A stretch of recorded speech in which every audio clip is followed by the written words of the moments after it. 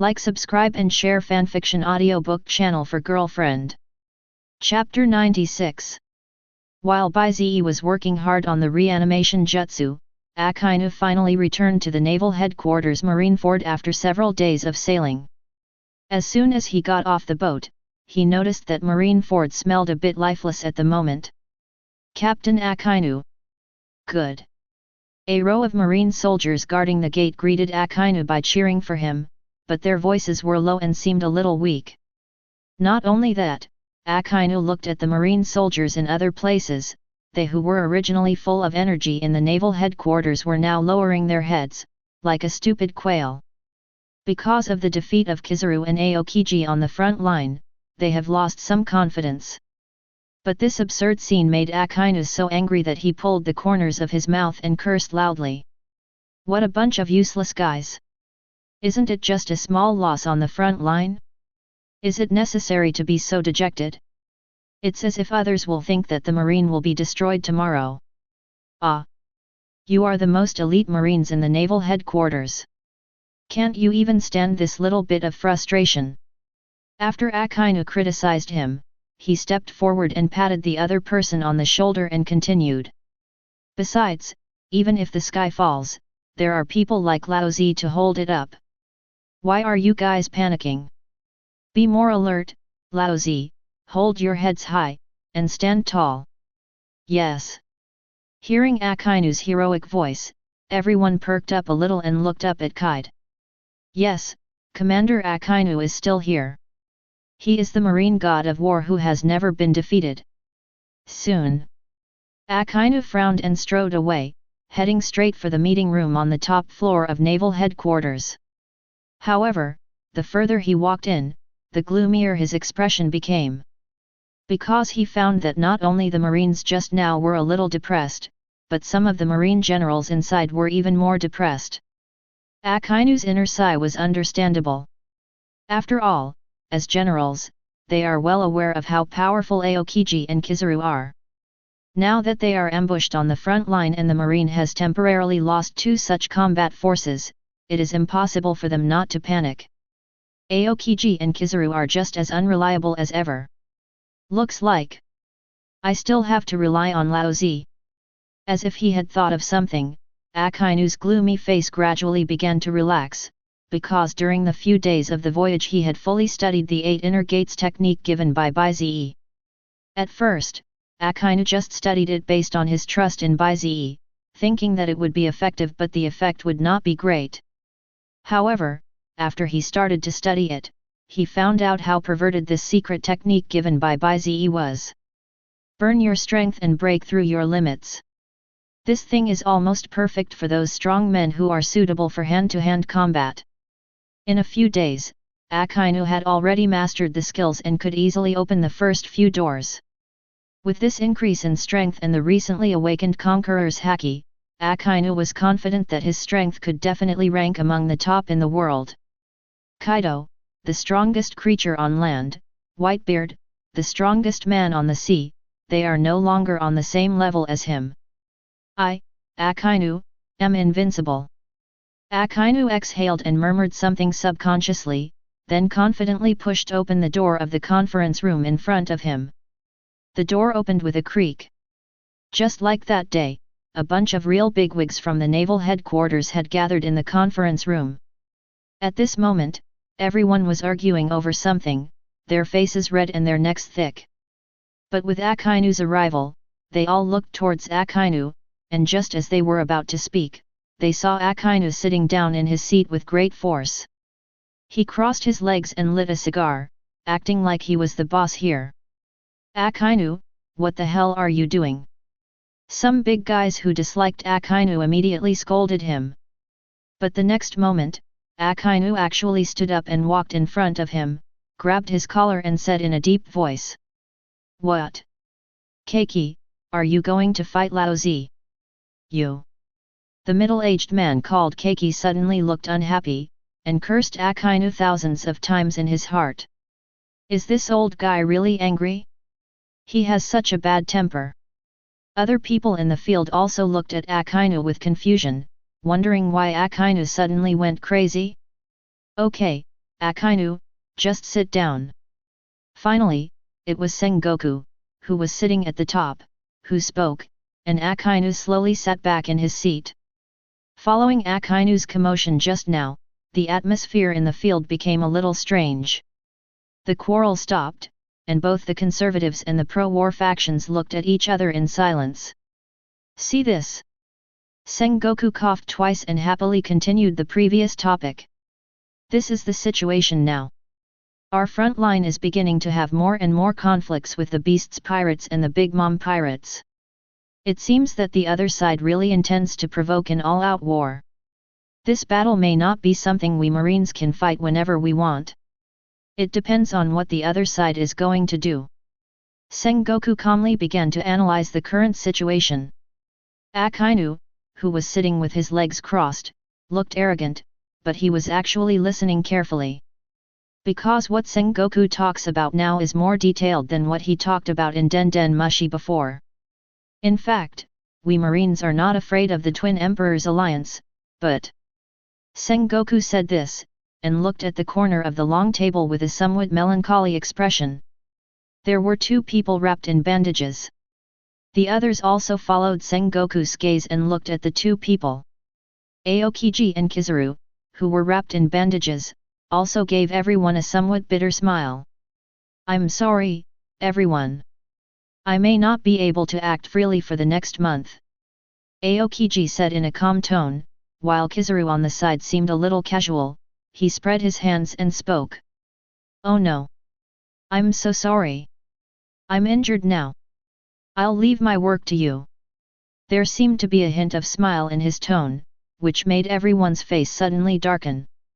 This old guy is seriously injured and needs to rest, but why does he seem a little happy? That's too much. Sengoku waved his hand to interrupt the discussion and said in a deep voice. That's right.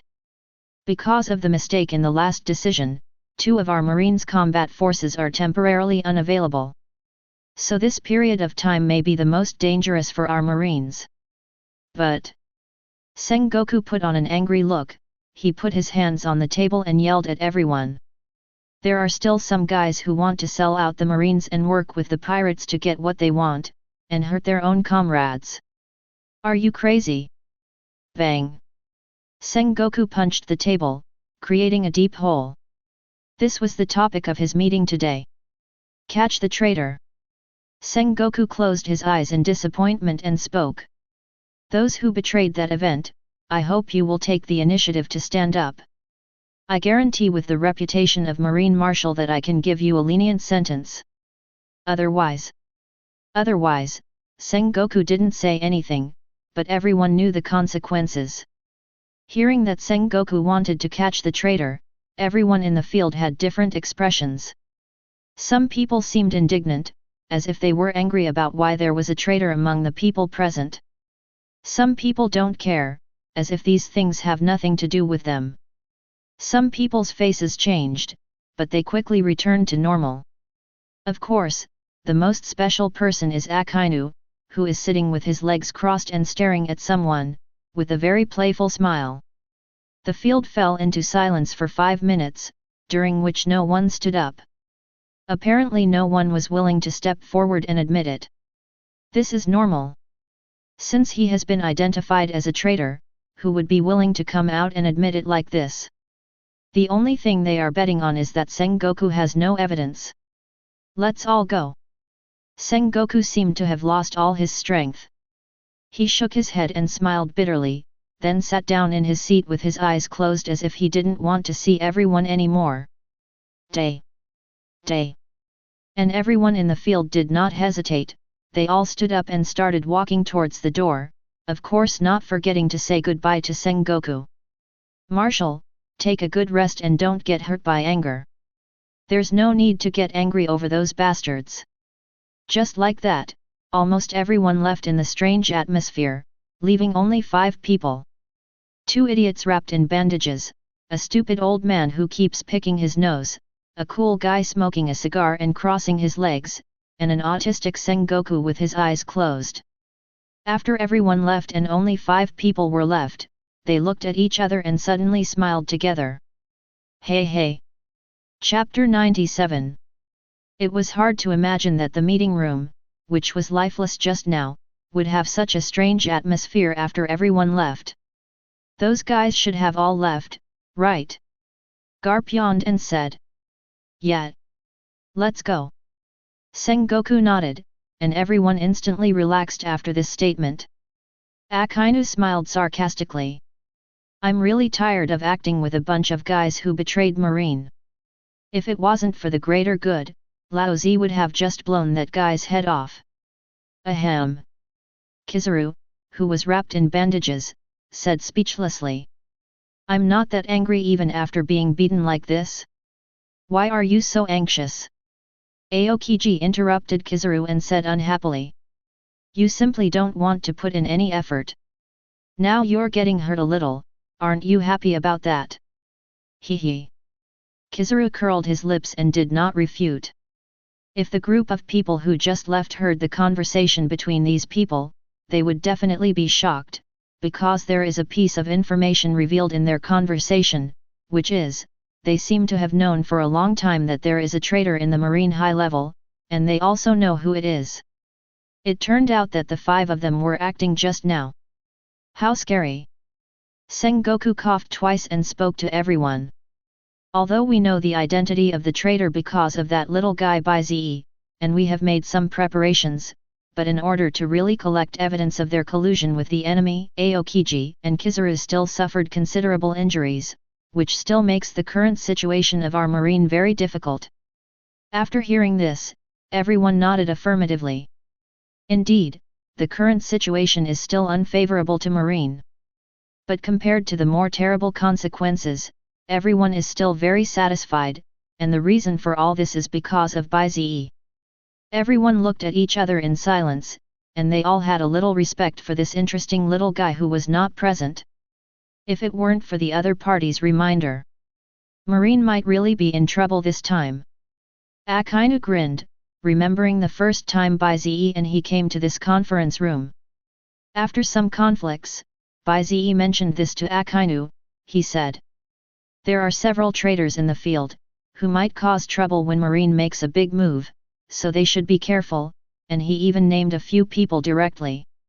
With absolute trust in Bai Ze, Akainu immediately found Sengoku and told him Bai Ze's guess, but Sengoku didn't quite believe it at first. He didn't want to believe that these people who had dedicated most of their lives to Marine would choose to betray. Then the following happened. After the attack on the front line broke out, Sengoku thought of Akainu's reminder. After hesitating for a while, he sent Kizaru to retaliate against the Beasts Pirates and the Big Mom Pirates, but at the same time he secretly sent Aokiji and Garp to support them. Otherwise, how could the 2 of them arrive so in time to save Kizaru? The final result also confirmed his guess that there was a traitor in the Marine high level. I have already got a clue about the identities of those traitors during this period of investigation. When the time comes, I will kill all the people behind them.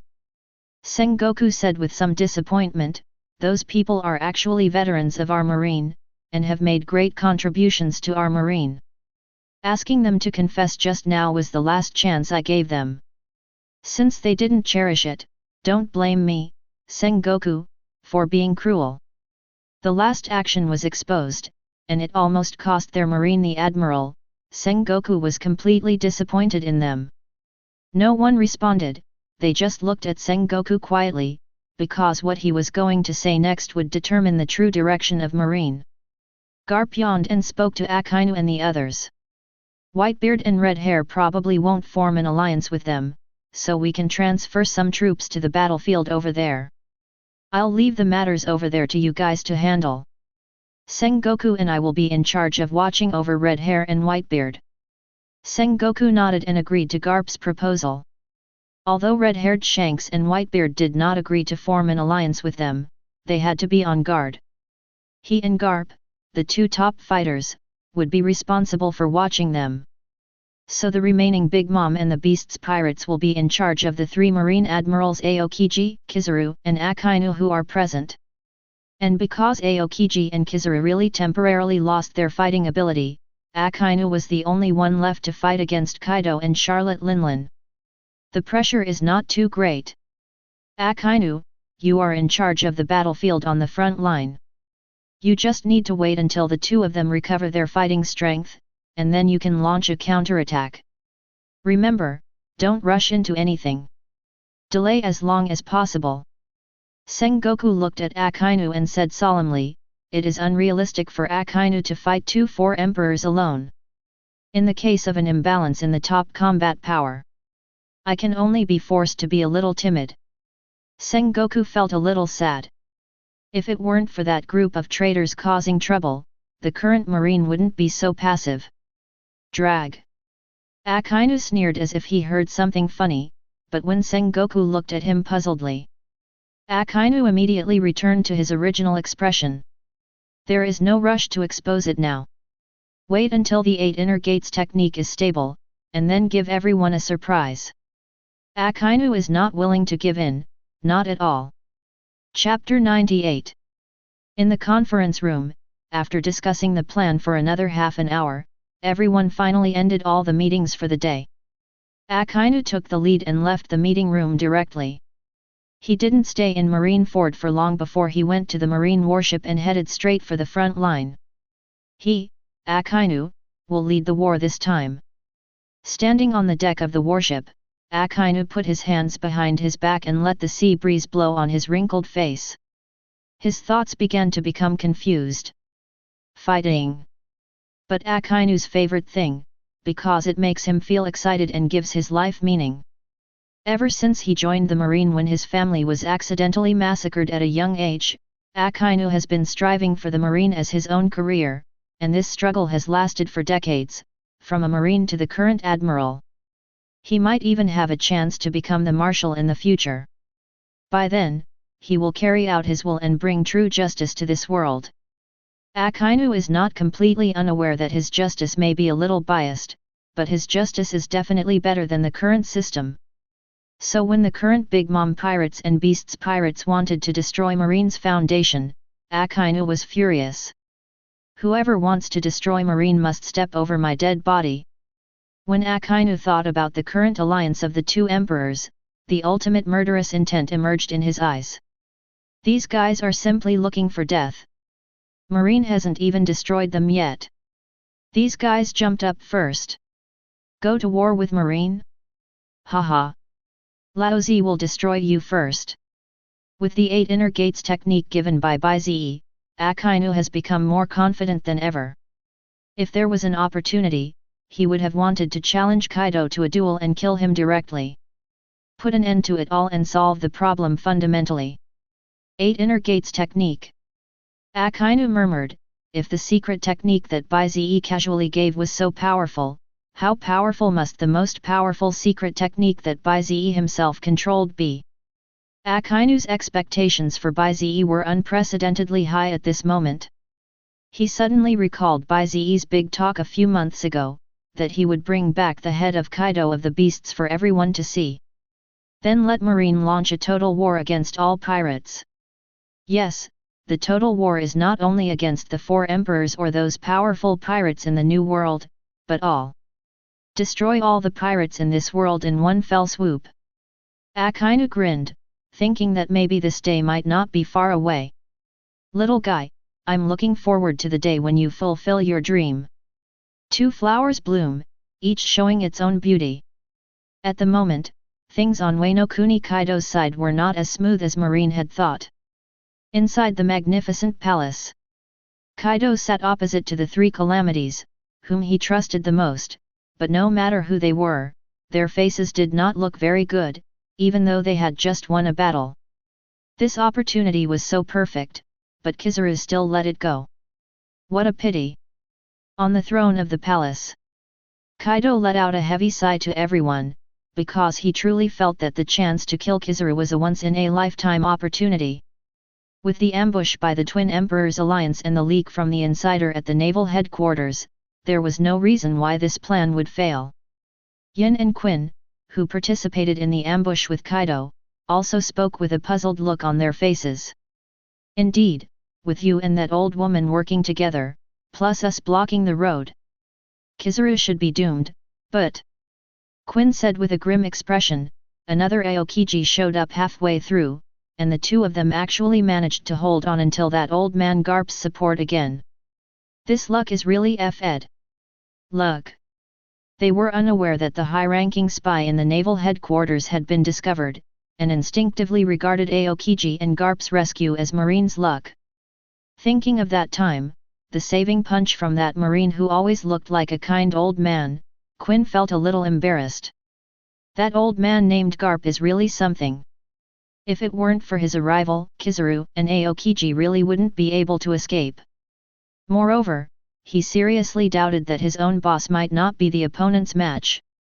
Kaido waved his hands and didn't want to talk about this issue anymore.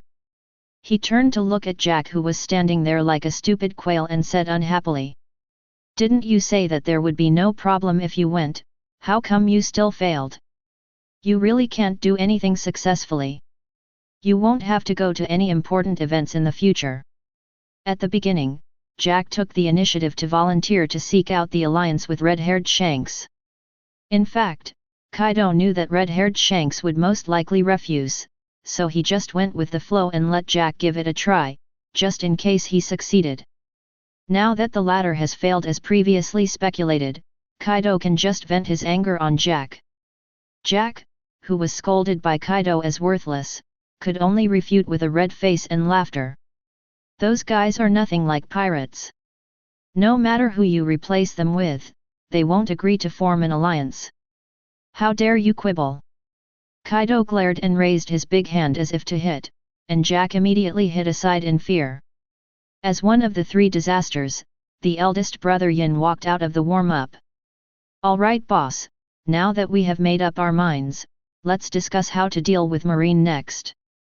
Now that the Red Hair Pirates and the Whitebeard Pirates have both rejected our alliance, we can only use the combined forces of the two Royal Pirates to fight the Marines. This is not to our advantage." Kaido nodded in agreement after hearing what Jin said.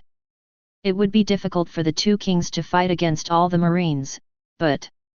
Yin and Kaido looked at each other, and they both understood each other's thoughts. Yin smiled and continued speaking.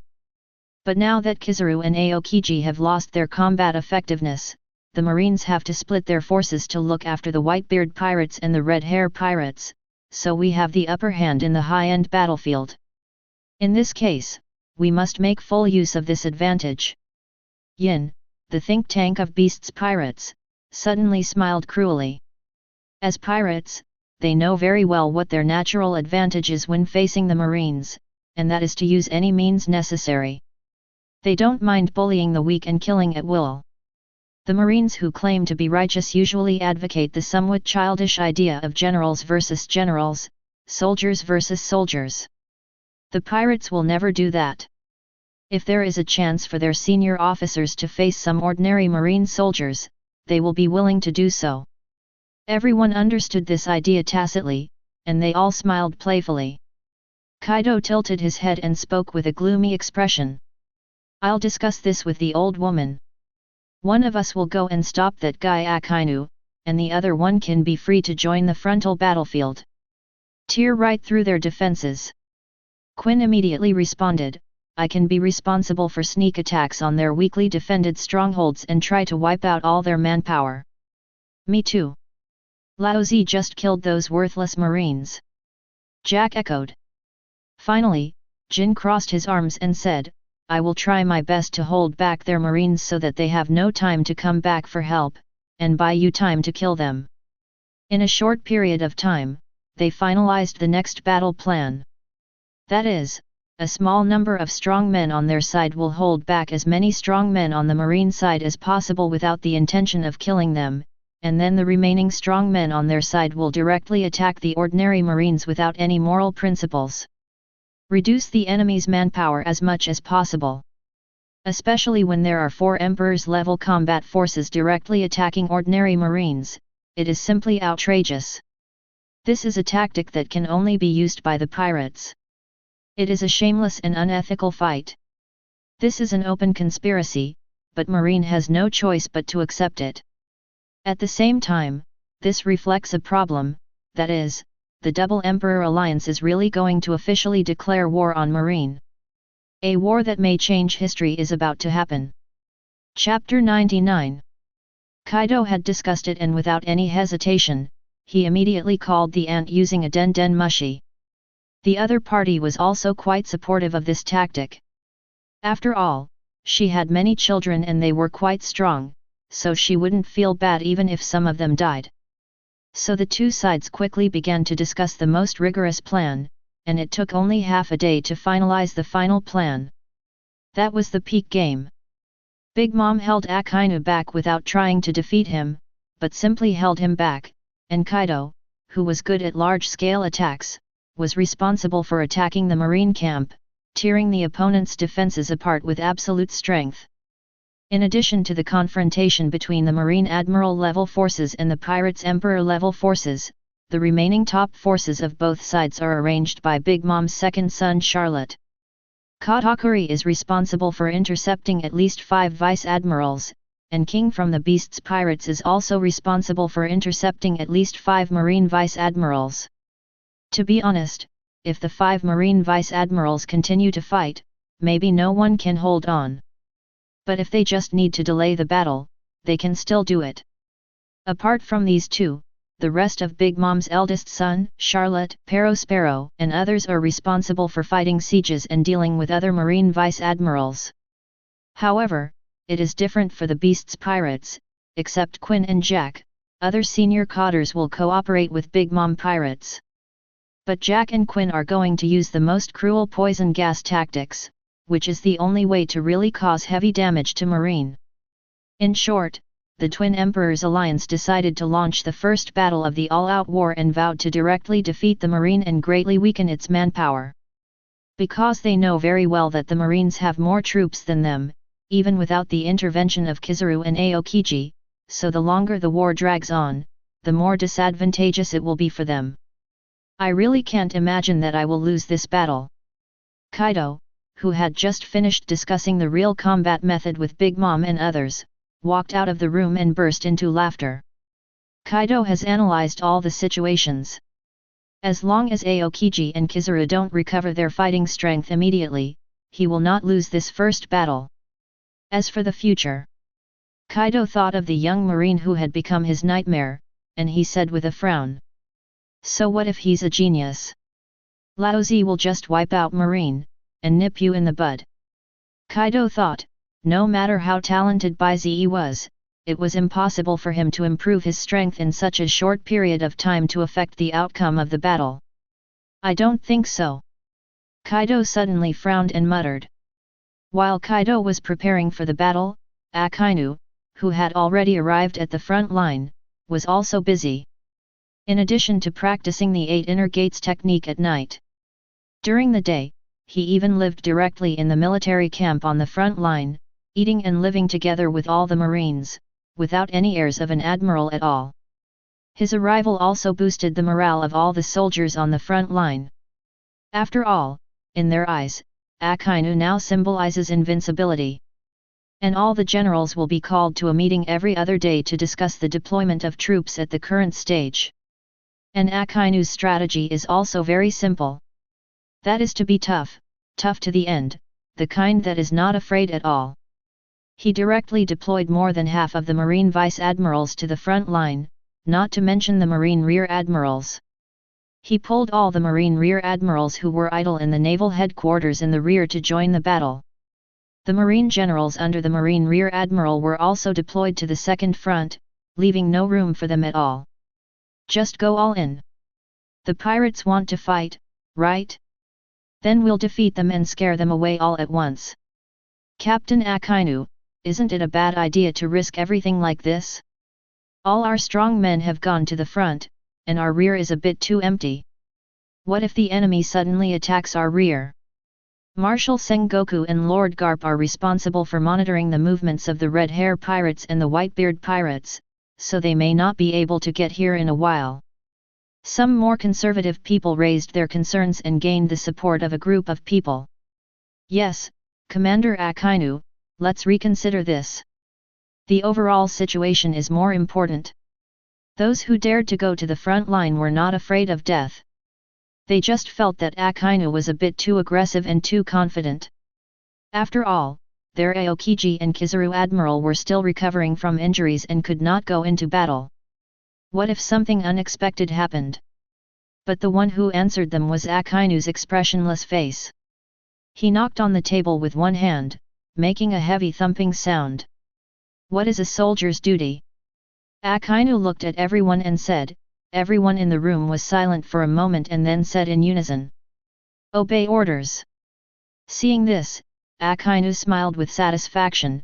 Then everyone should listen to my arrangements.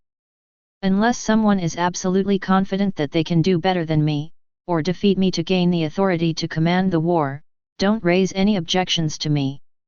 After that, Akainu suddenly shouted loudly. Now, follow my orders. Yes. Everyone filed out and began the exciting preparations for battle. Since they couldn't change the fact, they could only obey orders. As marine generals, they just need to do their job well. After everyone left, Akainu smoked a cigar and looked at the empty conference room with a playful smile and spoke. The rear is empty? If those guys are really so stupid as to attack us, then I, Akainu, will take the victory of this war. The tone was very calm, but full of confidence. I don't know who gave Akainu such confidence. Chapter 100. It is a fact known to almost the entire New World that there will be a war between Marine and the Twin Emperors Alliance. Therefore, during this period of time, all the pirate groups, big and small, and some kingdoms in the New World were keeping a close eye on the actions of both sides. Afraid of missing something. But for a few days in a row, it was surprisingly calm. The border area between Marine and the Twin Emperors Alliance coexisted peacefully as if nothing had happened. There was no war, and there seemed to be no tendency for war to break out. Marine and the Twin Emperors Alliance actually tacitly retreated their front line of defense by dozens of nautical miles, as if they were showing goodwill to each other. It was such a big fuss before, is it just not that big now? Many civilians in New World who were watching the fun felt a little confused. After all, the commotion in recent days shouldn't have had this result. But there are also some who are very satisfied with this result. After all, war means death. What if they are affected? Not fighting is best. Different from the naive ideas of ordinary civilians, all the strong people with a little strength in the New World know that the current calm is just the last piece before the storm. When the present tranquility is gone, what will come is bound to be a storm that is enough to destroy everything. Now, Whitebeard Pirates territory, aboard the Moby Dick. Dad, many of the ships of the Beasts Pirates and the Big Mom Pirates have been missing in the past few days. The last time they were spotted was in. Marco reported the most important information to the old man lying beside him with a serious expression. The movements of the Beasts Pirates and Big Mom Pirates. What about the Marine? The old man lying on the chair spoke slowly. Marco hesitated for a while and said, it's still the same as before. They still deployed all the main forces directly in the front, and only left a small number of people in the back.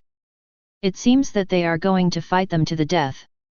Marco was able to grasp the Marines' deployment so easily, which was enough to prove that the Whitebeard Pirates had also planted a lot of people inside the Marine. When Marco said this, he was a little speechless about Marine's layout. Are these guys so confident? What if there is a surprise attack from the rear? Thinking of this, Marco looked at Whitebeard beside him tentatively and spoke. Dad, should we intervene? Marine's rear is so vulnerable, if the Whitebeard Pirates were to intervene, it would probably cause great trouble to the other side. Hearing Marco's idea, the old man who had been lying on the chair sat up directly this time, looked at Marco with a pair of majestic tiger eyes and said in a deep voice. I told you that the Whitebeard Pirates would not participate in this war, didn't you know that? Marco. Seeing Whitebeard looking a little angry, Marco suddenly became timid and quickly lowered his head to apologize. I'm sorry, Dad, I was wrong. Whitebeard sighed, patted Marco's shoulder with his big hand and spoke in a low voice. You are young and hot-tempered, I understand, but you have to know that unless there are special circumstances, war should not be fought, because it can only bring disaster, but this is true for both sides of the war. Whitebeard began to teach Marco a lesson, and seemed eager to pass on all his decades of experience to him. Marco also listened carefully and nodded patiently. Actually, Whitebeard's obsession with being a pirate in this life was simply to recruit a group of family members to sail on the sea. Now, so many years have passed, he has found so many family members, and the size of the pirates group has expanded to this extent, which is a bit beyond his expectations. So now that he's old, he just wants to protect his own little piece of land. He won't attack the marine on his own initiative, but if the other party calls, he will not surrender without a fight, and he will make full use of his remaining energy. And Whitebeard frowned slightly when he heard the news, but with decades of experience, he subconsciously felt that there was something fishy on the marine's side. The Beast's pirates and Big Mom pirates are very likely to fail. Thinking of this, Whitebeard narrowed his eyes and spoke. Pass on my order. Have our people retreat 20 nautical miles to give those guys room to fight. Tell everyone not to interfere. On the other hand, the Red Hair pirates, also one of the 4 emperors, have the same idea about the upcoming war. Red Hair Shanks personally ordered the Allied pirates regiments stationed on the front line of the Red Hair pirates to retreat 30 nautical miles and not to participate in the battle. Who will win this battle? I'm really curious. On the coast of a small island, Shanks drank a glass of wine and murmured while looking at the sea. Nightfall. Marine front, Tianyun Island. This small island, which belongs to the marine front line with the strictest defense and the strongest lineup, is brightly lit even though it is late at night. Team after team of marines walked neatly from one end of the coastline to the other. The marine soldiers on patrol all had cold expressions, as if they were not tired at all even in this late night. We'll have Team 5 after one more round of inspections, so cheer up everyone. Bell, the captain of Team 4, who was formerly a marine captain but was now assigned to be an ordinary patrol captain, reminded his teammates behind him. No. Everyone answered loudly that the marines who could be on Tianyun Island at this time were all top-notch elite marines. How could they not know how serious the current situation was? You never know when the Double Emperor Alliance will attack from the other side of the sea. Everyone shrugged slightly and continued to patrol along the coast. There were 5 teams doing similar work on the entire island. Some were patrolling the sea, some were inspecting the coastline like them, and some were in the highest watchtower on Tianyun Island, monitoring every move in the distant sea. Trample. Trample. Trample. All the marines on the entire Tianyun Island were operating as tightly as machine parts, fearing the slightest mistake. Phew, I've been a marine for 13 years, and I'm finally going to encounter a war of this magnitude. Hee hee. I'm really lucky. Bell, who was about to complete today's patrol mission, finally had time to joke with everyone. War. For marines like them who want to be promoted, it is the fastest and best way. As long as they can make contributions in this war, they can also become a high-ranking officer in the naval headquarters in the future. When I return to my hometown in the future, I will definitely make my parents proud in the whole village. He praised them for having a good son, and that he was now qualified to propose marriage to the woman from the neighboring village whom he had always admired. The others also smiled as they listened to their boss words. Obviously, he is also looking forward to the coming of war. Military merit. They want military merit. Those damn pirates, come quickly. Your head is the best stepping stone for our success. The group of people were secretly excited when they were about to reach the designated handover location. Suddenly, a huge noise came from the distance, as if it was going to shake the heaven and earth to pieces. Everyone turned their heads in astonishment and saw an unclear black dot on the sea level in the distance, speeding towards them. The warships from the marine side also rushed over immediately. Bang! Bang! Bang! The sound of gunfire, along with other thunder-like sounds, came into their minds from a very far distance. Has the war finally begun? A group of people murmured with flushed faces. Bell took the lead and ran to the nearest marine warship, shouting excitedly as he ran. Damn it, those pirates are finally here. Lao Zi's chance to make the first contribution is here. Boss Bell, wait for us. We want to go too. After reporting the enemy attack to their superiors, they quickly boarded the warship. Buzz. Buzz. Without any hesitation, they drove this ordinary marine warship towards the battlefield. And there are many who do the same thing as them on the marine front. Late at night that day, hundreds of marine ships with military flags set out and headed straight into the distance. At the same time, on the side of the Twin Emperors Alliance, the fleet composed of the Big Mom pirates and the Beasts pirates, took the lead and went straight to meet them.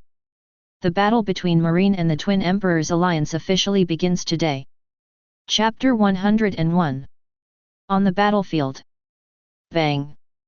Bang. Bang. Boom. Boom. Endless artillery fire exploded on the originally calm sea surface, causing black smoke to rise directly from the sea surface. Countless fish in the sea, including sea kings, were scared and fled everywhere. The destructive power of humans is still too great for them. There wasn't anything fancy. In the early stages of the war, dozens of marine warships and dozens of pirate ships were bombarding each other at a distance of hundreds or even kilometers. After all, the destructive power of artillery shells in this kind of naval battle is still extremely huge. Fire. Whoosh. Bang. On the side of the Twin Emperors Alliance, a group of fierce pirates roared towards the marine. The dark gun barrels immediately emitted huge flames, and rows of shells were fired out at the same time. Fighting in the dark night, the accuracy was still a little lacking. Although most of the shells fell into the sea and splashed huge water, some shells still hit the marine warships. The marine that was hit was thrown into chaos. Damn pirates! Everyone, calm down and fire back. The leading marine general immediately ordered a counterattack.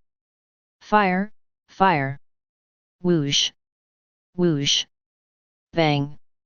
Bang.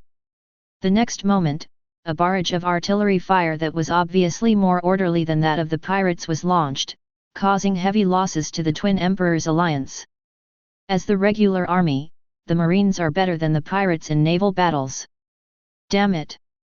Lao Ze sank a pirate's ship. Ha ha ha ha. Military merit secured.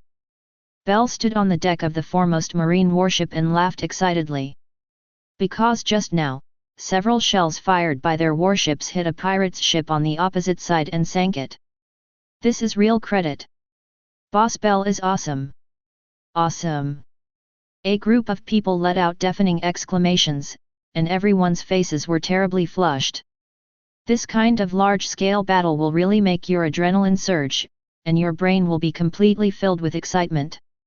Maybe you will only start to feel scared after the war is over. At this moment, their minds are filled with only one thing, and that is killing. Kill more pirates and achieve greater merit. After the Twin Emperors Alliance lost some troops, they did not get scared but fought more bravely and fought back desperately. The war continues. The endless artillery fire continued to bombard each other. The bombardment lasted for half an hour. When both sides ran out of ammunition, the Marine side sank 15 warships and the Pirates side sank 21 pirate ships. The Marine side gained a considerable advantage, causing all the Marines to shout with excitement.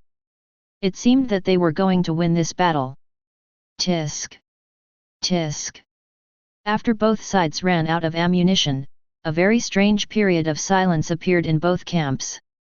Dozens of warships or pirate ships were just staring at each other from a distance of hundreds of meters. Everyone knows that the next battle will be the most brutal.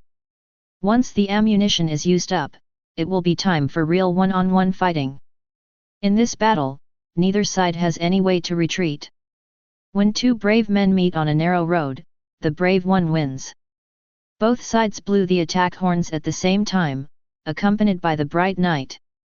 Dozens of marine warships and dozens of pirates' ships rushed towards each other, and their real battle on the first battlefield began.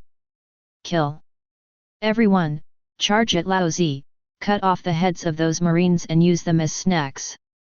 Anyone who dares to retreat will be killed without mercy. Kill. All the pirates roared loudly and rushed forward in their pirate ships. When they encountered a warship, they crashed into it without hesitation. Bang! Then all the pirates took out their weapons and fought with the marines. The same is true for marine. For example, the marines on Bell's side, who were already mad with anger, took the lead and headed straight for the pirates' fleet. They were driving the most ordinary marine warship, but that didn't mean they were ordinary. They were not afraid of death and decided to be the pioneers. Only by daring to be the first can you succeed. Kill. Kill all these pirates who dare to attack us. Use their blood to exchange for Lao Ze's military merits. Kill. Bell stood on the deck and roared angrily at the approaching pirates' battlefield. At this moment, their minds were filled with excitement and fearlessness. But the next moment, from behind the battlefield of dozens of pirates, a huge black shadow suddenly leaped up, accompanied by the bright moonlight. The huge figure slammed towards them fiercely. A violent force like thunder instantly poured out towards them, and the huge figure slowly uttered a few words. Thundering 8 trigrams. Bell and others' faces changed drastically and they wanted to retreat, but it was too late. Kaido's powerful blow hit their warship hard. Bang! With just one strike, the entire marine warship suddenly shattered, like a porcelain bottle smashing on the ground and exploding. Bell and dozens of marine soldiers could only watch it fall in despair under this attack, and then, it took their lives easily. How could a group of people eager for military merit die so easily on the battlefield? They hadn't even come into close contact with the enemy. Kaido of the Beasts stood on the abandoned ship floating on the sea, holding a huge mace and pointing it at everyone with a grin. Let's fight! Chapter 102. Let's fight! Kaido carries a huge mace on his shoulder and stands on the abandoned marine ship that has just been sunk. The terrifying conqueror's haki instantly covers the surroundings. 4 Emperor's Kaido can destroy a warship with just one hit. Kaido's appearance excited all the members of the Double Emperor Alliance. Boss is awesome. Kill them all. Kill all these guys. A group of pirates were waving their weapons and shouting at the top of their lungs, but halfway through, the figure who was shouting the loudest in the crowd suddenly stopped. A huge lava boulder that covered the sky and the sun fell directly towards them. Meteor volcano. A man in a red suit with a marine cloak of justice on his shoulders walked out with a stern face, and he raised his hand slightly. Countless boulders of lava began to fall, and the largest one hit directly onto a pirate's ship. Bang! The entire pirate's ship was sunk directly, and countless pirates members died under this blow. A bunch of weaklings. Akainu sneered while smoking a cigar and looking at the sunken pirate's ship. The entire battlefield fell into a brief silence as these 2 men walked out, because the battle between them could change the course of the war. Akainu tilted his head and looked at Kaido, who had just threatened to fight him, and exhaled a strong breath. His eyes were full of disdain. Kaido did the same, grinning at Akainu nonchalantly. Akainu whispered, "Come and fight." Kaido dots. The 2 looked at each other, smiled, and took a step forward to rush towards each other. Let's fight! Bang! Bang! Bang! The 2 of them started a hand-to-hand fight directly, and the momentum was so loud that the sea water continued to explode, as if it was the end of the world. In order to avoid hurting their teammates, strong men of their level also tacitly began to move the battlefield. The 2 of them fought while moving away. They came to the nearest uninhabited island and started fighting with all their might. Kaido showed no reservations this time, and used his ultimate move right from the start, the thunderous 8 trigrams with his unique conqueror's haki, vowing to let Akainu understand why he can be called the strongest creature. Not only that, his conqueror's haki also put pressure on Akainu. In a war, momentum is very important. The strength of momentum can even affect the combat effectiveness. Therefore, the conqueror's haki that belongs only to the strong is so precious. Die. Kaido's body was covered with lightning, and the mace in his hand smashed down like a pillar of heaven.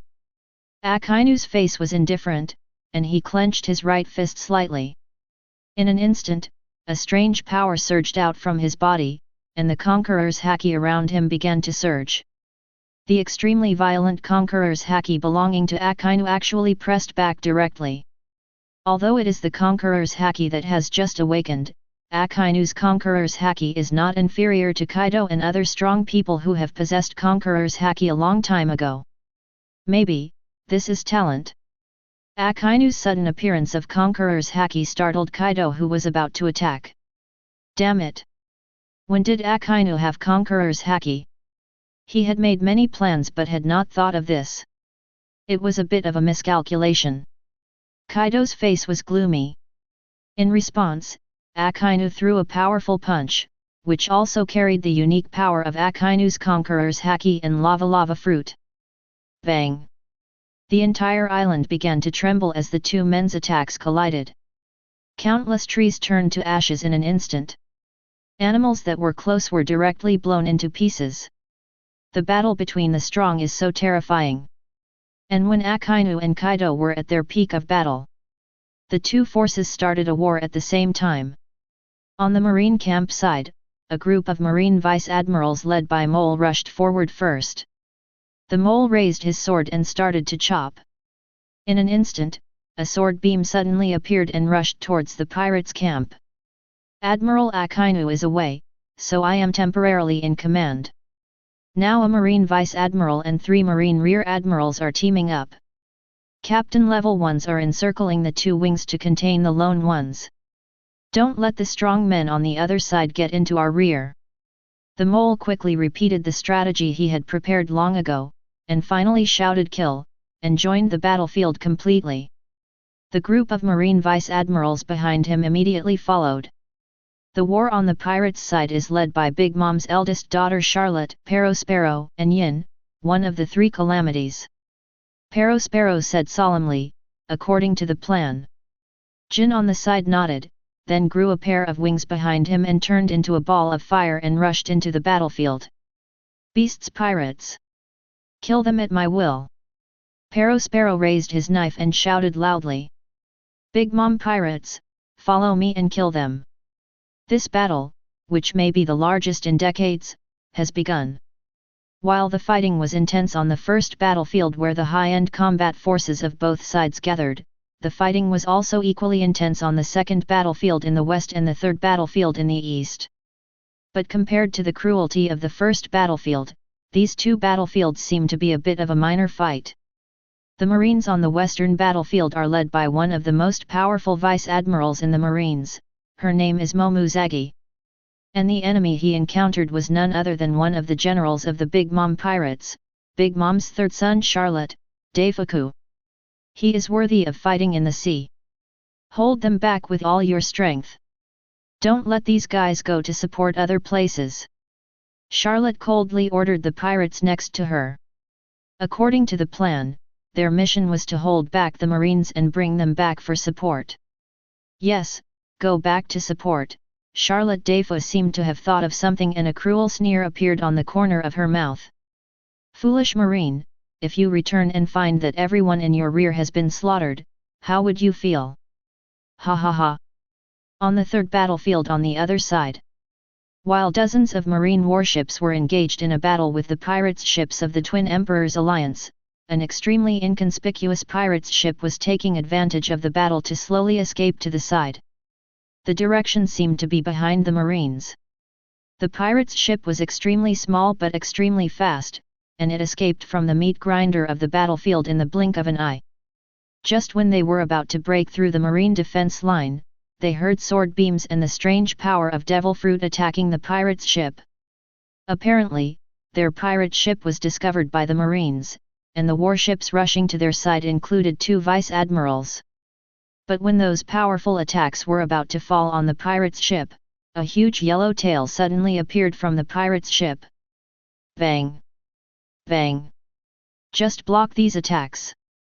Not only that, another huge figure jumped out from the pirates' ship and slammed into the warships of the two vice-admirals who came to intercept. The huge figure was wearing a heavy iron mask with two extremely long tusks sticking out of it. As soon as he arrived, his tyrannical aura pressed towards the two vice-admirals. Quinn, Jack. The two vice-admirals looked at the figure on the pirate's ship, then looked at the guy with a strong aura in front of them. Their faces looked extremely ugly. Because this was beyond their expectations. The second of the three calamities has come to this battlefield. Aren't you afraid that you will lose the frontal battle? One of the vice-admirals asked Jack, but Kide responded with Jack's cold words. Haha, you guys should just take care of yourselves first. After saying that, he threw a punch. Chapter 103. On the front battlefield between Marine and the Twin Emperors Alliance. The war is still going on and is getting more and more intense. The seawater within a radius of several thousand meters has turned a faint red, and the strong smell of blood is spread throughout the battlefield. Ordinary people might faint if they get close to it. This is the horror of war, death, countless deaths. Life here is unimaginably fragile. Some weaker pirates or marines might be hit by a casual attack from a stronger one during a fight and lose their lives immediately. Here, the death of one person would not affect anything at all. The marines and pirates who were already bloodthirsty at the moment watched their brothers and comrades fall one by one, and began to slaughter the opponents frantically for revenge. This makes the casualty rate higher and higher. Some of the injured may not be taken care of by anyone. At this moment, at the back of the first battlefield, the messenger's face changed drastically after hearing the news from Den Den Mushi. He immediately rushed out of the warship, regardless of the danger, came to the center of the battlefield and yelled at the mole. Not good, sir, urgent report. The mole, who was fighting fiercely with Big Mom's eldest son Sparrow, heard this and slashed with his sword, forcing the opponent to retreat, and then hurried to the messenger. What's wrong? The mole wiped the bleeding corner of his mouth. Damn, these pirates are really crazy. They are not afraid of death at all. Report to the commander, the defense line of the third battlefield to our east has been breached. The messenger spoke with a grim expression. What? The mole's face changed drastically, and he grabbed the messenger and asked him a bunch of details. When the mole learned that two of the three calamities were hiding over there, he was instantly shocked. He asked why he hadn't seen their figures just now, and it turned out that the other party was on the battlefield on the other side. That's it. The mole made a prompt decision and directly called on several marine vice-admirals, one of whom was extremely powerful, and asked them to return for support quickly. At their current speed, they should be able to make it in time. However, the opposing Double Emperor Alliance seemed to have anticipated this, and several hidden strong men appeared again and stopped them directly. Katakuri used the power of his fruit to arrive in front of several vice-admirals who were going to provide support in a few moments. He raised his right hand, and the halberd behind him appeared directly in his hand. Katakuri said coldly to everyone. Everyone, please stay here. As Conqueror's Haki said this, he crushed the men. Clang! But a sword beam directly stopped him, and a thin man wearing a grey hat walked out. He spoke with a cold and indifferent face. Katakuri. Big Mom's most outstanding child. You want to defeat so many of us by yourself? Isn't it a bit? The man named Bogart, who was Garp's most trusted lieutenant, spoke up. What about a wild idea? To be honest, even Katakuri may not be able to defeat him alone, not to mention that there are several other vice-admirals around. Katakuri's expression remained unchanged, he just spoke as a matter of course. I just want to stop you. I didn't say I would defeat you all. After saying that, Katakuri stepped on the ground with one foot and the ability of the Machi fruit was suddenly activated, instantly covering several people together. Bogart swung his sword and started to chop, but he soon discovered a bad fact. The opponent really seemed to not want to decide the outcome, he just wanted to delay them. Bogart looked towards other parts of the battlefield with a somewhat grim expression. At this moment, the strategy of the Double Emperor Alliance seemed to be unable to change the moment Jack and Quinn broke out. The strong ones among them began to deliberately find the strong ones of the same level on the Marine side to start a battle. It's pure procrastination, regardless of life or death. With the same level of combat power, it is really difficult to determine life or death. Damn it, these guys are trying to stop us from coming back for reinforcements, and are going to attack us while our rear is empty. Bogart had a grim look on his face and wanted to break out, but Katakuri was like a piece of taffy and he couldn't get rid of him. Not only that. When everyone was in a stalemate, a huge figure suddenly jumped out from an inconspicuous pirate's ship of the Twin Emperors Alliance. Immediately, a blade of light attacked them and then flew straight towards an island. Mom! Mom! Bogart and others blocked the attack and looked at the receding figure with extremely ugly expressions. Damn it, Charlotte Linlin, he's going to attack Akainu-sama. Damn, this is trouble. Top Marines like Bogart were all fighting hard, trying to break through the defenses here and rush to provide support, but it was really not possible in a short time. They could only pray in their hearts that Akainu could hold on a little longer. They never thought that Akainu would win. After all, who in the world could compare to the combined strength of the four emperors? On the other side of the island, the battle between Kaido and Akainu is still going on, and at this moment the entire island is almost flattened to the ground because of the violent fight between the two. It's so terrifying. Not only that, countless huge deep pits appeared on the battlefield where the two were. This is the destructive power of the pirates, the world's top strong men. In fact, whether it is the pirates or the Marines, the battle between Akainu and Kaido should be evenly matched. After all, as the top combat forces on both sides, it will be difficult to tell the winner in a short time. But the fact is, what is hard to accept is that Kaido is at a disadvantage at the moment. After fighting with Akainu for nearly half a day, Kaido's perverted body was now covered with burnt smoke, while Akainu's breath was just a little disordered, and the wounds on his body were almost gone. Damn it! How come this guy suddenly became so strong? Kaido looked at Akainu in the distance and spoke with a grim expression. He really couldn't understand how Akainu's strength had skyrocketed to this level in just a few months. It's outrageous. But Akainu, who was hundreds of meters away with a violent aura rising from his body, would not tell the other party what ability he had used. Akainu felt the unimaginable power filling his body and smiled knowingly.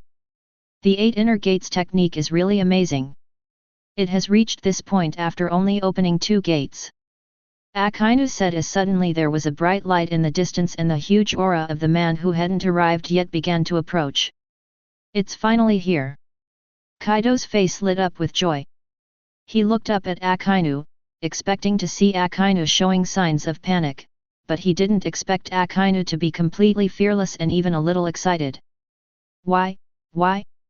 Chapter 104. WY.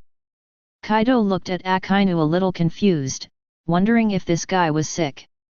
You know, the one coming now is Charlotte Linlin, who is also one of the 4 emperors. The 2 emperors joined forces to fight the enemy, and this guy can still laugh? Ridiculous, too ridiculous. But in the midst of the absurdity, Kaido inexplicably felt a little uneasy. Mom, you old thing are really useless. You haven't finished the battle after fighting for so long, and you are even at a disadvantage. It's really making me laugh to death, Mom. With the mentality of having a sure win, Big Mom didn't attack Akainu directly or even launch a sneak attack. She just walked over with a swagger, laughing and teasing Kaido. Kaido felt a little embarrassed by what the ant said, so he had to speak to the ant with a sullen face. I'm weak? Then go ahead and give it a try. Their plan A is to join forces to defeat Akainu when the opponent's peak combat power is missing, so there is no rush now, because the final outcome of Akainu will be the same anyway.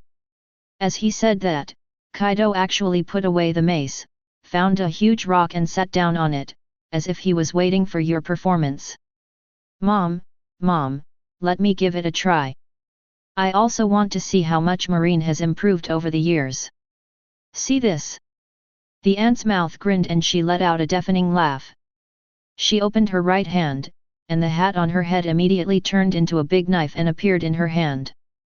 The powerful conqueror's haki was released instantly, making the sky change color. A pair of sharp eyes stared directly at the silent Akainu, as if he completely regarded Akainu as his prey. This made Akainu laugh. Does Laozi look so weak? Ah! Akainu looked at his hands helplessly and found that he was indeed not as oppressive as the other party, which made Akainu sigh. But Akainu shrugged and once again mobilized the power of the second gate of the 8 inner gates technique. His bones made a creaking sound as if he was in pleasure. But after thinking about it carefully, Akainu narrowed his eyes slightly, suddenly stepped on one foot and whispered. The gate of life. Open. Snap. Akainu actually chose to open the third gate of the 8 inner gates technique. Aren't these guys crazy? Then they should pay the price for their madness. In an instant, a wave of dark green energy mixed with the blood-red energy of lava fruit began to swirl around Akainu, then paused, and then suddenly exploded. The fierce gale spread directly in all directions, making it impossible to open one's eyes. Oh no, why did this guy's aura suddenly become so powerful? The sixth sense of a strong person made her feel something was wrong, so she chose to take action now. This guy can't be allowed to continue to improve, but as soon as the ant took the first step, she saw Akainu's figure disappeared from the spot, leaving only an exaggerated deep pit in the field. And the next moment, the ant was horrified to find that Akainu had actually come in front of her, and her face changed drastically. What speed is this? Akainu said nothing, but used the ultimate power that had already been gathered in his right hand to punch out directly, hitting the ant in the stomach before she could react. Bang! As soon as the two touched, the old lady flew backwards. With a crash and a crack, she hit several hilltops. The second Akainu did not retreat even a single step. In the fight just now, Akainu won. What on earth did this guy do? How did he become so much stronger? Kaido, who was watching the show, looked even gloomier. Akainu's condition was a little beyond his expectations. He continued to observe the battle with a gloomy face, only to see the old lady in the distance stand up again. Boom! Countless pieces of rubble flew into the air. Big Mom, with her hair flying, was holding a large sword with Conqueror's haki attached. She walked towards Akainu like a demon, whispering as she walked. Mom, you actually hurt me, I'm going to eat you today. Eat you. As she spoke, the old lady licked the corner of her mouth with her scarlet tongue and looked at Akainu with murderous intent. Although Akainu's attack just now did not cause much damage to her, it still really angered her. Oh! Akainu looked at the furious old lady helplessly. Did this girl think that she had used all her strength just now? She didn't use her full strength in that punch. And eat me? Are you worthy? Akainu sneered, and finally got a lot of anger, and shot out directly with the point of his toes. And the same goes for Enti. Bang! Bang! Bang! A battle between the two of them soon broke out in the field, and it was a fight that was so fierce that the sky collapsed and the earth cracked. Big Mom uses a knife, while Akainu is just as powerful with his bare hands. And he becomes more and more courageous as the battle goes on. The increase of the third gate of the 8 inner gates technique is really too powerful. At this moment, his combat power has surpassed that of 4 emperors like Big Mom or Kaido. As soon as the fight started, Big Mom secretly felt that things were not good, because Akainu's strength was too great and too heavy. Even though she was also good at defense, she still felt a little uncomfortable after being hit by several heavy punches. Finally, after fighting for hundreds of rounds. Big Mom was hit in the stomach by Akainu's heavy punch as expected, and she was directly knocked back. It hit the ground heavily, raising a cloud of dust. Snap! But the next moment, the ant broke out of the ground again, looked at her belly which was already bleeding bloodline. The ant finally chose to ask for help. She turned to look at Kaido who was still watching the game and cursed directly. "You old man, you're still looking there. I'm leaving now. Go fight Marine and the others by yourself." It was Kaido who came to the alliance in the first place, and now the other party is just watching her, which makes her very angry. Hearing this, Kaido laughed and stood up. "What are you talking about?" Kaido said, then he raised the huge mace and smiled at Akainu with a sinister look on his face. "I didn't expect a monster like you to appear in this generation of Marine, but fortunately, you're still going to die here today." "Damn this, I don't think so." Akainu, who was driving the third gate, exuded a strong aura and looked at Kaido and the ant with disdain, and then waved directly. He said with murderous intent, "Come and fight. Lao Ze will fight both of you alone." When Akainu said this, he looked extremely confident, but it also made Kaido and the ant look very unhappy. The two looked at each other, and then pointed their toes and shot directly towards Akainu. "Damn it, Marine, you're looking for death." The three of them shouted in unison and released their ultimate moves. Thundering 8 trigrams. Shatter the sky. Meteor volcano. Bang! The three of them immediately engaged in a melee, and the huge sonic boom was heard by Marine Vice Admiral Mole and Big Mom's eldest son Sparrow, who were far away on the first battlefield. The mole's expression is full of worry and confusion at this moment. "Damn it, Akainu Admiral was beaten up by 2 emperors. This is really troublesome." As he said this, he looked at the Marine camp which was in a clear advantage. If Akainu was defeated, the battle situation here would be reversed in an instant. But they really can't help Akainu. The pirates are holding them back, even at the cost of their lives. This battle is really painful. Different from the discomfort on the Marine side, Sparrow and others on the pirates' camp were very excited. Hee. Mom and that Kaido guy have finally teamed up. It looks like the winner will be decided soon. Sparrow's face flushed, he seemed to have seen victory waving at him. Their double emperor alliance is going to win. Chapter 105. When everyone thought that the battle between Ant Kaido and Akainu would end with Akainu being defeated quickly, the result was actually quite different. Because Akainu actually fought 1 against 2 and the two of them were evenly matched. Kaido hit Akainu in the face, but Akainu punched Kaido in the stomach and knocked him out.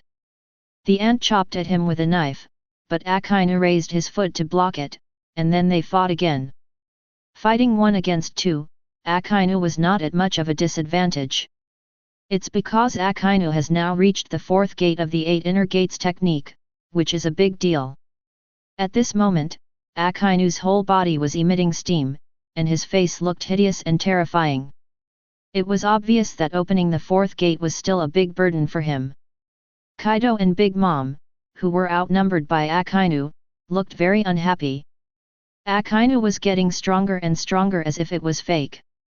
The two who did not understand the 8 inner gates technique simply believed that Akainu was the reason for the fruit's awakening. But with Akainu's current combat power, it is still unrealistic to kill them by fighting 2 at a time. Kaido and Big Mom could sense that Akainu was using a very physically demanding tactic. If they continued to drag on, Akainu would be defeated sooner or later. And Akainu also felt the current predicament. He carefully felt his own injuries and looked at the injuries of the 2 people opposite him. I sighed in my heart, these 2 guys are really tough, I can't drag it on any longer, so that's the case. Akainu concentrated slightly, and the forbidden power in his body was released again, and he shouted again. Domain. Open. Akainu directly chose to open the 5th gate. The huge momentum made the entire sea level tremble. Countless flying birds were frightened and fell. This is... Kaido and the ant both gasped when they saw this scene. Why did this guy's aura surge again? Will it ever end? It turns out, it's not over yet. The powerful aura around Akainu, who had opened the fifth gate of the 8 inner gates technique, suddenly surged again, but the next moment, an aura that was even more powerful than before rose up. Akainu's face was terribly distorted and he roared suddenly. Jingmen! Open! This time Akainu did not hold back and directly activated the current limit, the 6th gate of the 8 inner gates technique. At this moment, his power was unprecedentedly strong. His emotionless eyes instantly stared at the dazed Kaido and Big Mom. Then the next moment his figure instantly disappeared from the spot, and then appeared beside the two of them. Akainu's seemingly simple punch hit Kaido directly in the face. Bang! Without any hindrance, Kaido fell directly to the ground at a high speed. Akainu kicked again, this time hitting the ant in the face. Bang! It also fell down without a doubt. Damn it! Damn it! Big Mom and Kaido were furious and wanted to fight back, but they found that they were no match for Akainu at this moment. Bang! Bang!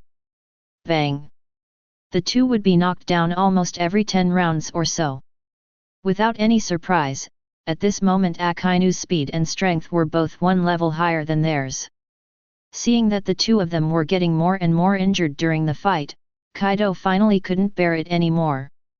He directly used the power of the fruit, and transformed into a giant dragon hundreds of feet long and soared into the sky. Akainu was knocked away by force.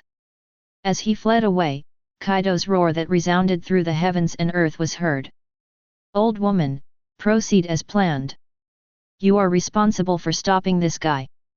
I will go over there and deal with their rear first. Plan B was also one of their original plans. They didn't think they could kill Akainu in a short time, so one person would hold the opponent back, and the other would go to their rear and kill them. Now that Akainu is so powerful, he has no choice but to use this plan. Ahole! Stop him for me! Seeing Kaido fleeing, Big Mom was a little upset. The current strength of Akainu is completely different from what was planned. This guy can really kill himself now. Seeing that he couldn't stop Kaido from escaping, Akainu simply focused his attention on Big Mom. Today, you have to die here. The ant was being beaten unilaterally, and this was just the beginning. Kaido, who transformed into a green dragon and fled at high speed, also made a dull sound.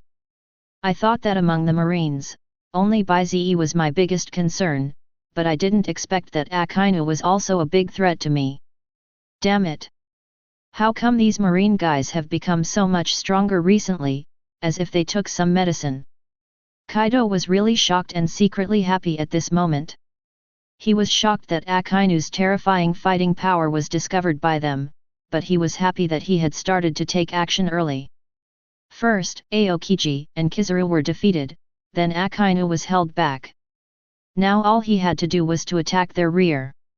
Then, he united his 3 disasters to deal with the Marines in the first battlefield.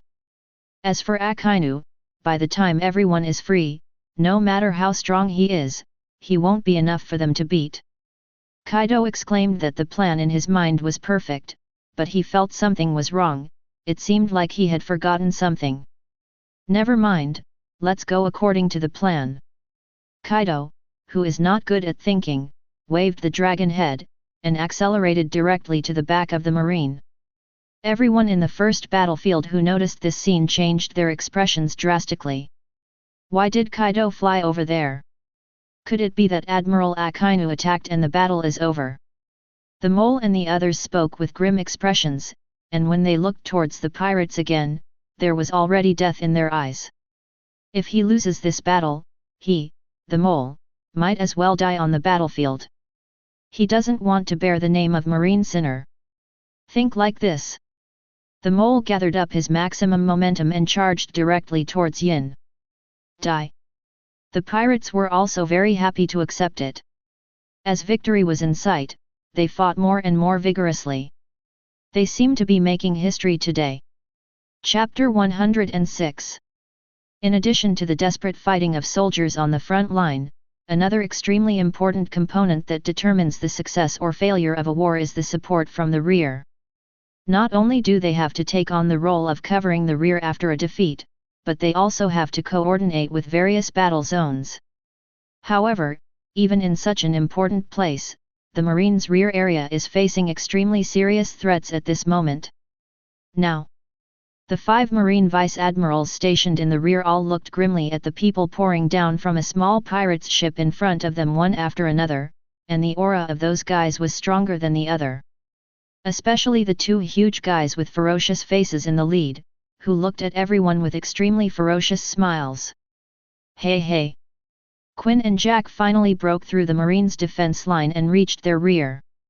The main force that was supposed to be fighting on the front line suddenly appeared here at this moment. This really made the Marines here feel a little scalp tingling. Especially some ordinary Marines have started to panic. The Marines took various weapons to try to scare them away, but were frightened by their momentum instead.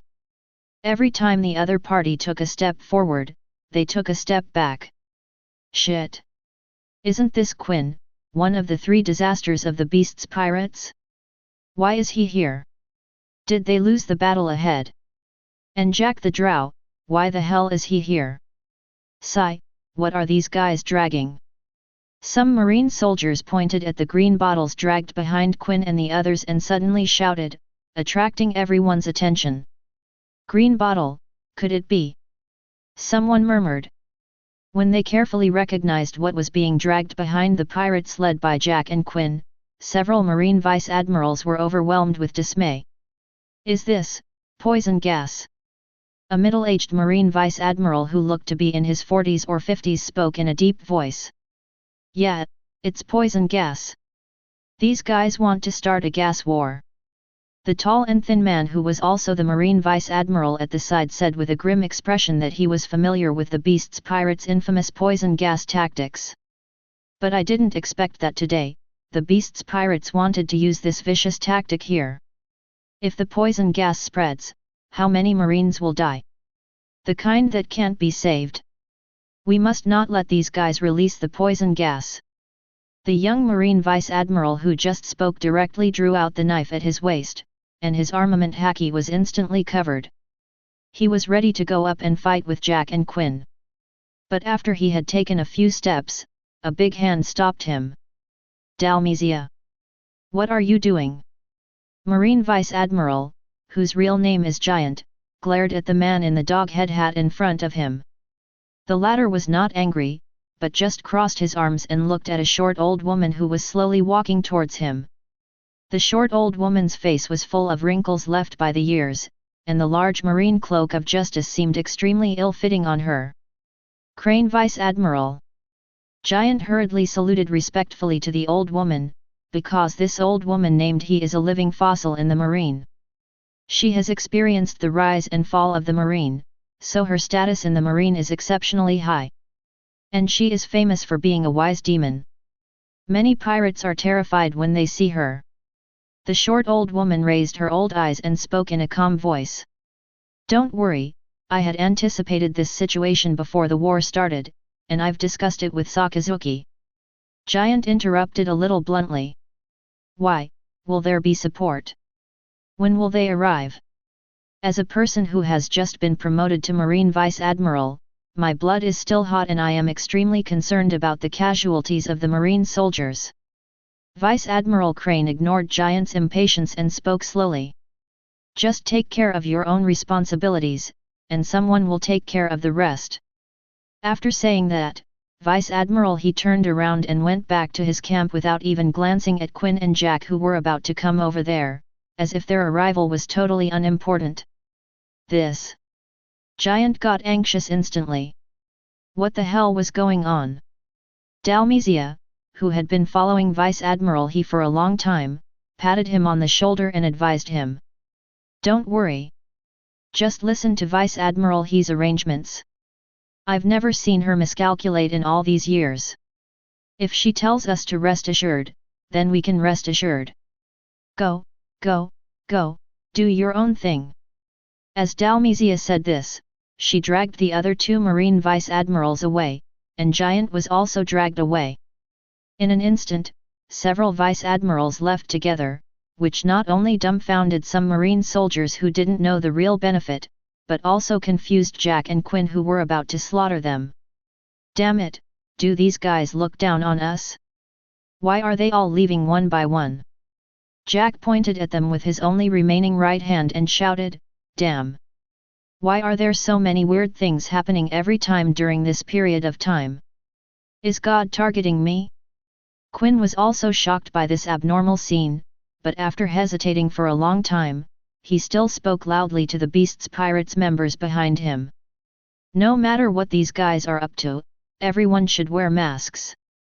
As long as Lao Ze's poison gas explodes, no one will be able to help." Quinn said this with a cruel smile and shouted, "Lao Ze is going to annihilate all of these guys today. Let them go, don't hold back." "Yes, boss." A dozen Beast's Pirates members carrying large green cans smiled grimly, and all put on special gas masks. "Let's get into a carnival, everyone." As they said this, they all turned on the switch to start the antivirus program. It's not a good habit to poison someone else's territory. It's something that only a bunch of evil pirates like you can do. Suddenly, an extremely abrupt voice sounded from the scene. The voice was not loud, but it was so clear and terrifying in everyone's ears. "Who's talking?" A dozen or so pirates carrying gas bottles subconsciously stopped what they were doing. They all looked up to find the owner of the voice, but they couldn't find anyone at all. The Marines were also confused, but some of them felt that the voice sounded familiar, as if they had heard it somewhere before. Jack and Quinn looked at each other, both with terribly gloomy expressions.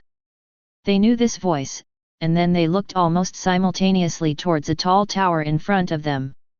Everyone followed Quinn and Jack's gaze and looked, only to see a figure on top of the tall tower looking at them. Judging from his body size, he looks like a boy of 12 or 13 years old. The man was wearing a Marine Justice uniform and a signature half-crying, half-smiling clown mask that only revealed a pair of blood-red eyes that were particularly eye-catching. He had a dark long sword slung around his waist. At this moment, this person was lying on the top of the tower. Even through the mask, one could tell that this person seemed to be smiling. Jack and Quinn stared at the man for several seconds and finally squeezed out two words from between their teeth. "Bai Ze." And some Marines who recognized people also murmured in unison. "White Devil Vice Admiral, the White Devil Vice Admiral is here. Bai Ze. White Devil." The most famous Marine in the past few months, he rose like a comet, eclipsing all other Marines of the same generation, simply because his achievements are so exaggerated. He fought against Beast's Pirates together with Akainu and finally escaped unscathed. Then he killed 7 warlords of the sea in 3 months. Recently, he seemed to have defeated the world's #1 swordsman, Hokage my Hawk, and killed the most beautiful female empress in the world, Boa Hancock. This young Marine boy seemed to have a unique aura, that of miracle. He is a man of miracles. His appearance alone made all the Marines breathe a sigh of relief, because their crisis for today was resolved. So what if you are the second of the 3 disasters? You still have to kneel before this young man. Quinn seemed to realize this as well, and he roared at the stunned group of people. "What are you standing there for? Quickly release the poison gas for me." When Quinn said this, his tone was flustered. Bai Ze's arrival really made him feel uneasy. No one knew how strong this guy who hadn't been seen for several months was now. Okay. A dozen Beast's Pirates members carrying gas bottles answered and were about to start releasing the gas. But as soon as he stretched out his hand, he felt a huge pulling force, and then, his hand was torn off, and blood spurted out. The man who was in pain half knelt on the ground, and there were more than a dozen people who had the same experience as him. On top of the tower, the figure had already stood up, his eyes emitting a dazzling red light, clearly visible even in this dark night. Chapter 107. A group of Beast's Pirates members struggled to continue releasing poison, but the next moment, the force of space suddenly increased. Even their gas cylinders disappeared on the spot. The gas war that was about to begin ended so hastily without even causing any trouble, and the reason for all this was the arrival of a young man. There was a deafening cheer from Marine. White Mage Vice Admiral is invincible. Invincible. Even the Marine Vice Admiral who had walked away smiled with relief when he saw this scene. Only then did they understand why Vice Admiral he had just told them to just mind their own business. Someone will take care of the rest of the problems, and it turns out to be Bai Ze. With this young man who can be called a pervert, how could their rear be unstable? In an instant, only Jack and Quinn were left in the pirates' assault team. At this moment, both of them were looking at Bai Ze on the top of the tower with uncontrollable anger. The violent rise and fall of their chests was enough to prove how uneasy they were at the moment. Damn BD! Lao Ze will kill you! Die! Jack, whose defense was almost broken, rushed towards Bai Ze like a madman. He activated his devil fruit ability in an instant and turned into a mammoth-like monster. The noise was so loud that some marine soldiers who were very close to it didn't even have time to dodge and could only scream in fear. Okay, stop shouting. Bai Ze, who had already rushed over using Kamui, spoke to the man speechlessly while holding up a knife to block Jack's attack. Okay, okay. The man nodded stupidly. Bai Ze sighed and shouted at everyone. Everyone, retreat 1,000 meters, leave this to me. As Bai Ze spoke, his momentum rose, and he actually slashed Jack, who was in mammoth form, back with one sword. He promised Uncle Akainu to minimize the casualties here. Bai Ze must fulfill this request. Not only must it be done, but it must be exceeded, just like. Bai Ze looked at Jack and Quinn who were glaring at him. He could take the lives of these two guys. I told you, next time we meet, I will kill you. Bai Ze spoke to the two of them seriously, as if this was a matter of course. As soon as these words were spoken, the two people who were already on the verge of breaking down completely.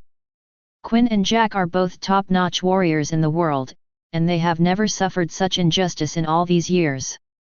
You are the most arrogant brat I have ever seen. Barely one of them. You will pay the price for your arrogance today. Quinn roared, then took a step forward, and the next moment his body suddenly swelled, and his head, tail, and body began to undergo drastic changes. In just a few seconds, he turned into a dinosaur-like monster. His momentum is even stronger than Jack's mammoth form just now. Jack, who had just been knocked away, also got up. There was no words between the two, but the next moment they rushed forward in tacit understanding, as fast as a cannonball, one to the left, the other to the right. What few people know is that before they were called the Three Disasters, they relied on joint attacks to fight their enemies. With their tacit understanding, they even defeated many people who were stronger than them. They thought, today's Bai Ze would be no exception. But, obviously they thought too much. Bai Ze's strength at this moment is really not comparable to that of a few months ago.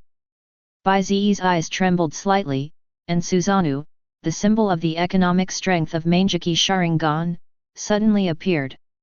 A half-light blue skeleton several dozen meters high, with Bai Ze's unique Conqueror's haki attached to it, let out a terrifying roar towards the sky. Bang! Bang! Then, Bai Ze just threw out two punches, directly colliding with Jack and Quinn. After a moment of stalemate, both of them flew backwards. Fighting one against two, Bai Ze still has the upper hand. And Bai Ze didn't pause at all, carrying the power of Susanoo pervert and rushed forward again, without giving Jack and Quinn any time to breathe. Bang! Bang! Bang! Snap! Snap! Snap!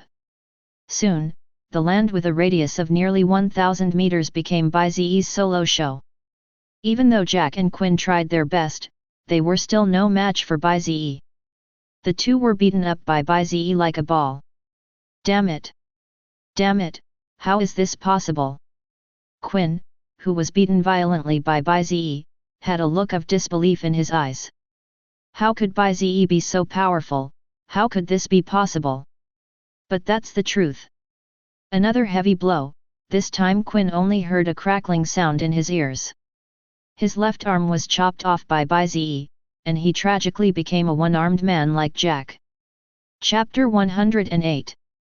Bai Ze came in second and was able to cut off one of Quinn's arms. This feat accomplished in such a short time really shocked everyone again. Admiral. Bai Ze definitely has the strength of an admiral at this moment.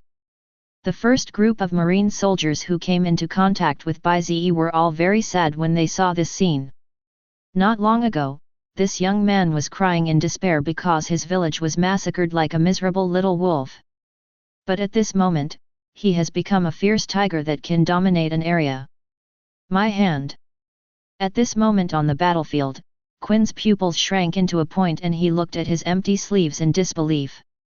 Quinn had lived for so many years and had fought thousands of battles, big and small, but he had never been injured. He didn't even know what injury was. But today his arm was broken. It was cut off by a young man. Ha ha, he. Quinn was silent for a while, then suddenly laughed out loud towards the sky. The laughter was so unpleasant that it gave people goosebumps. Bai Ze, I want you to die. I must make you die. I will soak your body in my poison gas pool. I want you to experience the ultimate pain in this world. Ah! Quinn let out a shocking scream, and his huge momentum created a huge gust of wind that made the ordinary marine soldiers watching the battle 1,000 meters away feel a little uncomfortable. Everyone! Retreat another 500 meters. The Marine Vice Admiral in the lead didn't waste any words and directly ordered to postpone it.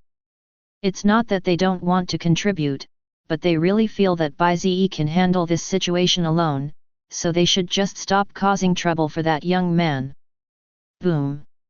The Marines retreated another 500 meters in unison, leaving more fighting space for Bai Ze and his men. Hee. I didn't expect Lao Ze to worry about whether he would cause trouble for a teenager. This is really... Dalmizia gave a bitter smile, and Giant beside him also sniffed. It's a little awkward to be protected by a teenager. At this moment, war is on the horizon. Jack frowned at the mad Quinn. He had known Quinn for a long time, but this was the first time he saw Quinn so angry. It's so horrible. But for some reason, seeing that Quinn was also missing an arm, Jack actually felt a little secretly happy deep in his heart. After all, it would be a bit too embarrassing for him to be alone with one arm. It would be nice to have someone to accompany him. Now, Bai Ze, Jack, and Quinn stood facing each other. Because Quinn's arm had just been cut off, the battle was in a very delicate situation. Bai Ze was not in a hurry to resolve the battle. He crossed his arms and looked at the furious Quinn and Jack calmly, as if these two guys didn't exist. After hesitating for a while, Bai Ze spoke sincerely to Jack and Quinn. We are not saying this, you are really weak. You haven't made any progress in such a long time. Bai Ze shook his head as he spoke, as if he was doing it for the good of both of them. How could it be enough to just kill the two of them? Bai Ze wanted them to die in agony. Kill people and destroy their hearts. Aren't Jack and Quinn proud of their strength and their identity? Sure enough, after hearing what Bai Ze said, Quinn and Jack became even angrier, but they did not break through their defense and rush towards him as Bai Ze had expected. Even Quinn returned to his normal state and was no longer as crazy as he was just now. This made Bai Ze a little surprised. He frowned and looked at the two guys. What were these two guys doing? Buzz, hiss. After hesitating for a while, Bai Ze tentatively used the power of Kamui to launch an attack, but Jack and Quinn, abnormally, did not fight back and instead began to dodge. The two giants, about 10 meters tall, were indeed incredibly fast, making it difficult for Bai Ze's Kamui to aim. But no matter how well they hid, Kamui still tore off large pieces of flesh, and the two men soon became extremely miserable and covered in blood. But he still didn't attack Bai Ze, he just dodged again and again, as if he was waiting for something. The two of them were doing their best to dodge, which made the battle seem a bit stalemate for a while. It was a bit troublesome for Bai Ze to kill these pirates with a bounty of billions. After all, their vitality was too tenacious. Why are Quinn and Jack hiding? What are they trying to do? Seeing this scene, Dalmizia frowned and said, Jack the Drow and Plague Queen are famous for their brutality. How could they suffer such a great loss and still choke? No. No, there is definitely something fishy. Just when Dalmizia was thinking hard about the motives of Jack and Quinn, Giant's face suddenly changed. He pointed at a black spot in the distant sky and shouted. Look! Damn, what is that? It seems like something is coming towards us very quickly. Dalmizia quickly shifted his gaze over there. When he gradually saw the figure clearly, his expression suddenly turned extremely pale. He murmured with a trembling mouth. That is. Quinn and Jack, who had been avoiding fighting, finally smiled when they noticed that familiar breath was getting closer. Ha ha ha, he's coming. He's coming.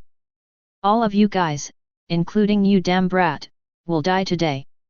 All of you will die. Quinn showed his crazy attitude again, as if he had gained some confidence again. Like him, Jack was also looking at Bai Ze with a sarcastic expression, as if saying, just wait to die. That's right, they were waiting for Kaido's arrival. From the previous fight, they already knew deeply that they were no match for the young man, so they could only wait for Kaido's arrival according to the plan. Kaido's strength. Based on Jack and Quinn's absolute confidence in their boss, they believed that Kaido would definitely be able to deal with Bai Ze, the arrogant brat. And any marine who saw their embarrassing situation today must die. As the figure gets closer and closer. Boom! A deafening dragon roar was heard from the distant sky, and it was accompanied by an extremely terrifying momentum that made people breathless.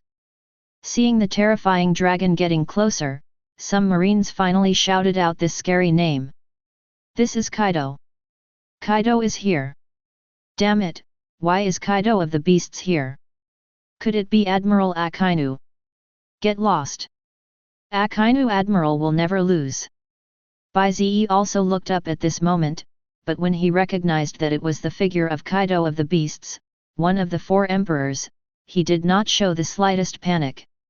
Even through the mask, Jack and Quinn could feel that the boy in front of them didn't seem shocked at all, and even had a hint of excitement and anticipation. He was actually excited. What was he looking forward to? Under the mask, Bai Ze had a big smile on his face. Kaido, you're finally here. The young man's sinister laughter actually made Jack and Quinn, two top warriors, tremble, as if they had seen something terrible. And now, in the distant sky, Kaido hasn't arrived yet, but his solemn and murderous voice has been heard from the sky. Today, all marines present must die. The sound was so loud that it echoed through the sky. The marines all looked shocked, their eyes fixed on the skinny boy at the front. Can he defeat Kaido? Kaido's voice was so loud that even Vice Admiral He, who had been handling matters in the barracks, had to stick his head out helplessly. However, the old woman just gave a sarcastic smile after seeing the figure from afar. Hee hee. Then he drilled back in. Chapter 109. Today, all marines present must die. The hundreds-foot-long blue dragon that Kaido transformed into had not arrived yet, but Kaido was already shouting impatiently. It's simple. Kaido, who just suffered a defeat at the hands of Akainu and even managed to escape, is eager to get back some ground, so the rear area of Marine is a good place to start. He wants to use Marine's blood to atone for the humiliation Kaido suffered. Boom! Boom! When they were about to reach the island, Kaido had an idea. He opened his huge dragon mouth and suddenly gathered strength. Then he fired 2 consecutive energy cannons containing huge energy. This is his gift to Marine. Imagine that many people on Marine's side will die from this attack. But before Kaido could think about it for long, just as his energy shell was about to hit the island, an imperceptible figure teleported into the air. Then the young man drew his sword and swung again. Tisk! Tisk! The two shells actually split into two and then exploded behind the young man, but they did not affect him at all. They only made the cloak of justice behind him rustle. Bai Ze. Kaido looked at the familiar figure and squeezed out these words from between his teeth. How could this guy who was like his nightmare appear here? Damn it! Damn it! Kaido roared angrily twice, but his expression gradually turned into a cold smile. Since he happened to meet this young man here, he might as well kill him directly. Kill him here. It's not scary if a genius who hasn't grown up yet dies. Kaido thought so and then fired several consecutive shells, then turned into a human form and landed in front of Quinn and Jack. Boss! Captain! Quinn and Jack looked at Kaido with flushed faces, their eyes excited as if they were someone who had just been bullied and went home to report it to their parents. You! Kaido's face twisted when he saw the miserable looks of Quinn and Jack. Damn! I asked them to come and kill Marine, why were they beaten like this? What a waste! But thinking of what happened to Bai Ze just now, Kaido was no longer angry. Instead, he felt that it was natural. It was normal that Jack and Quinn couldn't beat the boy well. Right now, I'm the only one who can subdue that Marine boy. When Quinn, Jack, and Kaido met up, Bai Ze also dealt with the energy shell that Kaido had just fired. He flashed and landed directly on the opposite side of the three. Holding the magic knife, Gishenkai exudes a frightening aura, which is not weaker than the power generated by the three of them. However, Marine's years of fear of Kaido's reputation still made many people pale. It was obvious that they had denied whether Bai Ze could win. After all, that was the Four Emperors' Kaido. Even if Bai Ze was a genius, he could not defeat him now. But the Marine's instinctive sense of responsibility prevented them from retreating. Many of them had already made up their minds that if Bai Ze couldn't win, they would go up even if they had to be cannon fodder. I would rather die on the way to charge. Giant and Vice Admiral Dalmizia all smiled knowingly when they saw this. This was the momentum that the Marine they were fighting for should have. So what if he is Four Emperors? He is also a human being. Anyone who is a human being will be killed. On the battlefield at this moment, Quinn, Jack, Kaido, and Bai Ze stared at each other nervously for half a minute. No one spoke during that time, but everyone knew that this was the calm before the storm. I never thought that you, who was just a little kid 6 months ago, have grown to this point now. I should have killed you sooner. Finally, Kaido took a step forward and stood in front of Quinn and Jack, displaying the aura of a strong man to the fullest. He looked at Bai Ze and said in a deep voice. Just one sentence revealed how much Kaido values Bai Ze. He has already placed Bai Ze on the same level as himself. Had. If you could have killed me then, would you not have? So don't act like you were the one who let me off the hook. You pirates, you hypocritical lousy, are the most annoying. Bai Ze directly retorted, and Kaido's expression immediately turned gloomy.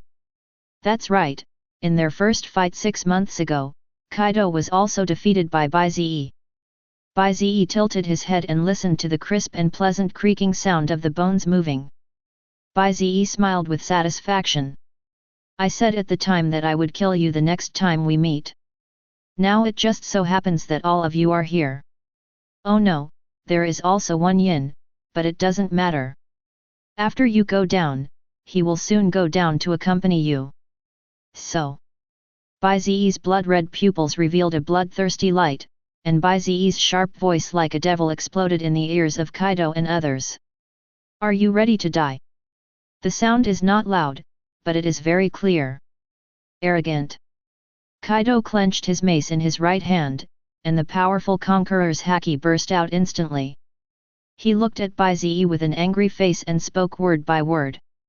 I'll tear your mouth apart, you damn arrogant brat. At the same time, Jack and Quinn's momentum burst out instantly. They all looked at Bai Ze with murderous intent. It was obvious that they were planning to fight in a group. Together with Kaido, 3 against 1. Kaido actually condoned this behavior that he used to despise, but now he doesn't want to think too much about it, he just wants to kill Bai Ze. Damn it, these guys are actually planning a gang fight. Damn it, I'm going to go down and help that kid. Giant exploded when he saw this scene, and hurried to help, but he soon stopped, and stared at the field with dull eyes. Bai Ze, who was standing in front of the 3 people, suddenly clasped his hands together and then leaned over, and slapped the ground hard.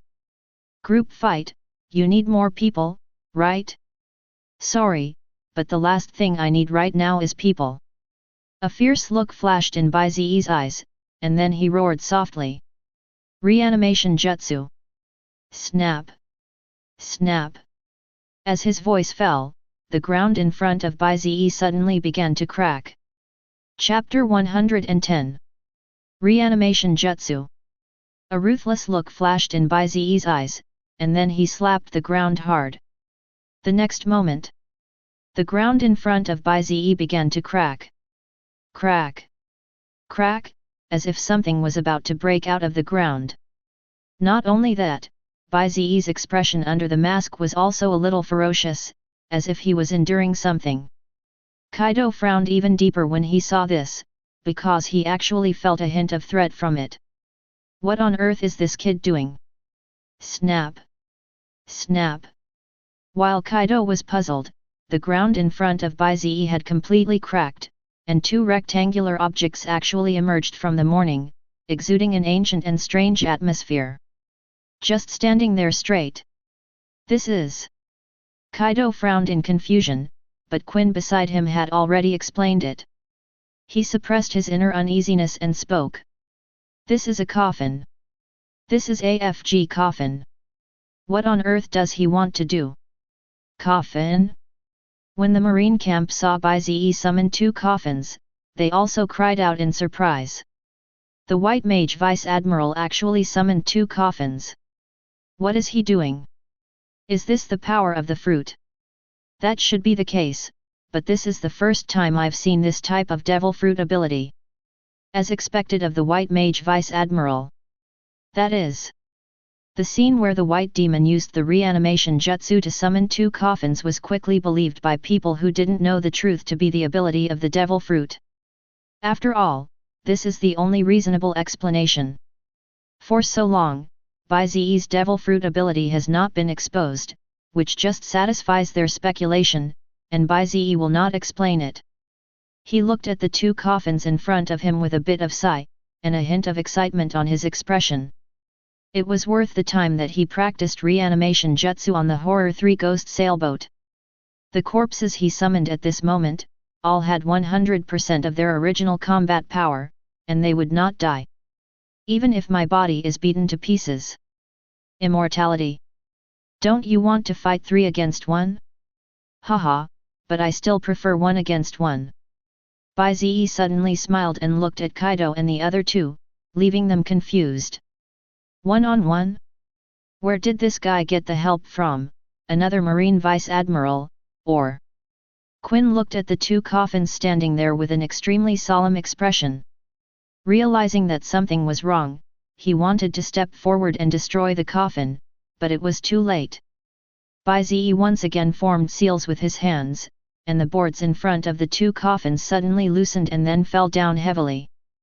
Bang! Bang!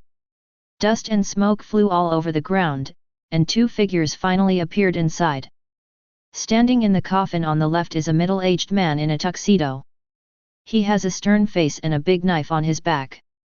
His whole aura is like a sharp sword that makes people dare not look directly at him.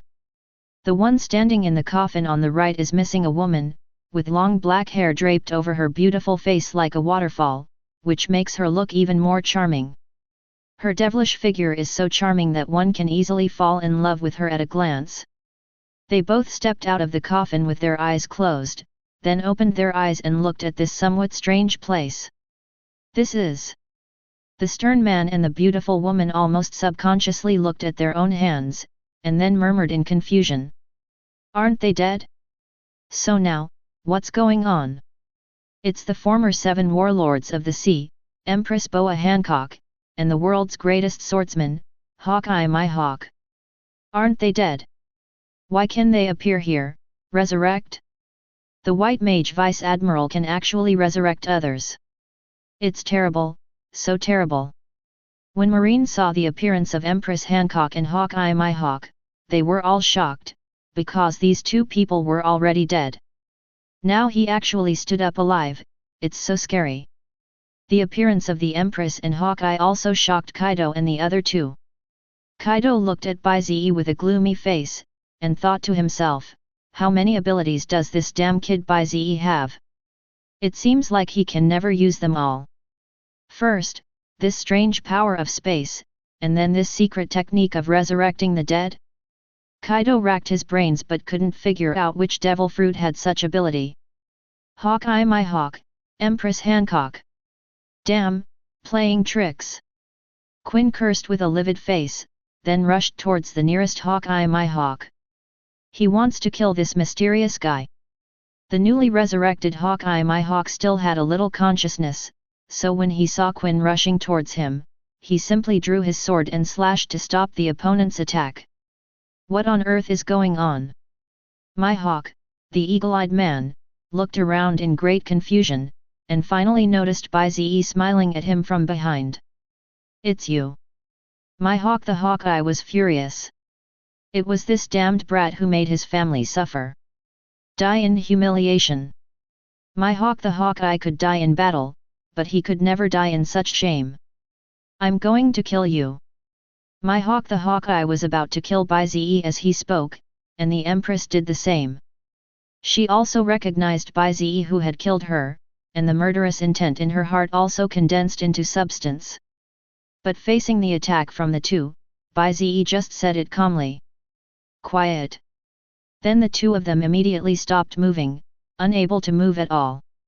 They were horrified but there was nothing they could do.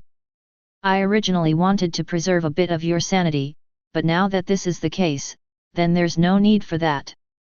Bai Ze shook his head and made another complicated seal. The next moment, the color in the pupils of the 2 completely disappeared, replaced by a pair of numb eyes. Dead silence, no expression at all. Their will has been completely wiped out by Bai Ze, and they have completely become killing machines that only obey Bai Ze's orders. Owner. The 2 of them said to Bai Ze in unison, which made everyone amazed. The methods of the White Demon Vice Admiral were truly horrifying, but there were almost no saints among the people. So I don't think there's anything wrong with this. The soul is imprisoned, and will be suppressed forever without Bai Ze's permission. This is a punishment more horrible than death, but Bai Ze does not have the slightest bit of pity in his heart.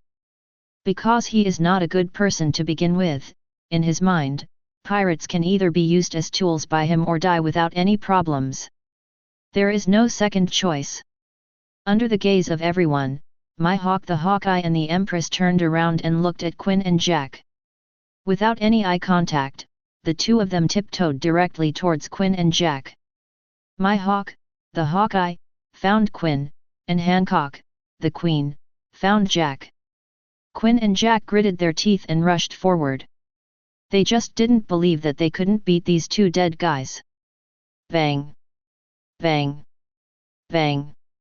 A battle between the 4 of them soon broke out, and the intensity of the battle was no less than the one they had just had with Bai Ze. Kaido and Bai Ze stood opposite each other, both tacitly not intervening.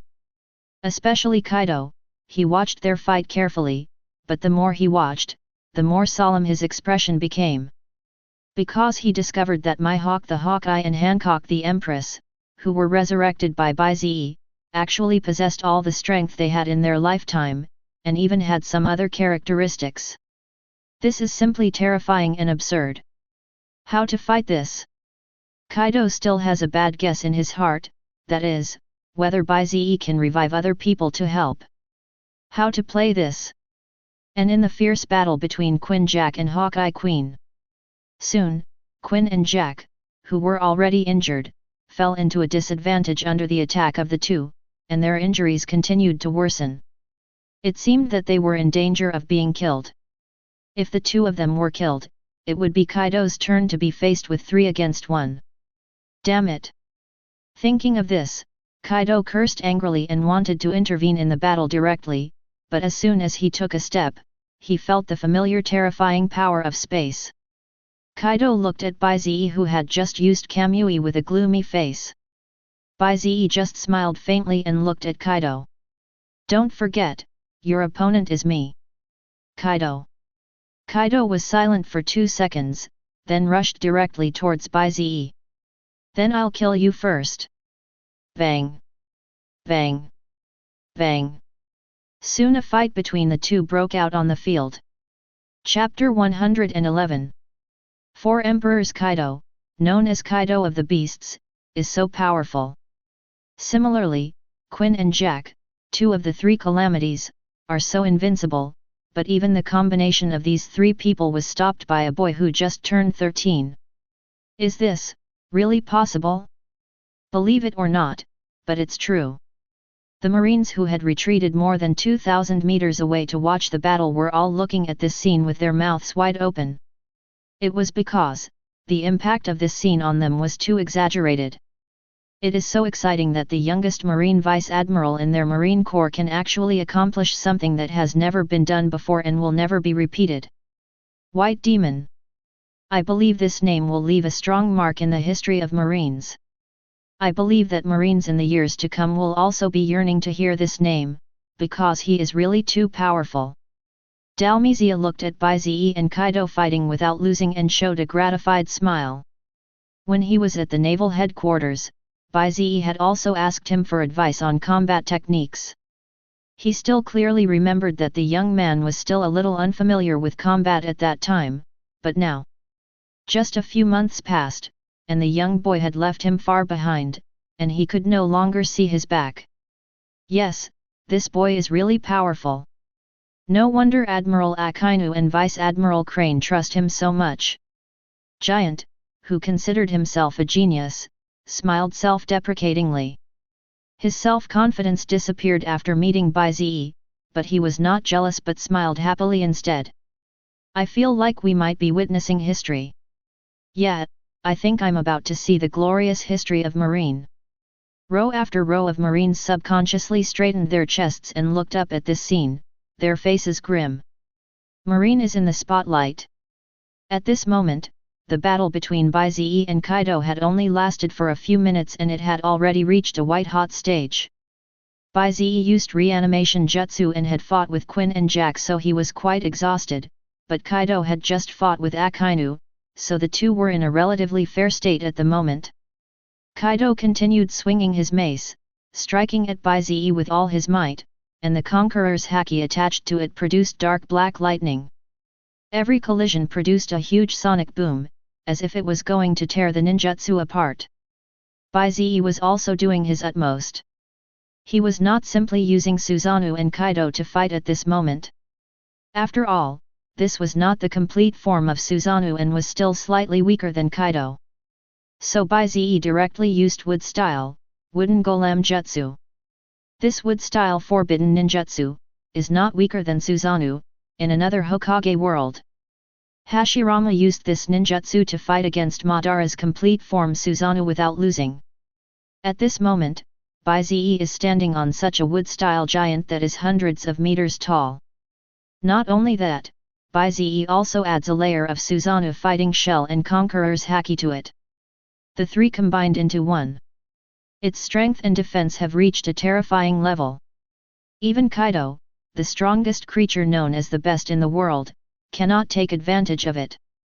But Kaido was obviously more impatient, constantly waving his weapon like a trapped lion, because at this moment the battlefield between Hawkeye Mihawk, the Empress and Quinn had reached the final stage. After seeing Quinn and Jack being beaten to the point of being almost unrecognizable, Kaido knew that they were really going to lose. And after they are defeated, Kaido may face the siege of 3 top powerhouses. No matter how confident he is, he does not think he can win. After another full-strength attack was blocked by Bai Ze. Kaido seemed to have aged by more than 10 years. His fighting spirit faded away in an instant. Because it's too late. Snap! Snap! Almost at the same time, Mihawk and the Empress cut off Quinn and Jack's heads. With unwillingness on their faces, their huge heads fell heavily to the ground. Blood sprayed high in the air, but the headless corpse still did not fall. 2 of the 3 calamities, Quinn and Jack, died, completely dead, at the hands of the 2 resurrected people, although the Empress and Hawkeye also paid a hefty price. But for those who were so deep in immortality that they couldn't even feel pain, it had no effect at all. Ding! Congratulations to the host for successfully killing a pirates with a bounty of 1.32 billion Baileys. The reward is 1,320 killing points. Ding! Congratulations to the host for successfully killing a pirates with a bounty of 1 billion Baileys. You will be rewarded with 1,000 killing points.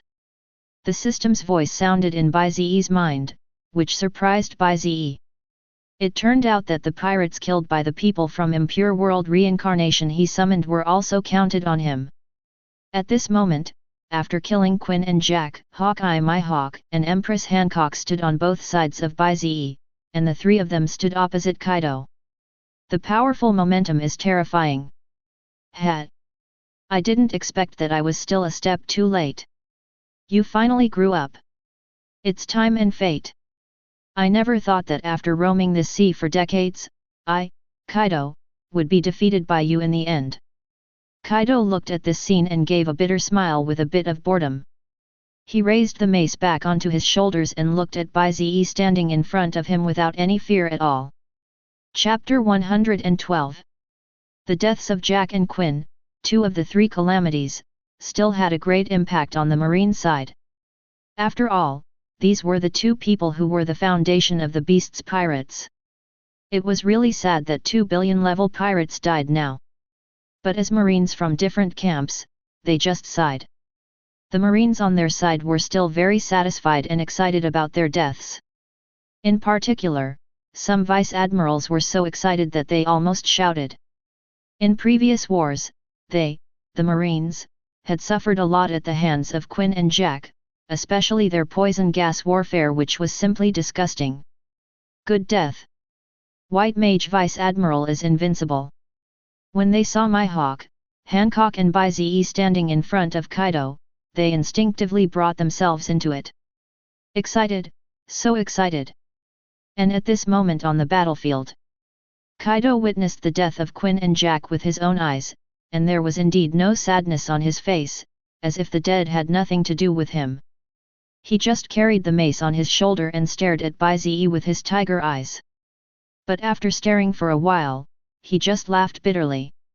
Kid, you really are the most talented person I have ever seen, bar none. Even Roger and Rox from decades ago are not as good as you. You've grown up too fast, and your abilities are too strange, as if you're not from this world. It's such a huge irony that you were born in Marine. In decades, you are the first person who convinced me, and you will be the last one. I don't think I have anything to complain about losing to you. Kaido was chattering like an old man at the end of his life at this moment, because he knew very well that after Jack and Quinn died, he would no longer have any chance of winning. If I fight Bai Ze alone, maybe I can win, at worst we can die together, but now it's different. He was going to lose. The sixth sense of a strong man told him that he would die here today. Just like Quinn and Jack who just died here, Kaido did not show any sadness because of their deaths, because he was going to die too. He, Kaido of the Beasts, was really going to die today. Facing Kaido's self-pitying words, Bai Ze did not relax at all. He directly ordered Hawkeye Mihawk and Empress Hancock to go to Kaido's left and right rear to form a triangle encirclement and killing formation. After ensuring that Kaido would not be able to escape, Bai Ze finally spoke and took off his mask. A somewhat childish face appeared in everyone's sight. Bai Ze said softly with no expression on his face. Why was I born in the Marine camp? As a pirate, don't you know? Kaido. Bai Ze's words made Kaido a little surprised. Yes, Bai Ze was forced to become a marine by Beckman and the pirates. Originally, Bai Ze was just an ordinary fisherman and even yearned for pirates. It was the pirates who massacred the boys' village. They themselves created a powerful enemy. Thinking of this, Kaido's mouth became even more bitter. Yes. This powerful little devil was one of their pirates' people who had come out a long time ago. Kaido's sadness was instantly gone.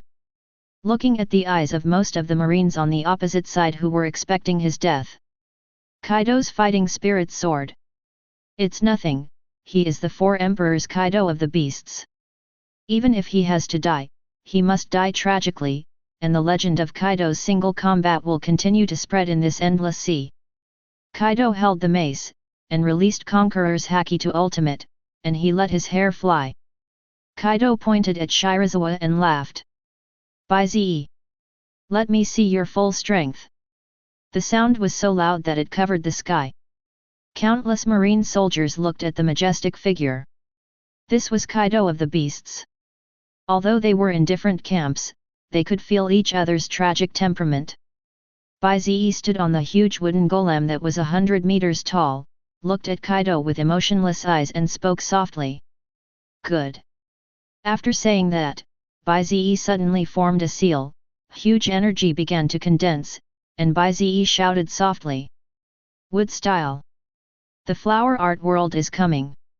Bai Ze directly used another forbidden technique, as Bai Ze's voice fell. Snap! Snap! Snap! The ground around Kaido began to shake wildly. Flower buds began to appear from the ground one after another, and then grew rapidly into huge strange plants.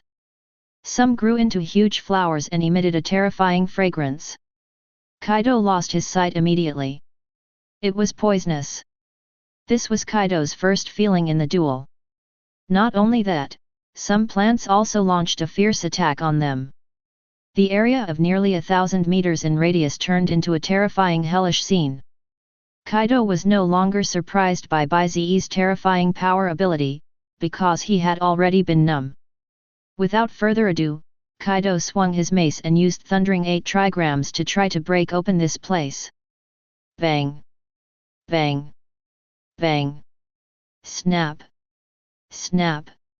Snap! Kaido was like a madman. After spending a full 10 minutes at a huge cost, Kaido finally broke Bai Ze's wood-style ninjutsu, and the flower tree world descended. With a bleeding chest, he looked at Bai Ze with a murderous look on his face, as if to say that it was not enough. Bai Ze also showed a big smile, but it was a little cold.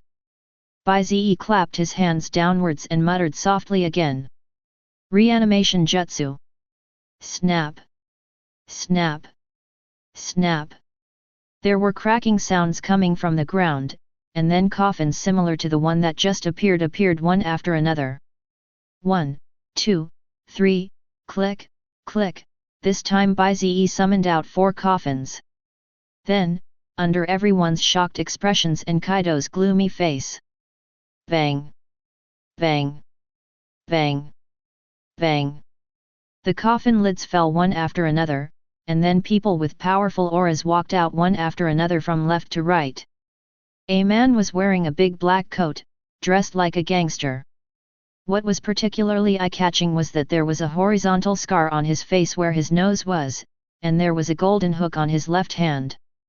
The next person who came over was a man with a huge figure, wearing an ill-fitting black tuxedo, and with devil-like horns, and his aura was nothing like the man just now, and it even had a unique kind of evil. The third one is a man wearing a pink sweater, his signature pink shoes, his signature red sunglasses and his signature playful smile. Sand Crocodile, Crocodile, and Gecko Moria and Doflamingo. Kaido looked at the somewhat familiar figures and muttered their names in a daze. 3 more of the long-dead 7 warlords of the sea. Together with Mihawk the Hawkeye and Hancock the Empress, there are now 5 former 7 warlords of the sea gathered here. It is so terrifying. Of course, what shocked Kaido the most was not the appearance of these 3 people but a man who walked out of the 4th coffin after it was opened. The man was wearing an ancient warrior costume, with long black hair tied behind his head and a long sword slung over his waist. His face was grim. He looked like a sword about to be unsheathed. Almost everyone present knew that they didn't know this man, but Kaido knew his name. His name is Ryoma, and he is a descendant of the previous Wano Kuni, known as the Dragon Slayer. Kaido, who knew the history of Wano Kuni, knew how powerful this Dragon Slayer was. This man who almost disappeared in history appeared here, and Kaido really didn't know what to say. Under the watchful eyes of the public, the 5 former 7 warlords of the sea plus a dragon horse spoke to Bai Ze in unison. Owner. The voice carries a unique kind of respect. Chapter 113. Owner. The 6 people shouted in unison, their faces full of respect, because their minds had been completely wiped out by Bai Ze. Seeing Kaido looking at him, Bai Ze took a step forward and spoke softly. Kill. Whoosh. Whoosh. Whoosh. The 6 of them pointed their toes and shot towards Kaido. Didn't Kaido want to see their full strength? Then let him see enough. The first to attack were the current number 1 swordsman, Mihawk the Hawkeye, and the former number 1 swordsman, Ryoma the Dragon Slayer. Even though they had lost their minds, the two seemed to subconsciously compete with each other. Clang! Clang! Almost at the same time, 2 blade beams containing ultimate power shot out towards Kaido. Kaido gritted his teeth, shouted, and launched a thunderous 8 trigrams, but other attacks soon followed. They were responsible for clearing the way, while the other 4 also launched desperate attacks on Kaido from 4 angles. Bang! Bang! Bang! The entire island shook in an instant, as if the world was ending. Several marine vice-admirals gritted their teeth and retreated nearly 1,000 meters. After arriving in a safe area, Dalmizia and several other marine vice-admirals began to watch this battle of the century. 5-7 warlords of the sea plus 1 Ryoma against today's 4 emperors. Such a grand scene is rare in a century. Originally everyone thought that this was a evenly matched battle. After all, Kaido's reputation was so great, but as the fight went on it quickly became a one-sided situation. Dalmizia took a closer look and found that there were 2 people whose fighting power was too outstanding. Those 2 people were the world's number 1 swordsman, Hawkeye Mihawk. His sword seemed to be able to break Kaido's defense. There's also the mysterious warrior in ancient samurai clothing, whose every attack can also cause damage to Kaido. Dalmizia feels that they can defeat Kaido with just the 2 of them, and now there are a few powerful 7 warlords of the sea. Kaido was defeated even faster. After fighting hard for dozens of minutes, Kaido's injuries became more serious. He roared like a dying lion. I am Kaido. Kaido of the beasts. But Bai Ze didn't want to see Kaido like this. He raised his hand slightly, gathered his strength and slashed down with a knife. Clang! At an extremely tricky angle, while Kaido was dealing with the attacks of the other men, Bai Ze's blade directly hit Kaido's already severely injured shoulder. Then Bai Ze's eyes trembled slightly, and Kamui suddenly started moving. Crack! There was almost no obstruction. Kaido's left arm broke immediately, and a big hand fell heavily on the ground. You! Kaido glared at Bai Ze and was about to say something, but was quickly interrupted by the continuous attacks from several people. Having lost an arm, he was no match for the others. Almost every time they fought, Kaido would have a wound on his body, and his blood began to flow out in large areas. He turned into a bloody man. Even the marines who were watching the battle from a distance mourned for Kaido. It was too tragic. This man who was known as the 4 emperors and had reached the pinnacle of power, was in such a miserable state at this moment. And all this was because... Everyone looked up at the expressionless boy. It was because of this boy that all this happened. His arrival reversed the defeat of Marine. He is the hardest part of Marine and the devil of pirates. Bai Ze looked at the dying Kaido indifferently, his mind a little confused. Not long ago, Pirates of this level were a dream and untouchable to him, but now, he hardly even had to make a move and the other party would be defeated. 4 emperors, haha. Bai Ze thought that he could indeed end this era. Kaido was the first but he would not be the last. He clenched his fists slightly, as if he was in control of the whole world. The time is coming when there will be no more pirates in this world. While Bai Ze was thinking, the melee on Kaido's side seemed to be finally coming to an end. At this moment, Kaido had lost both arms, but he was still fighting hard. However, no matter how he struggled, he could not escape the fact that he was about to die. Finally, after Kaido received attacks from Ryoma and Mihawk, he could no longer bear it. He knelt on the ground, his eyes were dull, and he wanted to get up but he couldn't. Trample! Trample! Following a familiar sound of footsteps, Bai Ze slowly walked in front of him. Kaido tried his best to open his eyes and finally saw the figure in front of him. He wanted to speak, but after hesitating for a moment, he didn't know what to say. Say the loser's quotes, or express your dissatisfaction or angry insults. In the end, all the emotions turned into a deep sigh. You win. Kaido whispered. What responded to him was Bai Ze's clean and sharp knife strike, with the knife flashing. Kaido's huge head falls to the ground. I know. Bai Ze said to himself. Enemy, congratulations to the host for successfully killing a pirate with a bounty of 4.4 billion Baileys, and a reward of 4,600 massacre points. Ding! Congratulations to the host for successfully completing the task of killing any 4 emperors. The rewards are now being distributed. Awaken the eternal Mangeki Sharingan. The moment Bai Ze killed Kaido, a series of system broadcasts began to sound. Bai Ze stood there and closed his eyes for a moment, then when he opened his eyes again, blood red, ultimate blood red, as if the blood red that could only be condensed after tens of thousands of people died. Even the marine watching the battle from thousands of meters away could feel Bai Ze's huge murderous intent.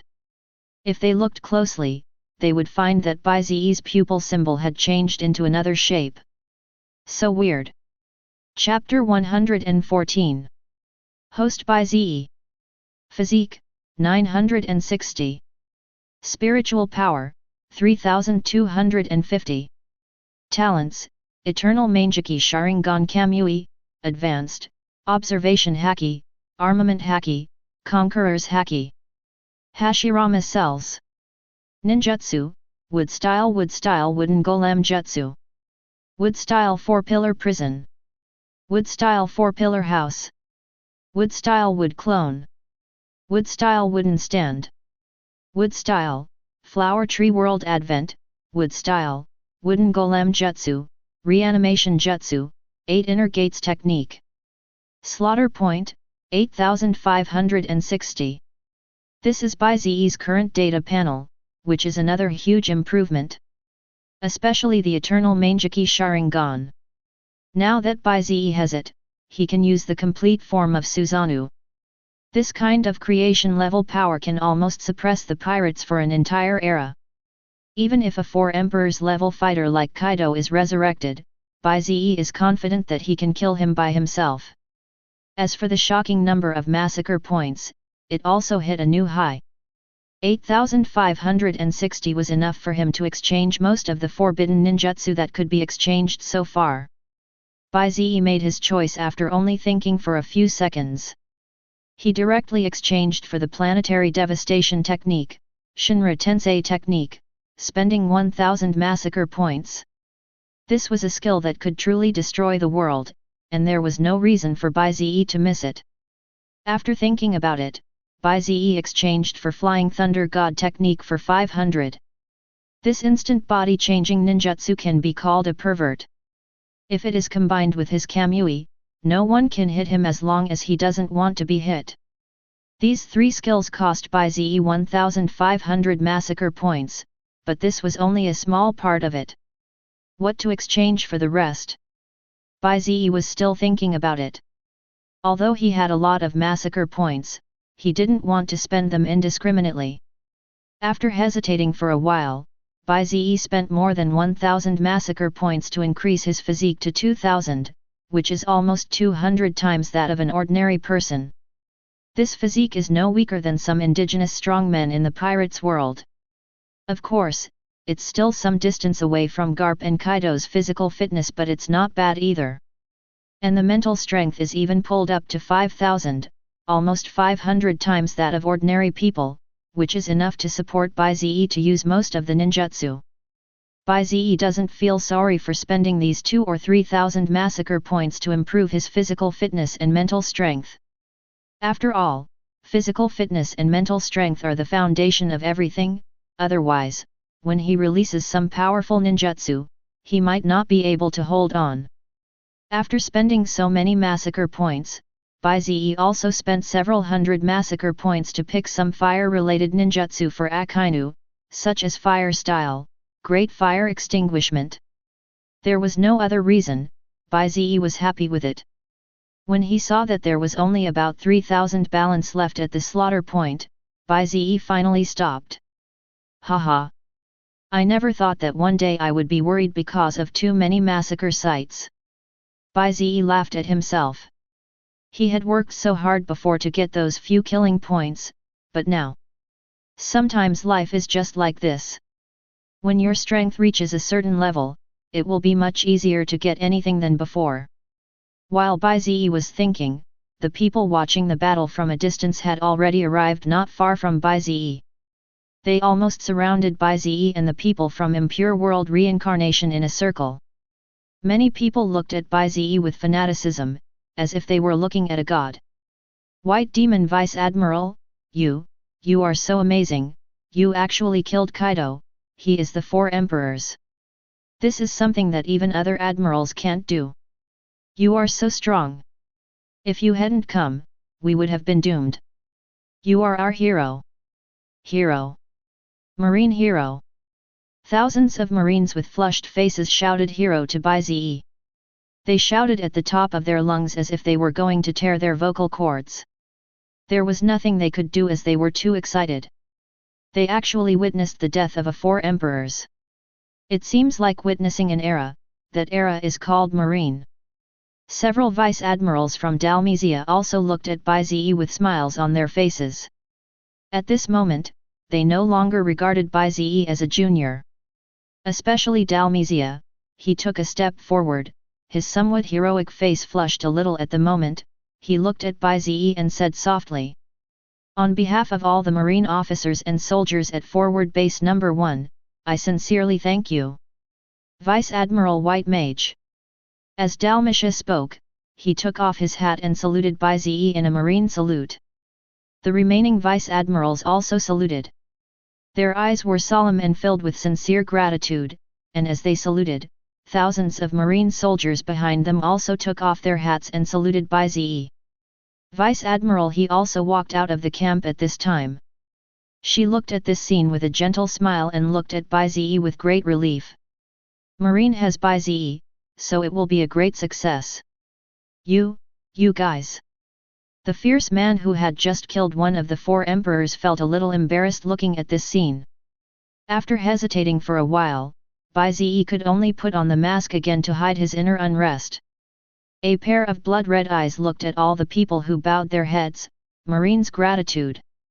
Bai Ze was still a teenager after all, and he had experienced so many years of wandering and tragedy. Bai Ze's heart is always full of thorns, unwilling to trust others.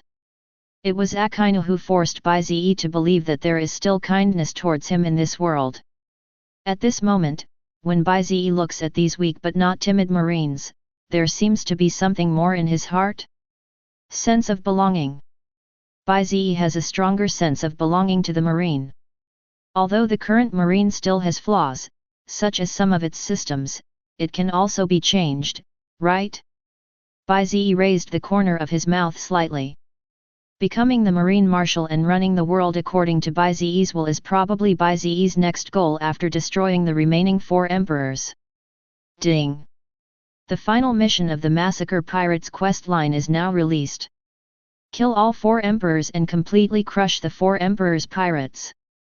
Reward, 6 paths Rin-Egan. Almost as soon as Bai Ze had that thought, the system's voice sounded, and Bai Ze smiled slightly. As expected. Bai Ze collected his chaotic thoughts and began to call everyone to stand up. Then he pulled a few Marine Vice Admirals over and informed them of the real arrangements for this battle against Akainu.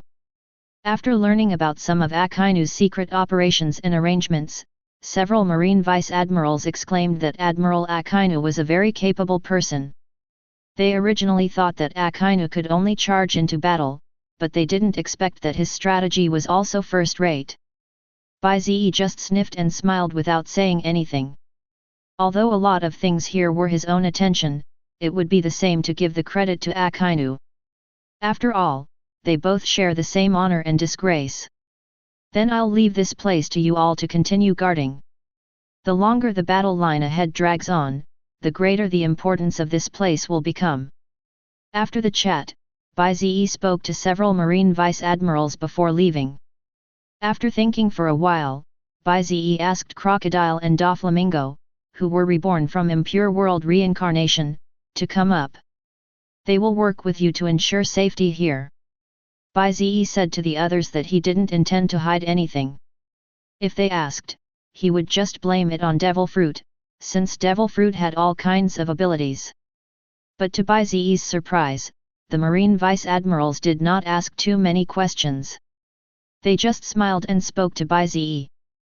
The battle ahead is dangerous, the White Mage Vice Admiral must return safely. That's right, we are waiting here for you and your Akainu Admiral to return victoriously. Wish, Gai Xian. Dalmizia forced a gentle smile on his fierce and silly face. After all, Bai Ze was still a teenager, it was a bit embarrassing for him to say such embarrassing words. Bai Ze was stunned for a moment and then smiled. Okay. Then he strode away. He was going to the front line, where there were some tough battles to be fought. Chapter 115. At this moment, on the front line of the first battlefield, they were still fighting fiercely, unaware that the situation in the marine rear had undergone a shocking reversal. Dozens of Vice Admiral and Rear Admiral level fighters from the marine side and the senior cadres who are the backbone of the Beasts Pirates and Big Mom Pirates were in a complete melee.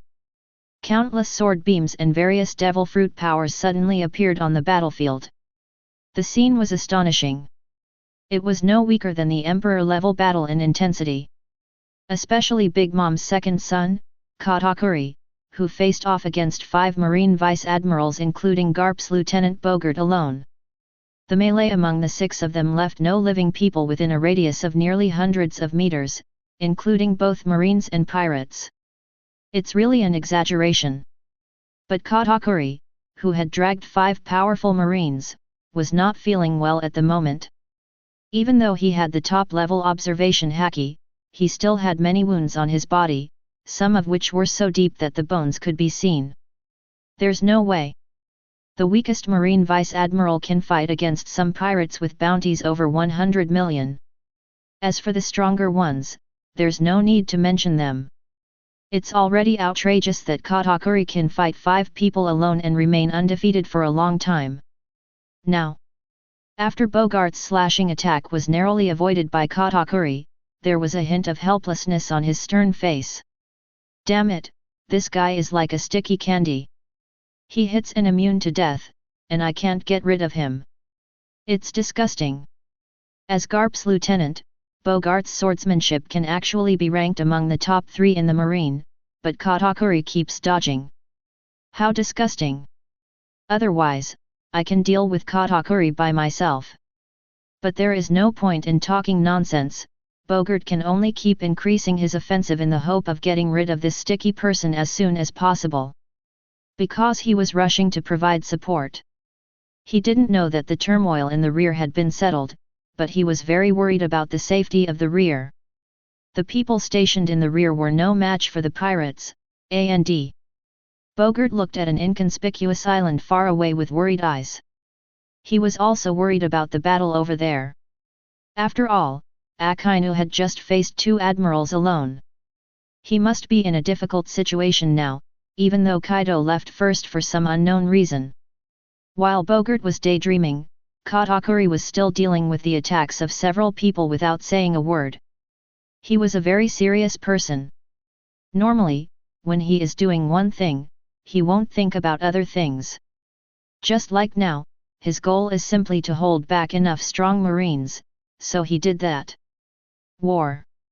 He didn't like it very much, but there was nothing he could do as he was not strong enough to shake his mother's decision, so for the sake of his other brothers and sisters he could only follow his mother's orders. Bang! Bang! Bang! Clang! Clang! Clang! Katakuri relied on his powerful observation haki to dodge attack after attack. During this period, he saw one of his brothers and sisters in danger, and he directly used the Devil Fruit ability to help the other party resolve the crisis.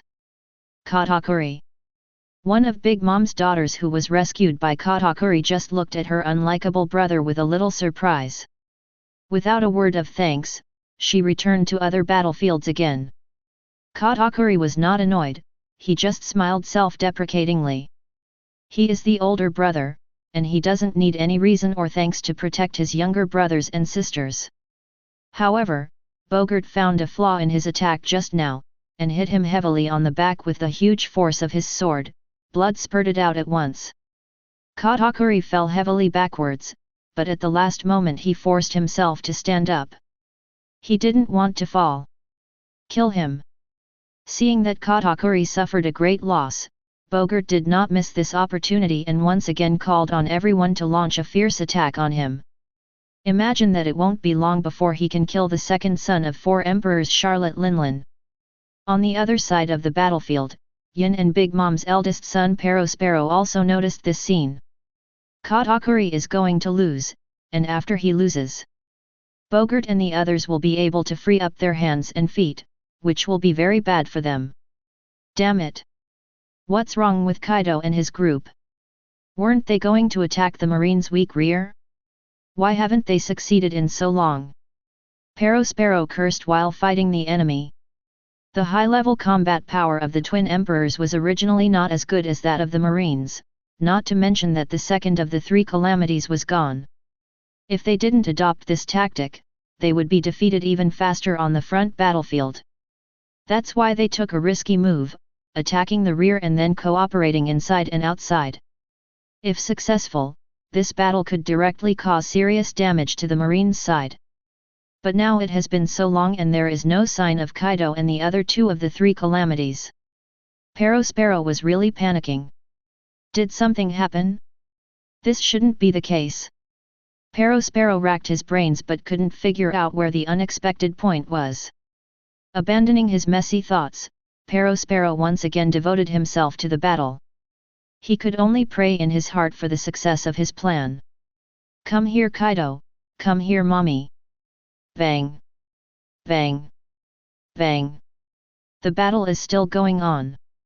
After the Marine and pirates fought for a while on the first battlefield, the pirates finally began to lose the upper hand due to Katakuri's defeat. The situation seems to be getting clearer and clearer.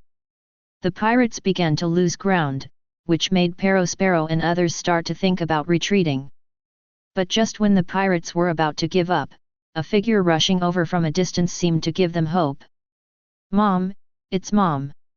Perospero shouted in surprise in a certain direction because he saw a familiar figure. Just then his mother, Charlotte Linlin, was rushing over here while Zeus was flying.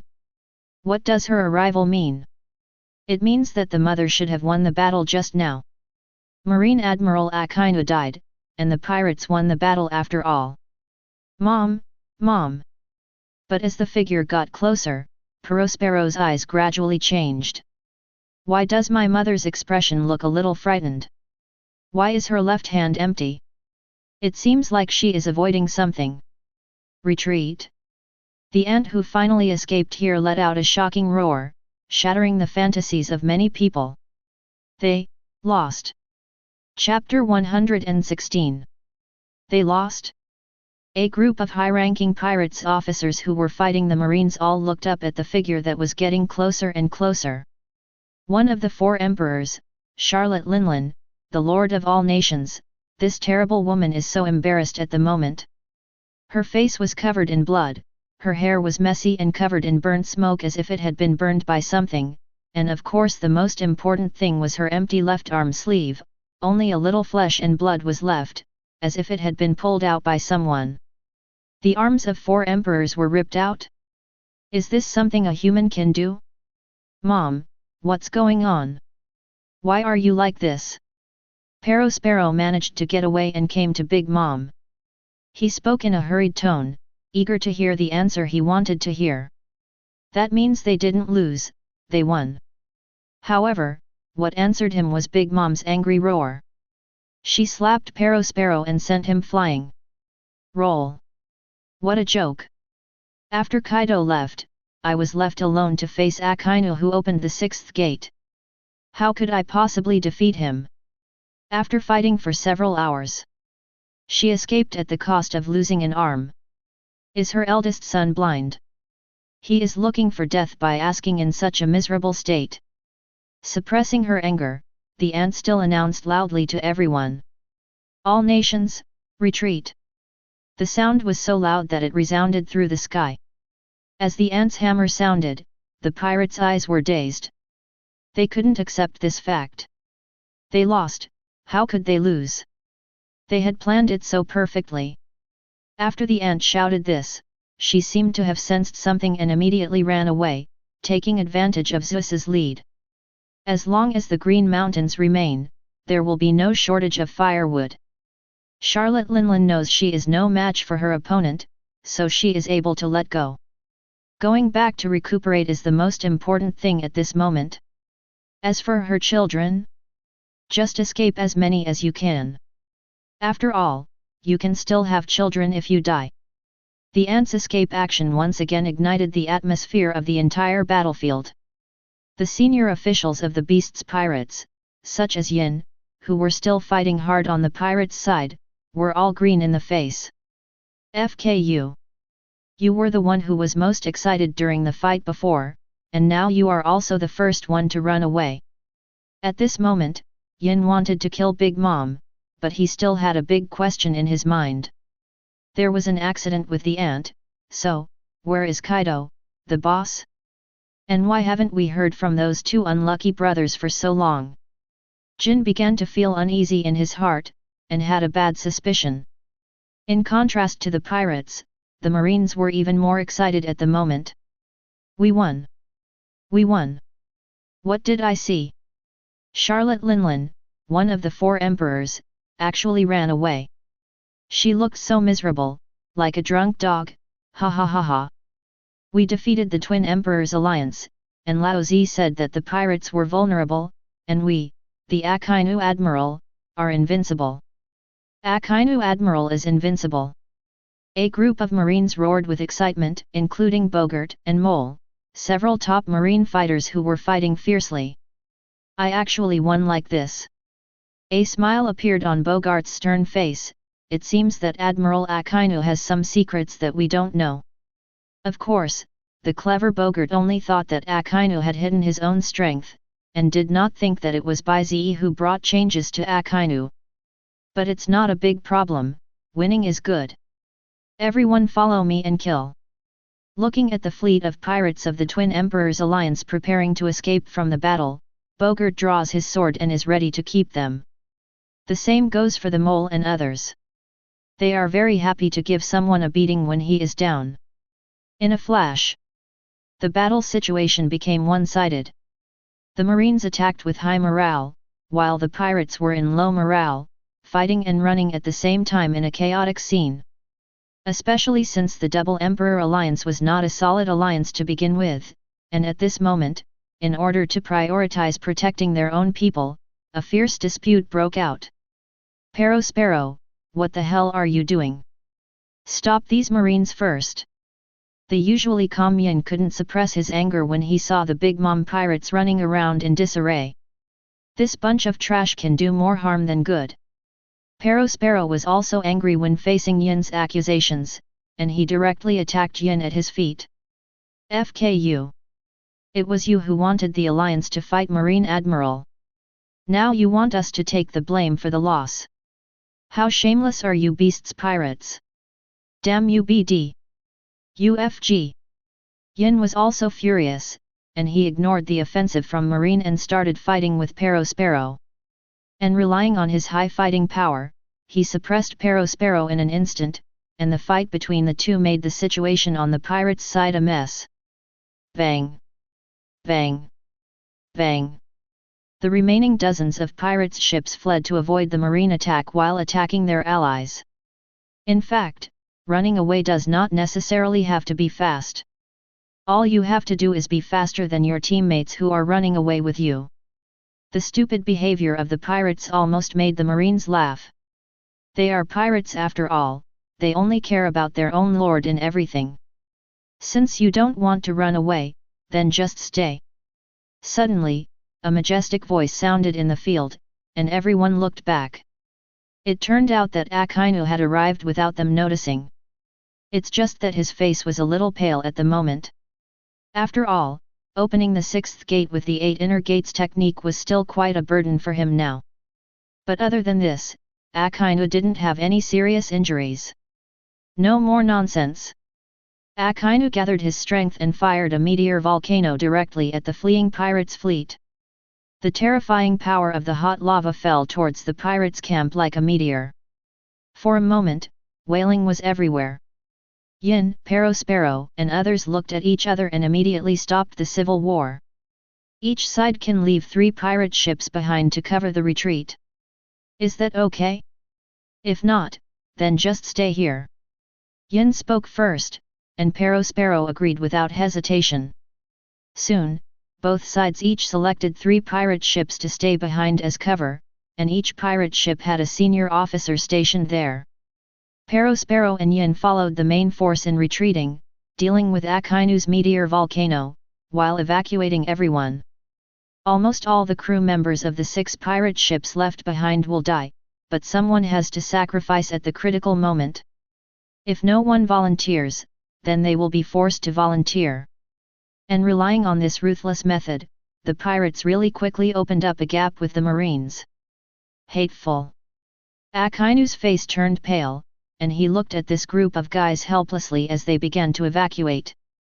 Almost half of them had already run away, and most of their combat power was still alive. If they didn't run away, they might have been wiped out by their Marines. What a pity. But he really doesn't have much strength now, and can't stop them from escaping. Just when Akainu had no choice but to wipe out the remaining troops, a familiar voice sounded in his ears. Uncle Akainu, now watch me. Bai Ze finally arrived and stood beside Akainu with a smile. Chapter 117. Uncle Akainu, just leave the rest to me. Bai Ze, who finally arrived, gave Akainu a confident smile. Without waiting for Akainu to answer, Bai Ze took a step and rushed straight into the sky. The Marines, including the pirates, couldn't figure out what Bai Ze wanted to do. The pirates had already run several miles away. How could they stop them? Bai Ze ignored everyone's doubts, he just formed seals with his hands, and then shouted softly. Planetary devastation. The sound was not loud, but it still fell clearly into the ears of many people. The ground is full of stars, what is that? Some of the fleeing pirates sneered at Bai Ze from a long distance, trying to stop them. How could it be possible? But the next moment after Bai Ze's voice fell, the sea within a radius of dozens of miles began to surge and tremble violently, as if something was about to break out of the sea. Then someone shouted in fear. Look at that, it's stones, lots of stones. At this moment, an extremely terrifying scene occurred within a radius of dozens of miles. Huge rocks or mud on the seabed hundreds or even thousands of meters away began to break through the sea and fly into the sky. Then they began to converge, and converge again. Bai Ze held up the sky with one hand, and suddenly a terrifying meteorite huge enough to cover the sky and the sun appeared in his hand, and its size kept expanding. Ah, what is this? The fleeing pirates all looked at this scene in shock, including Yin and Perospero whose eyeballs were bulging out of shock. What the hell was this? what the hell? Even if Kaido were here, he wouldn't dare to say that he could withstand this blow. They wanted to continue fleeing, but the next moment Bai Ze had already thrown this huge meteorite at them. In an instant, the huge meteorite struck the fleeing fleet of dozens of pirates' ships like a shooting star, as if it was going to destroy the world. Run, run quickly! Everyone disperse! Don't stop me! There were a lot of chaotic sounds, but it still couldn't stop the attack of this huge meteorite. Almost instantly, all the pirate ships that came into contact with the huge meteorite were instantly shattered. Bang! Waves as high as 1,000 meters exploded, and even the marine in the far distance was affected and was forced to retreat continuously. After the huge waves subsided, all the marines were so shocked that they couldn't close their mouths, because at this moment, the bombed area was full of floating limbs of pirates' ships, and many pirates' bodies were floating on the sea. There are even some bulges in the center, like the meteorite just now. This thing is so big that it seems it can't even cover the sea, as if it has turned into a small island. Throwing a meteorite as big as an island. Is this really something a human can do? Everyone stared blankly at the young man standing in the air, their eyes full of respect and a hint of fear. Fortunately, he was one of them. The attack just now at least killed the fleeing pirates' fleet. More than 80% of the people who were able to escape were all strong pirates. It can be said that Bai Ze's attack just now directly destroyed the two emperor-level pirate groups. Ding! Congratulations to the host for successfully killing a pirate with a bounty of 30 million. You will be awarded 30 killing points. Ding! Congratulations to the host for successfully killing a pirate with a bounty of 25 million. And get 25 killing points as a reward. Ding! Congratulations to the host for successfully killing. As the blow landed, Bai Ze's mind was filled with dense and numerous system kill broadcasts. The number was terrifying. Although the slaughter points of each reward were not very large, the amount was huge. With just this one strike, Bai Ze's slaughter points soared by more than 5,000 again. The slaughter point value increased by a huge 8,000 again. One strike, just one strike, and he got a reward that was almost equivalent to killing one of the four emperors. It was a bit beyond Bai Ze's expectations, but it didn't make Bai Ze too excited. After carefully feeling the consumption, Bai Ze tilted his head. As expected of a group attack type forbidden ninjutsu, it consumes a lot of energy. Even I can't use it many times now. Although it consumes a lot of energy, the effect is worth it.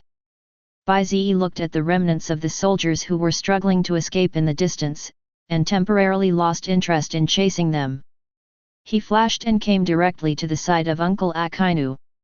As soon as he came over, Akainu immediately laughed and hit Bai Ze's shoulder. Good boy, you still have some tricks up your sleeve. Now most of their 2-4 emperors groups are destroyed. With such a huge loss, I'm sure Kaido must be having a headache. By the way, how is Kaido doing? Akainu suddenly remembered the previous layout and hurriedly asked about Bai Ze. And Bai Ze also smiled slightly. Kaido? I killed that guy.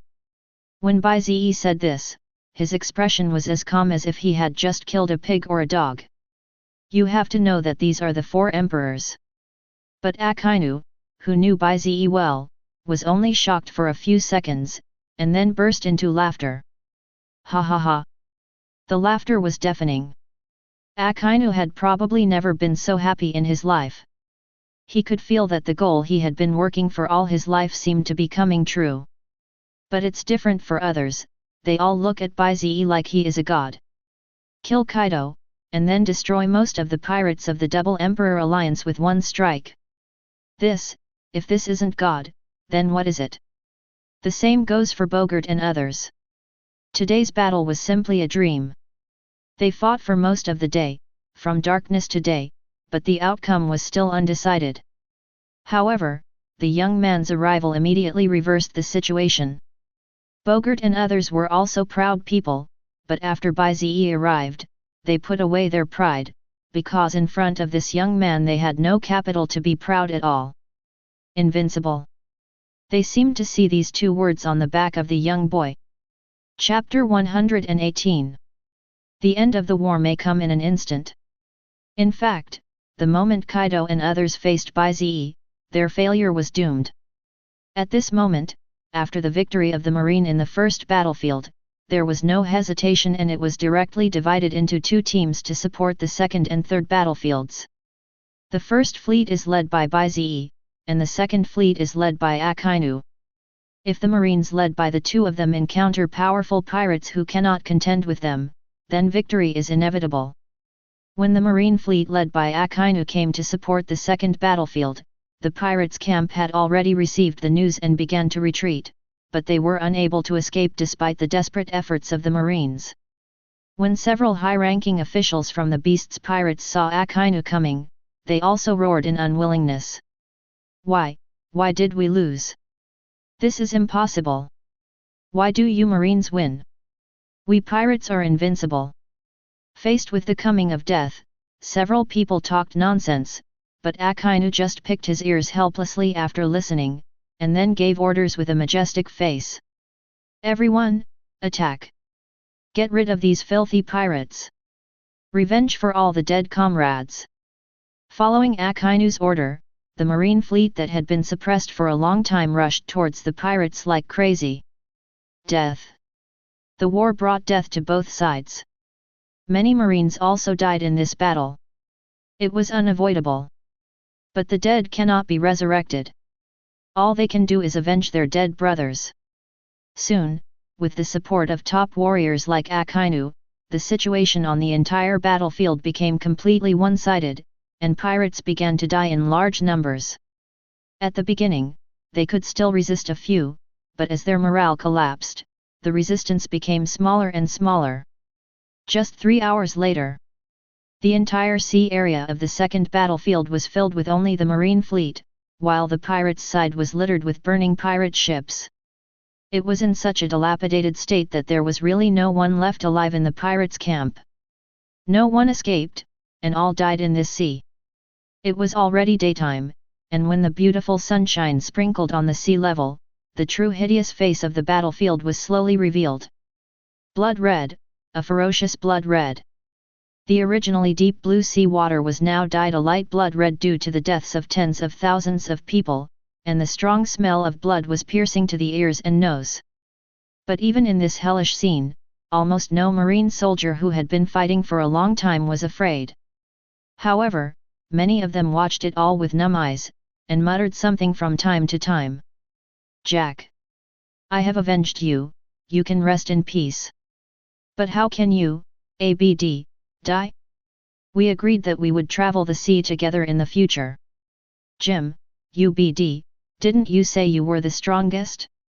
Why aren't you moving now, BD, damn BD? Brother, it doesn't hurt anymore. It doesn't hurt anymore. I'll take you home. Let's go home. Why? This is a brutal war. There are no real winners in war and everyone is a loser.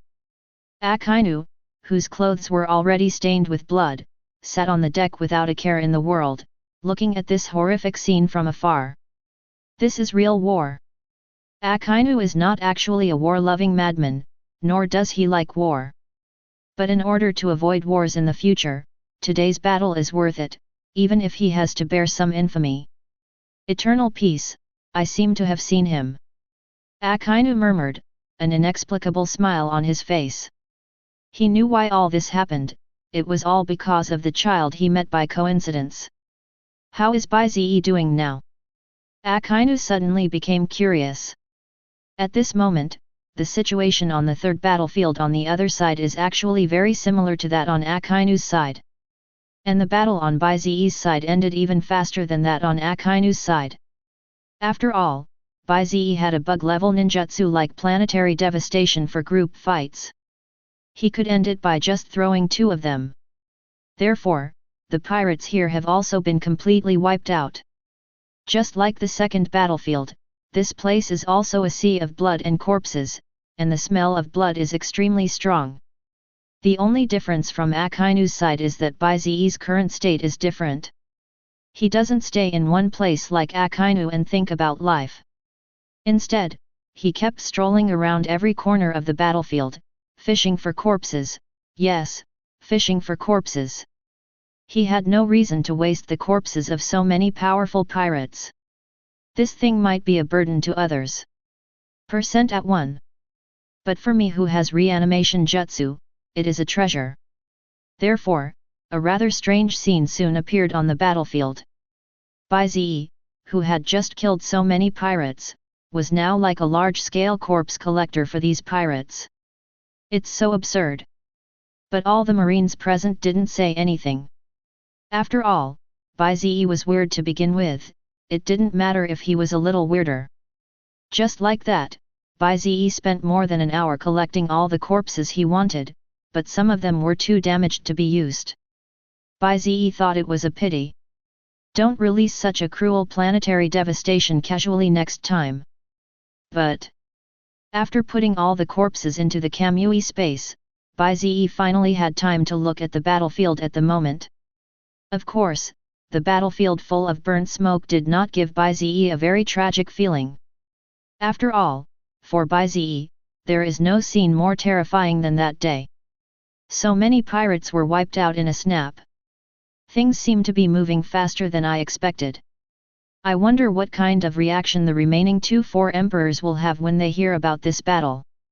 Bai Ze supported his chin with both hands, looking at the sea of corpses and blood he had created, and thought with a bit of evil taste.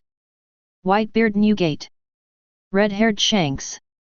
Bai Ze whispered the 2 names, and he would take the lives of these 2 guys himself. Once upon a time, these 2 were the ones I had a good impression of in the original drama, but now they are just enemies to me. To overthrow this absurd era of pirates, these 4 emperors must disappear.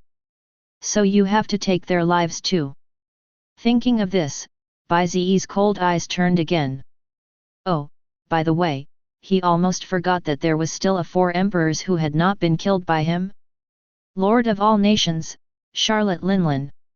This prodigal son of ABCH should have already fled back to his own territory in disgrace, right? Bai Ze thought about it and looked at the people who were very tired after fighting a tough battle, and decided to go to Wangguo himself. Cut the grass without leaving any roots, it will grow again in the spring breeze. Bai Ze knows very well the principle of letting the tiger return to the mountains, so Bai Ze does not intend to give the ant a chance to breathe. He wants to kill her directly. Read this. While everyone was busy cleaning up the battlefield, Bai Ze disappeared from the spot in a flash. Chapter 119. As the battle between the Twin Emperors Alliance and the Marine ended that day, the outcome of the Marines' victory and the Twin Emperors Alliance's defeat spread quickly around the world. Countless carrier pigeons carried the newspaper containing the shocking news to all parts of the world. Citizens of every country looked at the countless newspapers falling like heavy rain in shock. When they received the newspaper and saw the shocking news, everyone's pupils were shocked, and their throats seemed to be strangled. The Twin Emperors Alliance was defeated. Kaido, one of the 4 emperors, died. Oh my god, is this true? Was that peerless pirates really killed by the pirates? Charlotte Linlin, the Lord of all nations, was defeated and fled, and more than half of her pirates died. Is this really true? And Quinn and Jack, 2 of the 3 calamities, are also dead. Those 2 damn devils who slaughtered my hometown are finally dead. Ha ha ha ha. Dead, all the pirates are dead. That's great, that's great. Some people cried with joy. After all, the beast's pirates had done so many evil things. They had really relied on their own strength to bully others in many seas over the years, and many people had suffered from it for a long time. Ha ha ha ha.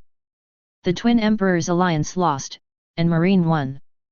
That's great, that's great. Marine is invincible, invincible. The White Mage Vice Admiral is invincible, the White Mage Vice Admiral is invincible. Marine did not hide Bai Ze's contribution in this event, so the battle in which he killed Kaido of the beasts alone was specially marked. This amazing record certainly made everyone know more about this terrifying genius marine. In fact, most people in this pirate's world are not stupid. They can distinguish between good and evil. They know who is righteous and who will protect them in this world, and they also know who is evil. Marine's victory at this moment has undoubtedly made more than 90% of the people in the world excited. After all, the death of 4 emperors is the first time in so many years. It seems to be predicting something. Could it be that the next era is about to begin? And on the other side, the other 2 emperors.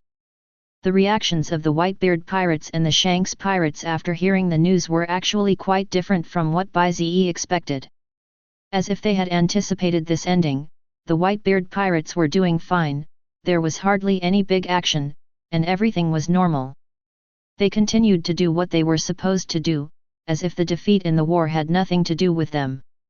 But many people in the New World who had a little bit of common sense knew that with the death of Kaido and Big Mom's broken arm and defeat, the delicate balance between the Marines and the pirates had been broken.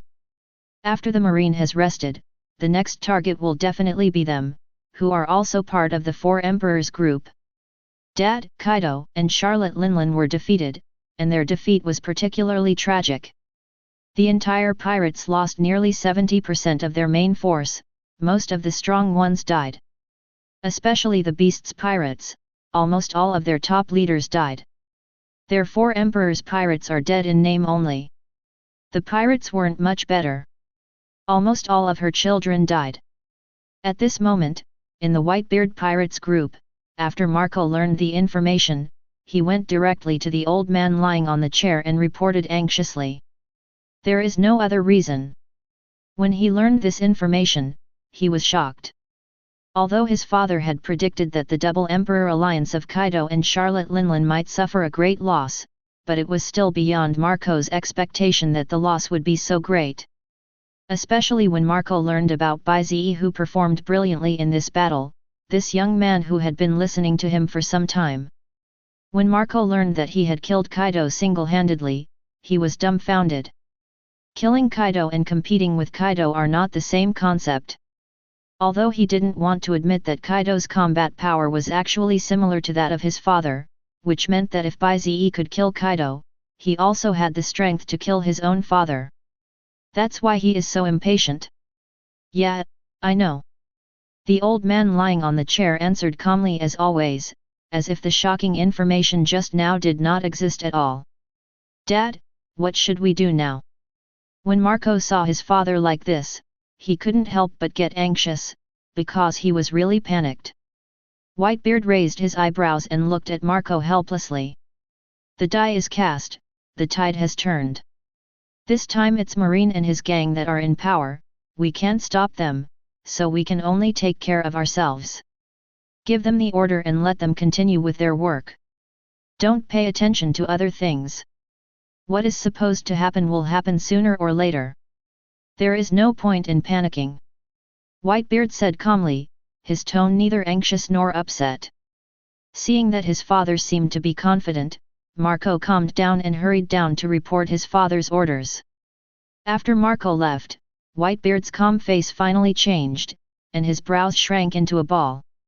His breath was shaking uncontrollably, which was enough to prove how unsettled he was at the moment. As a strong man from the previous era, he knows that he no longer belongs to this era now that he is old, so he has been retreating from the limelight, and everyone should pay attention to the movements of Marine. In fact, Whitebeard had noticed Bai Ze, the talented Marine boy, a long time ago and was extremely concerned about him. He saw that the other party was rising so fast and he couldn't stop him even if he wanted to. He had a glimmer of understanding in his mind. This guy was just like Roger back then.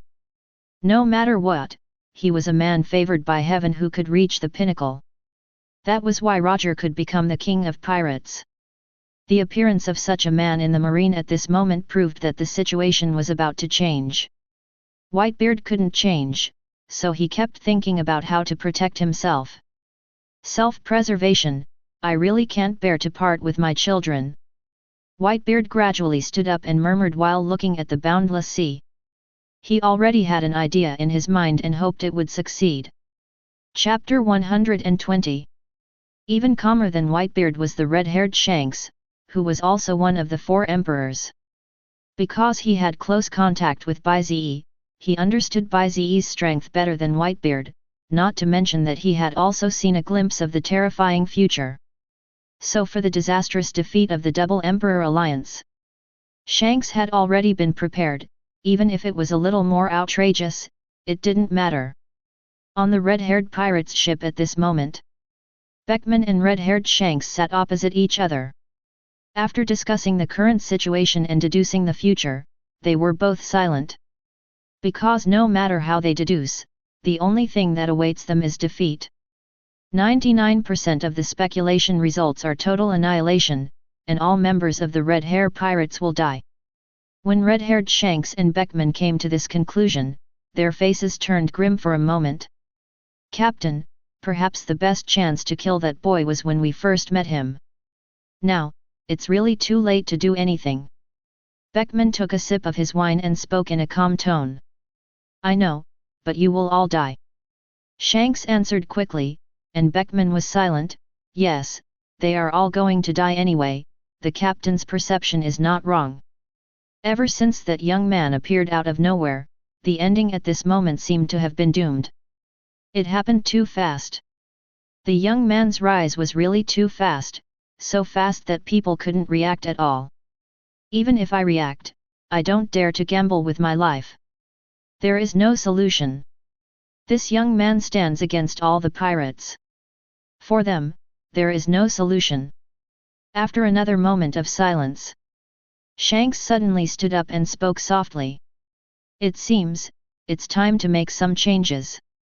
Beckman didn't stand up but just looked at Shanks back and shouted, Where are you going? Shanks didn't look back but just said, I'm going to find someone who might be able to change the current situation. After that, Shanks strode away, and Beckman stared at his back for a long time in silence. His face was grim as he had a very bad idea in mind. The captain was not going to. He stood up suddenly and wanted to stop his captain, but stopped after taking a few steps, because he knew that the decision made by his captain must be the best, and it would not be changed by anyone. Why? Beckman, who claims to be extremely intelligent, can only sigh deeply at this moment. The news of the Twin Emperors' alliance's crushing defeat and Marine's great victory was not only heard by the other 4 emperors. This shocking news, there was one place that was also very concerned. That's world government.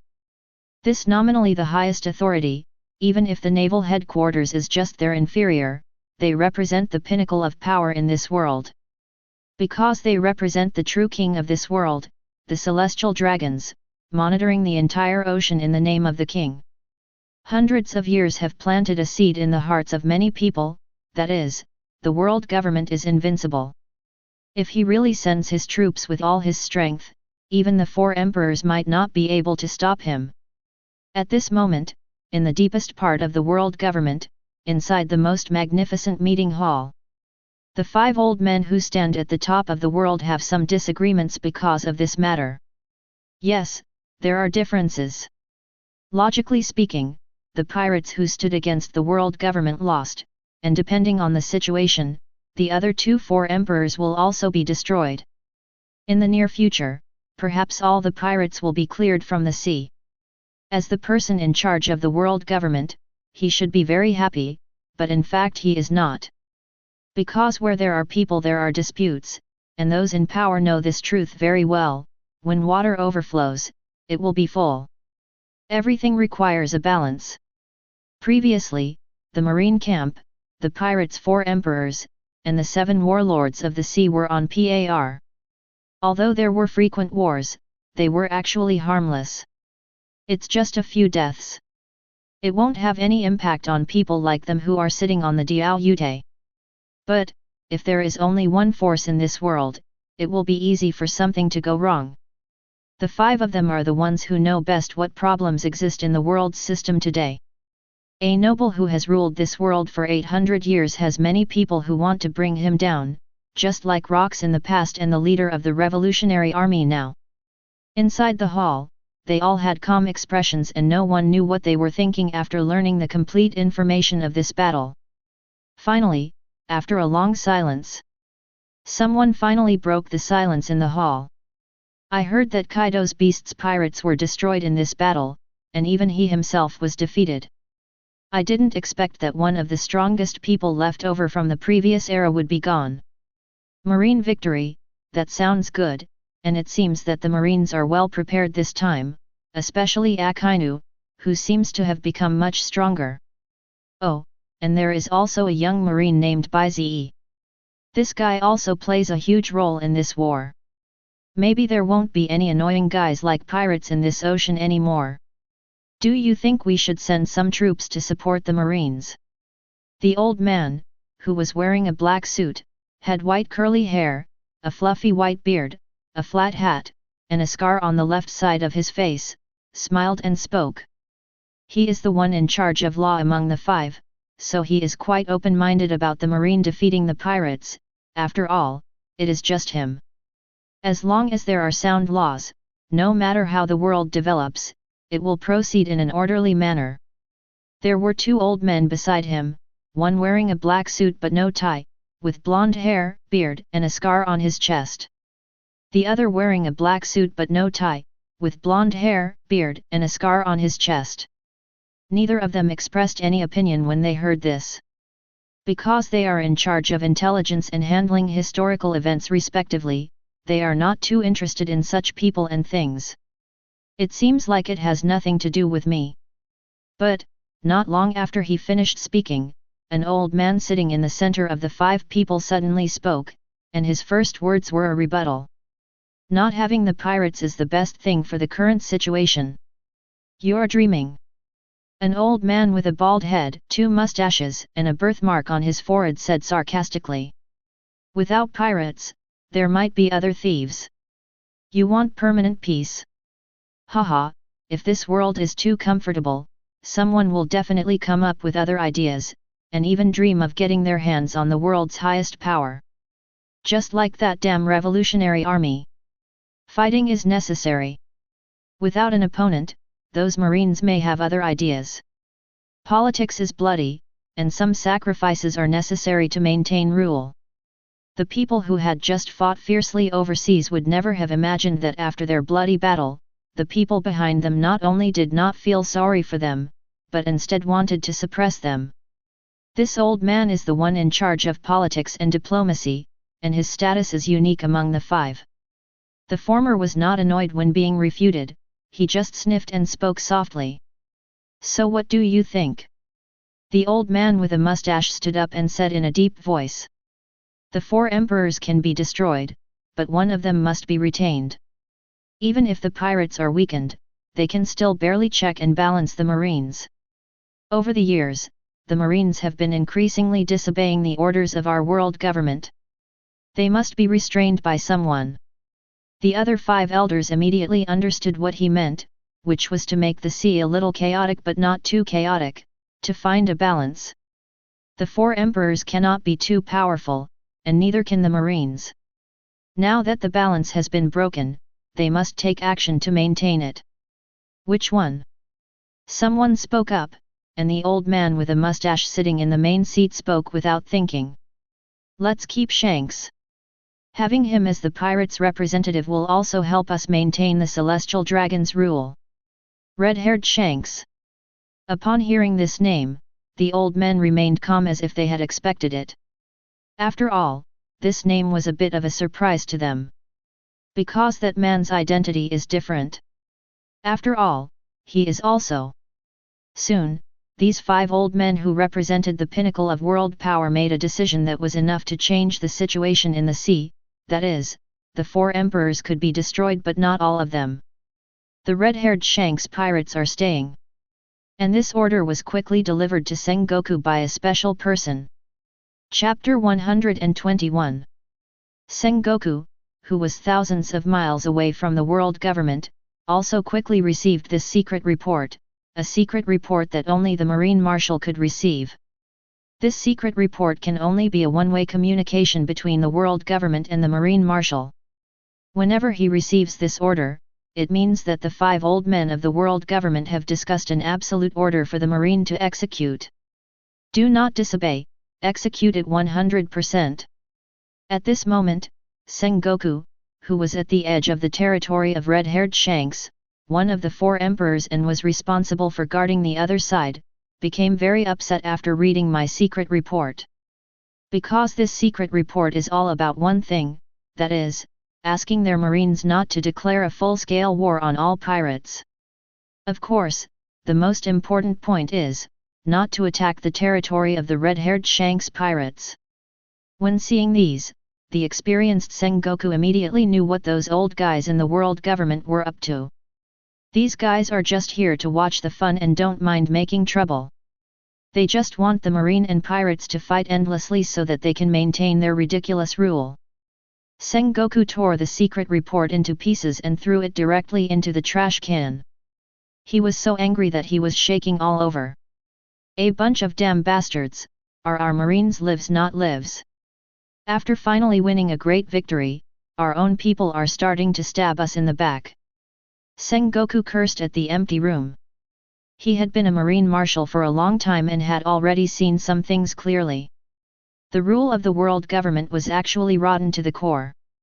After all, these guys were only loyal to the celestial dragons.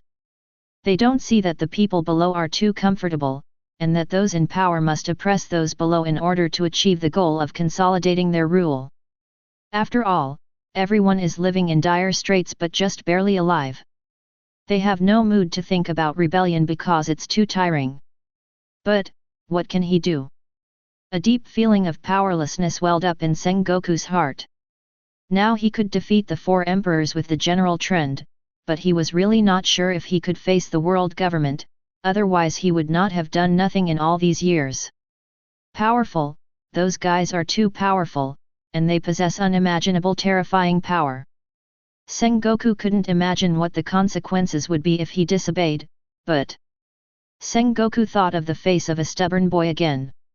He had promised him that after killing one of the 4 emperors, the Marine would declare war on all the pirates until all the pirates in the world were wiped out. After so long, he knew how deep the boy's obsession was. If he knew that his plan was blocked, there would definitely be extremely serious consequences. After a long time, Sengoku was silent for a while and then sighed. Forget it, let's just take it one step at a time. Let's deal with the other 4 emperors first. Since this problem can't be solved, we can only delay it. I hope Bai Ze won't lose control after knowing the truth. And now, Bai Ze, whom Sengoku was most worried about, was already thousands of miles away. He had already arrived in Wangguo, the territory of Charlotte Linlin, one of the 4 emperors. Of course, he still came back later than Ant and the others. After all, Bai Ze led his men to support the 3rd battlefield, while Ant and the others in the 1st battlefield opened fire immediately. Bai Ze restrained his breath at this moment, wearing casual clothes and walking on this miracle cake island. Looking at the houses made of food all around, even Bai Ze couldn't help but take a few more glances. 10,000 nations? To create a place where all nations can live in harmony. I have to say that this is a very beautiful idea of the only female among the 4 emperors, but it's a really bad implementation. Bai Ze belittled mercilessly. He didn't feel any equality here along the way. On the contrary, he saw a lot of class solidification, and the strong races bullying the weak races everywhere. Is this also called equality? Bai Ze knows very well that Big Ant, the promoter, is the biggest representative of inequality, because everyone in her territory must hand over some of her favorite food on time, otherwise the country will be destroyed. Equality, is that ridiculous?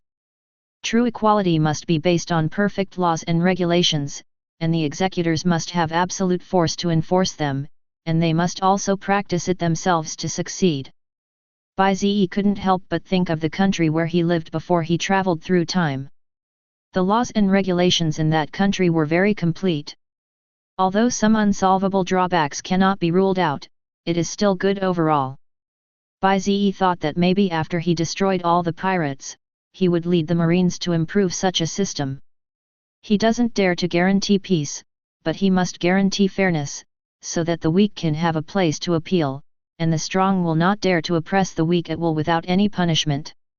Although it is difficult to do these things, but if you don't do it, it will never be achieved. As he walked and thought all the way, Bai Ze finally arrived at the most magnificent building on the Cake Island, and felt the disgusting atmosphere from inside. Let's start with you.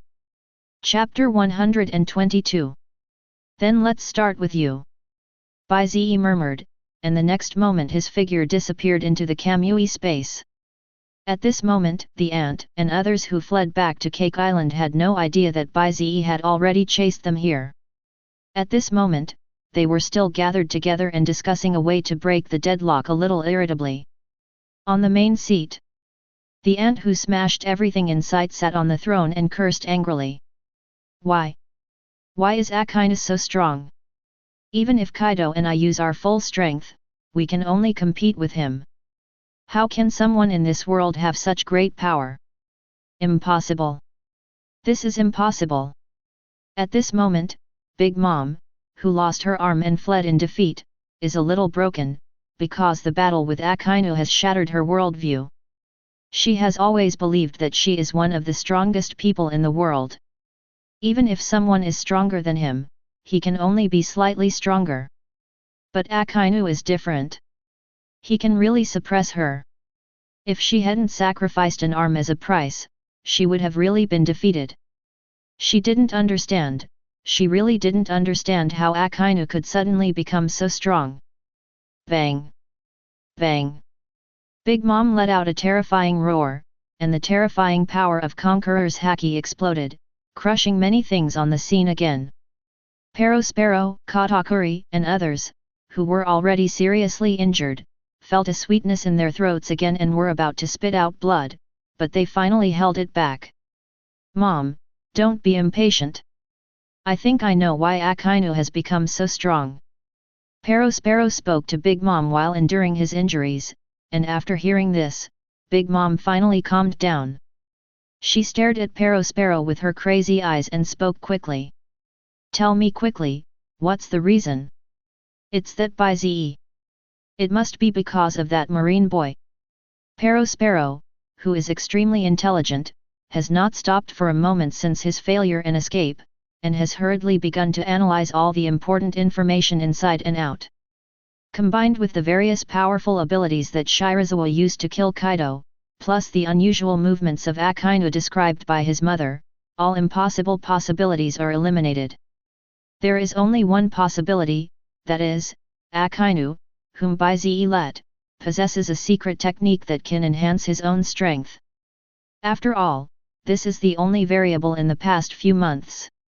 The ant's face looked grim, and it was obvious that she had also thought of this possibility.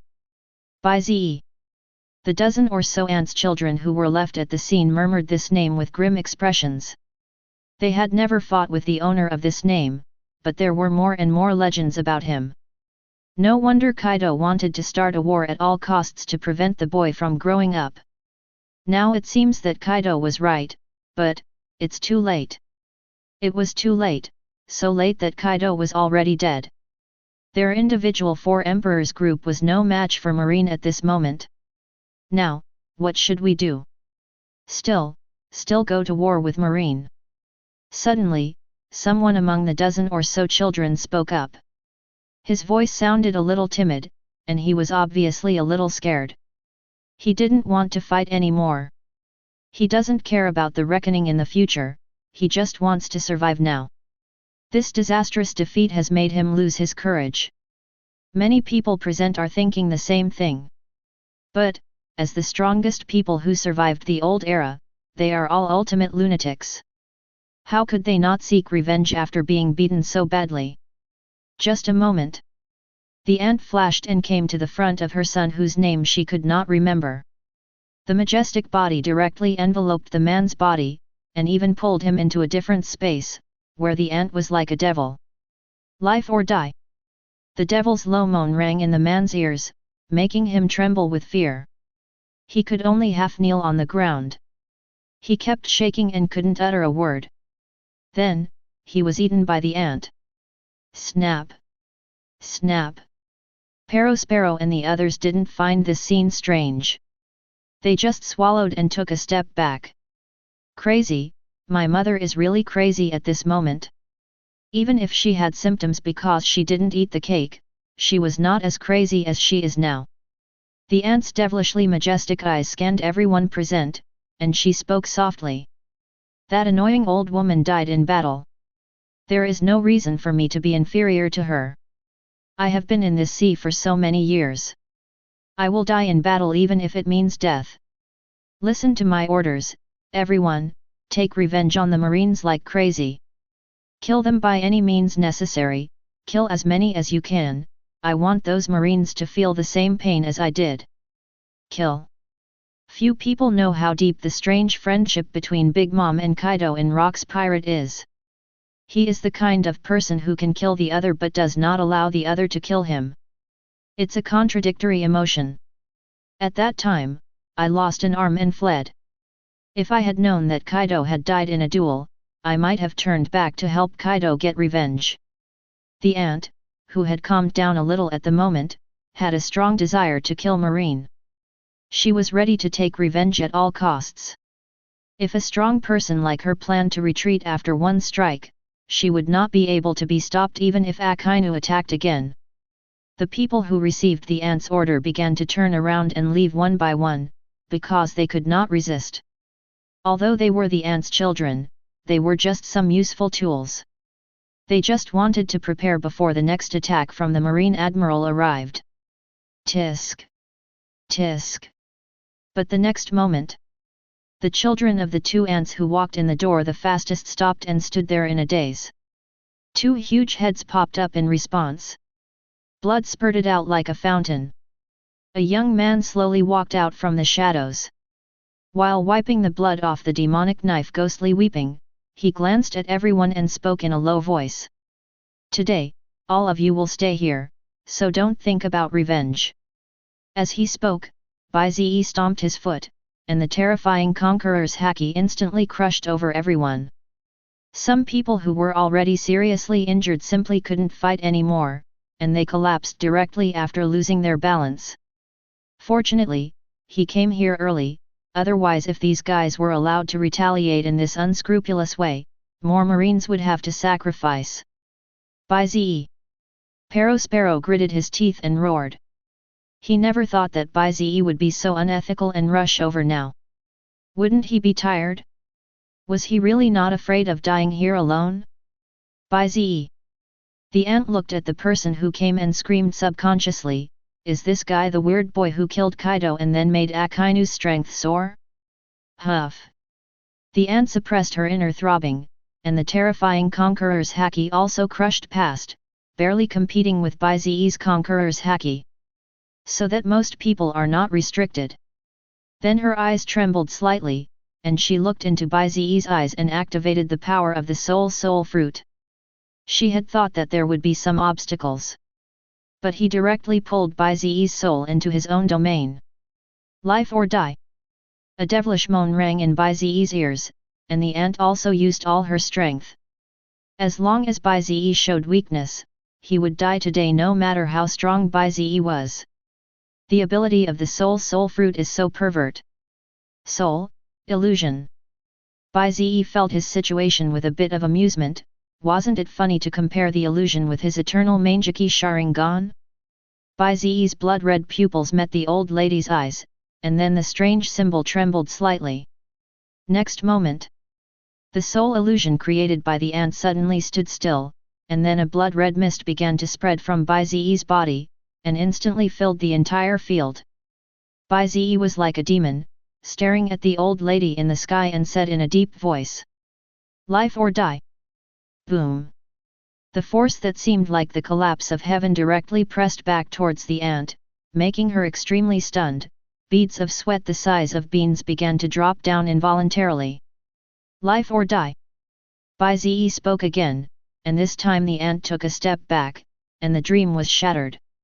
She fell heavily to the ground. Even one of the areas she was best at was now defeated by Bai Ze. And at this moment Bai Ze did not hold back at all. He just slapped the ground with one hand and spoke. Reanimation Jutsu. Snap. Snap. Chapter 123. On the way here, Bai Ze had already used up more than 8,000 killing points. At this moment, both Bai Ze's physical strength and mental strength had reached a terrifying level. Not only that, Bai Ze also exchanged the remaining forbidden ninjutsu. Of course, Bai Ze did not exchange the remaining ninjutsu that came with the Six Paths Rinnegan.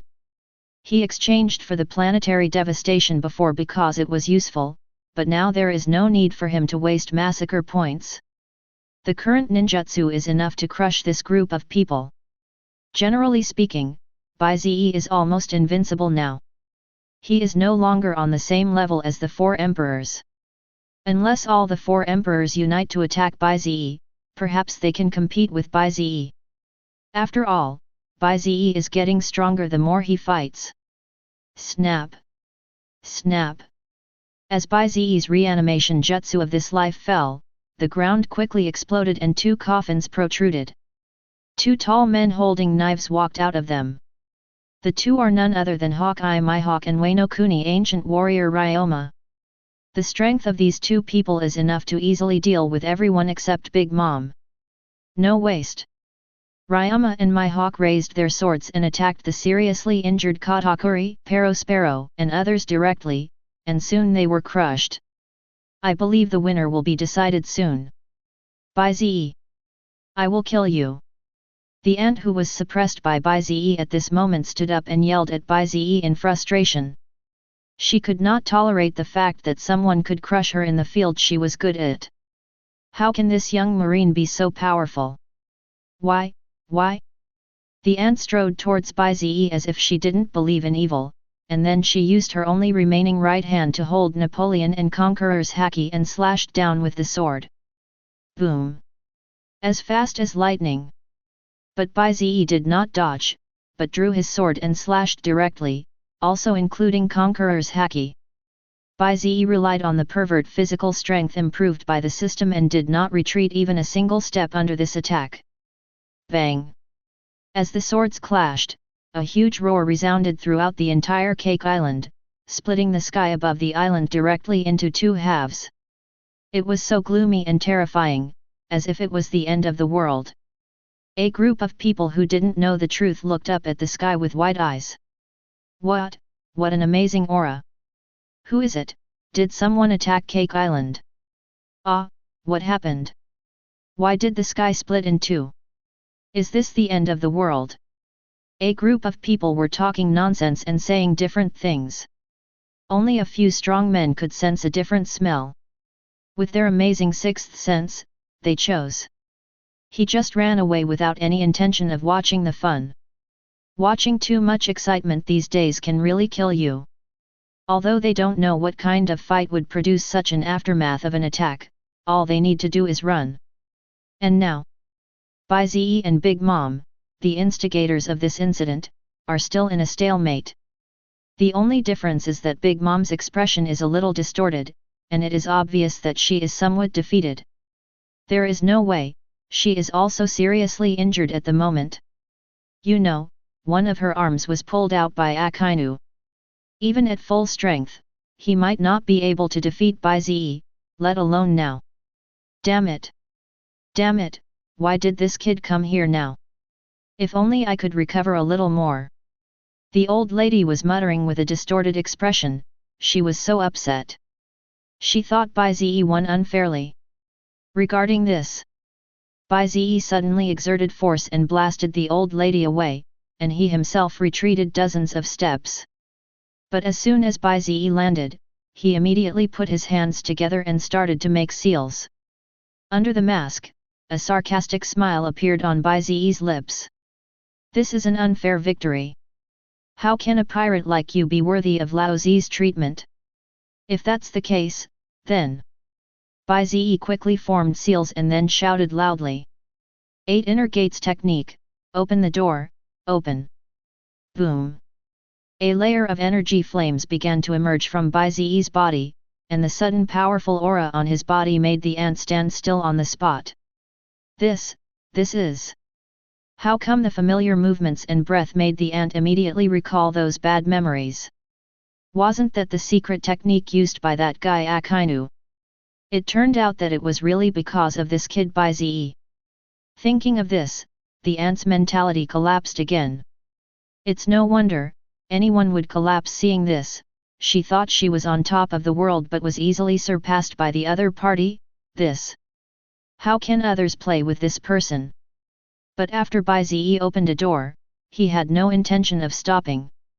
After all, if he was going to show off, he would show it to his heart's content. Today, he was going to hammer and kill one of the 4 emperors. 8 inner gates technique, hush gate, open. Open the gate of life. Injury gate. Open. Demon, open. Finally, Bai Ze spoke softly. Open the Jingmen. Boom. A blood-red flame of energy ignited from Bai Ze's body, and his entire aura instantly reached its peak. This was the limit of his physical fitness after spending thousands of massacre points to activate the 8 inner gates technique. Any more, it would really hurt his body. You will die today. Bai Ze looked at the ant with cold eyes, then he pointed his toes and shot out. Chapter 124. Today, you will die.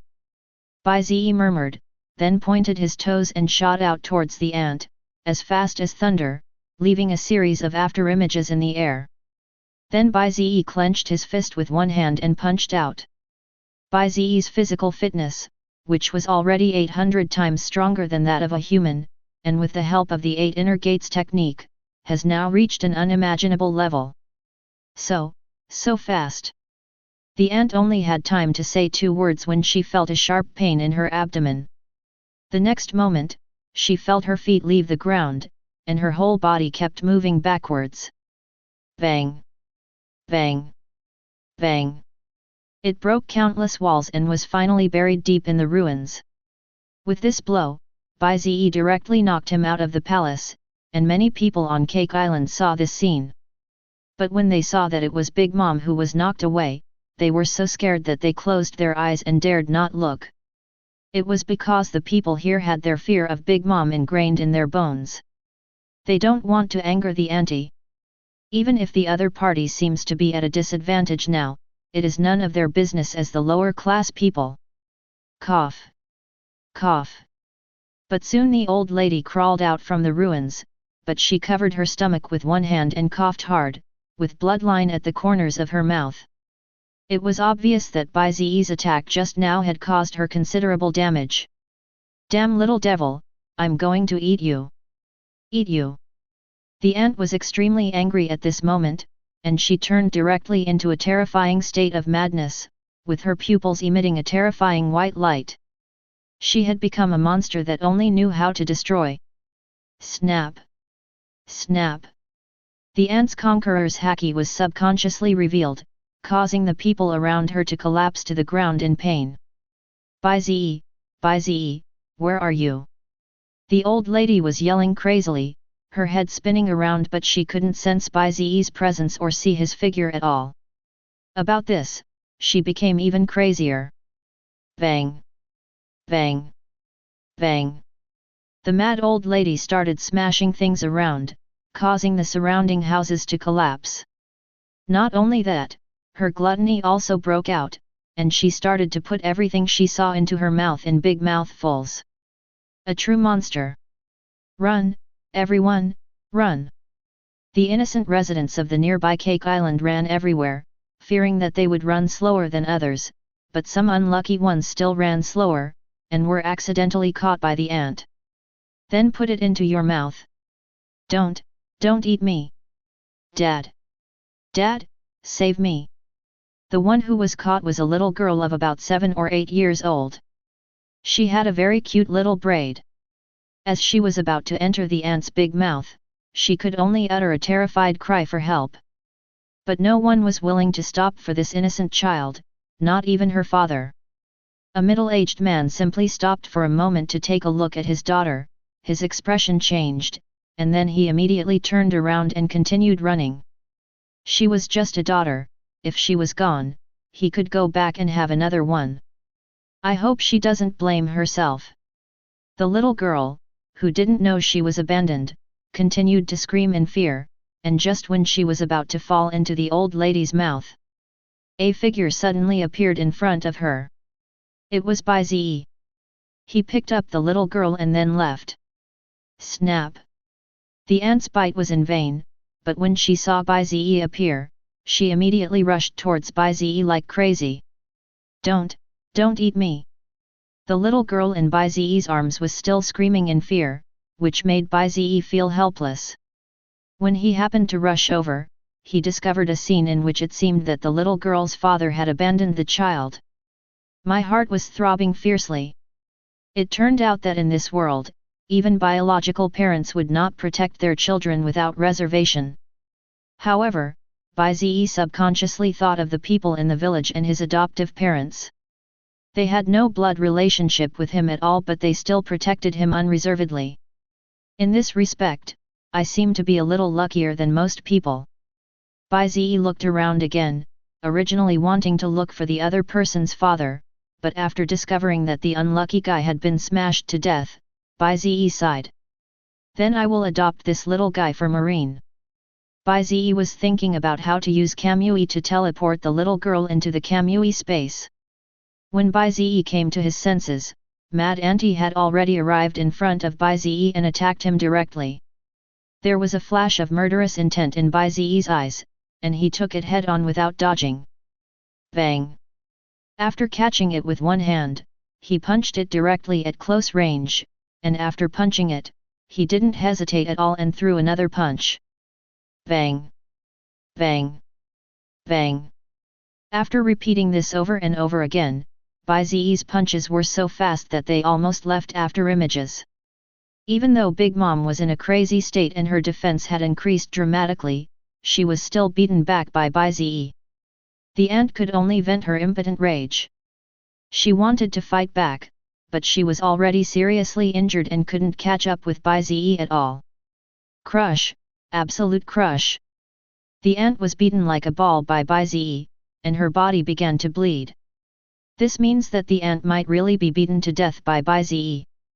Some brave people actually stopped to watch while running. Ah, who is this person? He can actually beat that monster. Who else could it be? This guy must be the young man Marine Bai Ze who has become famous recently. I heard that Kaido died at his hands. Great, that monster is finally going to die.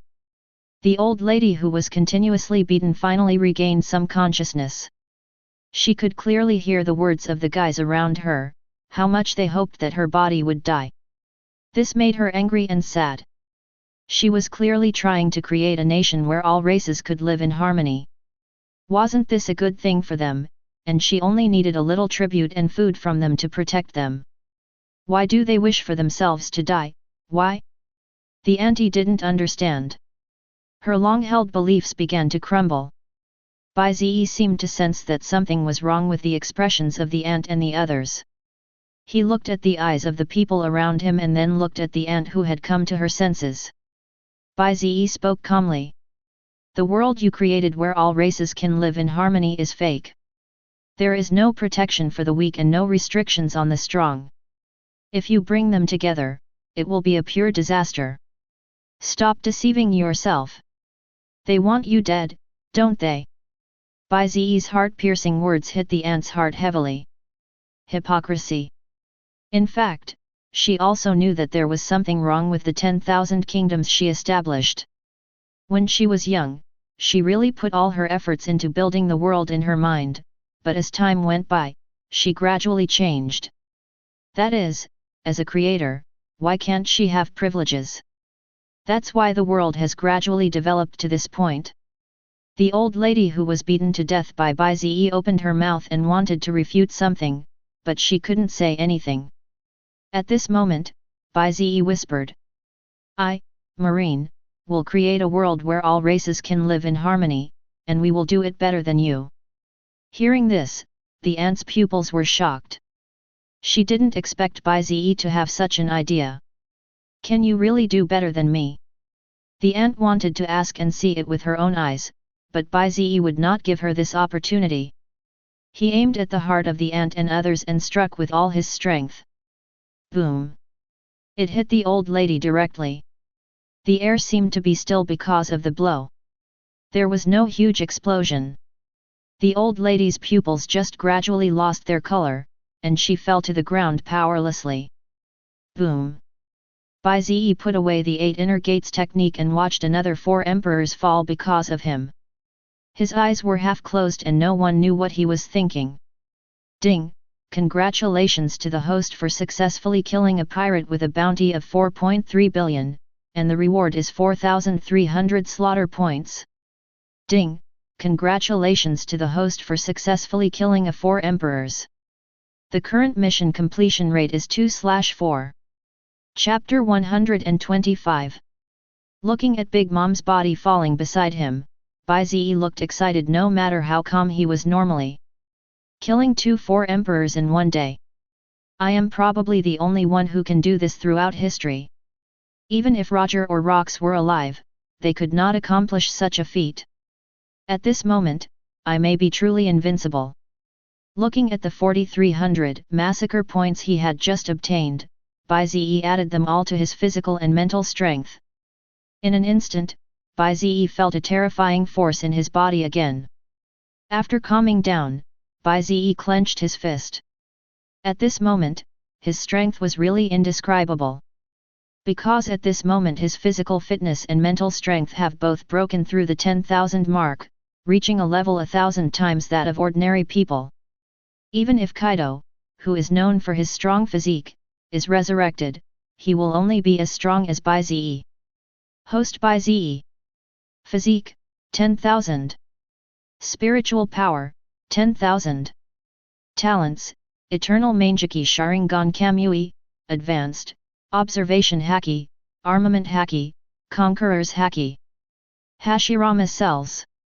Ninjutsu, Wood Style Wooden Ingot Wall. Wood Style 4-Pillar Prison. Wood Style 4-Pillar House. Wood Style Wood Clone. Wood Style Wooden Stand. Wood Style, Flower Tree World Advent, Wood Style, Wooden Golem Jutsu, Reanimation Jutsu, 8 Inner Gates Technique, Planetary Devastation Technique, Universal Pole Technique, Shinra Tensei Technique. The current data panel can be described as luxurious plus pervert.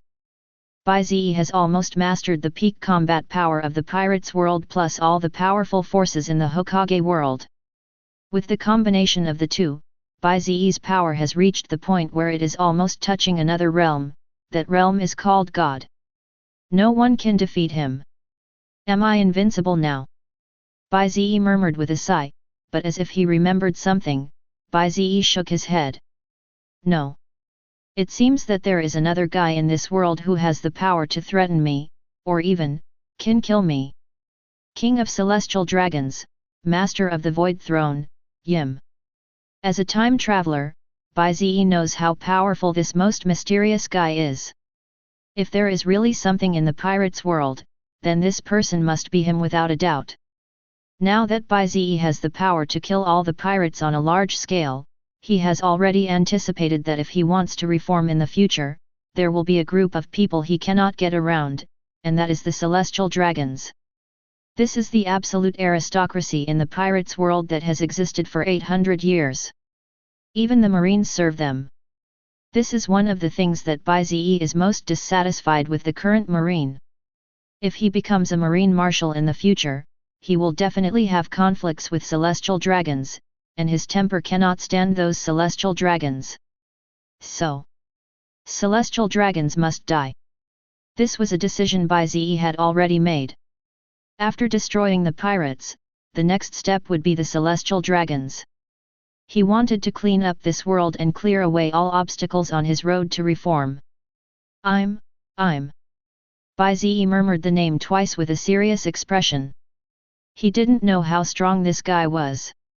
He would only know after he faced him. But Bai Ze didn't want to think so much at the moment, because the crowd watching at this moment saw that the old lady had been killed by him, and some brave ones were about to run over. Bai Ze didn't have time to deal with this group of people for the time being. So he directly escaped into the Kamui space. He wanted to see what the battle situation was like on the other side. Almost instantly, Bai Ze relied on Kamui to come to another battlefield, which was the battle between Hokage Mihawk of Impure World Reincarnation and the dozen or so children born to Ryoma and Big Mom. When Bai Ze appeared on the battlefield, he smelled a strong smell of blood. As far as he could see, more than a dozen corpses of various kinds had fallen to the ground, with blood all over the ground. Their bodies were covered with knife and sword wounds, obviously killed by Hokage and Mihawk, and their eyes were full of unwillingness. The battle on the field is not over yet. Big Mom's last two sons are still struggling to support the family. One is the eldest son Perospero and the other is the second son Katakuri. But the situation of the two was not good either. They were in danger under the attack of Longma and Mihawk. The injuries on their bodies had reached an unimaginable level. They were not far from death. It's you. Perospero blocked the attack of Hokage Mihawk and looked at Bai Ze and shouted in disbelief. If Bai Ze comes back safe and sound, then what about Mom? Perospero instantly thought of the terrible result. His mother, Charlotte Linlin, one of the 4 emperors, died just like that. He died at the hands of a young boy in such a short time. Perospero, whose defense was broken on the spot, revealed a big flaw. Impure World Reincarnation's Hokage Mihawk seized this opportunity, and directly attacked. Snap! How could Perospero, who was already seriously injured, withstand this fatal blow? Blood spurted out. His body shook and then fell to the ground with a bang. Bang! Charlotte, Perospero, the eldest son of Big Mom, one of the 4 emperors, died today. The system's kill broadcast immediately sounded in Bai Ze's ears. Drop. Chapter 126. Ding. Congratulations to the host for successfully killing a pirates with a bounty of 700 million Baileys. You will be rewarded with 700 killing points. Bai Ze listened to the kill broadcast with no joy or sadness on his face. Having killed 4 emperors before, he didn't feel much about this level of achievement. He raised his eyebrows and continued to look at the field. At this moment, after Perospero was killed, Hokage Mihawk immediately freed his hands and started attacking Katakuri with Ryoma. One-on-one, Katakuri can't even defeat Longmen, let alone a 2-on-1 with Hokage Mihawk. In just a moment, Katakuri was absolutely defeated, with more and more injuries on his body. His breathing was disordered, and it seemed that he was about to collapse at any moment. But he didn't fall. He relied on the sticky fruit to resist dangerously, and even moved towards Bai Ze little by little. Boom! Katakuri actually withstood the attacks of 2 people and suddenly launched the ability of the Mochi Mochi fruit to attack Bai Ze, which Bai Ze could not have imagined. But with an attack of this magnitude, Bai Ze didn't even move. He just hit it casually and it bounced back. Weak, too weak. But Bai Ze also became interested and took a closer look at Katakuri, who was still fighting a desperate battle. What on earth is this familiar yet strange guy insisting on?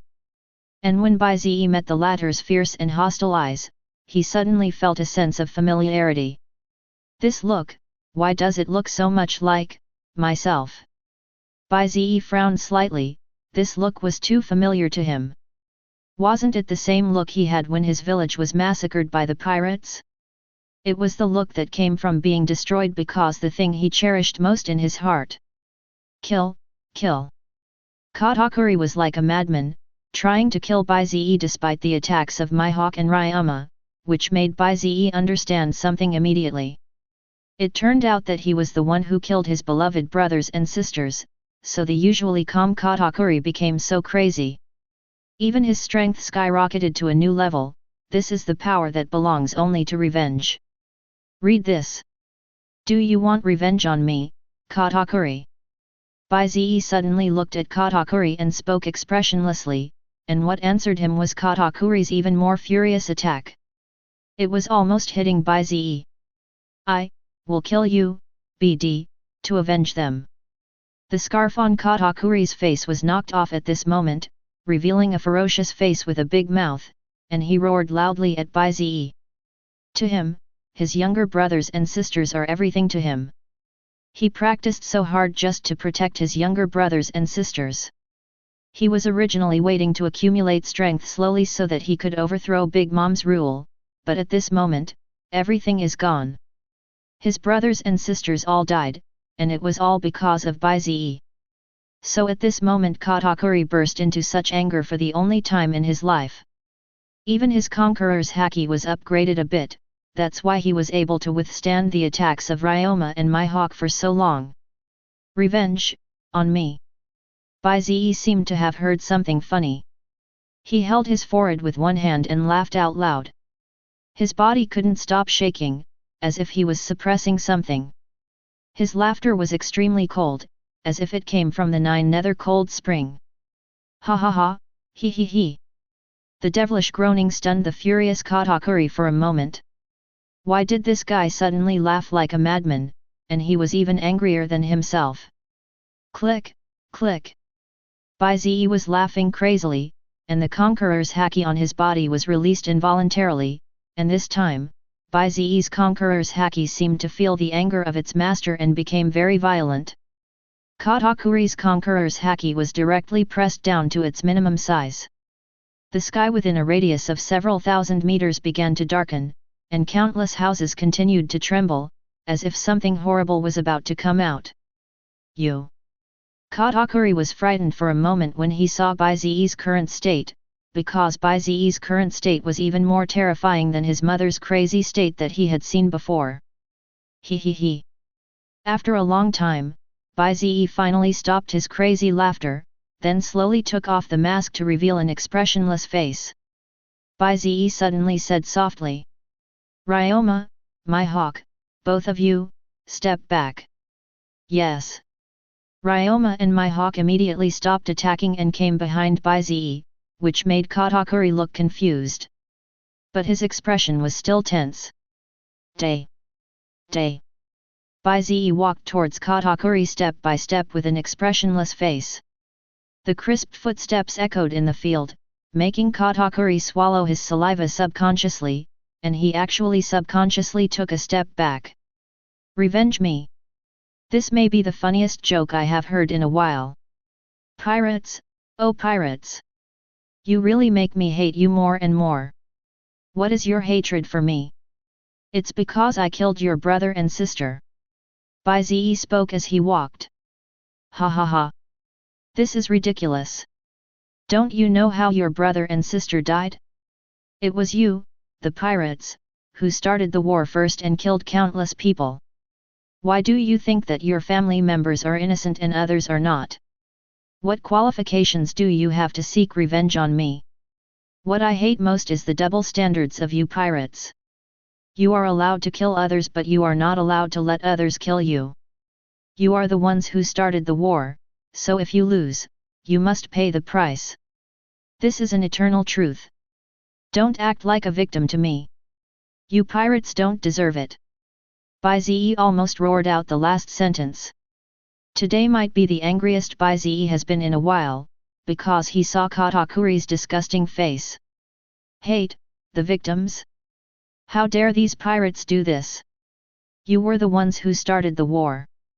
You can be angry if you lose the war, but you must never act like victims. How should those truly innocent people who died deal with this? Do they deserve to die? Only your family is your family? You. Katakuri couldn't refute a single word that Shirazawa said, because he really put himself in the position of a victim, thinking that it was the Marine's fault that all his brothers and sisters died, and subconsciously forgot that they were the initiators of the war. Day. At this moment, Bai Ze is already 20 steps away from Katakuri. Bai Ze is so angry that he plans to kill Katakuri by himself. Boom! Boom! Katakuri, whose mentality exploded, subconsciously launched an attack on Bai Ze, and the ability of the Mochi Mochi fruit was activated. Endless Mochi Mochi turned into spikes and attacked Bai Ze. Boom! But Bai Ze did not dodge or evade, and used an incomplete version of Susanoo to cover his entire body, and then walked towards Katakuri step by step. Like a demon god. Katakuri felt his heart skip a beat with every step he took. Bang! Bang! Katakuri's attack was completely unable to break through Bai Ze's Susanoo's strength at the moment, and he could only watch Bai Ze approaching him step by step. Then, Bai Ze finally stood in front of Katakuri, grabbed Katakuri's neck and lifted him up. The blood-red eyes were directly reflected in the latter's pupils, and Bai Ze said softly, "Sink." The strange symbol of eternal Mangeki Sharingan trembled. How could Katakuri, who was already seriously injured, resist Bai Ze's illusion at this moment? In an instant, Katakuri's body froze. His eyes lost focus and became blurred. Moreover, his expression began to gradually become distorted, as if he was in great pain. Even if Bai Ze let him go at this moment, it would be the same. The effect of this illusion will last for 7 days, during which Katakuri will relieve this brutal war from the perspective of other innocent Marines who died in the war. Bai Ze wants him to understand one thing, that is, his dead brothers and sisters and his entire pirates group are not innocent.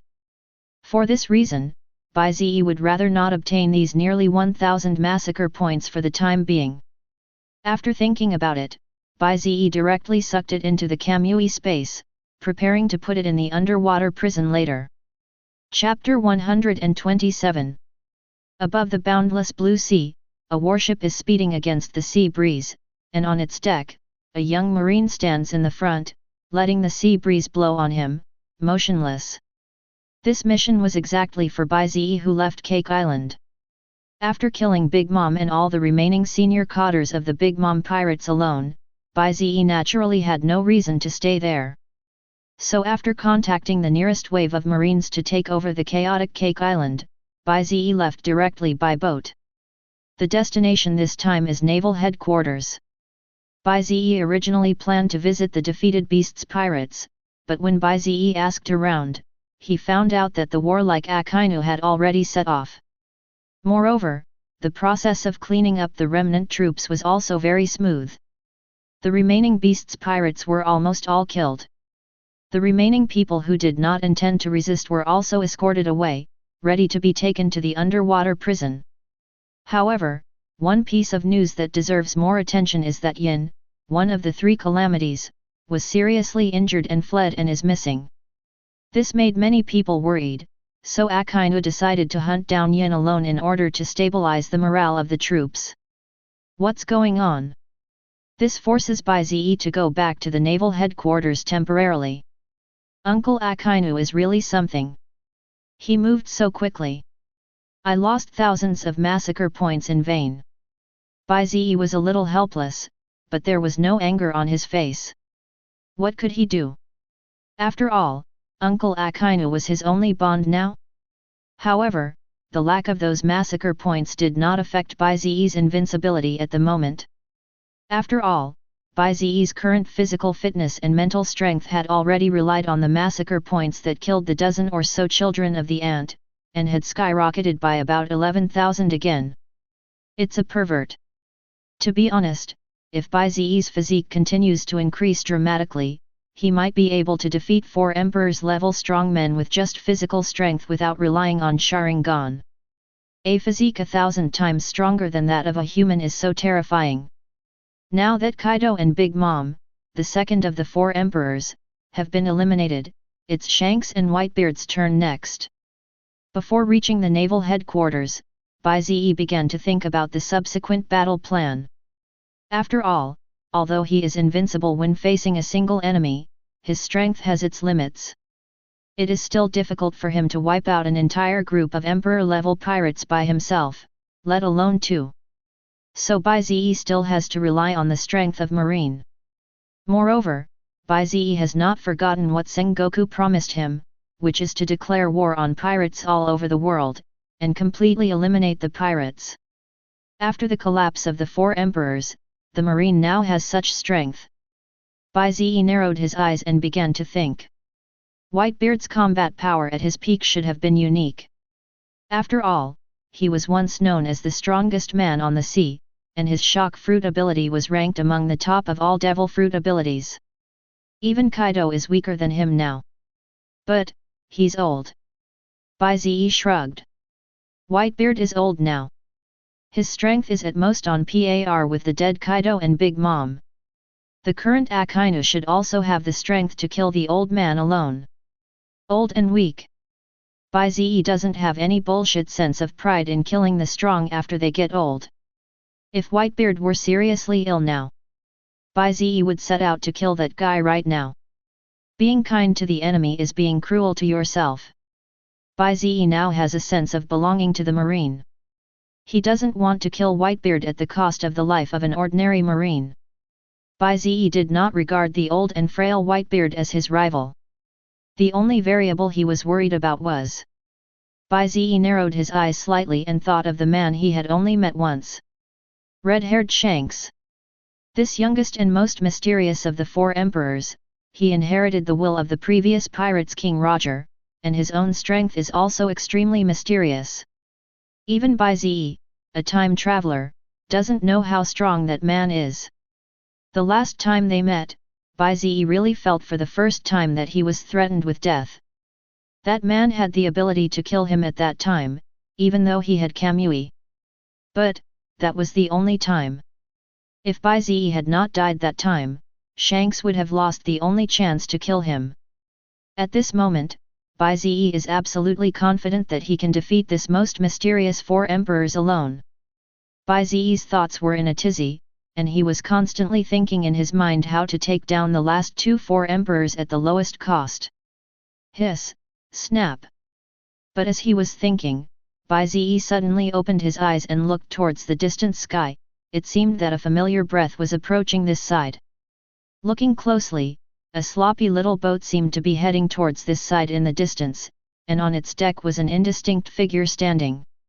Even if that aura was suppressed, Bai Ze could still feel that it was extremely powerful. Bai Ze's blood-red eyes trembled slightly as he looked over there.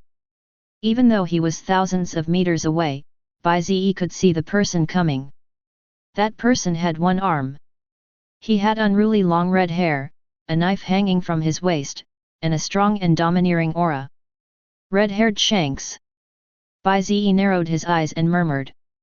Chapter 128. Red-haired Shanks. Bai Ze looked at the familiar figure getting closer and closer, and his brows unconsciously frowned. This most mysterious four emperors was still discussing how to eliminate the other party, and then he came directly. Is it a coincidence? Bai Ze was a little confused, because he felt that the other party was coming for him, and it seemed that he was the only one there. There was no sign of other members of the pirates, so why was this guy looking for him?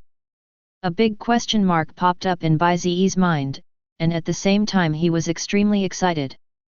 The red-haired Shanks from Four Emperors is the biggest stumbling block in his efforts to eliminate the pirates. If he can get rid of him today, then no one in this world can stop him. Bai Ze thought so sinisterly. And the fact was almost as Bai Ze expected. 10 minutes later, the small boat that Shanks was riding on had arrived less than 100 meters in front of the warship where Bai Ze was. Bai Ze saw at a glance the familiar yet unfamiliar attire of the four emperors, who was still so unruly. He didn't look like a strong man at all, and was the most unlike pirate. Bai Ze didn't have a bad impression of him, but for the sake of the goal, the other party must die, there is no other way. Thinking of this, Bai Ze's eyes slowly began to show murderous intent. Now, the two stood opposite each other, neither of them spoke tacitly, and just looked at each other. This should be the second time the two met. At this moment, Bai Ze, whose strength has skyrocketed, has a more intuitive feeling of how powerful this most mysterious four emperors is.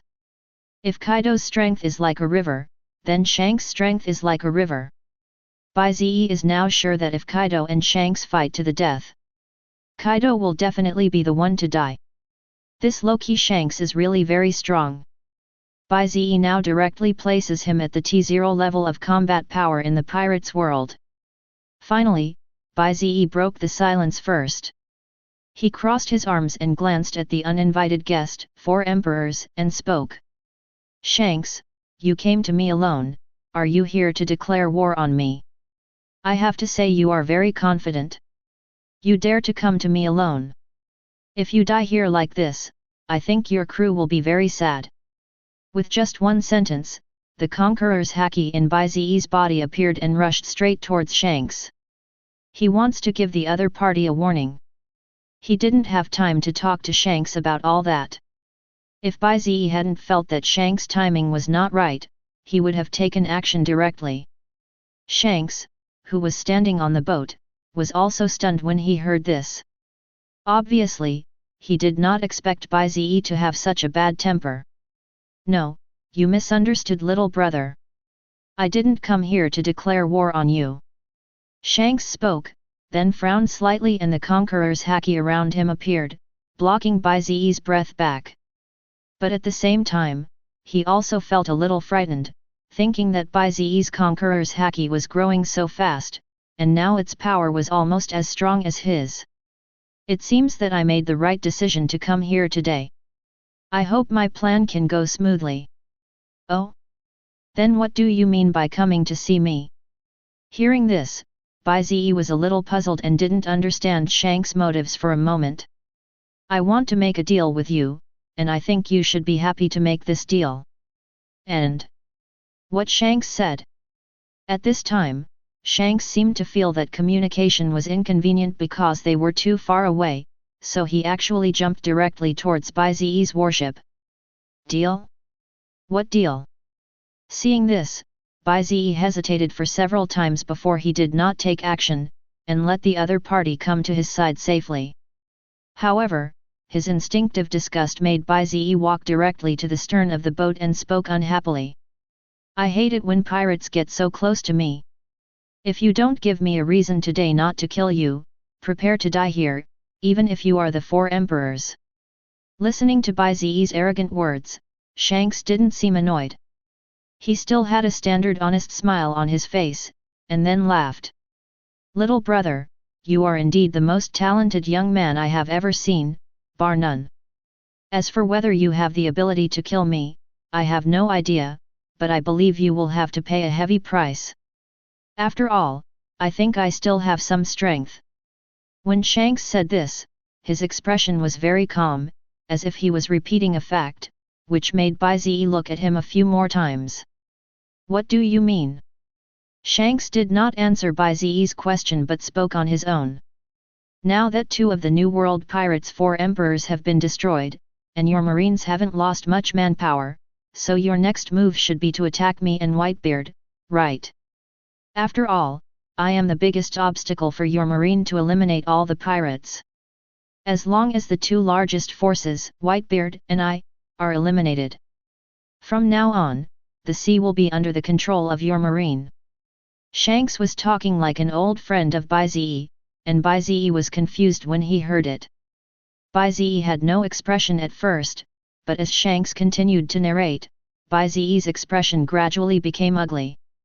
Although you, the marine, defeated the 2 4 emperors, Kaido and Charlotte Linlin, this time, it was due to some luck. Kaido and the others were too confident. They didn't expect that you were behind the marine, and they didn't expect that you could kill him alone. That's what led to Kaido's downfall, and then the entire battle collapsed. But we have these lessons from the past. Shanks looked at Bai Ze and said word by word, when your marines go to war with the 2 remaining 4 emperors, your marines will definitely not have it as easy as before, and will most likely suffer heavy losses. Heavy losses. The word Shanks was pronounced with great emphasis, which made Bai Ze's originally gentle temperament suddenly change, and his pair of blood-red pupils stared at Shanks. Conqueror's haki surged out with the murderous aura of ultimate, causing the sea surface within a radius of nearly 1,000 meters to surge violently. Countless fish on the seabed began to flee in all directions, as if there was some great terror. Are you threatening me? Shanks. Bai Ze's mouth curled up slightly, revealing neat white teeth that shone with a cold light, which was extremely terrifying. He grinned grimly. Like a living devil. At this moment, even someone as strong as Shanks felt a beating in his heart, and his face, which had been smiling innocently, finally became solemn. At this moment, Bai Ze is even stronger than he imagined. Shanks stared at Bai Ze for a long time, struggling in his heart. He actually came here for two purposes. One was to see how strong Bai Ze was now. If possible, Shanks wants to risk his life to fight with Bai Ze and strive to die together with Bai Ze. Only in this way can the current marine stop the expedition to pirates, and his companions have a chance to survive. But at this moment, Bai Ze's momentum made Shanks a little desperate. He felt that even if he lost his life, he could not die together with Bai Ze. Because Bai Ze is too strong. After struggling for a long time, Shanks sighed deeply. He chose the second option. Shanks looked at Bai Ze and spoke with a serious face. No. This is the deal I want to make with you. I want to trade my life for the possibility of the rest of my crew members staying alive. Shanks, am willing to disband the Red Hair Pirates. Shanks spoke in a serious tone. Hearing this, Bai Ze's face changed drastically and he spoke subconsciously. What did you say? Chapter 129. What did you say? Upon hearing that Shanks was actually going to disband his pirates group, Bai Ze's face changed drastically and he spoke. Did I hear it right? The red-haired Shanks, the youngest, most mysterious and probably the most powerful of the four emperors, actually wants to disband his pirates group. No one would believe this if they heard it, but Bai Ze looked at Shanks' expression carefully and it didn't seem fake. In exchange for the lives of his own crew? Bai Ze frowned slightly. This is indeed something Shanks would do. After all, his previous captain, Pirates King Roger, did just that. At that time, knowing that he had a terminal illness, the Pirate King Roger turned himself in without wanting to implicate his companions, and ultimately the rest of the crew members survived. At this moment, Shanks must have thought that he was no match for him, so he planned to follow Roger's move. To exchange his own life for the lives of the crew members is indeed a big move. Even Bai Ze, who hated pirates, looked up to Shanks at this moment. This emperor was not as bad as he had imagined. But no. Bai Ze said in a cold voice, answering decisively, which stunned Shanks who had just made up his mind. He took a deep breath and said in a deep voice. Mr. Bai Ze, you may think I am joking, but whether you believe it or not, what I said is indeed the decision I have considered for a long time, and it is also the best solution for both of us. Otherwise, in the end, both sides will suffer losses. Shanks spoke sincerely. He couldn't imagine how absurd a day would be when he would go to the pole to seek death. In fact, Shanks was as arrogant as anyone else. He is not afraid of death at all, but his companions are his only weakness. All the promises he made when he invited them on board have not yet been fulfilled. They have followed him through life and death for so many years. Now facing a life and death crisis, Shanks will naturally protect them at all costs. This is the essence of Shanks' life. Both sides lose. Bai Ze's eyes narrowed dangerously. He hated being threatened the most, especially when the other party was pirates. Bai Ze said in a cold voice with a hint of evil in his mouth. If I kill you here, I believe you red hair pirates won't be that much of a threat to me. Bai Ze is not a pushover. To achieve his goal, he can even use any means necessary. Hearing this, Shanks' eyes narrowed, and his aura slowly burst out, and for a moment he fought against Bai Ze. He said in a deep voice. If you decide to do this, I will do my best to escape. I believe that you can't stop me if I ask myself. After I escape, I will take the most violent revenge on you Marines. Even a clayman still has some temper left, and Shanks is also irritated by Bai Ze at this moment. If he must fight to the death, Shanks can even abandon some bottom line and attack ordinary marines. As long as it can keep the crew alive. Click, click. As the auras of both sides were revealed, their conqueror's haki began to clash fiercely. Endless strong winds began to blow in all directions, and the entire sky began to become gloomy. In such a fierce team fight, the two conquerors' haki did not retreat at all. It was obvious that they were evenly matched. You have to know that Shanks has been indulging in conqueror's haki for many years and his talent is extremely perverted. His conqueror's haki is recognized as the best.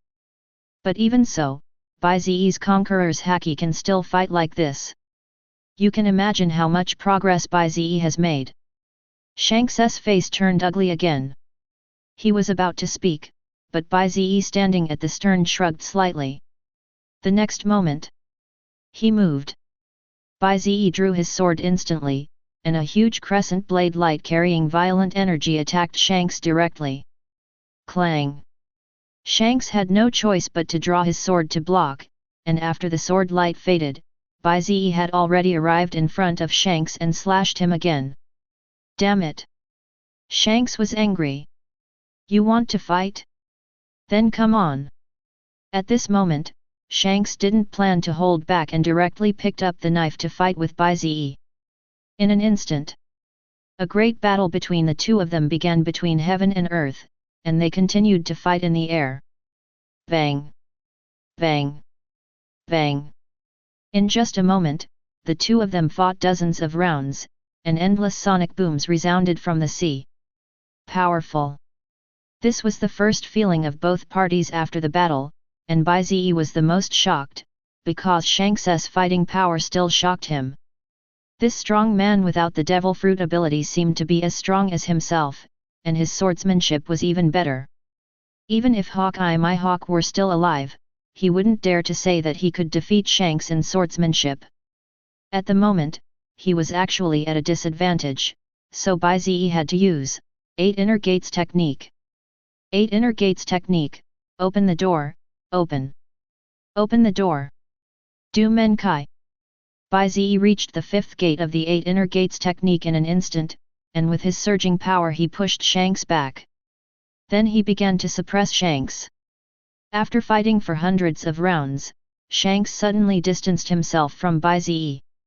A strange aura began to emerge from Shanks, and the next moment, he looked at Bai Ze with his eyes suddenly opened and shouted softly. God avoid! Buzz! Shanks' figure instantly disappeared from the spot, and he rushed straight towards Bai Ze, and slashed him with a knife. Bai Ze instantly felt a hint of real threat, and he opened the 6th gate in an instant. Even used an incomplete version of Susanoo amulet, and then welcomed it. Ghost slash! Boom! Swords collided, and earth-shaking roars began to echo from the field. The sea level within a radius of several hundred meters suddenly rose into waves hundreds of meters high. The whole sky was covered with dark clouds, as if it was about to split in half. Bang! After a moment of stalemate, one figure slammed heavily into the sea surface, while the other figure continued to float in the air. The man had a childish face with a unique coolness and handsomeness. It was Bai Ze. Chapter 130. With Shanks falling into the water, it seems that one thing has been proven. That is, Shanks's full-strength attack of divine evasion seemed to be no match for Bai Ze's full-strength attack after he opened the 6th gate, and this was when Bai Ze did not use his full strength. But Bai Ze, standing on the incomplete version of Susanoo, felt something was wrong. He always felt something was weird about that collision. Shanks didn't use his full strength. Have I been defeated by myself? I am really disappointed. A different color flashed in Bai Ze's blood-red pupils, and just as he was about to make another move, Bai Ze's body suddenly stiffened, and feeling the unusual situation behind him, the corners of Bai Ze's mouth slightly grinned. As expected, Bai Ze held the knife in his right hand and suddenly slashed backwards without any restraint. Bang! The moment the blade slashed backwards, it encountered a fierce obstacle, like a mountain. Bai Ze looked back and saw that familiar face. It was Shanks, who had just been thrown into the sea. However, at this moment, he did not look disheveled at all, and there was not a single water stain on his clothes. His eyes were sharp as he stared at Bai Ze. What a strong attitude! I have to admit, pirates, you are really strong, much stronger than those two guys who died in my hands. Bai Ze praised sincerely, and Shanks snorted after hearing it. The same to you. It seems that they are evenly matched, but only Shanks himself knows how difficult it is to face Bai Ze. He originally planned to rely on Bai Ze's lack of understanding of him. Using divine evasion, she relied on the speed to inflict heavy damage on the opponent, but Bai Ze's perception was simply perverted. She couldn't find a single flaw. And judging from the situation, the other party still has a lot of strength left. Shanks is really at a loss for words at this moment. Why is this guy so angry? He has clearly bowed his head to the dust, just wanting to save the lives of his companions. Clang! When Shanks was wailing in his heart, a light suddenly flashed in his eyes. He came back to his senses and looked, his eyes widened immediately, because at this moment Bai Ze actually dissipated Suzanu's power. The power of the 8 inner gates technique slowly dissipated, and he even put away the magic knife ghost god cry. It seemed like this guy didn't want to start a war. Shanks was stunned when he saw this. What do you mean? He didn't understand Bai Ze's behavior at the moment, but after hearing this, Bai Ze just glanced at Shanks and said indifferently, "Come down and discuss your deal." After saying that, Bai Ze went straight towards the warship. After Shanks was stunned for a moment, he restrained his momentum and began to follow Bai Ze, but his mind was still confused. After all, the reversal came too quickly. Just now it was a matter of life and death, and now we have to talk. The two sides stood opposite each other for a while, one at the bow and the other at the stern. Only Bai Ze understood why there had been such a big change in his situation just now, that is, Shanks' strength is indeed beyond Kaido and the others, a true king-level strength. That's right, Bai Ze's sudden attack just now was to test Shanks' true fighting strength. Obviously, Shanks was strong enough to have the bargaining chip to negotiate with Bai Ze. Because if Shanks really doesn't want to fight and wants to run with all his strength, Bai Ze may not be able to stop him. And if he can't stop him, what awaits Bai Ze is Shanks' brutal revenge on Marine.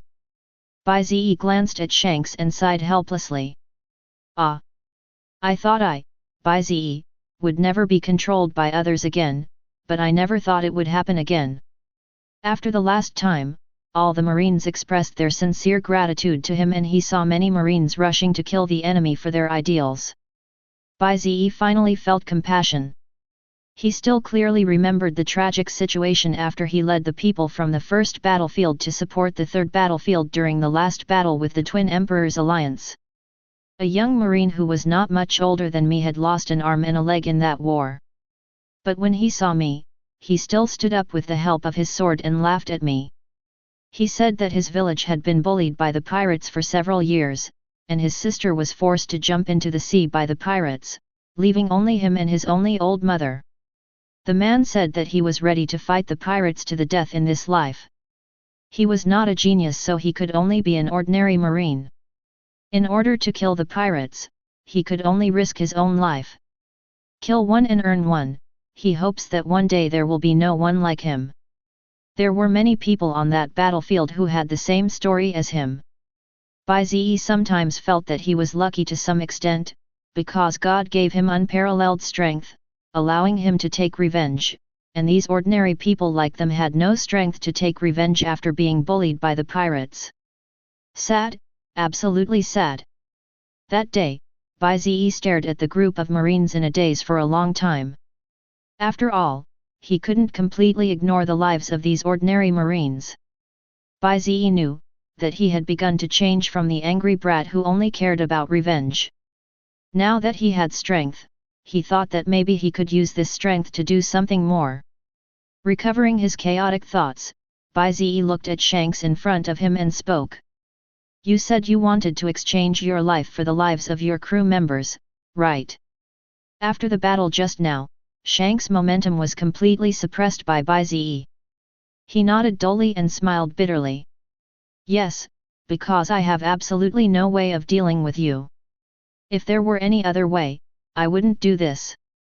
Dream, Shanks' own dream has yet to come true, but the situation is like this now, there is nothing we can do. Fortunately, the situation has changed again.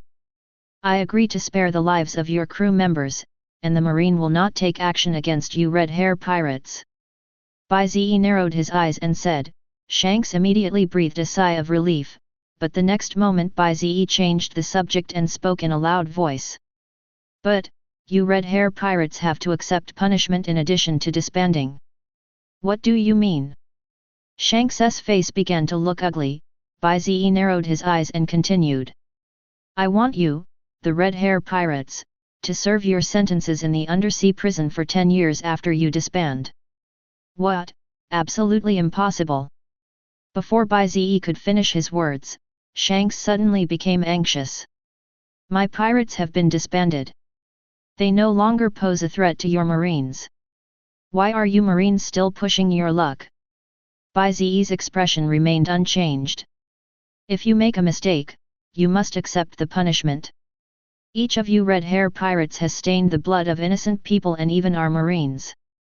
Can this be erased by just disbanding? Why? Are you pirates more noble than others? Shanks' face turned even uglier, and he argued in a low voice. My red hair pirates are different from other pirates. We are only pursuing our dreams and we don't kill innocent people. Shut up! Bai Ze interrupted loudly, and a hint of anger erupted. Do all the pirates in the world want you to disband like this, and then they don't have to take any responsibility? Freedom, dreams. Do you think your red hair pirates are more noble? In my opinion, there is no difference between you and other pirates. Do you really think I'll give you room for negotiation? Otherwise, I'll lead all the Marines to fight against you red hair pirates. No matter where you run to, I'll kill you. Or, you and the other pirates will have to serve your sentences in exchange for a chance to live. Now tell me, what do you want to choose?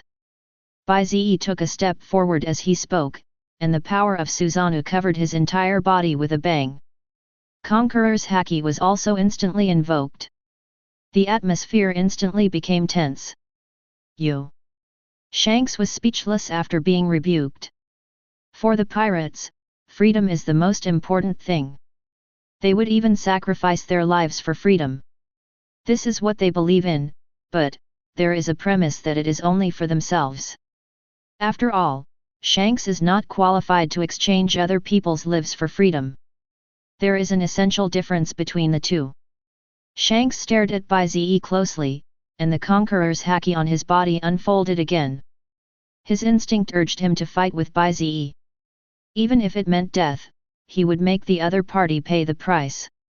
But his ideals drove him to agree to Bai Ze, because this would allow his companions to survive, even if they would temporarily lose some freedom. But relying on the strength of their own crew, they can survive the sentence in the underwater prison. Read this. Shanks' face was extremely conflicted. He wanted to see from Bai Ze's face whether they could discuss it further, but it was obvious that Bai Ze had no interest in talking anymore. This is Bai Ze's bottom line.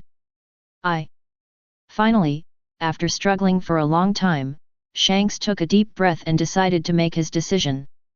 Bai Ze, don't. But the next moment, a shocking roar came from a distance, and a figure suddenly ran towards them quickly. Chapter 131. Bai Ze, don't. This shocking roar stunned Shanks and Bai Ze, especially Bai Ze, because he was so familiar with this voice. Isn't this the voice of their Marine Marshal Sengoku? Bai Ze has been in the naval headquarters for so long, so he must be familiar with Sengoku's voice. Really? Bai Ze looked back and saw that Sengoku had already appeared beside them not long after he finished speaking. Judging from the situation, he must have been quite close to them. The two of them were so tense that they didn't notice him. Bai Ze, you can't attack this guy Shanks now. As soon as he landed, Sengoku hurriedly stood in front of Bai Ze and spoke hurriedly, with a very anxious expression. He looked very panicked. There was no way not to panic. Sengoku had originally planned to talk to Shiraz about this after dealing with the Whitebeard pirates, but just as he was about to return to the naval headquarters, he saw the tense atmosphere between Shiraz and Shanks. Sengoku panicked immediately. He didn't know why the two of them met alone, but Sengoku knew that he couldn't let Shanks die here. Yes, died here. After so long, Sengoku had a very good understanding of Bai Ze and had blind confidence. He really felt that Bai Ze had the ability to kill Shanks. It is possible to call it the strongest combat force in the contemporary marine industry.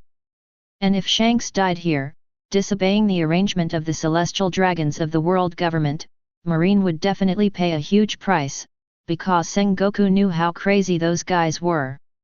Sengoku was not ready now and did not want to sacrifice in vain. Sengoku's behavior confused Bai Ze, and he frowned and asked, "Why? Marshal Sengoku, can you give me a reason?" Not only Bai Ze, but even Shanks beside him was confused. He thought for a while. He and Sengoku didn't have much friendship. After thinking about it, Shanks remained silent and decided to wait for things to develop. Because Sengoku looked at Bai Ze's questioning expression and immediately knew that Bai Ze was dissatisfied. He knew this explosive kid well, except Akainu, who could do whatever he wanted in front of him. It was difficult to talk to other people, but the matter of celestial dragons could not be discussed in front of Shanks, so Sengoku had to speak seriously. "Bai Ze, do you believe me?" As soon as these words came out, Bai Ze's mouth twitched. He wanted to say that he didn't quite believe it, but when he thought about the other party's kindness to him, and that he was also a marine, the words became what they were. "I believe it." Sengoku was very pleased and continued. "Then listen to me this time. You can't attack Shanks' red hair pirates for now. You can't attack my pirates." When Shanks heard this, his eyes narrowed instantly. He thought of several possibilities in his mind. Bai Ze didn't say yes or no, he just stood there frozen in place, staring at the red-haired Shanks. Sengoku also quickly turned around, looked at Shanks with a dignified look and spoke.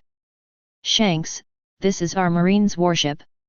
Pirates like you are not welcome here. So, can you leave now?" Although he is restrained and cannot attack Shanks, Sengoku has no good temper towards Shanks. After a moment's silence, Shanks smiled innocently again. "That's natural." After saying this, he restrained his momentum and was about to leave. Bai Ze didn't move to stop him, but after he had taken a few steps, Shanks suddenly spoke to Bai Ze with a stern face. "The deal I proposed to you still stands." Without saying whether it was the previous version or the next version, Shanks didn't wait for Bai Ze to reply, he jumped directly onto his pirate's ship. He left slowly. He wanted to quickly use the intelligence department to find out what happened on the marine side that made them treat him like this. After Shanks walked away, Sengoku let out a long breath, finally getting rid of that big trouble. But before he could relax for long, Bai Ze's cold voice sounded from behind him. "Marshal Sengoku, I want you to give me a reasonable explanation. Otherwise, I'll be very angry." Sengoku turned around stiffly and met Bai Ze's emotionless blood-red eyes. The atmosphere in the field suddenly became weird. It was a strange scene where a marine teenager was threatening a marine marshal, but both sides definitely made sense. Chapter 132. He needs an explanation. A marine vice-admiral is asking a marine marshal for an explanation. This is the first time in history. Sengoku looked at Bai Ze with a slight toothache, especially after meeting Bai Ze's emotionless blood-red eyes, he felt a little frightened. Why did he feel that if he really didn't come up with any reasonable explanation, this guy might beat him up? Ahem. Sengoku coughed tactically, "Little guy, it's not that I have to go against you. After all, I am the Marine Marshal. If there is really a chance to wipe out all the Marines, I will definitely not let it go. But Shank's question is a little too sensitive. I can't help it."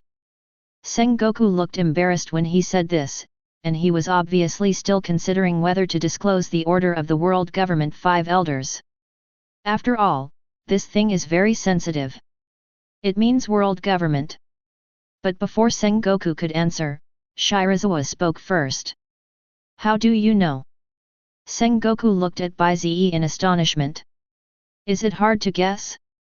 There aren't many places that can make a marine marshal like you make a decision that goes against your conscience. World government just happens to meet this condition. And Bai Ze paused and said with his eyes slightly narrowed. "Is this an order given to you by the 5 elders?" Snap! Hearing these words, Sengoku's face changed drastically and he accidentally broke the handrail next to the warship. "How do you know about the 5 elders?" Sengoku looked up and down at the most talented young marine he had ever seen in his life. Mysterious, this guy had an added touch of mystery. It is impossible for ordinary people to know the existence of the 5 elders. Could it be that Akainu told Bai Ze? Sengoku thought secretly and felt that this was the only possibility, and this guy was simply a monster. He could actually guess this. "Tell me about the orders those guys gave you, Marshal." Bai Ze said nothing else, just looked at Sengoku with burning eyes. Sengoku had no choice but to tell Bai Ze the truth. "After all, I was the one who made the mistake first, even if I was forced to do so." Soon Bai Ze fully understood the intentions of the 5 elders, which were nothing more than wanting to consolidate the rule of the celestial dragons. The best way to consolidate the rule of the celestial dragons was to let the people below check and balance each other. If everyone had something to do, they would not casually think of overthrowing the rule of the celestial dragons. You know, in recent decades, celestial dragons have been facing a lot of crises. The last time was when Rock's pirate overwhelmed Marine. So they came up with the idea of changing the world, wanting to overthrow celestial dragons and replace them. In the end, it was only through the cooperation of all forces that they were able to wipe it out in the Battle of God Valley. That battle was earth-shattering, all forces suffered heavy losses. Every failure makes you wiser. Celestial Dragons doesn't want another marine version of Rocks. So in order to prevent this from happening, the two sides can only maintain a delicate balance. Pirates can be weakened and attacked, but they cannot be destroyed. Moreover, the pirates chosen by the world government are the Red Hair Gang. They want to protect Red Hair, which is directly contrary to Bai Ze's proposition. When he learned the truth behind the incident, Bai Ze's face suddenly became extremely gloomy. A murderous atmosphere filled the entire place. Sengoku also sighed deeply at this moment, and his originally energetic face now looked a little lonely. "I can't help it. This world has been ruled by celestial dragons for 800 years. Everything is difficult to change. Even as a marine marshal, I am somewhat powerless. In front of some people, I may just be a slightly larger slave." The words are very real and bloody. This is not a question of combat strength, but a question of power. The celestial dragons regime controls every aspect of this world. Even Sengoku's position as marine marshal could be replaced if the celestial dragons were willing. Sengoku looked at Bai Ze and decided not to pretend anymore.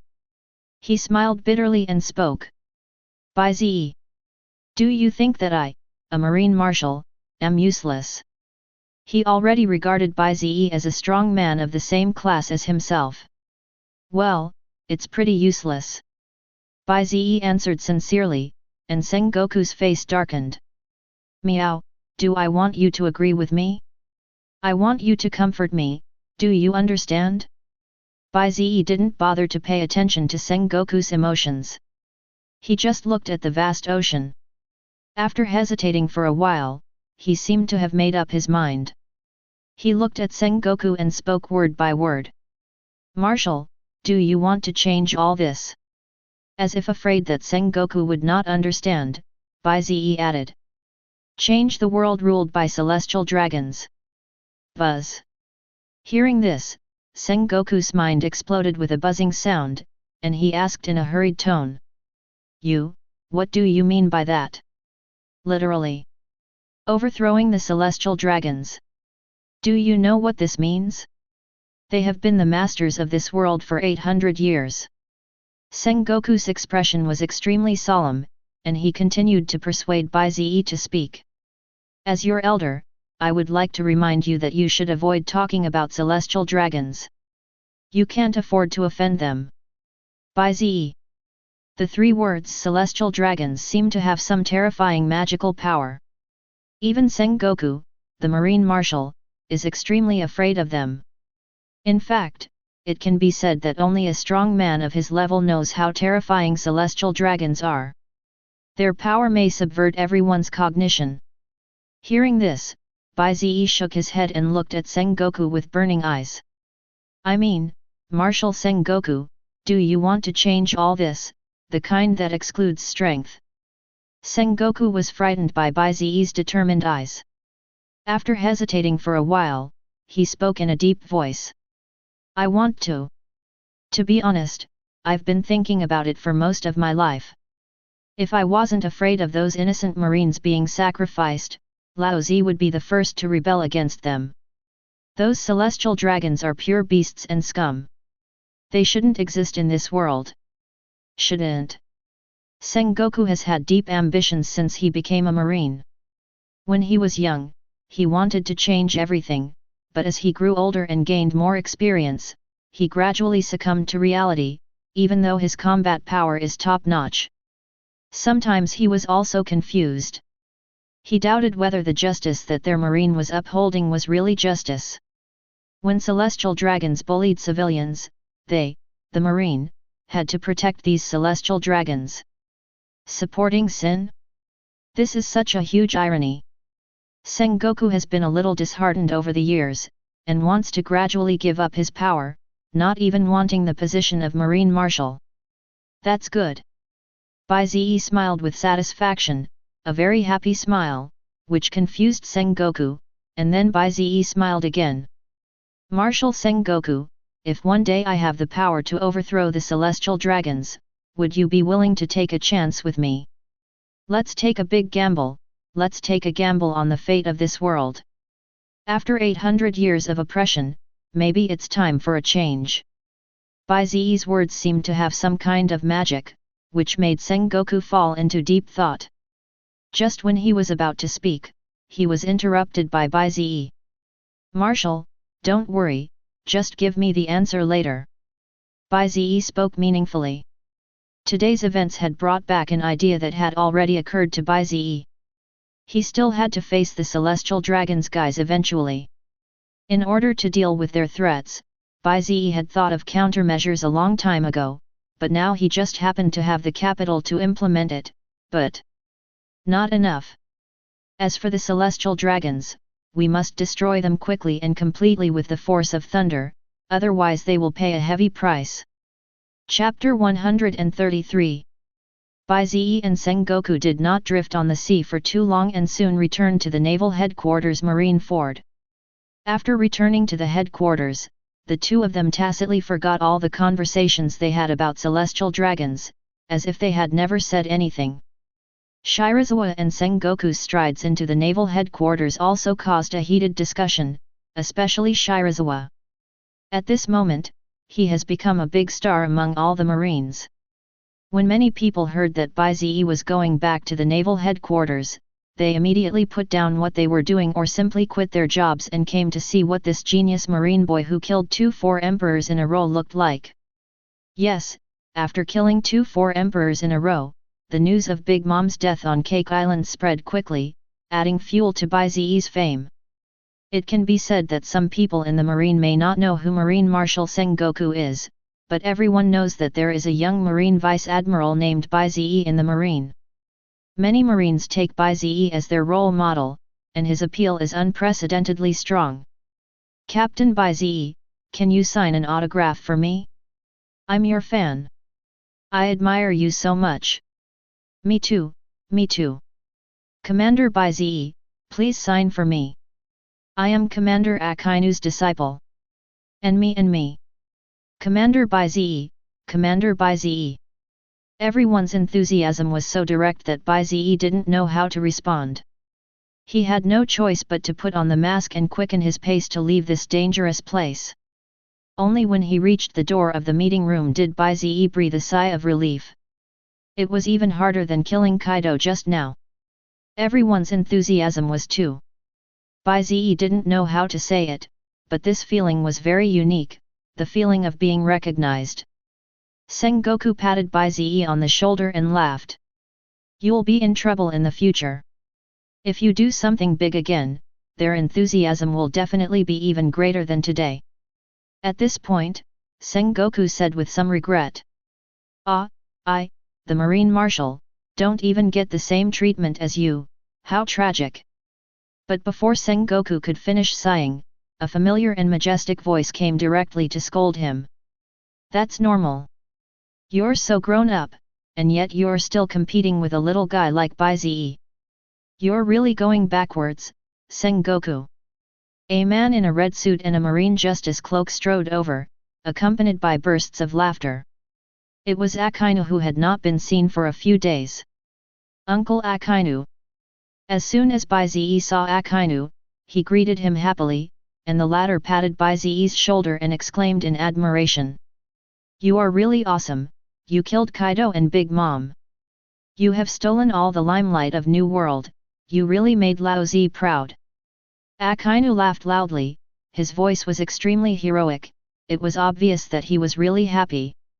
In front of Akainu, Bai Ze was just like a normal teenager, without any style that could kill a strong man like Aunt Kaido. Sengoku was watching with envy, wondering why he didn't have such treatment. It's really frustrating to compare yourself with others. Without wanting to disturb the two any further, Sengoku pushed the door open and walked into the meeting room first. Only Bai Ze and Akainu were left alone on the field. After reminiscing about the past, Bai Ze finally remembered the important matter. He looked at Akainu and asked. By the way, Uncle Akainu, how is your hunt for the remnants of the beast's pirates going? Hearing this, Akainu's face immediately darkened. We didn't catch that guy, he was just too fast, but the others have been taken to the undersea prison and are waiting for their just execution. Not catching Yin, one of the three calamities, is a big hidden danger. If the other party retaliates, some Marines may lose some more people. Bai Ze nodded without saying anything. He remembered that the devil fruit ability of Yin, one of the three calamities, was a Zoan devil fruit that was good at flying. It was normal that Uncle Akainu couldn't catch up with him. Leave that guy to me, I'll take care of him. Bai Ze smiled silly, which made Akainu feel a little better. Without further delay, the two of them walked into the conference room at the same time. The eyes of the group of people who had arrived in the conference room early soon fell on Akainu and Bai Ze. This scene was similar to the last time, with the familiar conference room and the familiar people, the only difference was that the way those people looked at Akainu and Bai Ze was different. Bai Ze knew that look was called awe. Bai Ze, who had killed 4 emperors in a row, had already let everyone know that he was already able to control many things in the marine. They treated him as an ordinary boy? No one present was a fool. White Demon Vice Admiral, Akainu Admiral. After the two stepped into the conference room, more than half of the people stood up and greeted them. Akainu was surprised to see this. This was a treatment he had never received before. Thinking of this, Akainu looked at Bai Ze on the side with satisfaction. This little guy is really good. Before I knew it, I was almost getting all the attention from him. Life is so absurd. Many people present here feel the same as Akainu. Who could have thought that a young marine could reach this point in just a few months? Everyone sat back in their seats with mixed feelings and said nothing more. Sengoku laughed at this, asked Akainu and Bai Ze to sit down and then spoke loudly to everyone. Okay, let's start the meeting now. Chapter 134. Every meeting of the naval headquarters top brass will determine the direction of the situation on this ocean, and this time is no exception. For 3 hours, nearly 20 marine executives discussed several top events that could change the world in this small room. For example, the handling of Kaido's Beasts pirates who had destroyed the 4 emperors, and Big Mom's Big Mom pirates. These 2 4 emperors level pirates groups had just been destroyed. Their previously huge territories directly became a big problem. It wouldn't be a good idea for the marine to take over everything directly. After all, those places have been occupied by the pirates for more than 10 years. Some of the ideas of the people there have been imprisoned or even changed. They think that the pirates are good and they, the marines, are invaders. Especially the younger generation. In fact, this is normal. What any ruler has to do after occupying a piece of land is to eliminate the impact, and the best way to eliminate the impact is to start from the next generation, and block the news from outside or even deliberately change some of the news from outside to let it stay in. Just ask, what will the children who grow up in such an environment become? Will they still remember that they were citizens of another country more than 10 years ago? No. They will only remember the truth they know, and these truths are often what the rulers want them to know. If there weren't some people of the older generation who still remembered the hatred and passed it on regardless of the risks, this trend would be even faster. Maybe in a few decades, those people ruled by the 4 emperors pirates would completely forget their previous history, and thus develop an absolute sense of identification with the 4 emperors pirates. Horrible. Everyone present had a grim look on their faces when talking about this topic, especially Sengoku. If the 4 emperors pirates continued to rule those places, it would be too late for them to defeat the 4 emperors pirates. Fortunately, the Beasts pirates and Big Mom pirates have been wiped out now, so it's not too late to pay some price. Thinking of this, Sengoku looked embarrassed, because this thing is just double the current Celestial Dragons situation, but a little weaker. Today, the Celestial Dragons have ruled the entire pirates world for 800 years. They are known as absolute aristocrats. Their will is irresistible and they can almost be called gods. Moreover, their arrogance over the years has made them even more arrogant. They even treat other races as human beings and dominate them as slaves. How absurd this is! But even such absurd things, under the influence of hundreds of years, not many people stood up to refute it, because celestial dragons have been constantly promoting their greatness in these hundreds of years. Their ancestors saved the whole world hundreds of years ago, so it is normal for them to have some privileges. Such constant brainwashing and killing methods have made almost everyone stop resisting the celestial dragons, because it means fighting against God, and fighting against God means certain death. Putting aside all those messy thoughts, Sengoku turned his attention back to everyone and spoke slowly. I think that after the Beasts pirates and Big Mom pirates were wiped out, we Marines should adopt a conciliatory policy towards the territories such as Wano Kuni and Wangwo that were left behind. Let them slowly accept our Marines, and even give up some of their benefits. Try not to have violent conflicts. Sengoku, who generally advocates peace, still issued a call for peace.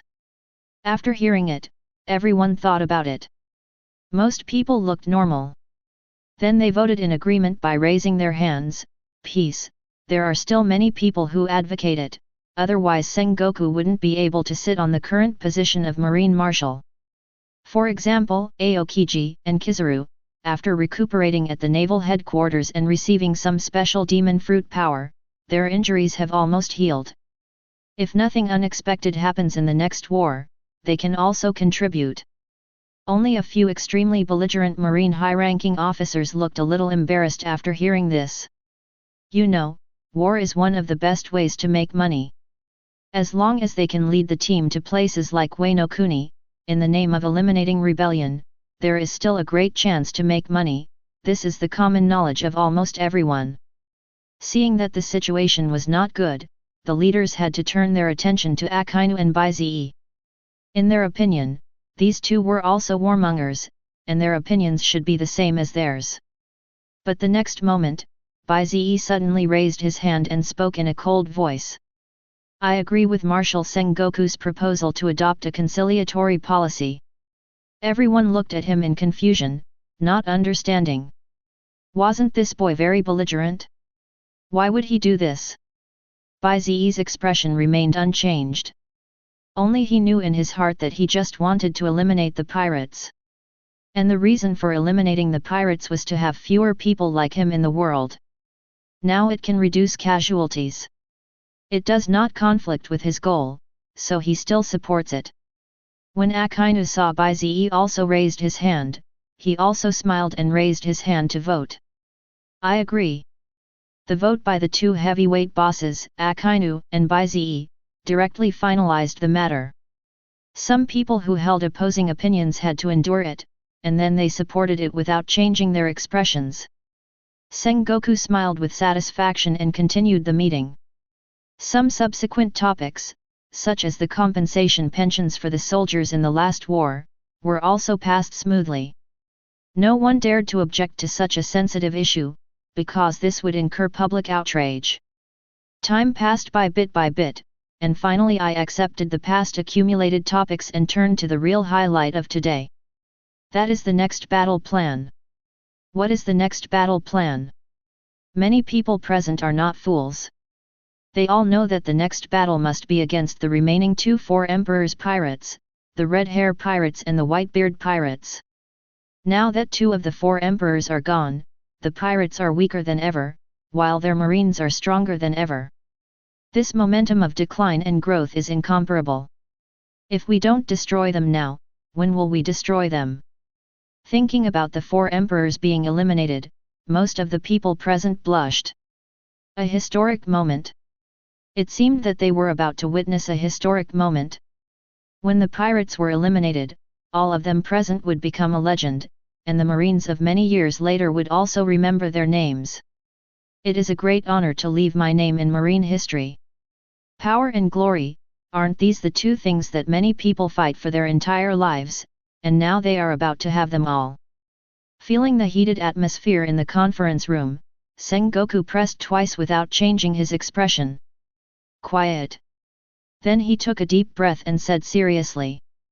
Next, let's discuss the next battle plan and target. Whitebeard Pirates. Chapter 135. For the Whitebeard Pirates, we first send out, and then.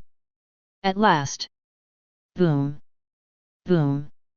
Boom. Sengoku was verbally describing the strategic arrangements on the blackboard in the conference room while writing quickly. At this moment, the conference room was very quiet, with only the rustling sound of chalk on the blackboard and the suppressed breathing of everyone. After talking for half an hour, Sengoku finally stopped, exhaled, looked at everyone and spoke. Everyone, do you have any objections to my arrangement? Everyone licked their lips and began to think. In fact, the key to Sengoku's plan was stability, which could steadily wipe out the Whitebeard pirates. But this kind of stability is different from the general stability, because this time the Marine's strength is completely overwhelming. The three Marine admirals are all on the battlefield, plus a terrifying Bai Ze is in charge. As for the Marine Vice Admiral, 1/3 of them are dispatched. The high-end combat power is a pure crushing blow to the Whitebeard pirates. After all, after dealing with the Beasts pirates and Big Mom pirates, the Marines are now completely freed up, and the manpower is more than enough to deal with the Four Emperors pirates. Not to mention some secretly deployed troops, it can be said that the Whitebeard pirates can't escape even if they want to. It's simply impossible to escape even with wings. As long as the war starts, the Whitebeard pirates will be defeated. Therefore, Sengoku's layout is a sure win, and naturally no one objects. Marshal, what are the plans for the Red Hair pirates? After a moment of silence, someone suddenly asked, the problem of the Whitebeard pirates has been solved, but what about the problem of the Red Hair pirates? Some people reacted instantly. Yes, there is also a red-haired Shanks.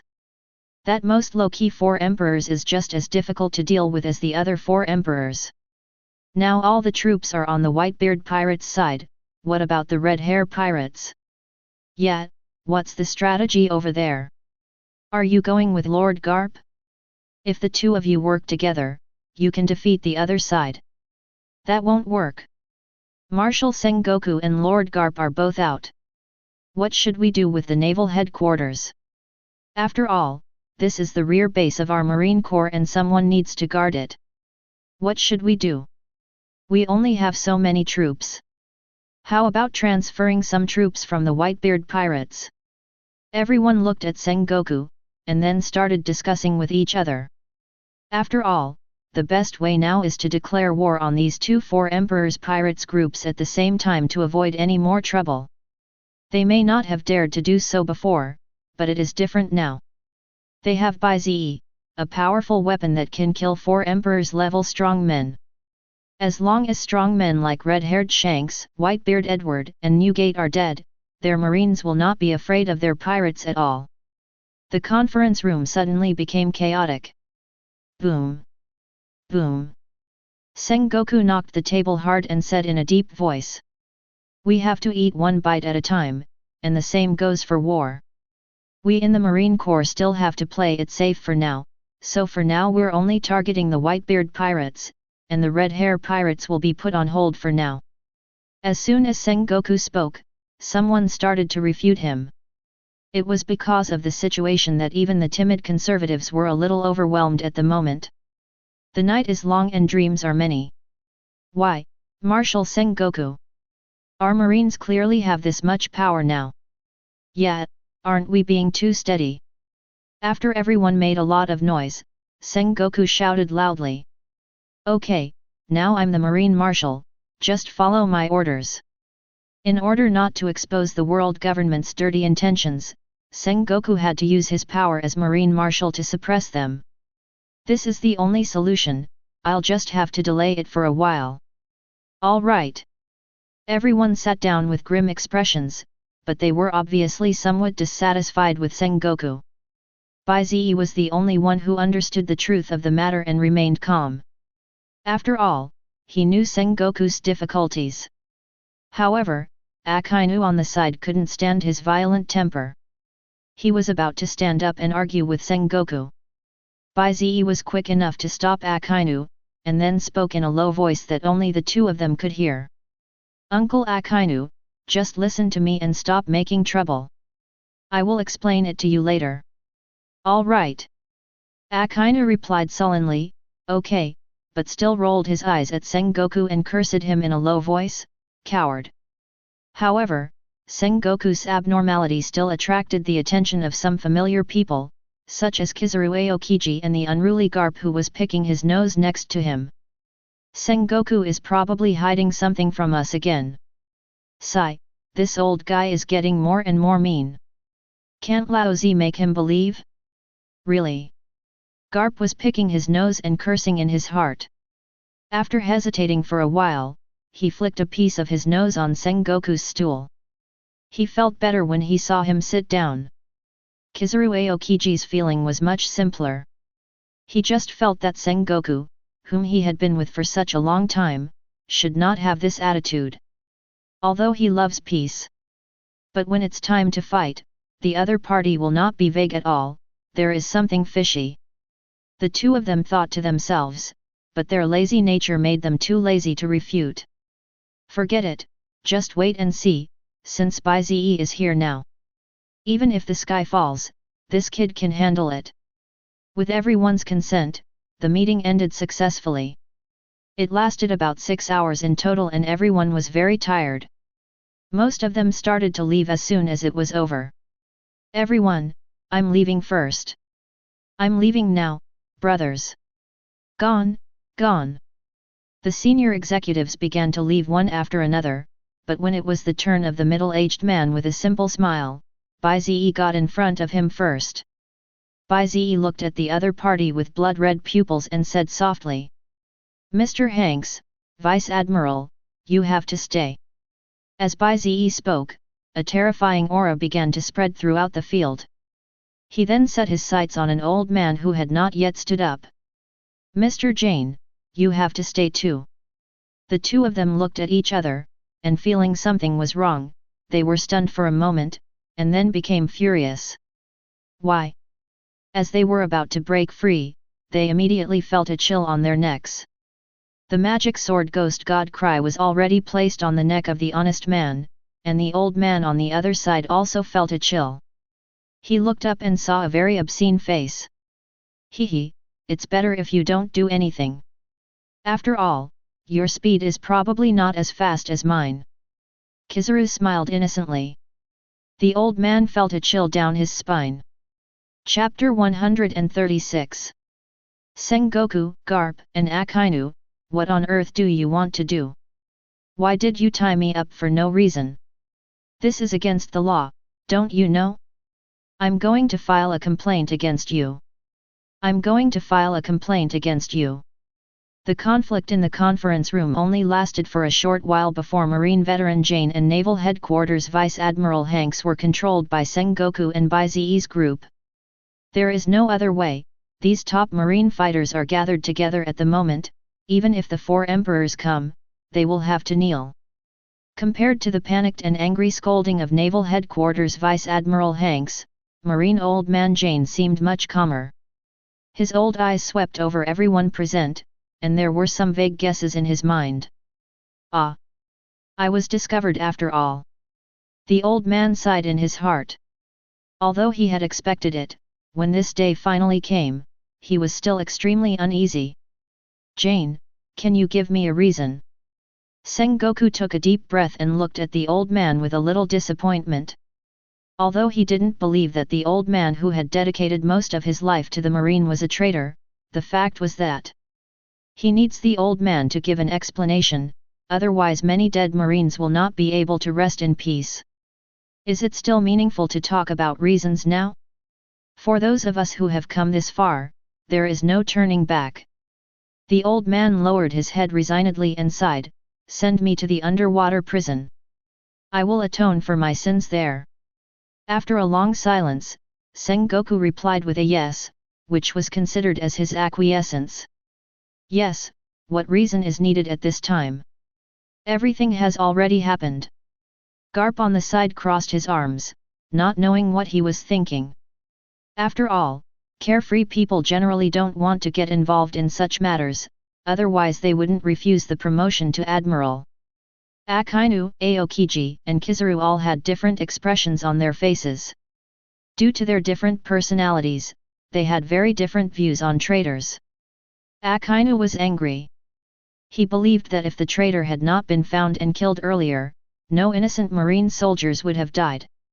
Aokiji lamented that it was a bit sad for an old Marine to do such a big thing. Kizaru still looked indifferent, because he had already let it go. He just needed to take care of his own business, and everything else had nothing to do with him.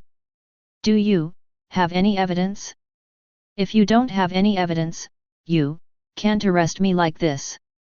This is against the law." Hanks, who probably figured out the truth of the matter, looked up in panic and spoke in his dying struggle. He didn't want to be a traitor, but the beast's pirates gave him too much. The Naval Headquarters Vice Admiral only had a few dollars, so he tipped off Kizaru when he went to attack the beast's pirates last month. Hanks felt that he had done nothing wrong. After all, Kizaru and Aokiji were not dead, right? Bang! The crisp and pleasant sound of a slap resounded throughout the conference room. Hanks covered his face with his hands and looked up in disbelief, only to meet Bai Ze's emotionless blood-red eyes. Traitors are sometimes more hateful than pirates, and the more hateful ones are traitors like you who are in high positions. What are you going to do? Hanks panicked and tried to ask others for help, but Sengoku and the others all turned their heads away, while Bai Ze just shouted softly, "Sink!" After saying that, Bai Ze's blood-red pupils trembled slightly, and Hanks just stood there in a daze. After a while, he showed a silly smile, but it soon turned into anger and then fear. Over and over again, his body began to tremble violently as if he was enduring some great terror. No! No, I was wrong, I was really wrong, please don't come over here. Hank screamed in fear like a madman. Jane, who was standing by, frowned slightly and was somewhat glad about his decision. Take him away. After a while, Sengoku said in a deep voice. Yes. Several marine soldiers stepped forward and quickly carried the two men out. Their destination was the underwater prison, where terrible punishment awaited them. After the two left, the atmosphere in the conference room became extremely depressing.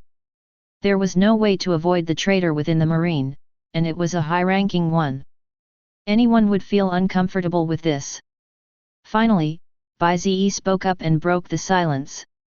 Instead of being sad, why not think about how to change the current marine system? When all Marines are proud to be Marines, I think there will be no more traitors. Bai Ze's words struck everyone present in their hearts.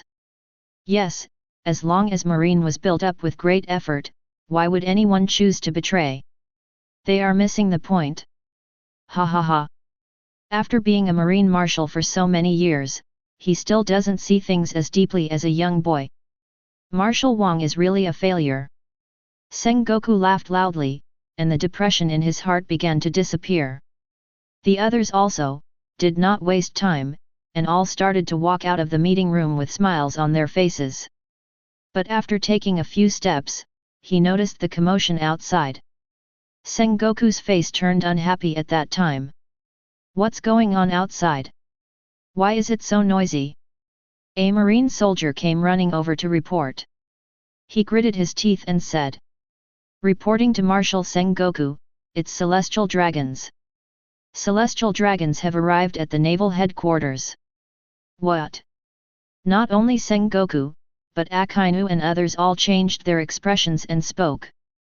Celestial dragons came to naval headquarters. Why did those damn bugs come here? You know, Marineford is the holy land of Marine. Celestial dragons usually won't set foot here.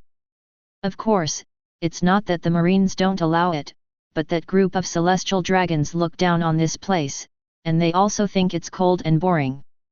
So for many years, no celestial dragons have set foot in the naval headquarters, but today a celestial dragon came, which really surprised Sengoku and the others. Let's see what the celestial dragons are going to do. Sengoku regained his composure and walked out first. Garp thought for a moment and followed him.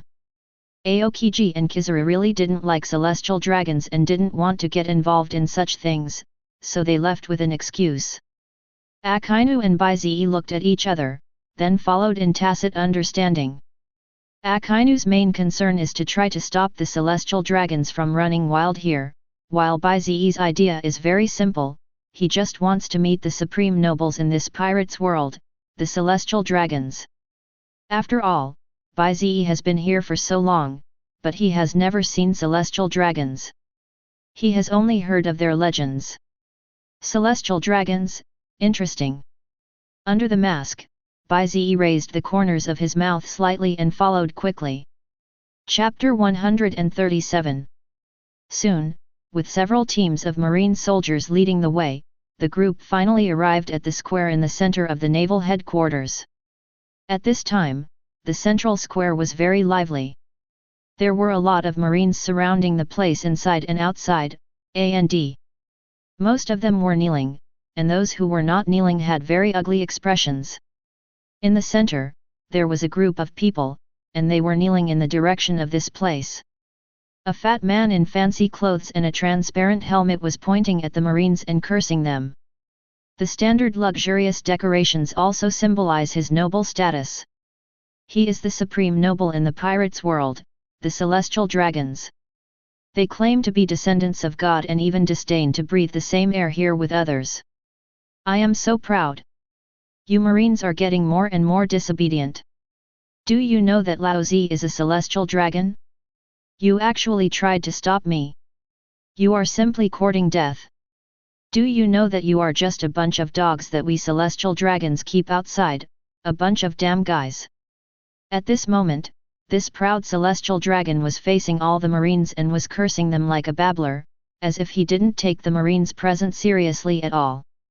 Just because they offended him, and that was the truth, this was the status of celestial dragons when facing Marines, this was why Marines were not ordinary civilians, otherwise it would be even worse, the lives of ordinary civilians would be plundered at will by celestial dragons or turned into slaves. The celestial dragons regard Marine as a dog, which is relatively not that excessive. However, this is only the celestial dragon's own opinion. The Naval Headquarters Vice Admiral, who was scolded, had no choice but to endure the unhappiness and explain. "I'm sorry, Master Celestial Dragons. The White Mage Vice Admiral is still in a meeting. If you want to see him, you may have to wait a while." "You?" Yes, the Celestial Dragons who suddenly visited actually wanted to see Bai Ze. The young Marine Vice Admiral who was so honored didn't know why the Celestial Dragons wanted to see him, but he knew it was definitely not a good thing, so he tried to delay it for a while. "Roll!" The fat Celestial Dragons roared impatiently, then picked up his pistol and pulled the trigger at the kneeling Marines. Bang! A loud gunshot was heard, and an unlucky Marine soldier fell down wailing. The Naval Headquarters Vice Admiral looked at the Celestial Dragons who opened fire in disbelief. This guy shot and killed people just to vent his anger? Is there any justice in this world? The man who sat on the seat of Naval Headquarters Vice Admiral also had the dignity of a strong man. Boundless anger filled the heart of this Naval Headquarters Vice Admiral, and he clenched his fists and wanted to take action. Trample! Trample! But the next moment, the two armored guards who had been following the fat Celestial Dragons took a step forward together, and their huge momentum directly crushed him. "Do you want to be rude to Master Celestial Dragons? They are the Celestial Dragons' travel guards, members of the Knights of God." A voice like a huge bell exploded in the venue.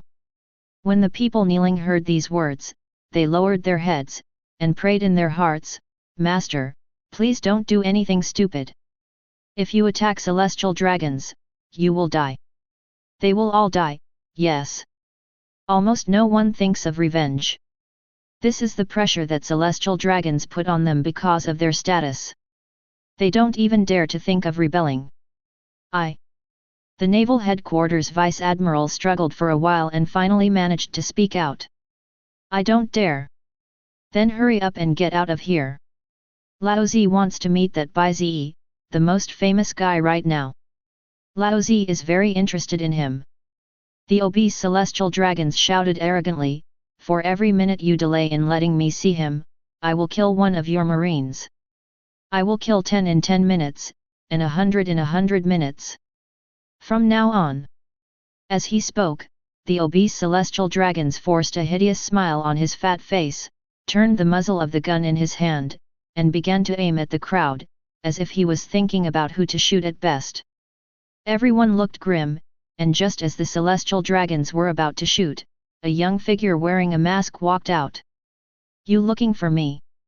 The man spoke indifferently, then stood in front of the Celestial Dragons and faced the gun. "The White Devil Vice Admiral. The White Devil Vice Admiral is here." "Oh no. Why is the White Mage Vice Admiral here? Let's go now. It's over." The group of people looked sad because they didn't want the White Mage Vice Admiral whom they respected the most to be bullied by these Celestial Dragons. He. The fat Celestial Dragons showed an extremely obscene smile. "Bai Ze, I finally meet you. I heard your name in Marie Joy's, I am really interested in you. Be my bodyguard. This is the name I bestowed upon you. I hope you will not be ungrateful." Just one sentence caused an uproar in the venue, and a group of people looked at the Celestial Dragons in anger. He let the White Mage Vice Admiral whom they respected be the guard of his Celestial Dragons, for what? All the Marines felt extremely humiliated at this moment. Akainu and Sengoku, who followed Bai Ze, also had extremely ugly expressions on their faces, especially Akainu, whose tiger eyes burst out with unimaginable anger. "Lao Ze wants to kill this guy. Bai Ze is Akainu's Achilles heel, and this Celestial Dragons guy is simply looking for death. Akainu, don't. Sengoku quickly stopped Akinu from trying to persuade him anxiously, this guy is a celestial dragon. If you attack him, the consequences will be serious. Do you want to see an ordinary marine lose his life in vain? After hearing Sengoku's last words, Akinu managed to calm down, but his murderous intent had not dissipated. Let Bai Ze handle it himself. I believe he can handle it. Sengoku persuaded, and Akinu listened expressionlessly. On the square. Listen to the other person's ridiculous words. Bai Ze looked at the celestial dragons in front of him expressionlessly, and found that he did have some impression of this guy. Isn't this the Charlos saint who will appear in Sabayati archipelago in a few years? This guy is still as ugly as ever, the kind that makes you feel sick just by looking at him. Is this the celestial dragons, one of the world's nobles? Bai Ze thought about it carefully and felt relieved. These guys who claim to be descendants of God seem to look down on other races and worry that they will pollute their bloodline. So generally, marriages within the clan have been going on for 800 years, it's normal for this kind of mental retardation to occur. Bai Ze was a little sad. It was really a bit of a butterfly effect. He didn't expect to meet this guy in advance. Marine, why are you silent? Are you mute? Lao Ze is giving you a gift by letting you be my bodyguard. Saint Charles cursed angrily when he saw Bai Ze didn't say anything. In his mind, not letting Bai Ze be a slave but a guard was already giving Bai Ze enough face. If he hadn't been so interested in Bai Ze's deeds during this period, he, Saint Charles, would really not want to come to Bai Ze. After all, he was bored of staying in Marie Joyce and wanted to go out and have some fun, and he just happened to be in need of a guard. Be your bodyguard. Bai Ze took a step forward, and the corners of his mouth slowly curved up under the mask. Chapter 138. Celestial Dragons actually wants Bai Ze to be his bodyguard, which is a humiliation to everyone in the naval headquarters, because Bai Ze is the face and hero of their current naval headquarters. What the hell is it to be a bodyguard for celestial dragons? And everyone in the naval headquarters knew how proud the white mage vice admiral was. At that moment, everyone felt that something was wrong. Is there going to be a conflict with celestial dragons? This could lead to serious consequences. Being your bodyguard, hey, Under the mask, Bai Ze pondered for a moment, and suddenly smiled softly. I do. The sound is not loud but loud enough for everyone to hear. Saint Charlos smiled with satisfaction, and said that letting Bai Ze be his bodyguard was a blessing to the latter. The people of the Knights of God behind him also slowly breathed a sigh of relief, and their expressions were not so nervous anymore. Because just after Bai Ze arrived, they really felt a huge pressure like a tsunami, it seemed that they would die in the next moment. Fortunately, the young man agreed. But, it's different for others. Snap! Snap! For a moment, everyone in the naval headquarters square was dumbfounded when they heard Bai Ze's answer. Did they hear it right? The white mage vice admiral was actually willing to be the bodyguard of the celestial dragons. This! How is this different from being willing to be a celestial dragon's dog? At that moment, a group of marines all raised their heads indignantly, their eyes full of ferocity and shame, because they all believed that the proud white mage vice admiral was willing to be the bodyguard of the celestial dragons just to protect them. So Bai Ze would rather give up his dignity to protect them now. Thinking of this, a group of brave marine soldiers who were once rescued by Bai Ze actually stood up. Vice Admiral White Mage, don't agree to him. You are the pride of our marines, how can you be a guard for celestial dragons?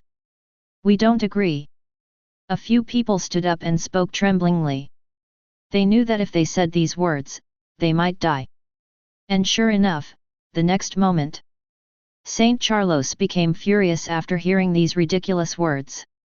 You lowly marine, you're looking for death. As he said that, he pointed the gun at the men and pulled the trigger without hesitation, with a cruel smile. Bang! Bang!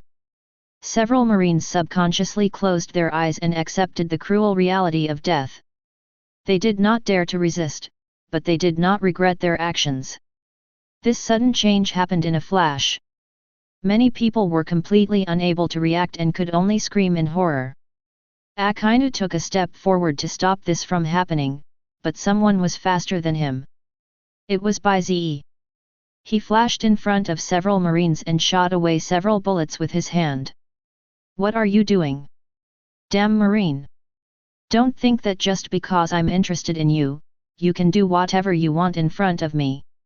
Saint Charlos shouted angrily when he saw this, but the next moment Bai Ze spoke softly with an indifferent look in his eyes. "Just shut up." Buzz. The sound was not loud, but it made Saint Charlos freeze in place. He didn't even dare to breathe, because his eyes met Bai Ze's terrifying Mangeki Sharingan. The strange symbol grew bigger and bigger in his mind, and murderous aura like a mountain of corpses and a sea of blood filled his brain. He was actually really scared for a moment, as if the Marine in front of him really dared to kill him. You. Saint Charlos pointed at Bai Ze in disbelief. Phew. Then the next moment, as a celestial dragon, he peed without any hindrance. He, a great celestial dragon, was actually scared to pee. The muffled smell made many people cover their noses in dissatisfaction.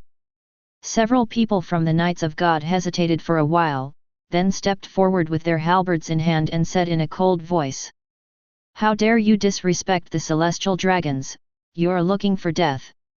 The word seeking death was said loudly, but no one dared to attack Bai Ze directly, because Bai Ze's murderous aura was too terrifying. Even they were afraid. Their responsibility was to protect the celestial dragons.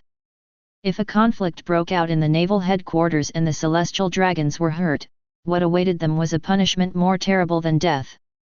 Trample. Trample. Sengoku Garp Akainu finally joined forces and appeared on the scene, especially Garp who cared the least about celestial dragons. He started to curse with disdain. How come these celestial dragons bugs have come to the naval headquarters again? What a nuisance! He picked his nose and flicked it directly in front of Saint Charlos, making the latter furious but helpless. Marine hero Garp, this name is very famous in their celestial dragon's holy land Marie Joyce. His elders have also warned him that the other party is a complete lunatic. Let him not provoke him. After taking a few deep breaths, he endured it again. But the next moment, a man in a red suit and a marine justice cloak pointed at him and started cursing. "Damn celestial dragons, how dare you let my little brat be your guard? Do you think you are worthy enough?" Akainu, who had been holding it in for a while, finally couldn't hold it in any longer and started cursing without caring about the consequences. Sengoku on the side didn't even have time to stop him. Not good. Sengoku thought to himself that this was not good. He resisted the urge to slap the celestial dragons to death in front of him and wanted to be a peacemaker, but Saint Charlos didn't give Sengoku any face at all. He pointed at everyone and yelled, "All of you Marines, just wait, I will make you pay the price. If I make you my slaves, lying on the ground like dogs." All kinds of dirty words kept coming out of Saint Charlos's mouth. He had already decided that Marine must pay the price for this. Even Sengoku, who had always wanted to maintain peace, became a little angry. Even though the terrifying aura was suppressed, it still permeated the field, and the same was true for Akainu and Garp. The Marines, who had just killed 4 emperors, were at their peak of morale, and now they had to deal with this kind of thing. It's really infuriating. They really want to kill the celestial dragons in front of them. The few marine soldiers who still had some backbone also stood up against the celestial dragons, looking fiercely at Saint Charlos. You have to know that this was considered a very disrespectful act in the past and would result in the extermination of the entire clan. Huff. After cursing for a long time, Saint Charles finally had time to stop. When he came to his senses, he saw hundreds of people looking at him with hateful eyes. He was almost scared to death again. what do you want to do? St. Charles was really panicked at this moment. He couldn't understand why Marine, who had always been as docile as Mian Yang, would treat him in this way. Why on earth? Among the nearly several thousand Marines present, there were actually only about 200 who dared to stand up and glare at St. Charles, most of whom were rear admirals and vice admirals, and there were only a few ordinary Marine soldiers. This ratio really chills Sengoku. You know, this is the naval headquarters. If it were outside, almost no Marine would dare to stand up and resist. This is the power of celestial dragons. Damn it! Looking at the arrogant look of St. Charles, Sengoku clenched his fists, gritted his teeth and roared softly. He never wanted to change this situation for a moment. Trample! Trample! Suddenly, Bai Ze slowly walked over, patted Sengoku's shoulder gently and said, "Marshal, why are you so angry?" Bai Ze said calmly, "Let me take care of everything, okay?" Then he looked at Akainu and Garp, who looked at Bai Ze's confident eyes, and they all restrained their momentum. Sengoku even said to everyone, "Everyone, go away. It's inappropriate for you to gather here together." Seeing this, everyone was helpless and had to gradually disperse. When St. Charles saw that everyone was dispersing, he thought that they were afraid of him, and instantly became arrogant again. Then he pointed at Bai Ze, the guy who had just agreed to be his bodyguard, and gave him an order. "Go and capture them for me. How dare they look at me like that? It's outrageous. Lao Ze is a celestial dragon, I want that guy to be my slave." St. Charles was howling, his nose was swishing and his fat face was really disgusting. Bai Ze looked impatient, and with one foot he stepped on the terrifying conqueror's haki, and with Bai Ze's unique murderous aura he swept towards the holy seat of Charlos. "Didn't you hear me telling you to shut up?" Several members of the Knights of God tried to step forward to stop them but were immediately restrained and unable to move. Bai Ze walked slowly to the almost collapsed St. Charlos and spoke word by word. "At this time tomorrow, I will come to you to be your guard. Just wait. But you better not cause any trouble at naval headquarters. Do you understand me?" "Listen, I understand." St. Charlos answered stupidly, feeling very aggrieved in his heart. Who is the master and who is the servant? He is a celestial dragon. At this moment, St. Charlos already regretted letting Bai Ze be his bodyguard. But the pride of celestial dragons made him suppress this thought, and he was constantly looking forward to it in his heart. After Bai Ze and he left Marineford, he must take revenge on him. Must.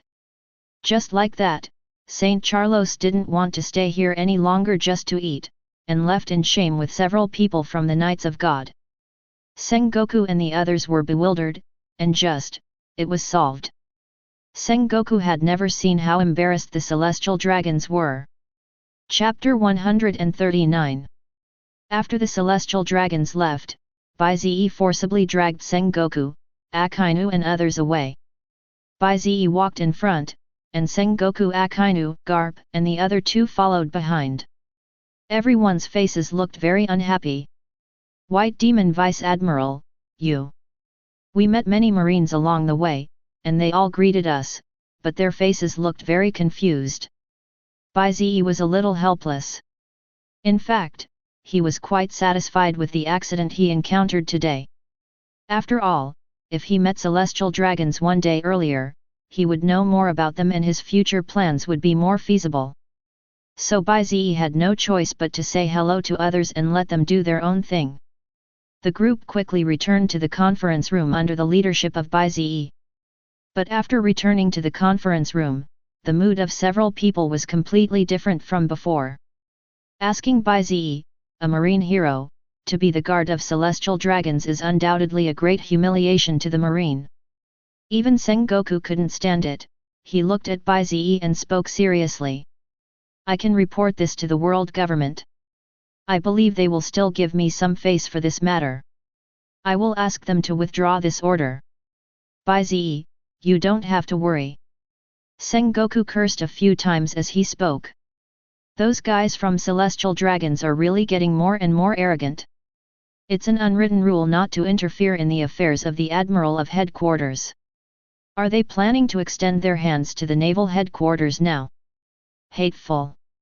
Before Sengoku could finish his words, Bai Ze waved his hand and said, "Don't worry about me, I have my own plans. It's just a celestial dragon, it can't threaten me." When Bai Ze said this, he was extremely confident. Akainu and Sengoku looked at each other. That's right, who is Bai Ze now? He is a top-level strong man that even they can't deal with. Can they still let the celestial dragons bully them? Or should they worry about the celestial dragons not being bullied by Bai Ze? Interesting little brat, I just like your temper. If you get into trouble later, I can help you out if you don't mind. Garp suddenly laughed out loud. Bai Ze thanked him, and Akainu followed immediately. He glanced at Garp and cursed the old man in his heart for being unsportsmanlike. Is it your turn to help Bai Ze? Don't worry little one, your uncle Akainu will always be with you. Aren't they just celestial dragons? I really don't believe that if I offend an ordinary celestial dragon. What can those guys do to Lao Ze? Bai Ze's 8 inner gates technique helped Akainu to regain his life. Akainu doesn't mind fighting for Bai Ze. And the celestial dragon's outrageous behavior at the naval headquarters today really p'd off Akainu and the others. If they didn't want the ordinary marines to die in vain, they wouldn't have been able to hold back. Listening to the opinions expressed by several people, Bai Ze was slightly moved, but he still did not forget the important business of today. Bai Ze spoke in a deep voice. Marshal Sengoku, Mr. Garp, and Uncle Akainu. Have you ever thought about what we Marines should do in the future after dealing with all the pirates? Just one sentence made several people frown. There is a lot of meaning in these words. Bai Ze ignored the expressions of the few people and continued to speak. When we were first established, the Marine was to fight against pirates and bring peace to the ocean. We are the Marines of Justice, the ones who selflessly dedicate themselves to peace. Us. The more Akainu and the others listened, the more they became dissatisfied, because Bai Ze's following words were all flattering to Marine, as if the world would not function without Marine. But several people knew in their hearts that their seemingly powerful Marine was just a tool for some people. And that group of people are the Celestial Dragons, the supreme nobles in the pirates' world. Sengoku frowned and interrupted Bai Ze's words. Bai Ze, can you tell me your purpose? Bai Ze paused and smiled slightly. Okay. Chapter 140.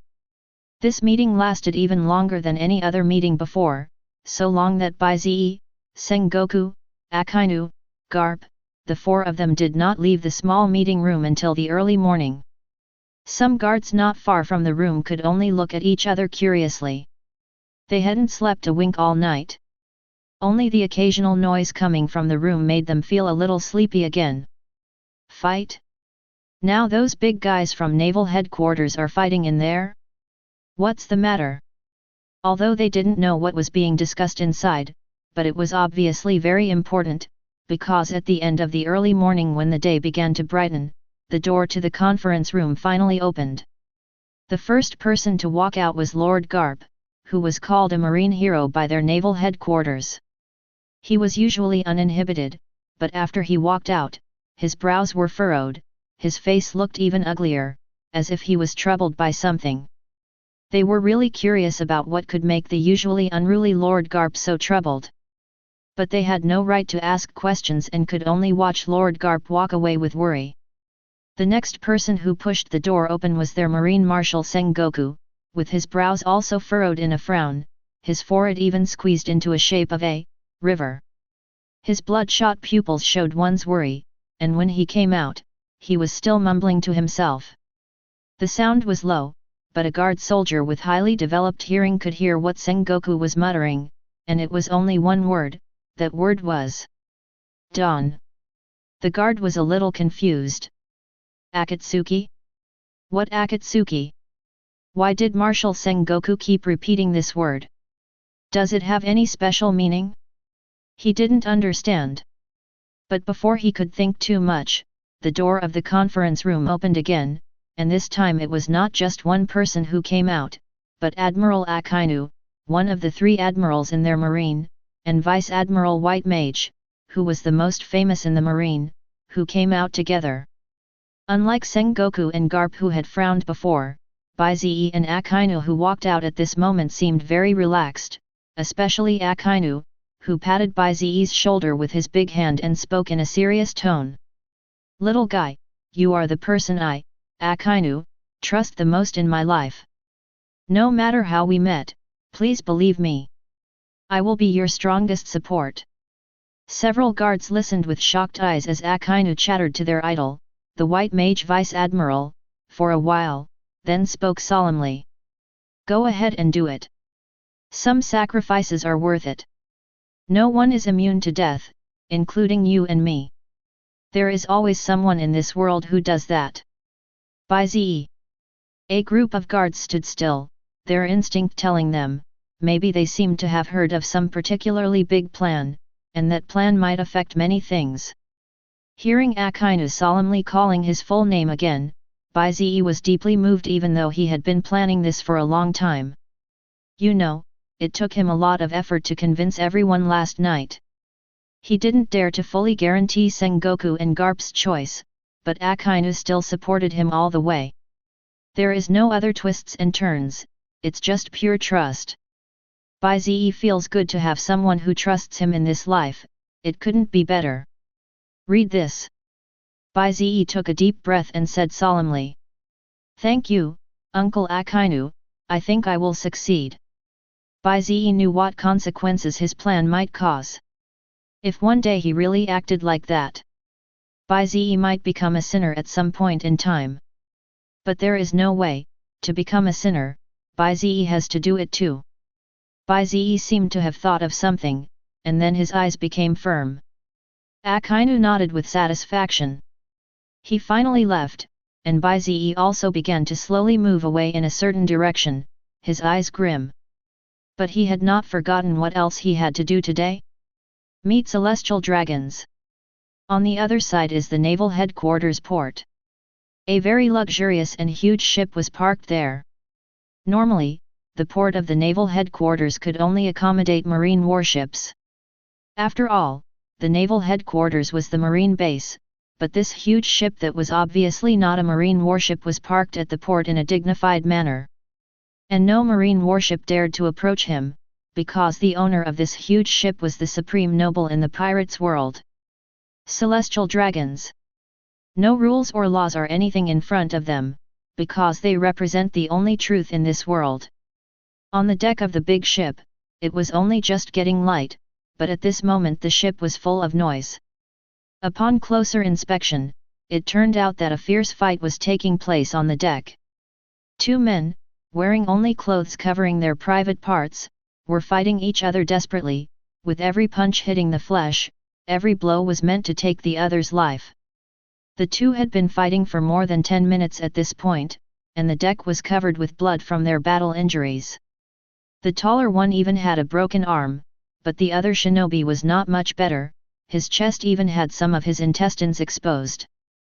But they still fought desperately, because if they stopped, what awaited them would definitely be death, or even something more terrifying than death. Bang! Bang! Bang! Finally, after the 2 continued to fight for a few minutes, the man with exposed intestines was defeated. The tall man won the final victory. But as soon as he won, he knelt down and begged.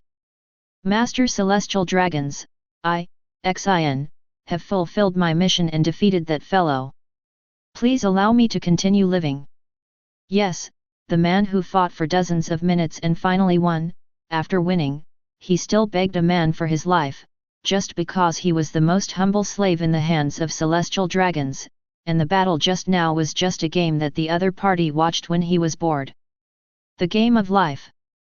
Saint Charlos was lying on the chair, and he felt very satisfied when he saw the tall man begging for his life in front of him. Yes, that was the feeling. This feeling of playing with other people's lives was simply too intoxicating. What he liked most was to see these slaves begging in front of him. That crying expression is simply celestial dragons adults. The tall man spoke again cautiously. He. Saint Charlos laughed a little crazily and shook his head. I promised you to keep you alive, but what use are you to me in your broken state now? Tell me, my humble slave. Hearing this, the tall man panicked instantly. He looked at himself with one leg and one arm broken, his desire to survive reached its peak, and he immediately begged with tears in his eyes. Master Celestial Dragons, you can't go back on your word like this. Bang! A bloody hole instantly appeared on the man's forehead and he fell to the ground fiercely, his eyes filled with deep resentment. I don't need any trash here, even if that trash is a slave. St. Charles slowly put away his pistol. He did not sleep the whole night. Even he was tired of watching such fighting scenes. But he was helpless, because his hatred for Bai Ze was too great. Thinking of the humiliation that the damn guy had inflicted on him yesterday, Charles Saint was going crazy, so he could only play these games to eliminate his impatience. Damn Bai Ze, why haven't you come yet? Damn it, damn it! Saint Charles shouted angrily, once you board Lao Ze's ship and leave Marineford. Lao Ze will definitely take you to Marie-Joyce, and there Lao Ze will let you know what cruelty is. You will definitely pay the price, definitely. Before, Saint Charlos asked Bai Ze to be his bodyguard just for fun, but now it's different. He just wants to kill Bai Ze.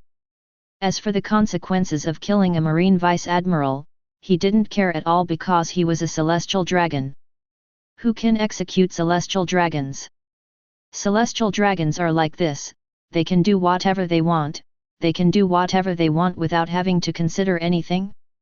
Oh, you want to take me to Marie-Joyce? I'd love to. Suddenly, a soft sound rang in his ear, and St. Charles was instantly frightened and got goosebumps. He turned around and saw the face that he hated. It was Bai Ze, but he was not wearing a mask at this moment, his young face was filled with a cold smile. Chapter 141. You. Saint Charlos was so frightened that he took several steps back, shouting guards. Stand back, stay away from Master Celestial Dragons. The Knights of God standing by were horrified and quickly reacted, and at the same time, they became even more wary of Bai Ze. What a fast speed! When did this guy get on board? This sudden change made Bai Ze the target of public criticism. The dozen or so slaves nearby looked at this sudden uninvited guest with a little fear. Who is he? Is he the new slave of Master Celestial Dragons? But why doesn't he have an explosive collar around his neck? While they were observing Bai Ze was also observing them. To be honest, this was Bai Ze's first time on the Celestial Dragon's ship. As soon as Bai Ze came up, his first feeling was luxury. Many of the things here were things Bai Ze had never heard of, but the only thing he knew was that those things were very expensive. Other than that, there was a strong smell of blood. Bai Ze narrowed his eyes and looked at the corpses below that looked like they had just died, and had some guesses in his mind. This group of people should be slaves who were toyed with by celestial dragons and died. As for the others, Bai Ze looked at the slaves who were not dead yet. There was nothing but despair. Bai Ze saw such a big color in their eyes. It seems that these people have lost hope of survival and are now living like the walking dead. Call. Bai Ze's image of the celestial dragons as beasts became more concrete in his mind. After taking a deep breath, he looked at the people of the Knights of God who were waiting for him with a bit of helplessness and spoke. I am a guard invited by your master, Celestial Dragons. Is this how you treat me? Being scared by a marine like me is not something a celestial dragon would do. Sure enough, after hearing Bai Ze's words, St. Charles finally regained some courage. He pointed at Bai Ze and spoke loudly. That's Lao Ze is a celestial dragon. How could I be afraid of a lowly marine? St. Charles came up with a smell of urine and laughed at Bai Ze. Are you right? Hee hee. Bai Ze said nothing, turned around and walked to the side and sat like a big boss. St. Charles just stood there in a daze. He moved his lips slightly and wanted to say to kill this guy immediately. But as soon as he opened his mouth, he was met with Bai Ze's gaze as if he was looking at a dead person. Buzz. He suppressed it instantly. FK. He really felt that he would die if he said it. St. Charles was stunned. Is this a marine? He almost peed again. Damn it, it was so damn it. St. Charles's chest heaved violently. Actually, his original purpose of coming here to find Bai Ze as a bodyguard was to take Marie Joyce to fight with other people's bodyguards. Yes, a fight. What kind of bullshit was his purpose of coming all the way to naval headquarters to take Bai Ze away? The whole thing about accompanying him to other seas to find slaves was fake. He just wanted to gain face when fighting with other celestial dragons. Face. For these celestial dragons who have everything, it is the only thing they are still interested in. St. Charles has made up his mind at this moment.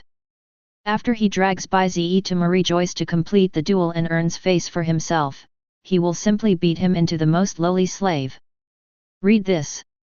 St. Charles took a deep breath and pretended to be calm before speaking. Then just stay here and follow me to Marie Joyce.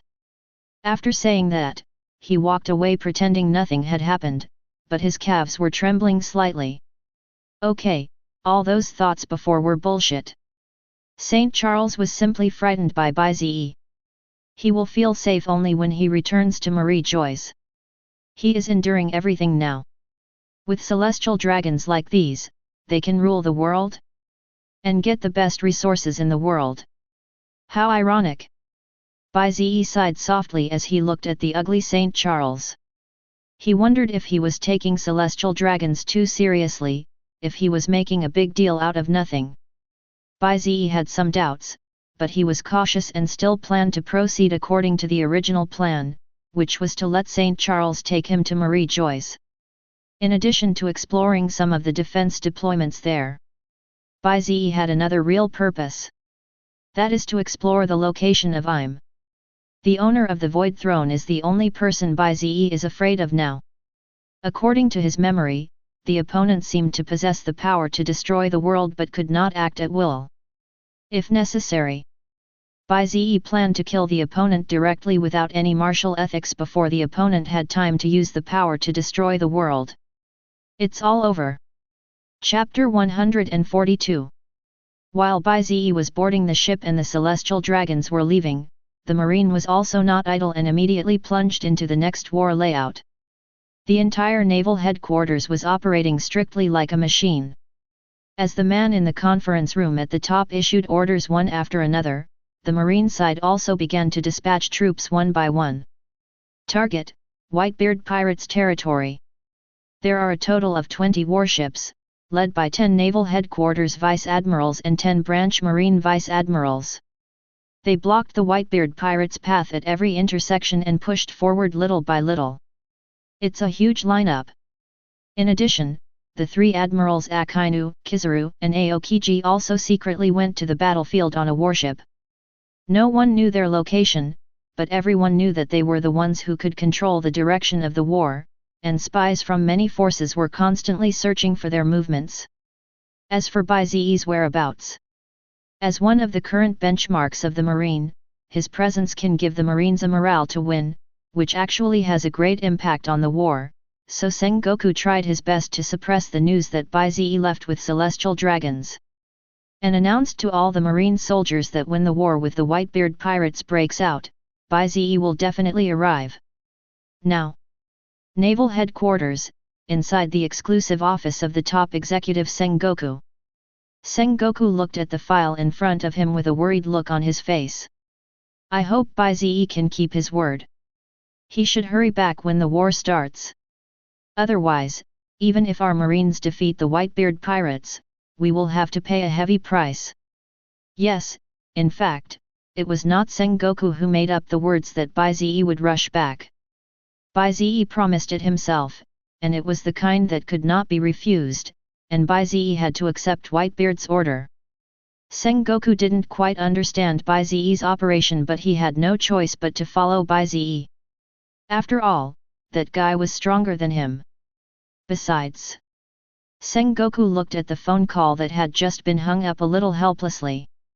In fact, the 5 elders had just called him again to urge him, that is, not to take action against the red hair pirates.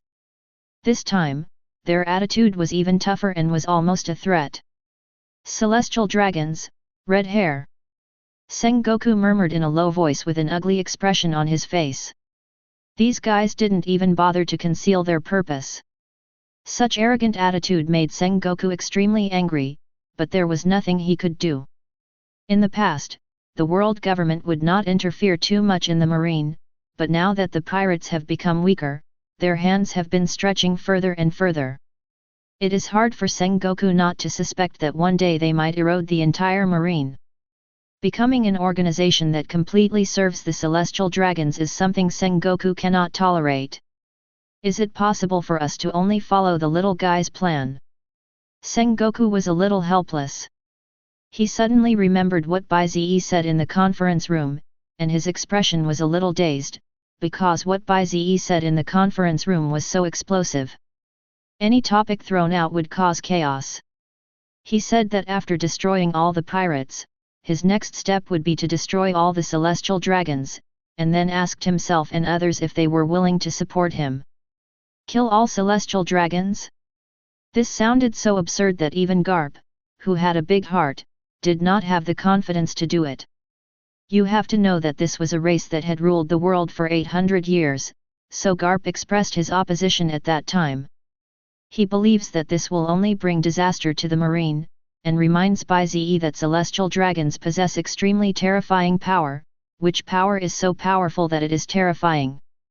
The terrifying power behind the celestial dragons is what they are truly afraid of. Otherwise, with Garp's own hatred for celestial dragons, he would definitely be the first to kill them. And he didn't deny it at that time, which was considered as his tacit agreement. After all, Bai Ze had asked him once before. But what surprised Sengoku was that the little guy Bai Ze seemed to have anticipated it. Bai Ze tapped the table lightly, making a crisp thumping sound, and then looked at them indifferently. He still remembered how confident Bai Ze's expression was at that time. Bai Ze spoke softly to them. Whether you believe it or not, after destroying all the 4 emperors, I will have power comparable to that of God. Do you want to continue to live under the celestial dragons, or do you want to rebuild a civilization, a fair civilization? That civilization. That night, Bai Ze talked to himself and others about the future world system. Bai Ze said that all nations in the future world can live in harmony on all lands. There will be no classes and no oppression in that world. In that world there will be sound laws, the strong will be punished for their crimes, the weak will be supported when they are bullied, a republic for all. Be your own master. When Sengoku and the others heard these words, some images of this future world appeared in their minds. It was indeed very beautiful. To be honest, Bai Ze impressed him, and also impressed Garp. This world needs to change. At that time, Bai Ze's eyes were nothing like that of a 13-year-old boy, but more like a pioneer with a goal. He looked at himself and others and said loudly, "Please follow me. Gentlemen, in the name of Akatsuki." Shirazawa finally told Sengoku and the others about his ultimate dream, which is to create an organization independent of marine. Although the purpose is revolution, it is different from the current revolutionary army, because Bai Ze's organization only wants the most powerful people, and each of them must have top-level power to dominate the direction of the war. Apparently, Sengoku, Garp, and Akainu all meet this criteria. If this organization is really established, Sengoku can't imagine how terrifying its strength will be. But after thinking for a long time, he and Garp agreed, but there was a requirement, which was that Bai Zao proved that his strength could really touch the realm of God, and could really compete with the celestial dragon's trump card. Sengoku put his head on his hands and whispered softly. Akatsuki? This is quite interesting. I hope Bai Ze won't let me down. Time passes by bit by bit. The other side. In Whitebeard territory. As the marine forces were deployed towards the Whitebeard territory little by little, even the dumbest members of the Whitebeard pirates knew that the war against them was about to begin. Marco, the captain of the first squad of the Whitebeard pirates, was extremely anxious at the moment. He had been busy like a little motor during this period of time, running back and forth everywhere, just trying to find a way out of the impasse.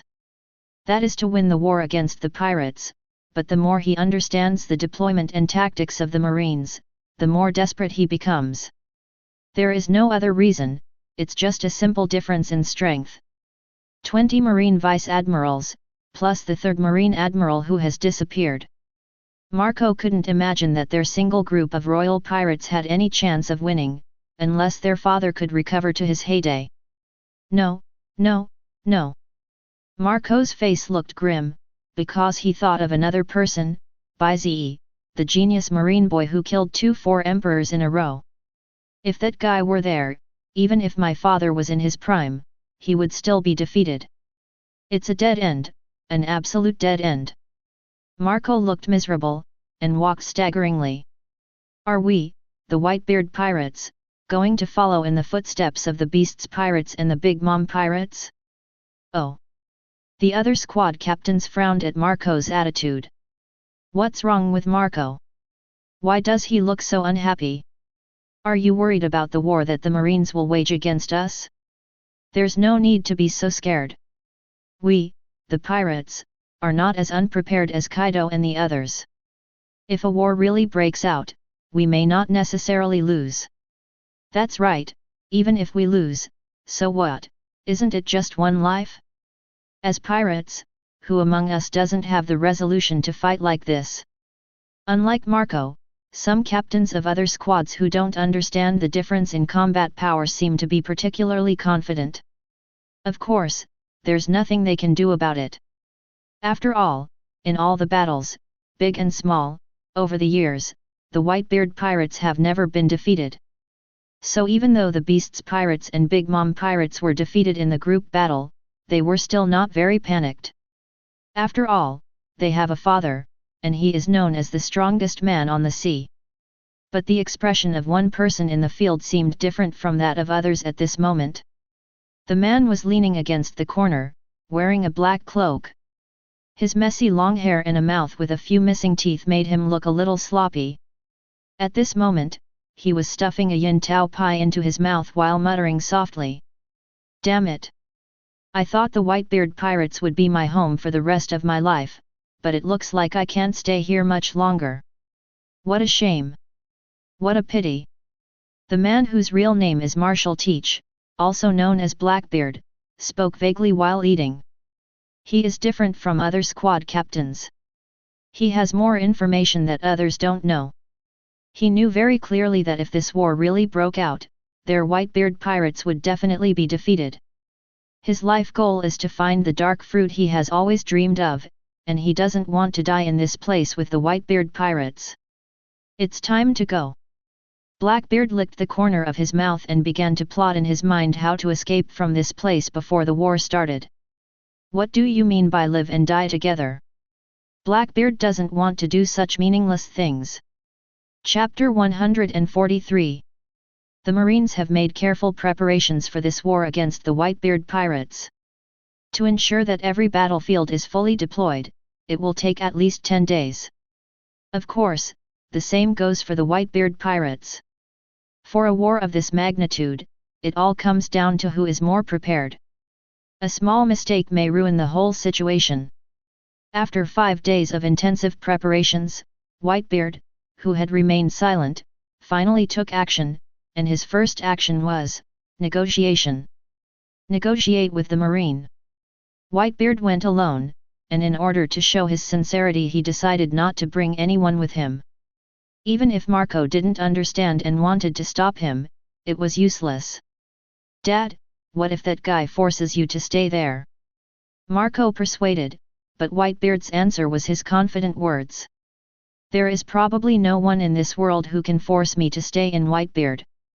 Don't worry, I am just testing whether there is a possibility.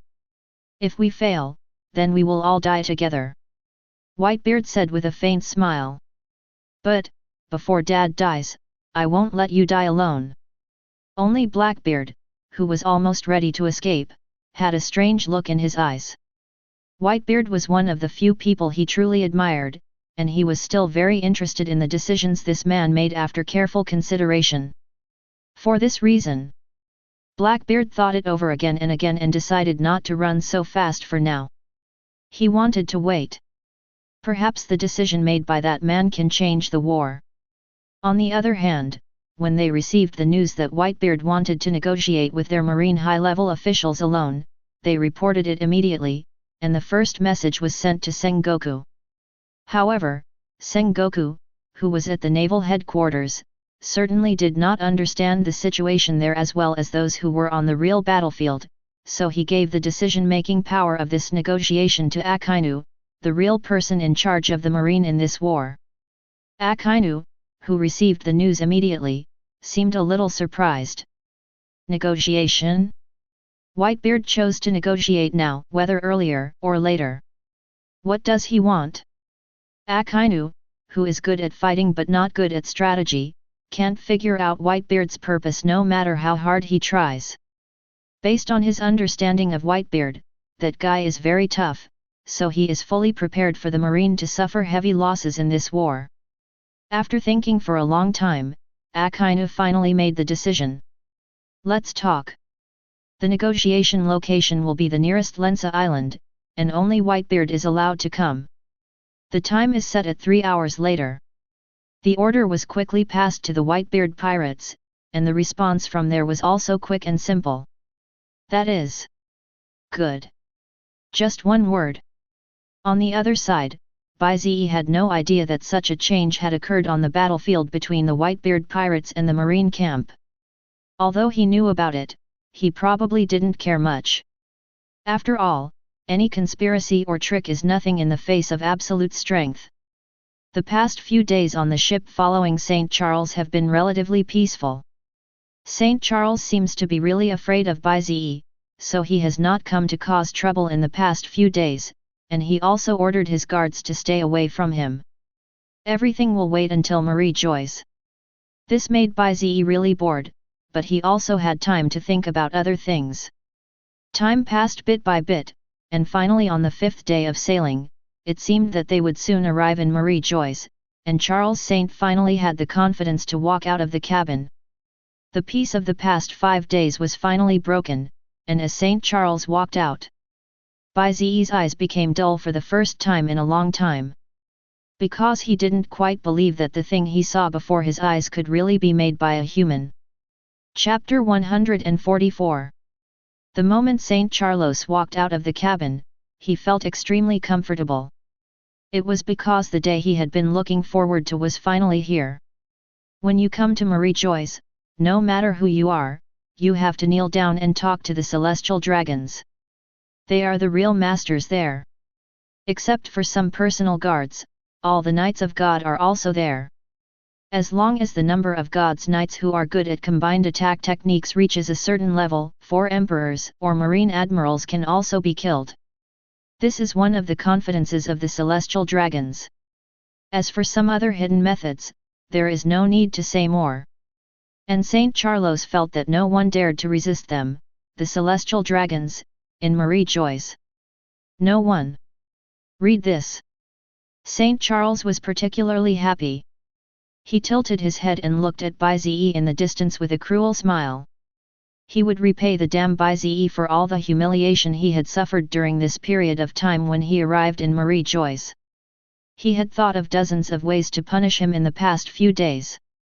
Humph, this is what happens when you go against the celestial dragons.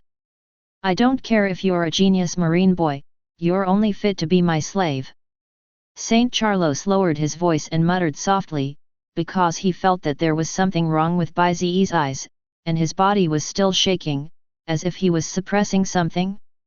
Could it be that he realized that we were going to Marijoy soon and was afraid of me? Saint Charlos thought so, but he didn't have the courage to ask after all, he didn't feel safe here. Putting aside his messy thoughts, Saint Charlos began to stride out to the deck. And he scolded skillfully behind him. Xiao He, Xiao Bai, you two stupid dogs, hurry up and catch up, or you won't have any chance of having dinner today. As he said this, he shook the whip in his hand impatiently, and suddenly there was a loud explosion. These are Charlos Saint's two favorite pet dogs now. Woof! Woof! Soon, the things that Saint Charlos called stupid dogs walked out of the shadows. One of them was white, and the other was black. They barked excitedly as they crawled. The two creatures called stupid dogs by Saint Charlos did not look very big, but with the appearance of these two pet dogs, the slaves on the deck could not help but close their eyes, even though some of them were used to being abused and could not bear to watch it anymore. Because those two creatures called stupid dogs were not really dogs, they were actually human beings. A closer look under the white head wearing a dog head cotton hat revealed a child's face, apparently a little girl of 7 or 8 years old, while the darker one was a little boy. Their noses were swollen and black, and they would occasionally stick out their long tongues. Their limbs were not the same length as normal children's. Their forearms and calves seemed to have been cut off and then attached. They looked absurd and weird. The spine seemed to have been artificially modified, completely sunken and unable to straighten. The two of them looked like a living dog at this moment, very vivid and lifelike. Transforming humans into dogs is one of St. Charles's hobbies, because he thinks such a puppy would be prettier and more pleasing to him. The two puppies in front of him were transformed a year ago and are his favorite pets. Not bad, not bad, then I'll give you some meat today. St. Charlos smiled with satisfaction, then poured all the leftover meat from yesterday and other miscellaneous things onto the ground. Puff! Puff! Woof! Woof! The two children who were transformed into dogs also did not hesitate at all. They quickly crawled over on all fours and started to feast on the food. There was even a big fight. Woof! Woof! They look just like ordinary dogs, as long as you don't notice that their eyes are struggling to keep tears flowing out. No slave could bear to watch this scene, and they all turned their heads away. Only some chewing sounds and the loud laughter of St. Charlos remained on the scene. Woof! Woof! Ha ha ha ha, ha ha ha ha. St. Charlos laughed wildly as he watched this scene. This was the feeling. Wonderful, so wonderful that it was simply impossible to stop. Boom! Boom! But the next moment, a crisp sound of footsteps came slowly from far away. St. Charles turned his head in confusion and saw Bai Ze, whom he feared, walking towards him. There was a strange aura emanating from his body, and St. Charlos was frightened at the time. He spoke tremblingly and felt vaguely that he was about to pee again. What are you going to do? But Bai Ze did not answer St. Charles's words, he just walked and muttered to himself. I thought I had seen the greatest evil in the world. I have seen pirates wielding their butcher knives to harvest the lives of innocent villagers. I have also seen pirates relying on their power to trample on the freedom of countless people. I have also seen some pirates who, in the name of freedom, carried out constant plundering with a sanctimonious appearance. I have seen countless darkness and evil, and I naively thought that the evil in the world should be like this. But today, Bai Ze looked at St. Charlos with expressionless eyes, and shook his head as if in sorrow. I know I was wrong. Power will give rise to sin. Ultimate power will give rise to ultimate evil. As long as there is the power to kill and plunder at will in this world, then there will be no end to sin. Bai Ze thought that the celestial dragons had lowered their standards enough by turning children into dogs to abuse them, but he didn't expect it to be this low. Whenever he saw those miserable slaves these days, he thought about taking action, but for the sake of the plan, Bai Ze endured it. After all, if he killed St. Charlos, it would have a huge impact on the future. But now he really doesn't want to think about it for a moment. If he has absolute strength but is still timid, then what is the point of Bai Ze having such strength? You, what are you talking about? Saint Charlos felt something was wrong when he saw Bai Ze getting closer and closer, and he quickly shouted for protection, while the Knights of God were already prepared. They waved their halberds and looked at Bai Ze expressionlessly and said loudly, "Stand back, Marine! Do not disrespect the Supreme Celestial Dragons. Otherwise, die!" But just as they finished their words, they encountered the most terrifying power in their lives because they met Bai Ze's blood-red eyes, and in just a moment, they all stood there in a daze. The minds were filled with the roars and curses of the innocent people they killed, which made their heads explode. At that moment, a group of people covered their heads and cried out in pain. "I don't want to see your dirty head, please make it disappear." Bai Ze's Manjiki Sharingan burst into an extremely strong blood light, and his pupil technique was exerted to the ultimate.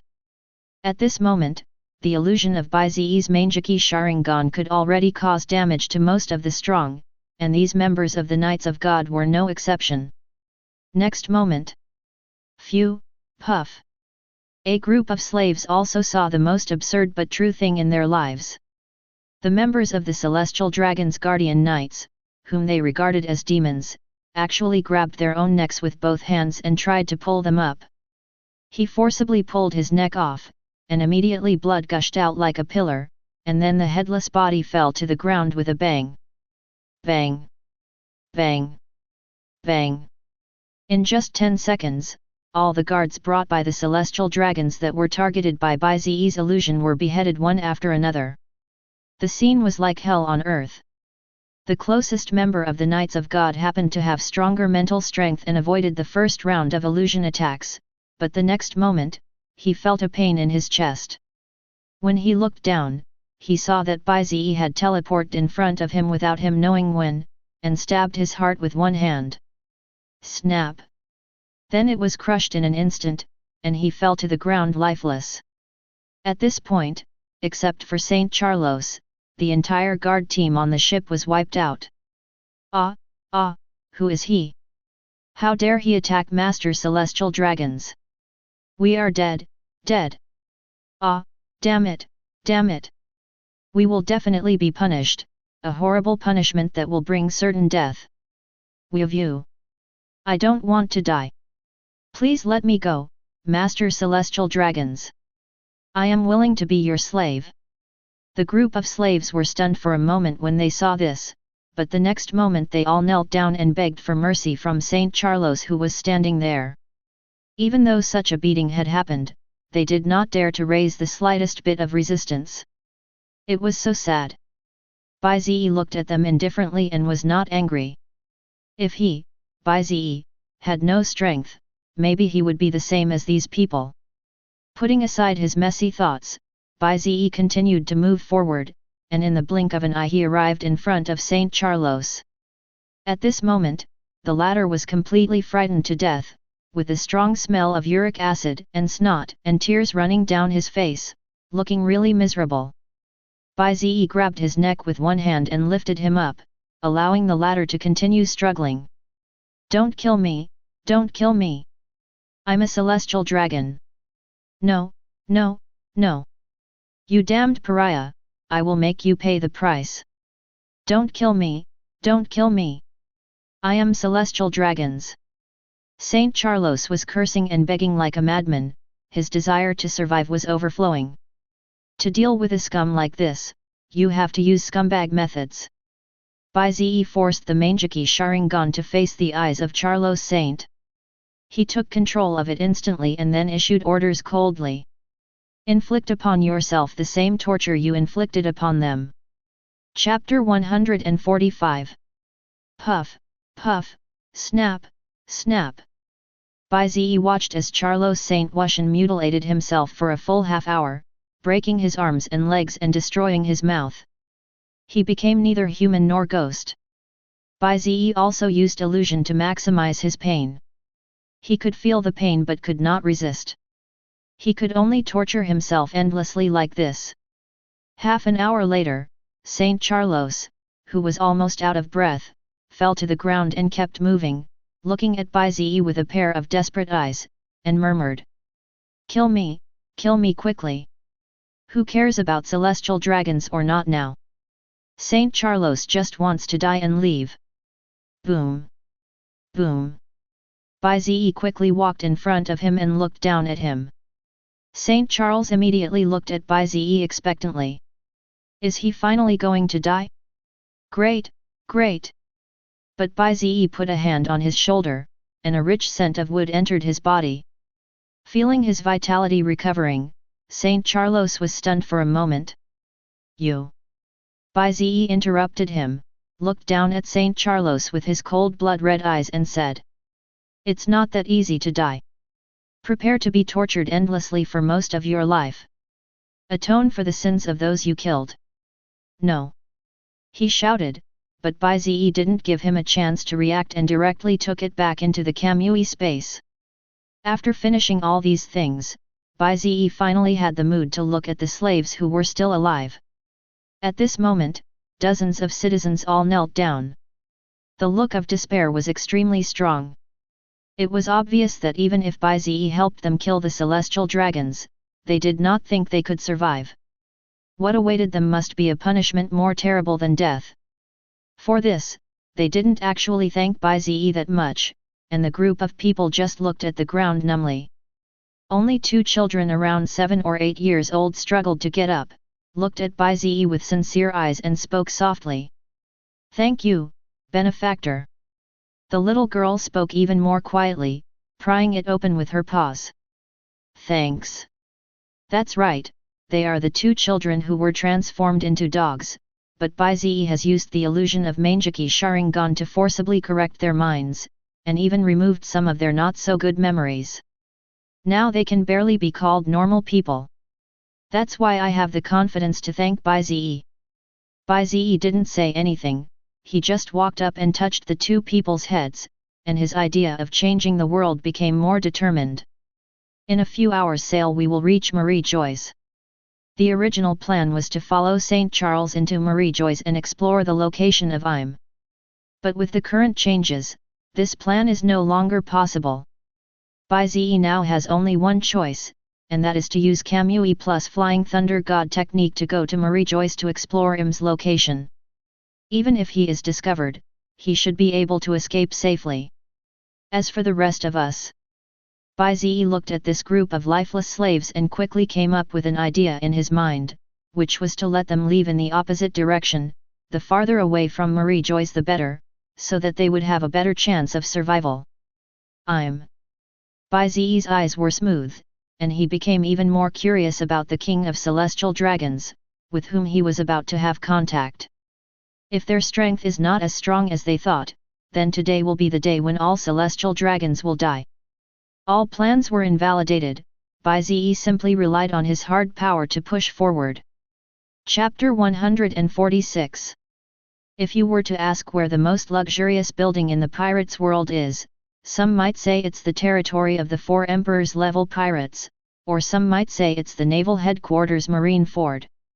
But anyone with a little bit of common sense would know that the most luxurious building in the world must be in one place, and that place is Marie Joyce, the holy land of celestial dragons. They hold supreme power and look down on other races. They have built a holy land that belongs exclusively to them, the celestial dragons. Without special circumstances, all celestial dragons will not casually produce Marie Joyce, so everything here is of the best quality. Magnificent, with birds singing and flowers blooming, this is the place that is like a dream paradise. Today, the weather is nice and windy. Countless celestial dragons, as per usual custom, were strolling around the streets, seeing if there was anything interesting. Of course the answer is almost certainly no, after all, they are born with everything they can play with is long gone. Oh, it's so boring. Why aren't there any new and interesting things for Lao Ze to play with? Among a group of celestial dragons shuttling through the streets and alleys, one of the fat and big-eared celestial dragons picked his nose and sighed impatiently. I can't help it. It's the fault of those idiots for not using their brains. If I can't think of anything fun for Lao Ze to play with today, I'll go play with him when I get back. Killing a slave doesn't seem like a bad idea. An equally fat and big-eared celestial dragon next to them echoed, and their words frightened the slaves who were crawling on all fours under them and trembled. Being arbitrarily deprived of their lives is the fate of these unfortunate slaves who were captured. Resistance? There is no such thing. They all have explosive collars on their necks. If they leave too far or the celestial dragons actively turn on the switch, they will explode. Although everything in Marie Joyce is beautiful, it has nothing to do with these slaves. Day. After wandering around for a while, this group of celestial dragons finally seemed to have some good ideas and hurried back. Their lives are so simple. There are many celestial dragons like them in the streets and alleys. In the shadows between the two houses, while there were no one around, a figure quietly walked out. He was wearing a light white shirt and a cloak with the word justice written on it. There was a clown mask on his face that looked half crying and half laughing, revealing only a pair of blood-red eyes. It was Bai Ze. After using illusion to control some slaves on the ship of St. Charles and letting them drive away on their own, Bai Ze came very close to Marie Joyce in a small boat, and finally abandoned the boat and relied on Kamui to sneak into this holy land of celestial dragons. Everything went smoothly, as if Marie Joyce's defense was just average. It seemed like she didn't even notice his presence. After observing for a while, Bai Ze sighed. It seems that there aren't as many celestial dragons on Marie Joyce as I believed. Although there are quite a few, they don't exceed 5 figures at most. Moreover, they are all ugly, either fat and big-eared or skinny. There is hardly any good-looking one. As expected of a product of inbreeding, these guys might kill themselves in a few hundred years. As a time traveler, Bai Ze knows something about the origin of celestial dragons. They are the descendants of the 20 kings who established the world government after saving the world 800 years ago. Oh, no, it should be 19. Among them, one king did not want to become a celestial dragon, which is now the Alabaster royal family. The truth is so sad.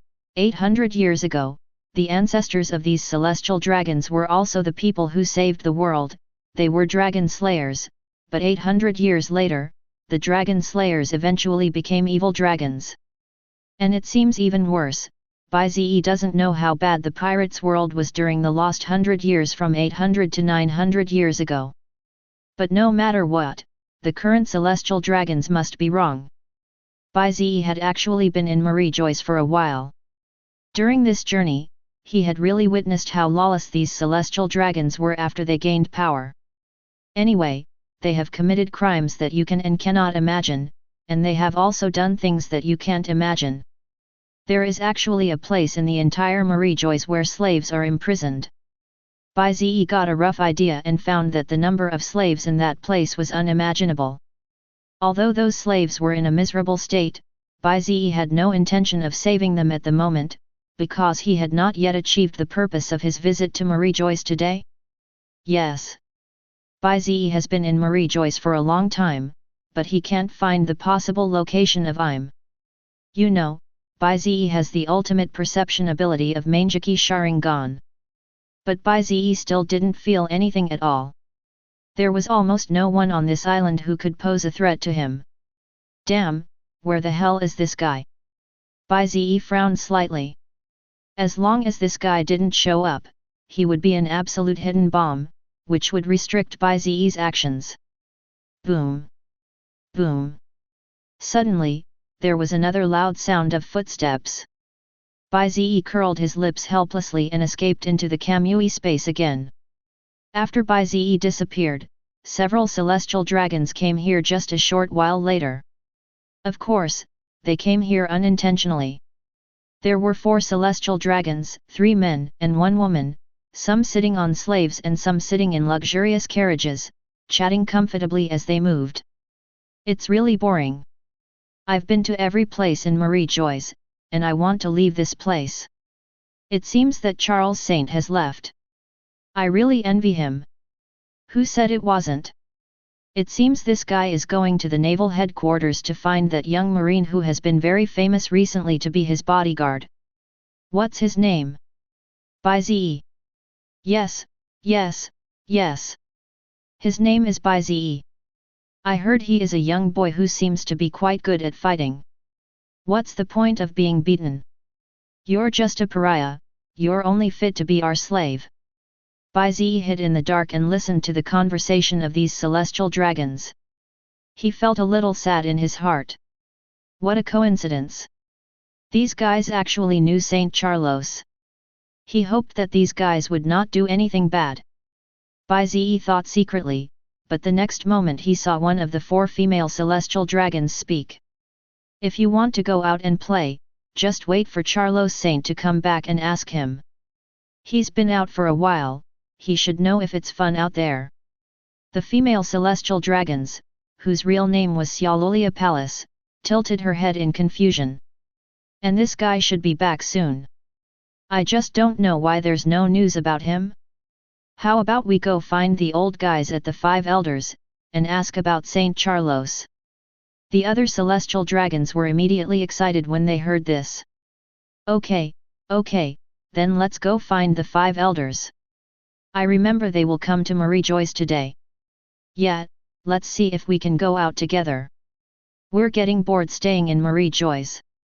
After a few people discussed it excitedly, they soon reached a decision, which was to go to the 5 elders to ask about Saint Charlos's situation, and by the way, see if they could go out to play. Leaving Marie Joyce means notifying the 5 elders. After the discussion, several people were ready to leave excitedly, leaving Marie Joyce. It was a lot of fun. But the next moment, a slender figure suddenly stood in front of them. The blood-red pupils are very eye-catching.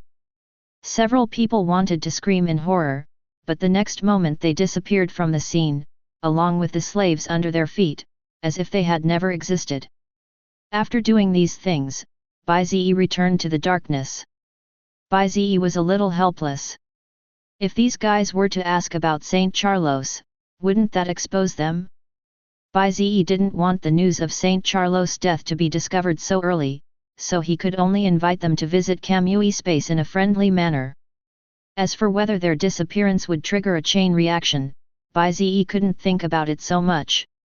He would choose the lesser of 2 evils. 5 elders are coming to Marie Joyce.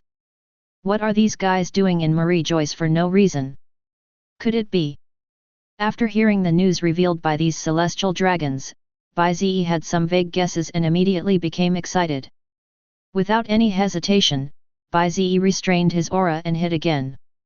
He planned to wait here for the arrival of the 5 elders.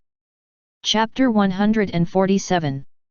While Bai Ze was waiting for the 5 elders, the somewhat abrupt negotiations on the other battlefield finally began. Marine didn't do anything tricky and set up the negotiation venue on a conspicuous hilltop on the negotiation island. And be there first. There weren't many people present at the negotiations. Only the 3 current Marine admirals, Akainu, Aokiji, and Kizaru. There wasn't even a Marine vice admiral. It was conceivable that the Marine took this negotiation very seriously. Several naval headquarters vice admirals are responsible for perimeter security. At this moment, the 3 Marine admirals were sitting at a table, Kizaru on the left, Aokiji on the right, and Akainu sitting in the middle seat, all of them crossing their legs. At this time, Kizaru looked at the sky and spoke with a bit of boredom. Why hasn't Whitebeard come yet? I'm getting a little bored waiting, how about I go somewhere else for a while? Kizaru hates waiting for others. He might as well go to sleep instead of waiting for others. Can you be more serious? We have a meeting later. How long has it been? How many times have you told us to retreat? Are you crazy? Akainu rolled his eyes at Kizaru. He really couldn't get along with this damn guy. He didn't look like a Marine at all and he was still like this after all these years. If Marine didn't really need this guy right now, he really wanted to beat this guy up. SHH. Kizaru didn't get angry, he crossed his arms and whistled, which made Akainu so angry that he could hardly resist the urge to hit him. The naval headquarters vice admirals in the distance looked at this scene and shook their heads helplessly. Why did they feel that this negotiation was a bit unreliable? At this time, Aokiji, who had been pretending to squint, opened his eyes to stop the conflict between the two and spoke in a calm voice. "He's coming." Then he looked in a certain direction, and Akainu and Kizaru immediately followed his gaze, their expressions becoming more serious. "Whitebeard, Edward, Newgate. They haven't fought with this guy for a long time, and this guy took the initiative to negotiate. They are really curious about what this guy wants to talk about." Thousands of meters above the sea level, Whitebeard stood on the deck holding Kusunakiri and looked across the sea at several people. His aura was involuntarily released. Whitebeard's mouth curled up into a smile. "Akainu, Kizaru, Aokiji. Are these three guys all here? This really gives face to an old man like me. Dad, I'd better come with you. I'm not comfortable with you going alone." Marco, who was accompanying him, said that he was really worried about his father being alone. What if something unexpected happened? Based on the pirates' natural hostility towards Marines, Marco did not trust Akainu and his team. But unlike Marco, Whitebeard, who dealt with Marine a lot, actually had a good impression of Marine. In response, he just patted Marco on the shoulder and said softly, "I'm naturally happy that you are worried about me, but for things like this, I'd better let me do it alone." After saying that, without waiting for Marco's reply, Whitebeard suddenly bent his knees and then jumped heavily, his figure like a flying bird, flying straight to the island where Akainu and others were. "Dad!" Marco could only murmur helplessly. Bang! On the island, several Marine vice admirals felt their scalps tingling as they watched Whitebeard flying towards them. "Retreat! Retreat quickly!" Without any hesitation, several people retreated quickly in an instant. After they left, not far from where they were before, Whitebeard's body fell heavily. Bang! There was a dull sound, and the ground shattered in all directions like a spider web. When the smoke and dust cleared, Whitebeard carried the cloud cutter and walked slowly towards the top of the mountain. The boundless power of King Haki could be felt even by the Marine vice admirals who were far away. Is this the aura of Whitebeard, Edward, and Newgate, who are known as the strongest men on the sea?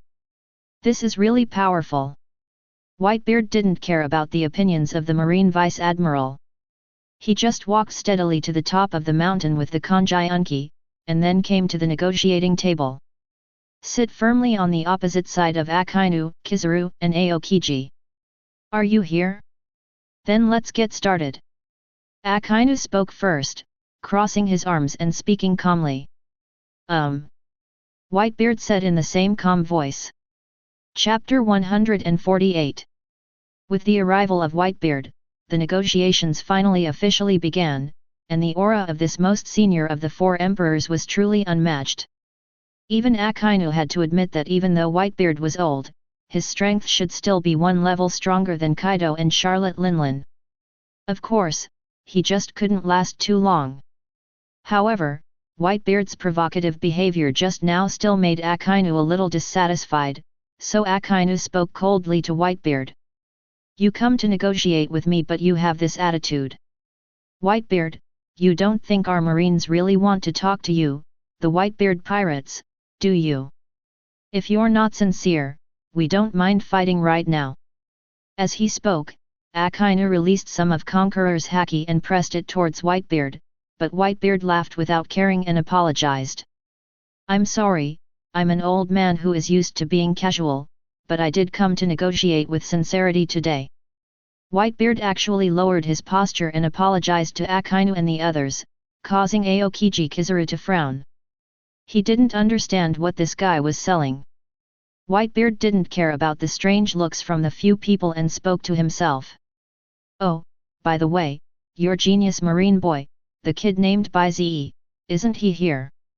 Akainu said calmly, "No." "Oh, that's really a pity. I'm still very interested in this young man who killed Kaido and Charlotte Linlin. Whitebeard helped Shui up. Whitebeard really looked like an old man. He smiled and finally put on a serious expression. I'm getting off topic. Actually, the reason I came here today is very simple, that is it possible to avoid a war? Although we, the Whitebeard pirates, are pirates, we are not very aggressive. I think you Marines should know that I became a pirate just to find some family members. I don't want to make war on others, and I don't want others to make war on me. Because war can only bring casualties, which is not a good thing for you Marines or my children. What do you think? Make peace?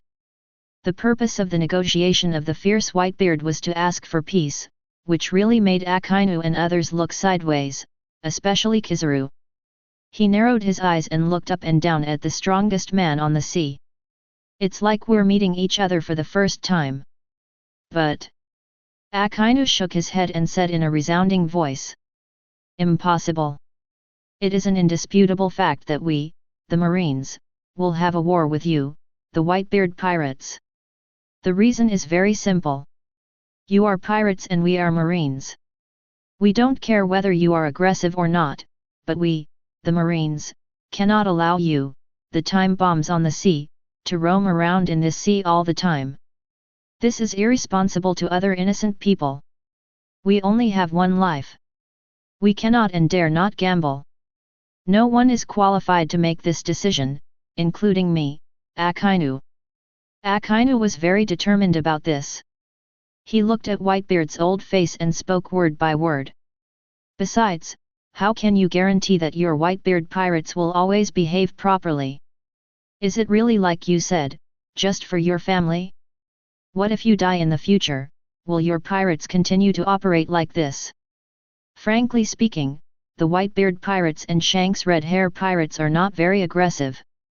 Judging from the sea areas they rule, they are far behind Kaido's Beasts pirates and Big Mom pirates. But, these are two different things. Forward.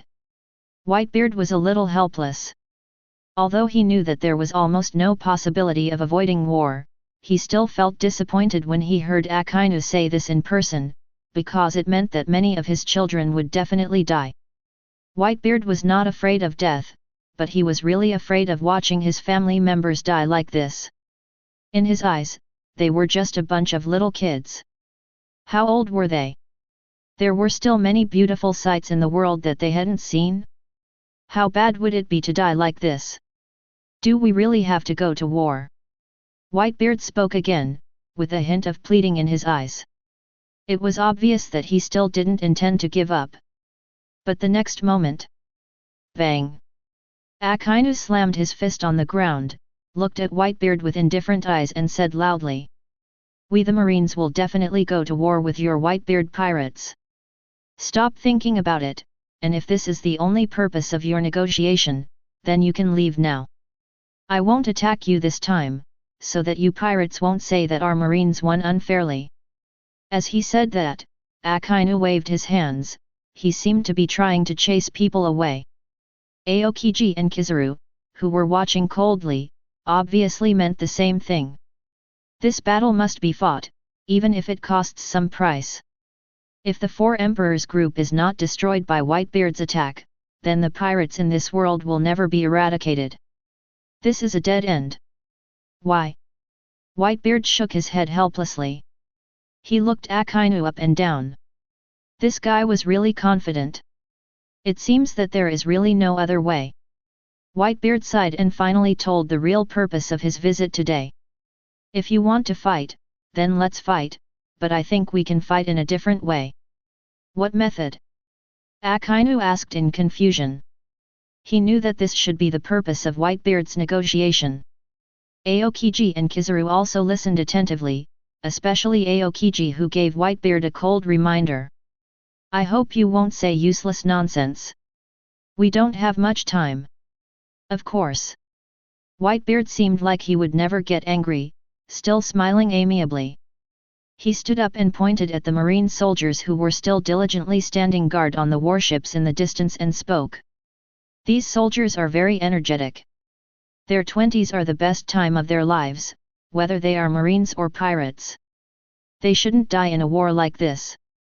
Seeing that Whitebeard seemed to be about to say no to fighting again, Akainu immediately interrupted him, but Whitebeard raised his hand and continued speaking.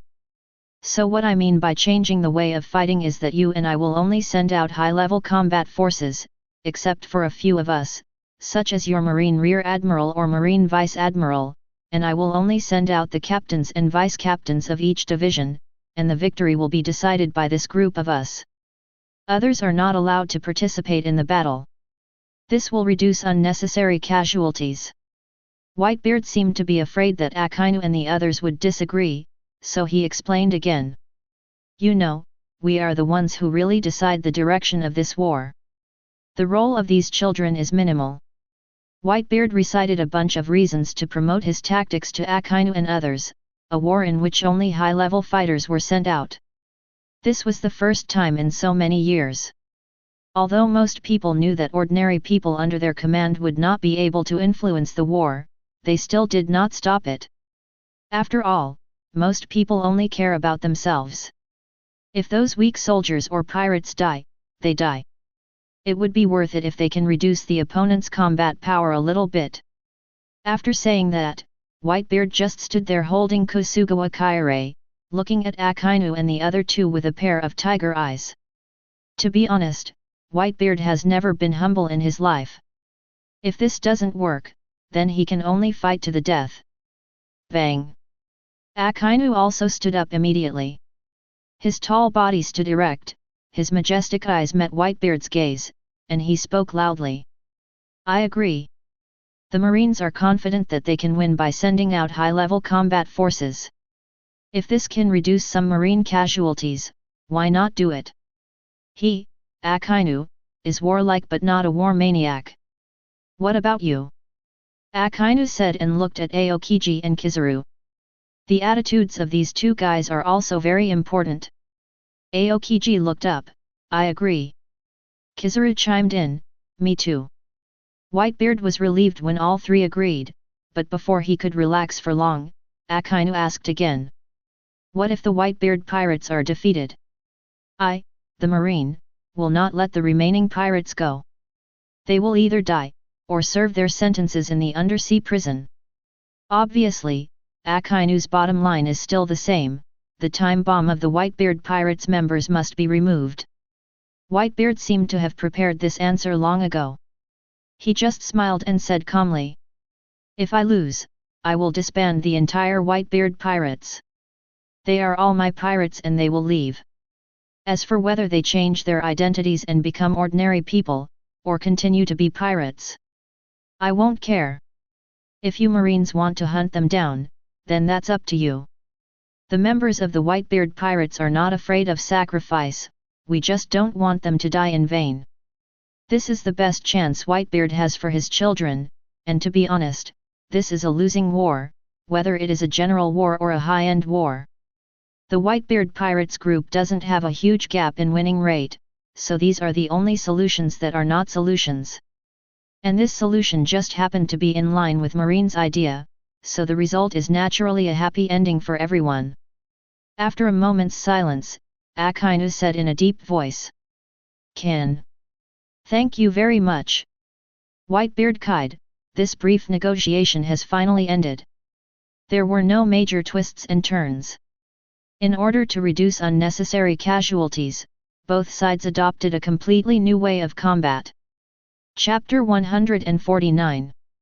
After the negotiation ended, both sides did not stay for long and immediately went back to deploy their troops. Although they only fought high-end battles, they did not fight randomly. This stuff still requires rules. As soon as Whitebeard returned, he immediately told everyone the results of the negotiation. Not surprisingly, this caused an uproar within the company. Everyone knew what it meant to have all the squad leaders and fighters join Whitebeard in facing the Marines' top combat power. This was an attempt to exchange the lives of a small number of people for the survival of the majority, but a group of ordinary pirates members who had been deeply indebted to Whitebeard were not happy about it. They clamored to live and die with the Whitebeard pirates, and even if they were weak, they would still contribute. It's just death, right? Who the hell is afraid? For a moment, everyone shouted in indignation, making the Whitebeard pirates a mess. Whitebeard frowned as he watched all this, feeling both relieved and annoyed. He was relieved because his sincerity was not misplaced. He was annoyed because these guys were too stubborn. They wanted to live and die together. How stupid. Young people should live well before they can fully enjoy their life. In the end, it was a group of squad captains who suppressed the people under them. Marco took a deep breath and yelled loudly to everyone. Everyone shut up and listen to me. The sound was so loud that it caused the sea level to tremble. Soon everyone quieted down, but they still looked at Marco with indignant eyes. Marco looked at everyone, adjusted his mood and spoke in a deep voice. I know that all of us in the Whitebeard Pirates are not cowards who are afraid of death. For our families, we can even sacrifice our own lives. Would we be afraid to fight the Marines? We won't. Marco's few words calmed the crowd completely. Yes, they are not afraid of death. Why should Dad make such a decision for them? But the next moment Marco changed the subject and continued to speak.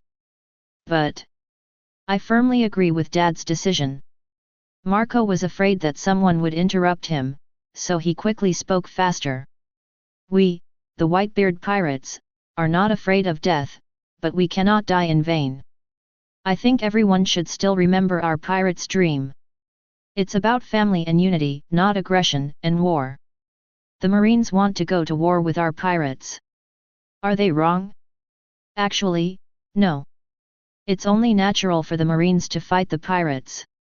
After all, in the eyes of most people, we are bad. But if the war must be fought, it will be a disaster for everyone. Winning or losing is meaningless. If we win, that's good, but if we lose, our Whitebeard pirates' decades of accumulation will be destroyed in an instant. We can't do this. This is my father's life's work. We need to preserve some of the flame. You have the courage to die, but don't you have the courage to rebuild our Whitebeard pirates? Marco rambled on for a long time, analyzing all the advantages and disadvantages. In general, this war would most likely be lost and there was no need for fearless sacrifice. Letting some people not participate in the war would preserve the flame of the Whitebeard pirates. Although the pirates might disappear, but as long as the people are still there, it is possible to rebuild. With this said, many people will feel much better.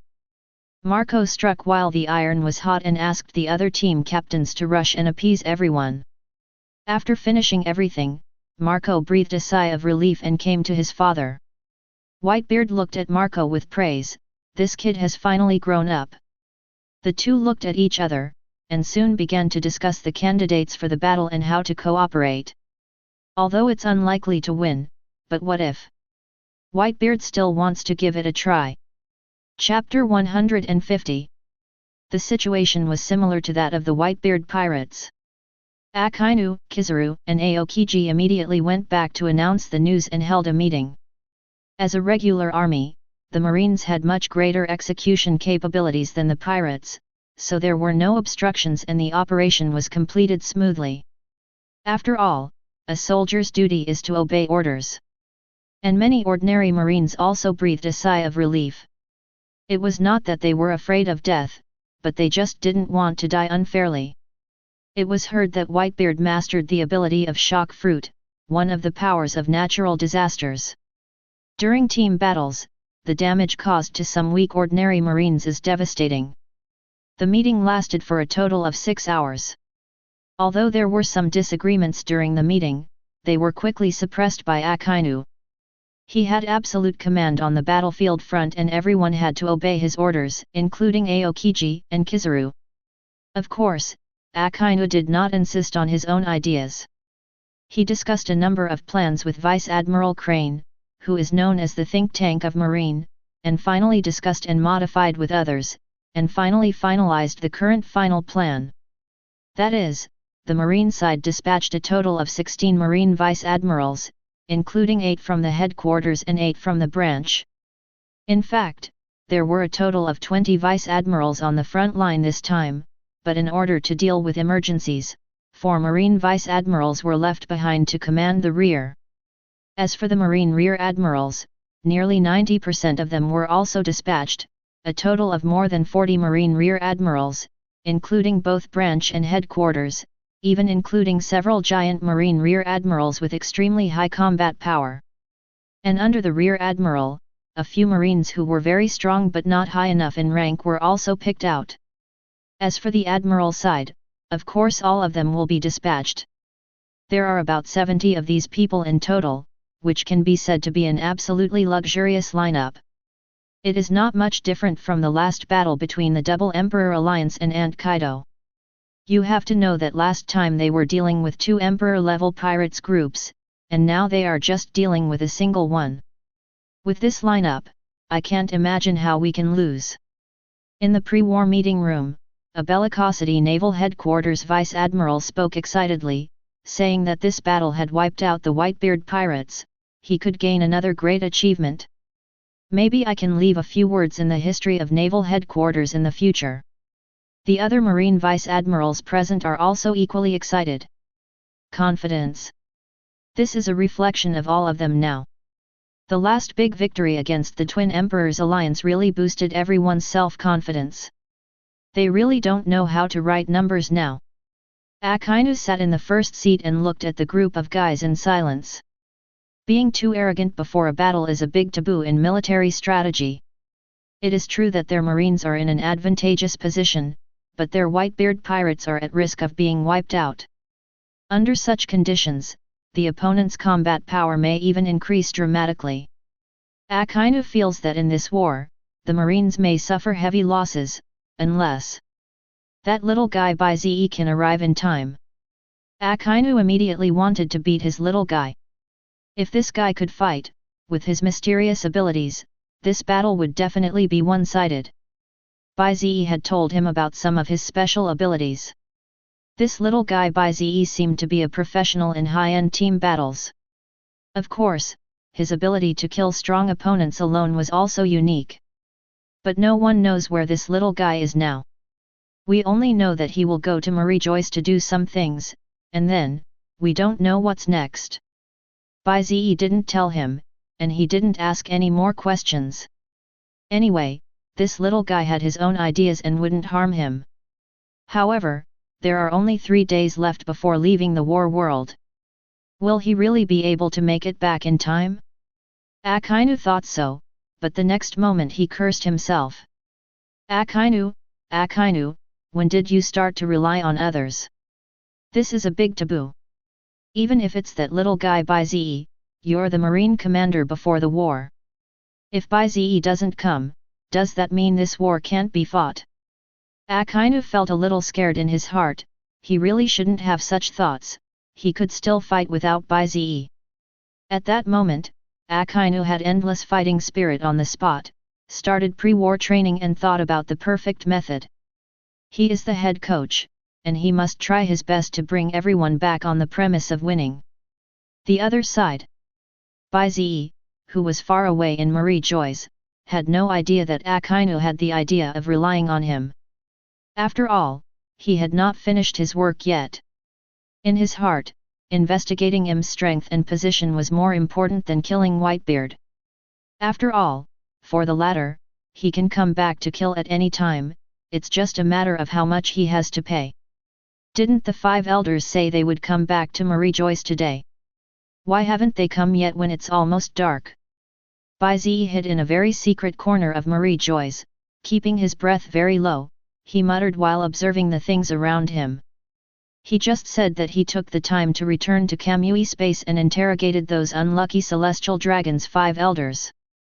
When he interrogated these guys, these celestial dragons still relied on their pride and status to maintain some backbone.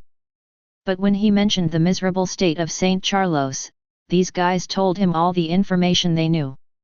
The only thing missing is telling Bai Ze the color of his pants. According to them, they didn't know about the existence of Im, and they had no idea that there was a king of celestial dragons in this world, but looking at Bai Ze's confident expression. After thinking about it for a while, several people said that maybe the elders of the family who had lived for a long time might know such secret information. As for these young celestial dragons, apart from eating and drinking, in fact, no one told them important things. Although Bai Ze felt helpless, he had no choice but to place his hopes on the 5 elders. After all, these 5 old guys definitely knew about him's existence. According to these unlucky celestial dragons, the 5 elders would return to Marijois every once in a while. No one knew their purpose, but they would come back anyway. And today, according to calculations, is the time they will come this time. Seeing how honestly these guys answered, the kind-hearted Bai Ze gave them the same treatment as Saint Charlos. After all, they are relatives, and they should be treated equally. So that they won't say Bai Ze discriminates against them. Putting away his messy thoughts, Bai Ze continued to feel carefully. Finally, after a moment, Bai Ze's eyes lit up. Is it finally here? Bai Ze slowly focused his sight in one direction, and saw 5 people slowly coming down from a huge warship near the Marijois harbor. 5 old men with different temperaments but great momentum, they began to walk slowly into the city. Many guards lined up on both sides to welcome the 5 people, but it was a pity to know how noble the identities of these 5 old men were. Bai Ze narrowed his eyes and began to look at these 5 old men he had never met from a distance of several thousand meters. From left to right, it goes like this. The one on the far left is wearing a black suit, has white curly hair, a fluffy white beard, a flat hat, and a scar on the left side of his face. The second one was wearing a dark blue suit, had long straight white hair and a long beard. The old man in the middle was wearing a dark red suit, no bow tie, blonde hair, blonde beard, and a scar on his chest. He looked like someone who was not someone he could easily mess with. The second to last one was wearing a dark green suit, was bald, had 2 splayed mustaches, and had a Madara birthmark on his forehead. The last old man is very special. He is wearing a white Taoist robe, bald head, and glasses. He is the only one among the 5 elders who is not wearing a suit and has a beard. He also holds a samurai sword in his hand. This guy is the only old man among the 5 people who Bai Ze feels might pose a threat to him. Just as Bai Ze was looking at them, the 5th old man in Taoist robe and holding a samurai sword suddenly frowned and looked towards Bai Ze. Bai Ze also reacted quickly and immediately escaped into the Kamui space. What are you looking at? The old man with a mustache next to him suddenly asked. Upon hearing this, the old man with the knife continued to look towards the place where Bai Ze disappeared, and spoke after hesitating for a while. Nothing, I guess I was wrong. Chapter 151. Inside the Kamui space, Bai Ze suppressed the shock in his heart and frowned slightly. What a strong insight! He can sense my detection from such a distance. This guy with the knife is almost at the same level as Mihawk and Longma. No.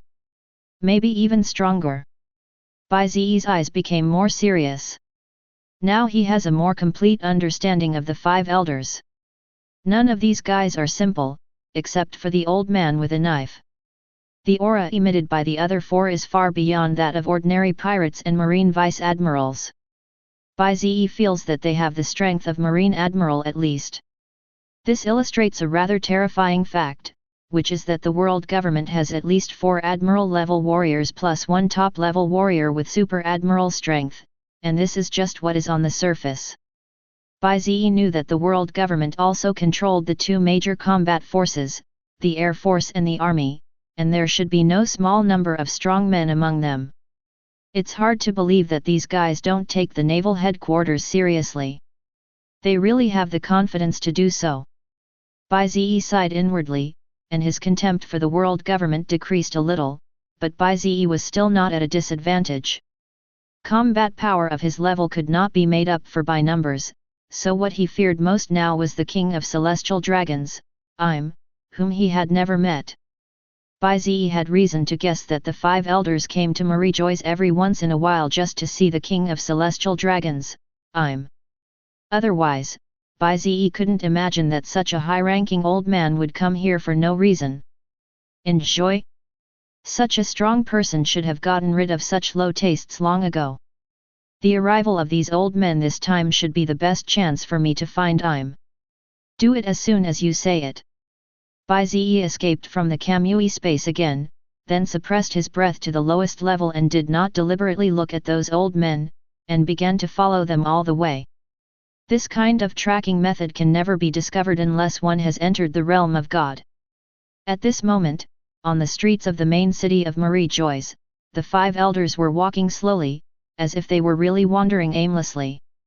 Behind them were several rows of guards, who kept scanning the surroundings, fearing that some desperate guys would appear and offend these 5 adults. Did I really feel wrong just now? I did feel someone looking at me with ill intentions. Among the 5 people, the old man with white hair and beard holding a knife muttered absent-mindedly. As a swordsman, he was the most sensitive to threats. Not long after entering Marie Joyce, he sensed a hostility. Although it was very faint, it should be there. His 6th sense told him that the owner of that site was very powerful. He vaguely sensed a hint of danger, which surprised the old man a little, because he hadn't felt danger for a long time. Because he is really too strong. It's almost time, we should go meet that adult. The sudden words of the old man with a mustache next to him interrupted the old man with the knife. Without the slightest hesitation, the other people nodded seriously. Let's go. Nothing is more important than meeting that adult, because no one in this world can bear that adult's wrath. After walking for a while, they arrived in front of the most magnificent palace in Marie Joyce. After dispersing the guards following them, the 5 of them entered the palace together. Finally, they arrived at a magnificent stone statue on the 1st floor. They looked at each other tacitly, then put their hands on the feet of the stone statue one by one, with their heads lowered very low. Their attitude was very humble, as if they were on a pilgrimage. Click, click. Finally, the bottom of the stone statue suddenly began to split, as if there was a mechanism underneath. After the sound of heavy chains, a big hole appeared in the hall, and upon closer inspection, there was a staircase with countless steps connecting it. No one knew where the final destination was. If other celestial dragons saw this scene, they would definitely be very surprised, because they have been to this palace so many times, but no one has discovered that there is such a mechanism here. Without any hesitation, the 5 people began to step into the dark cave one by one, and the cave began to slowly close as the last person entered. But just when it was about to close, it suddenly paused, but it did not trigger any chain reaction, and the place soon returned to its original state. Under the dark cave entrance, the 5 elders walked on the stairs very familiarly in the dim light, as if they had walked up them 1,800 times. After walking for who knows how long, the 5 elders finally came to a very large open space. They lined up in a row and faced the same direction. At this moment, a dazzling light suddenly appeared in the sky, instantly illuminating the entire place, and finally revealed the true appearance of this underground palace. Following a few quaint stone steps, a magnificent golden throne stood at the top, and at this moment, a figure whose face could not be seen was sitting on it. That person was like a god overlooking the entire world. "Welcome, my lord." However, the 5 old men who symbolize the pinnacle of power in the pirates' world did not dare to look directly at that figure, but knelt down in front of that figure, like the humblest servants. The entire underground palace is eerily quiet at this moment. Chapter 152. It is hard to imagine that these 5 people who represent the most powerful people in the world would one day kneel down to one person, like humble slaves. Moreover, these 5 people did not show a single sign of dissatisfaction on their faces, only deep piety. It was because the figure in front of them was called Yim, a man who had survived 800 years without aging. No one knew where he came from, and no one knew why he could survive for so long. Mysterious and weird are the portrayal of this adult. This sir, oh no, maybe this figure can be called a god. Its existence represents supremacy, represents the supreme. No one can maintain a trace of pride in front of this adult. Although they, the 5 elders, are the sovereigns of the world government, they are nothing in front of this adult, just some useful tools. If you don't want it anymore, you can replace it at will. In the past 800 years, the 5 important positions of the world government, diplomacy, politics, military, law, the leaders of history have been replaced one after another. But this Lord has always been there, unchanging forever. He has always been sitting on that empty throne, overlooking all living beings. Among the 5 people, the old man with a mustache who was in charge of diplomacy buried his head deeply, not daring to look directly at the figure, and a few drops of cold sweat quietly flowed down his back. That sir's aura is still as strong as ever, even now I can't feel how strong the sir is. The old man sighed inwardly.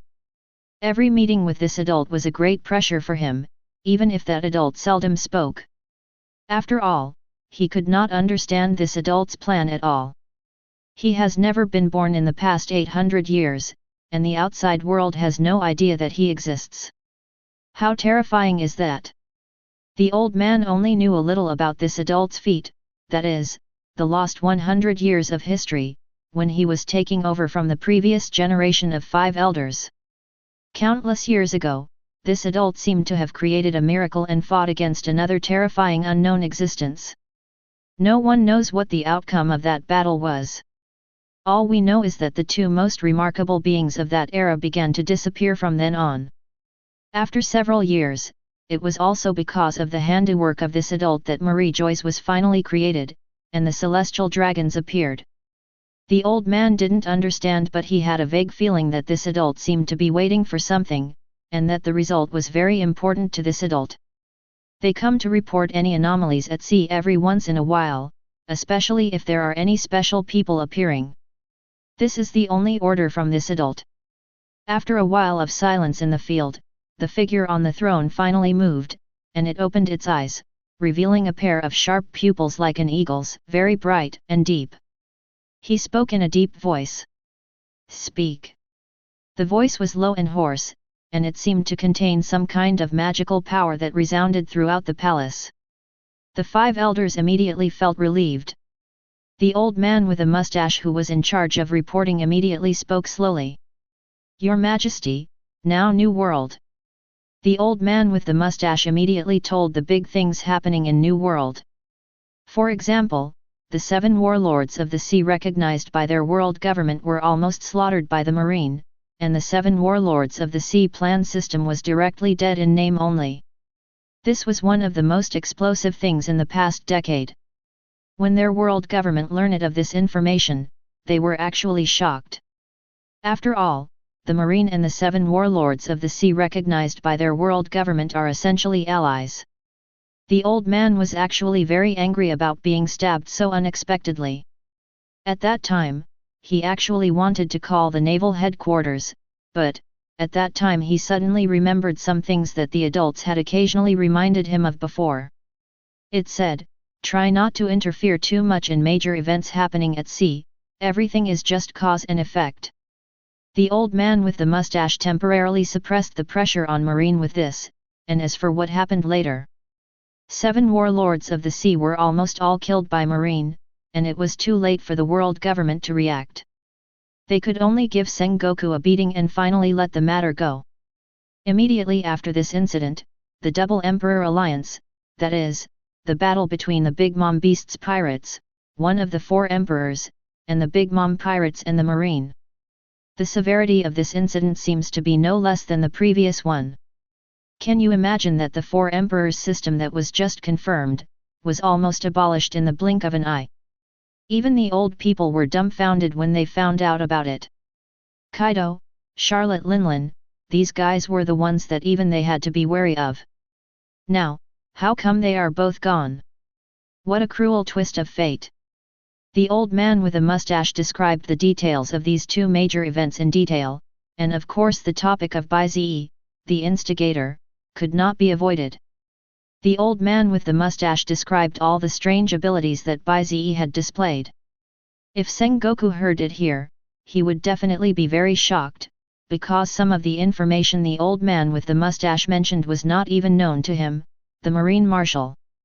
You can imagine how powerful the world government's intelligence is. After the old man with a mustache narrated the two events in detail, he lowered his head respectfully again. The old man with a mustache was a little sad at this moment, because it had not been long since he last came to this underground palace. Who could have imagined that the situation at sea would change so quickly? Boom! Boom! The figure sitting steadily on the empty throne tapped the armrest with one hand, making a crisp sound, and then spoke in a puzzled tone. 7 warlords of the sea were destroyed, and the powerful men left over from the old times died. Did this happen in just a few months? This. Yim muttered softly, and his expression finally began to change. If the 5 elders looked closely at this moment, they would find that this expression was called excitement. This man whose face had been as cold as ice for 800 years finally showed some expression today. Although he had never left this prison-like palace, he actually knew a lot about the outside world thanks to the detailed reports from the 5 elders. For example, he knew that the pirates were now very powerful, and were about to overwhelm the Marines, and that his descendants, who could barely be called his descendants, were acting more and more unruly. It even knows about the newly rising revolutionary army, but it just doesn't care much about it. In his eyes, no matter how powerful these people are or how much trouble they make, they will all be reduced to dust in the end. Doesn't care about such things at all. Even if the celestial dragons are destroyed or even the world government is overthrown, he doesn't care. He cares about that guy. That damn guy was as annoying as his nightmare. Although he had defeated him by some tricks and even took away some of that power, which was the source of his immortality now, this power was very strong and magical, but because he was a thief, it was subject to some restrictions. This limitation made it easy for it to be defeated by that guy. Although it defeated him, it knew that the guy would come back. There will be a battle between him and it in the future, and only by truly defeating it can he break free from the confinement of this cage. For this reason, he did not hesitate to imprison himself in order to kill that guy in one fell swoop before he grows up. It cannot be exposed. Otherwise, that guy will definitely sense its existence, and in the end, he will be in the light while the other party is in the dark. The 5 elders seemed to sense something was wrong with that adult, and they lowered their heads even lower, as if they were going to touch the ground. There seems to be a figure behind all the things you mentioned, and his existence seems to be the root of all of this. Interesting, really interesting. Has that guy finally appeared in the world? Tell me, what's that guy's name? Yim actually walked down the throne step by step, and came to a staircase. He trembled and spoke, his tone full of expectation. With his keen insight, Yim easily discovered that there seemed to be the same variable behind these two things, so he was excited. His name is Bai Ze. The old man with a mustache spoke with courage, his back already soaked with sweat. He couldn't understand why the adults were so interested in this young man. This was the first time in all these years. After all these years, the last time the adults were excited was during the chaotic era of Pirates King Roger and Rox, but it wasn't as exciting as it is now. Bai Ze. So this is Joey Boy's name now? Very good. Very good. Im's pupils flashed with strange colors, and a hint of his aura accidentally leaked out, causing the entire palace to shake in the distance. The kneeling 5 elders were horrified. What was the adult doing? They had never seen an adult like this. The old man with a mustache was so curious that he bravely raised his head slightly, wanting to see what the adult looked like now. But as soon as he raised his head, Im suddenly looked straight at him and let out a majestic roar, with boundless momentum rushing towards him. Court death. Buzz. The old man with a mustache was so shocked. He just wanted to take a look, but, was he going to be killed? The old man with a mustache regretted it very much, but he did not resist, because it was meaningless to fight against that adult. And just when he really thought he was going to die in the next moment, he saw Im continue to growl. You lowly rat, how dare you come here without my permission? Get out of here! Boom! I saw him lightly pointing in a certain direction. The next moment the space in that place began to disappear bit by bit, and an abrupt figure slowly appeared. Chapter 153. Im's roar made several five elders extremely stunned. What? Is there someone else in this palace besides them? We are doomed now. This place is not what the adult wants to expose, and only a few of them know about this area. The mysterious guy who can come here most likely came in with them. It's over. It's over. The five elders, including the old man with the knife, were completely panicked at this moment. If they were blamed for this, none of them would be alive. The anger was ignited immediately. Who is it? Get out now! After cursing for a few times, they all looked up and finally saw the adult's first real move. And the mysterious man seemed to begin to reveal himself with this blow. Damn, what kind of weird power is this? Bai Ze, who had been secretly following the five elders to this mysterious palace, thought to himself that something was wrong. He was just shocked when he suddenly heard that I'm link his name with Joey Boy. He was so careless that he lost his breath for a moment.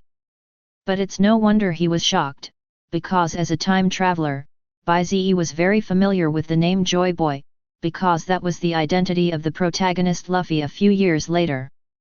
The sun god, the recipient of the Nika fruit, seems to possess the power of a god. It must be because of my sudden rise that I mistook myself for Joey Boy. Buzz! Buzz! Bai Ze's Kamui power began to gradually dissipate with Im's attack, dissolving the power of space. It was so terrifying. Almost instantly, Bai Ze's Kamui space was out of control, his two legs were exposed and were about to be completely exposed. Bai Ze's pupils flickered, Manjiki Sharingan burst into a terrifying bloody light, and Kamui's spatial power surged, and suddenly curbed this power. How is it possible that you can fight against the original power of this world? Im's eyes were filled with astonishment, as if he could not accept this fact at all. He had thought that this guy with great hidden abilities was just a rat that could be easily killed, but now he could actually resist a little bit of his power? Could it be that? It's you, Joy Boy. Im's aura suddenly increased, and he tiptoed to the front of the five elders in an instant, looking directly at Bai Ze. At this moment Bai Ze had hidden himself again with Kamui. But, this time, I'm just reached out and pulled, and the bright white light gathered in his hand. Buzz! The Kamui space was torn apart again, and the extent was even greater than before. Bai Ze's figure was exposed again. At this moment, there was a unique excitement on Im's face. He even put his hands together, and a terrifying aura made the five elders and others breathless. You dare to come to see me when you haven't grown up yet? Ha ha ha! I didn't expect you would make such a mistake. In that case, then go to hell. It's been 800 years, ha ha ha ha. At this moment, Im has lost all the mysterious feeling of being a god. Now he is just like an ordinary person who is about to realize his dream. Buzz, boom. But the next moment, he was surprised to find that Bai Ze's breath was gone. Gone. It was so complete that even when Bai Ze used Kamui space just now, it could sense Bai Ze's existence, but now it couldn't feel it at all. It was as if the other party had escaped hundreds of miles away. How is this possible? Even someone like him who has mastered the power of gods can't do it, so how can others do it? No. Chapter 154. No. Im's terrifying roar, accompanied by a powerful momentum, directly enveloped the entire palace. Boom! Boom! Countless objects in the entire underground palace were shaking, and large numbers of stone slabs were falling off. Even Marie Joyce, hundreds of meters above the underground palace, was affected. Many celestial dragons looked at the shaking floor in amazement. Was there an earthquake?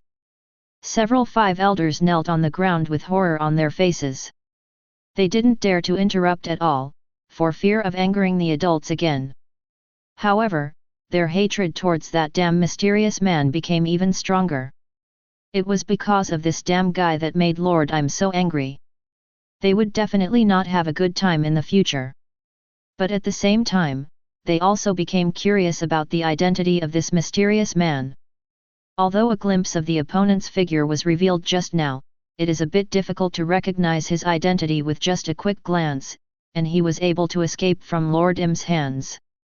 You can imagine how terrifying his strength is. But if you think about it this way, the scope of that person's identity becomes extremely small, and several people even have vague guesses in their hearts. Boom. Boom. Finally, after a few minutes, Im calmed down, and his aura disappeared again. He looked like an ordinary person, except that his temperament was very different from that of a normal person. And Im reached out his hand again, and the stone slabs and other objects that had just fallen began to return to their original positions as if time had gone back. What a great Joey boy, it seems like you have more tricks up your sleeve in this life. You are worthy of being my only rival. After calming down, Im's face returned to calm. He squinted his eyes and muttered, beginning to recall the method that the mysterious man had just used. The power of space. This fits the description of the marine genius boy Bai Ze given by my humble tools just now. It seems that my guess was correct. Joey boy should be him. Im was not so angry that he didn't kill the other party this time. After all, that guy was on the same level as himself. If it was so easy to kill him, it would be unrealistic. But in order to be a little more stable, Im once again set his sights on the 5 elders who were kneeling on the ground. The 5 old men were immediately frightened and dared not breathe. Only Yim said in a deep voice. You are such a bunch of losers. You can even let others follow you all the way here. I really doubt your abilities. Maybe I should consider replacing you. Boom. Boom. Boom. Without any hesitation, the 5 elders all hurriedly explained. I'm sorry, my lord. We were careless this time and let the damn rat sneak in. But please give us another chance. We can definitely help my lord solve this problem. This time they really felt a hint of the adult's murderous intent and quickly made assurances. Humph, that guy just revealed his appearance for a moment. I'll give you 7 days to find out his exact identity, and then bring him to Marie Joyce at all costs. After thinking about it, I'm decided not to kill these 5 elders. After all, time was urgent, and if he killed these guys, he would have to waste some time to train some useful tools again. Upon hearing this, the 5 elders felt as if they had been pardoned. They kowtowed and expressed their gratitude in a hurry, with shameless words of praise pouring out of their mouths without paying. Thank you, my lord. You are indeed the only true God in the world. I believe that when you appear again, you will make the world worship you. Thank you, my lord. Your will is always supreme and correct. Long live the Lord. But after a few words, Yumua changed the subject and said coldly. But you can escape the death penalty, but you can't escape the punishment of life. If you make a mistake in this war, you will pay the price with 5 years of life each. Go ahead and say it. Without waiting for their reply, it stretched out its hand and grabbed fiercely. In an instant, a ray of white light flowed out from the eyebrows of the 5 people and condensed into a ball-like object. Then, Im stuffed the lump of object directly into his mouth and chewed it vigorously. Almost at the same time, the 5 elders felt something strange in their bodies. It seemed as if they had lost something very important. The faces of several people aged visibly, especially the old man with the knife who was already the oldest.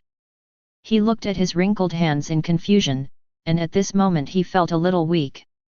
If this amount of energy is absorbed, he might not have more than 3 years left to live, and the other old men wouldn't be much better off.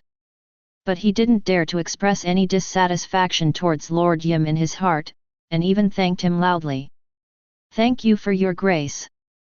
After experiencing this incident, Yim was no longer in the mood to listen to the 5 elders' report. After all, he felt that the opportunity he had been waiting for was about to come. The few of them did not dare to stay in the palace any longer and left immediately. As soon as they got out, they rushed back to the world government without stopping, regardless of the other celestial dragons trying to stop them. Several people listed Bai Ze's revealed characteristics and abilities one by one, and then began to investigate based on these methods. Mobilize all the intelligence forces of the world government to start the investigation. If there is one person whose abilities or characteristics are somewhat similar to that of the mysterious man, report it. And they also secretly began investigating the young marine genius at the naval headquarters, Bai Ze. They wanted to know whether the other party had the time to take action and what he was doing now. After all, he was the main suspect. After doing all this, they were still feeling uneasy. After all, what happened today was beyond their understanding. They felt that the time their master had been waiting for hundreds of years seemed to be finally here. Thinking that their lord was about to step into the spotlight, several people felt both excited and nervous. They were excited because of the education they had received since childhood. They were absolutely loyal to Lord Yim. After all, almost everything they had was given by him. The reason for the trepidation is, my master is really moody and has no concept of life. We might die at his hands. Secondly, they have been sitting at the pinnacle of power for so long. Deep down, they don't want anyone else to be above them. Inside the World Government Office, the 5 old men slowly came out of their shock and looked at each other in tacit understanding.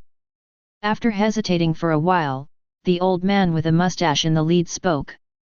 Everything we have was given by adults, and no one should have any other thoughts.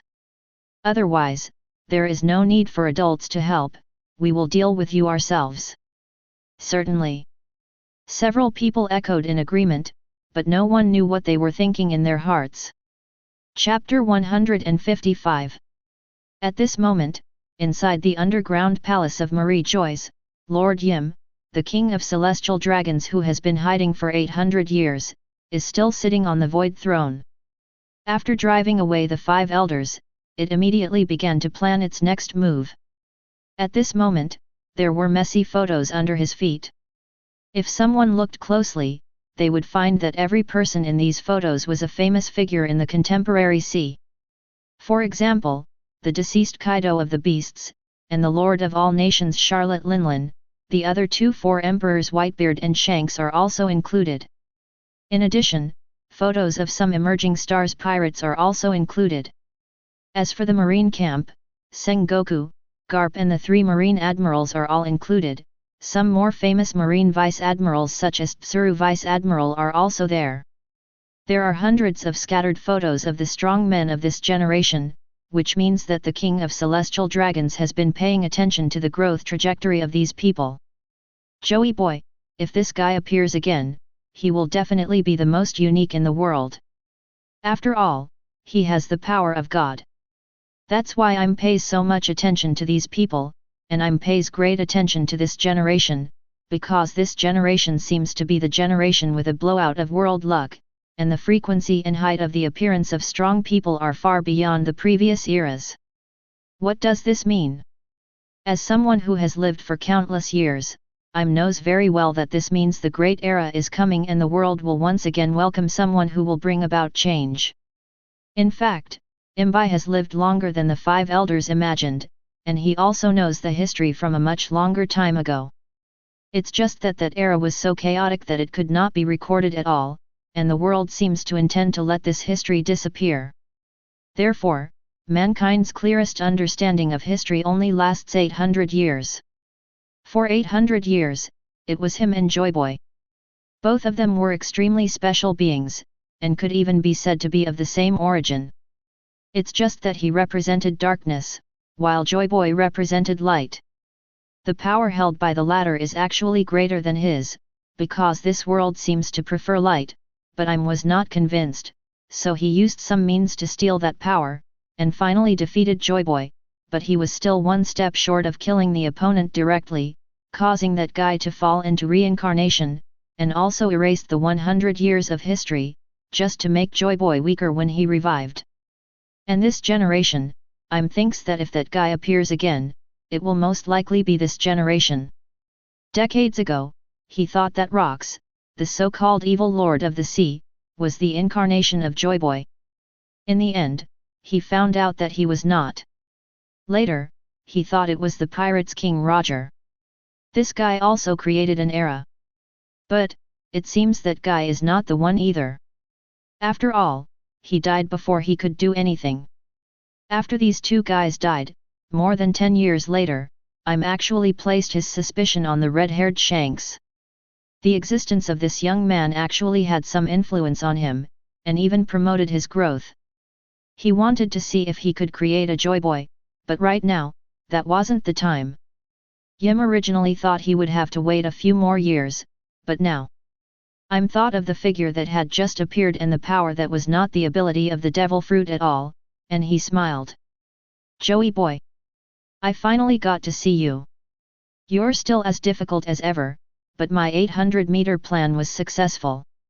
I don't know how much memory you have left, but, no matter what, you are still doomed to fail.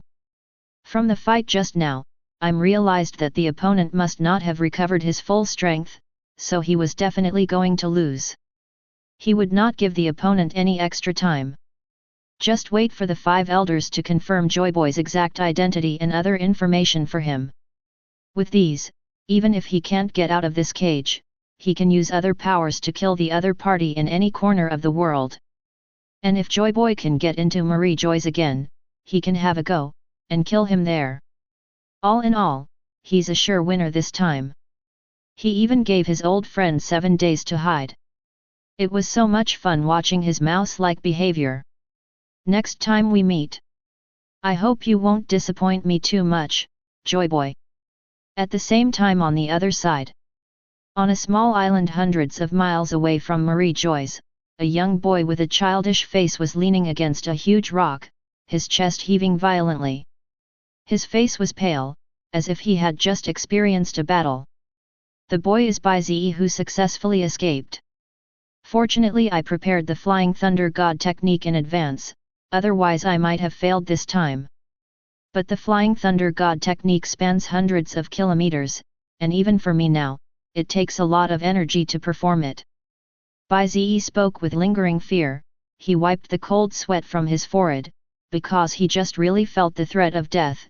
It was the clearest feeling of death since he got the system. Facing him was like facing a world. Just like a god. There was even a hint of fear in his heart. It was really a bit ridiculous. Bai Ze's face looked ugly. He shook his head to get rid of this absurd but necessary thought. The king of celestial dragons seemed even more powerful than he had imagined. Fortunately, he did not rashly attack the other party, but he still made a fatal mistake in the end. Bai Ze felt that his identity would not be hidden for much longer. The other party should know the identity of his representative soon and attack him. Bai Ze doesn't dare to bet that the other party will never step out of the palace. So Bai Ze's top priority is to improve his own strength. That is to obtain the 6 paths Rin-Egan. This is the only asset for him to fight against the king of celestial dragons. Being promoted to 6 paths is almost like stepping into the realm of true God. Only God can fight against God. And in order to obtain the 6 paths Rin-Egan, that means killing all the 4 emperors. Thinking of this, Bai Ze no longer had any hesitation in his heart. He narrowed his eyes slightly. Whitebeard, Shanks. I, Bai Ze, must take the lives of these 2 guys. I don't know if the war has started over there at this point in time. I hope I can get there. After all, I can't keep using the Flying Thunder God technique to travel, otherwise I won't have the strength to kill Whitebeard when I get to the battlefield. Chapter 156. Time passed by little, and the war between the Whitebeard pirates and the Marine finally arrived quietly. Now, there are almost no ships traveling back and forth in the sea area within hundreds of miles at the border of the Whitebeard pirates' territory during this period of time. After all, it is no secret that a big war will take place here, so not many fools would come here to seek death during this period of time. At this moment, many people in New World are looking forward to the start of this war. Can Marine continue the myth of victory in the last war with the Twin Emperors Alliance, or will it eventually die under the knife of the Whitebeard pirates? Although many people have great confidence in the current Marine, they are still filled with anxiety in their hearts. After all, hope is often accompanied by disappointment. During the pirates' era, many people have been living in dire straits for so many years. Now that they have finally ushered in the dawn, they really cherish it. But the direction of this war is not something that ordinary people like them can decide. They can only wait for the result to come. Boom! Boom! On a large island on the edge of the Whitebeard pirates' territory, the elite members of the Whitebeard pirates have been waiting here long ago. Whitebeard stood at the front holding Kusunakiri, and behind him stood a row of captains, such as Phoenix Marco, and Diamond Josie, and further behind them were a group of vice-captains, and a number of powerful fighters, each of them exuding a strong aura. These are the most elite group of warriors from their Whitebeard pirates group. At this moment, all of them have solemn eyes, because they know that the upcoming battle might be the toughest and most likely the last battle in their life. After all, during this period of time, Marco did not hide the information about the difference in combat power between the two sides. Marine's strength is indeed much stronger than theirs. They will most likely lose this battle, and there is only one outcome of failure, and that is death. Death. Everyone will feel confused and afraid when thinking about death, and they are no exception. However, some people are full of fighting spirit, while others look calm. No one knows what they are thinking at this moment. Whitebeard stood at the front. He looked at the endless blue sea in front of him. He didn't look back, but spoke softly. Marco, you are a group of good children. This time Daddy is unable to protect you, so he can only let you weak children die with Daddy. I am so sorry. Dad, you. Whitebeard's old sigh echoed among the crowd behind him. These past few days, he had been thinking. Is it right to exchange the lives of a few more people for the survival of a few more? Isn't this cruel to these children? After all, life is more important than anything else, even if he is their father. But, that's the fact, choosing the lesser of two evils, this is the best of all bad options. The sea breeze blew on Marco's face, making a rustling sound. Hearing his father's words, he curled his lips helplessly. What are you talking about? Dad. Before we set out to sea, we were a group of lost people without a goal. It was your guidance that helped us find the meaning of life. You gave our lives meaning. Now we can die with you in battle. This couldn't be a more perfect ending. Several other squad leaders who had followed Whitebeard for a long time also echoed the words. That's right. If I really have to choose a way to die in this life, dying in battle with my father would be the best. Second the motion.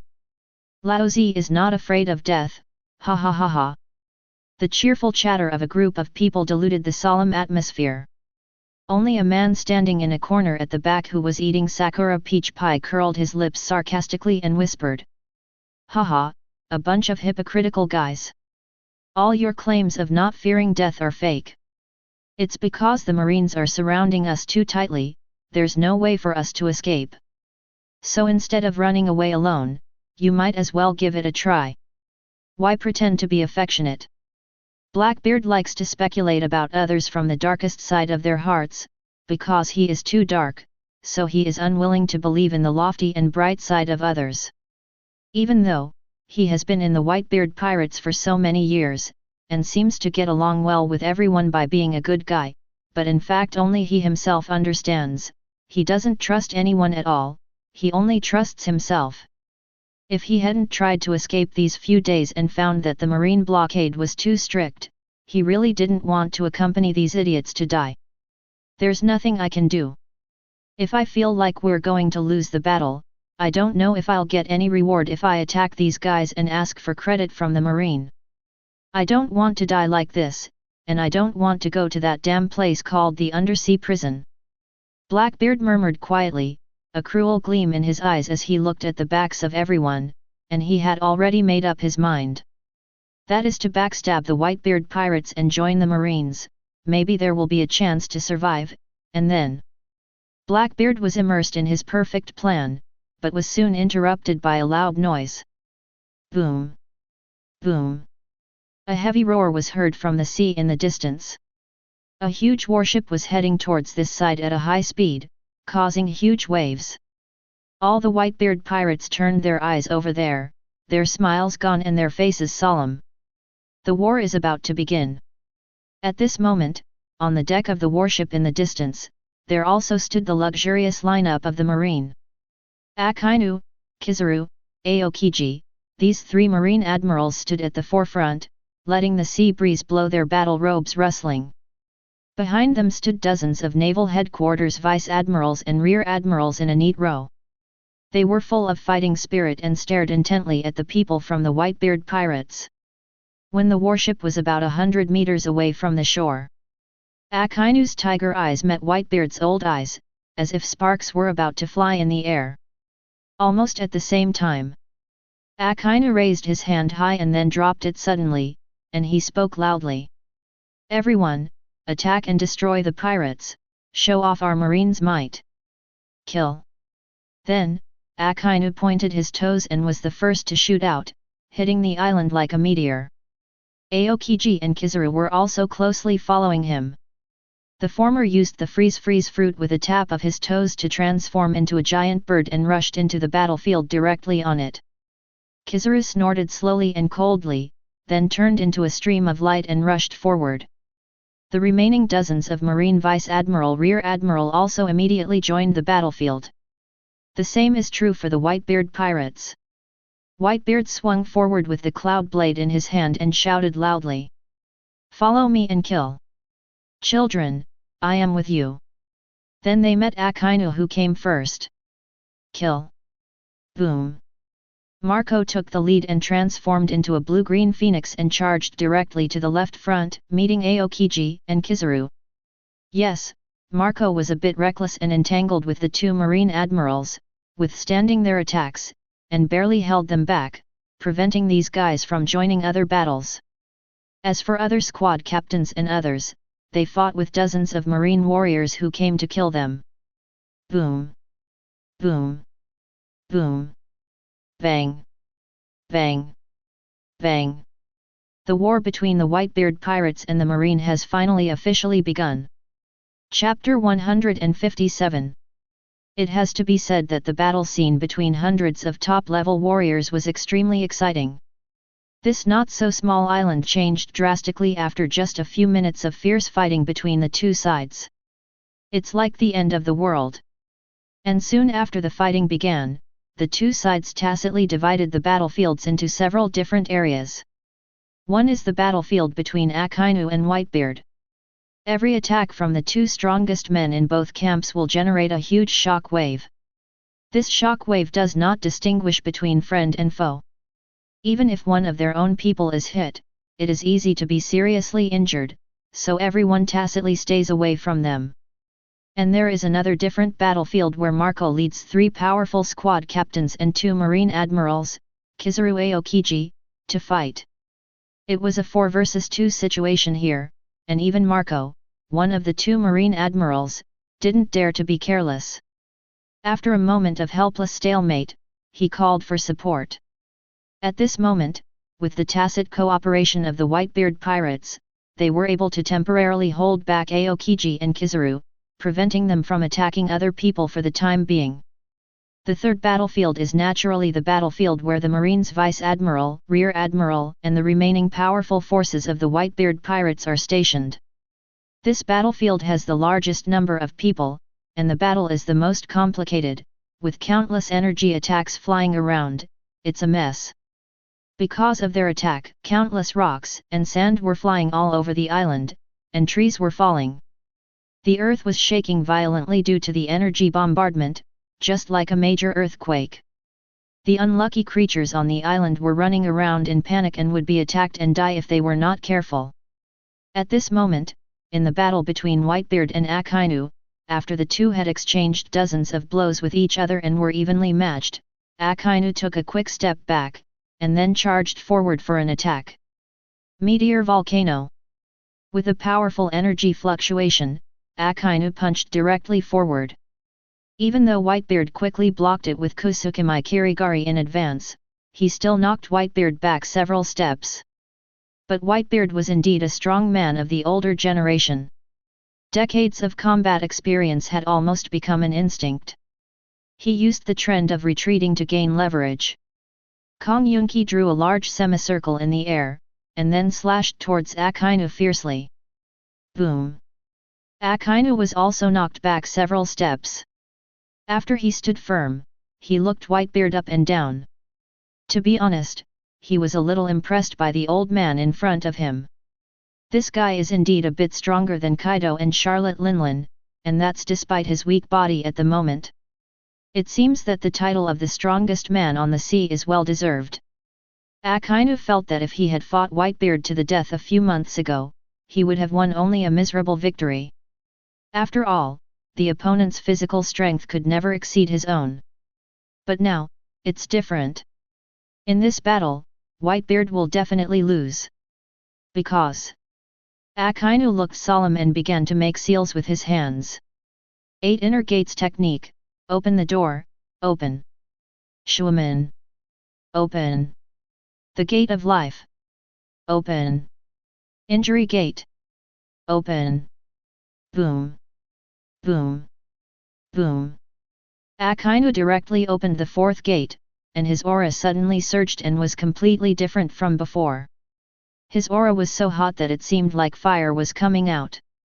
Is this the strange secret technique that can increase one's strength dramatically? It's really amazing. Whitebeard's pupils shrank slightly. He had already determined from the aura emanating from Akainu's heart that if he continued to fight in this state, he would definitely lose. Whitebeard was a little confused. How could there be such a secret technique in the world that could greatly increase a person's strength in a short period of time? This was totally irrational. It really broke Whitebeard's worldview. He originally wondered if he could rely on his brute force to kill Akainu and win the war, even if the probability was very low. But Akainu's condition at the moment told him that this was impossible. So, Whitebeard sighed. He could only die together with his enemy. He was ready to exchange his life for another. Even though he couldn't win, he should be able to die together with his enemy. Read this. Before Akainu could attack, Whitebeard rushed forward and activated his shock fruit ability to ultimate. He slashed at Akainu fiercely with the blade of Kuroganakiri wrapped in fluorescent light. Boom! It seemed as if the space was about to collapse. Even Akainu, who had opened the 4th gate, used all his strength to take the blow, but Whitebeard's attack was not limited to that.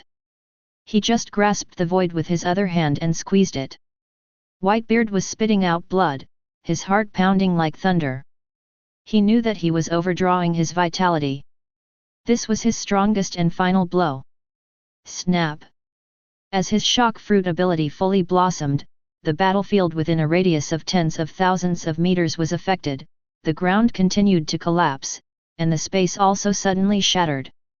Collapse, shatter. Snap! Snap! Everyone on Marine's side was shocked. Damn it, Whitebeard wants to die with us.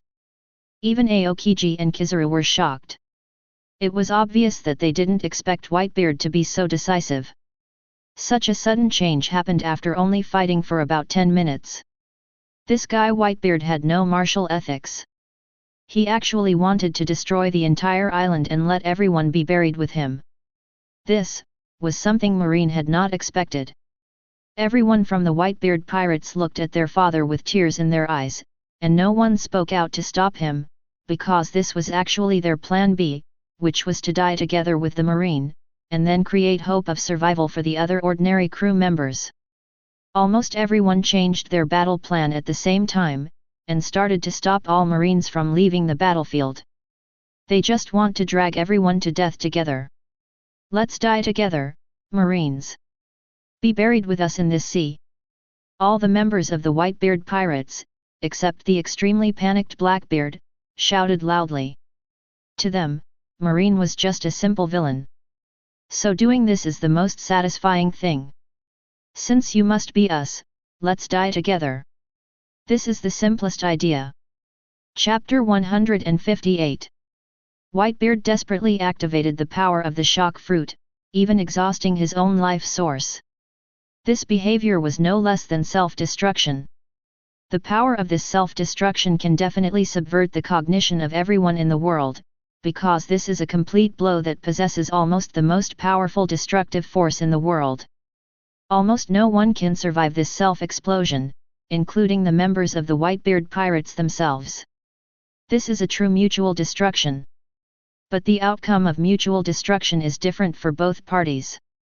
You know, the other members of the Whitebeard pirates are at the extreme periphery.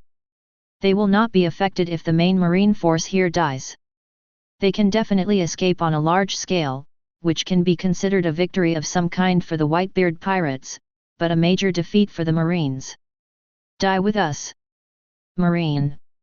All the Whitebeard pirates members present roared crazily, bursting out with all their strength, but not to kill the Marine, but to intercept it completely.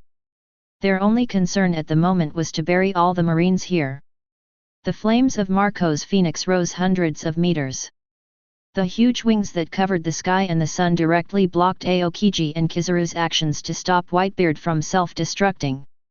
Kizaru, who was being held tightly by Phoenix Marco and the others, finally looked no longer lazy as usual, but suddenly impatient.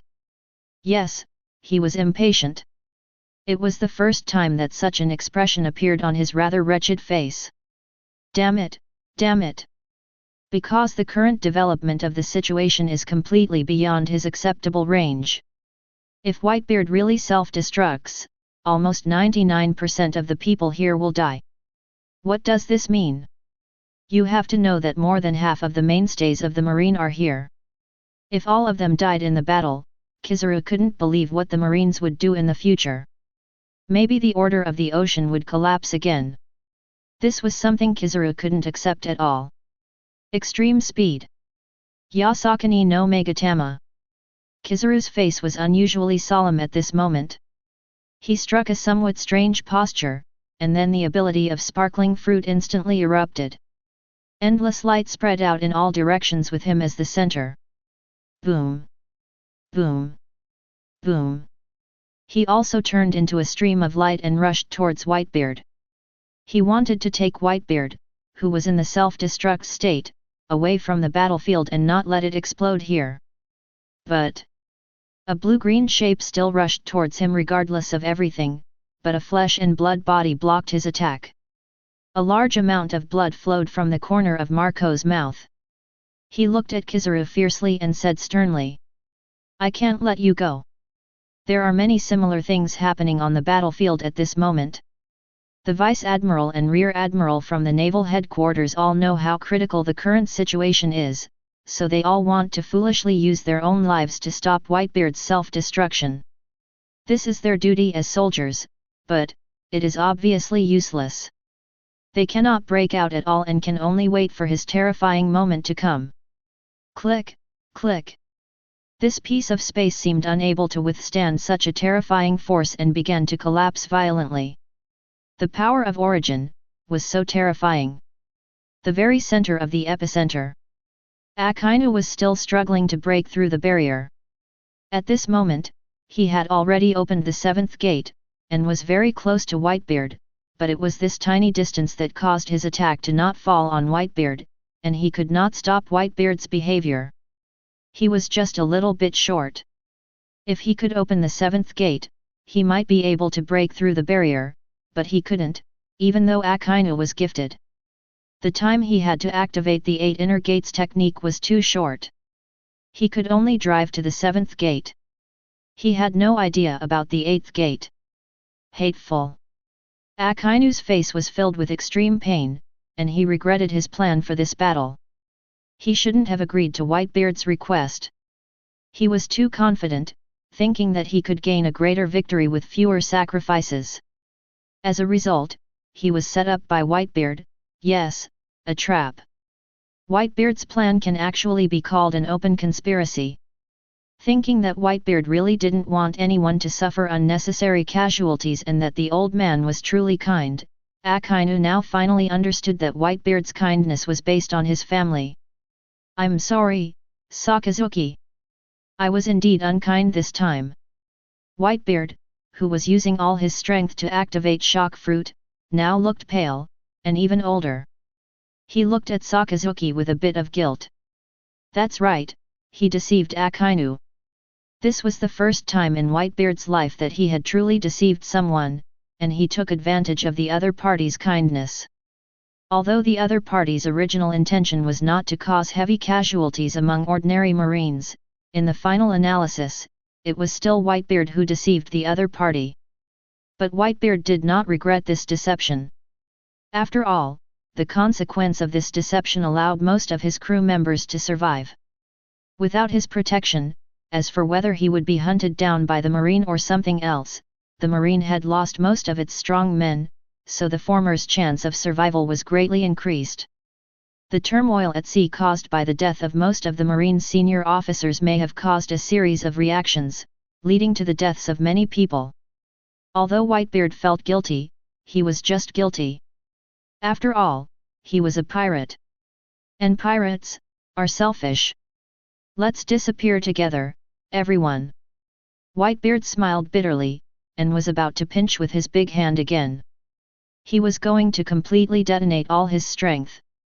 In fact, with the strength of Akainu who had opened the seventh gate in his heart, he could have turned around and fled instead of attacking Whitebeard, but he didn't.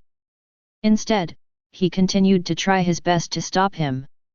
Because he is Akainu, Marine Admiral, Sakazuki, known as absolute justice. If one person must die in the war, he would not hesitate. "Little guy. Uncle may not be able to accompany you anymore. You have to fulfill our agreement alone." Akainu, who felt that he was too late to stop it, also smiled helplessly at this moment. The duties of a Marine Admiral have been fulfilled, and now he has only one concern left. "I really want to see that little guy again." As the power of the shock fruit exploded, space began to collapse. The white light became stronger and stronger, and Akainu could hardly see the surroundings clearly, but for some reason, he actually saw a familiar figure through the white light. The figure was wearing a slim Marine Justice uniform and had beautiful black hair. "That is Bai Ze." Akainu was a little surprised and murmured subconsciously. The next moment, the figure slowly turned around to reveal a childish face, and he smiled slightly. "Yes, uncle." Chapter 159. Bai Ze finally used the Flying Thunder God technique and came to the front battlefield little by little, and soon realized that the war was about to start. After Bai Ze asked about the location of the battlefield, he immediately came here without stopping. As soon as he arrived, he encountered the scene of Whitebeard's self-explosion. And then, "It's like this now, he got here with the help of Kamui." Bai Ze's face was a little pale at the moment. The Flying Thunder God technique plus Kamui along the way, really consumed a lot of his mental energy. He really felt a little dizzy at the moment. This is the first time in such a long time. It turns out that his mental power will run out. No time to reminisce with Akainu. At this moment, Bai Ze was standing between Akainu and Whitebeard.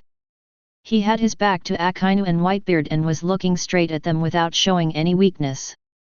"Are you the Bai Ze? It's true that heroes emerge from youth. You came to my side so easily. But, you can't stop my self-destruction now, just accept your fate, Marine." Whitebeard's face was very calm at the moment. He knew what his current condition was. Even if God existed, he could not stop what was going to happen next. Hearing this, Bai Ze's eyes remained indifferent, and he spoke to himself.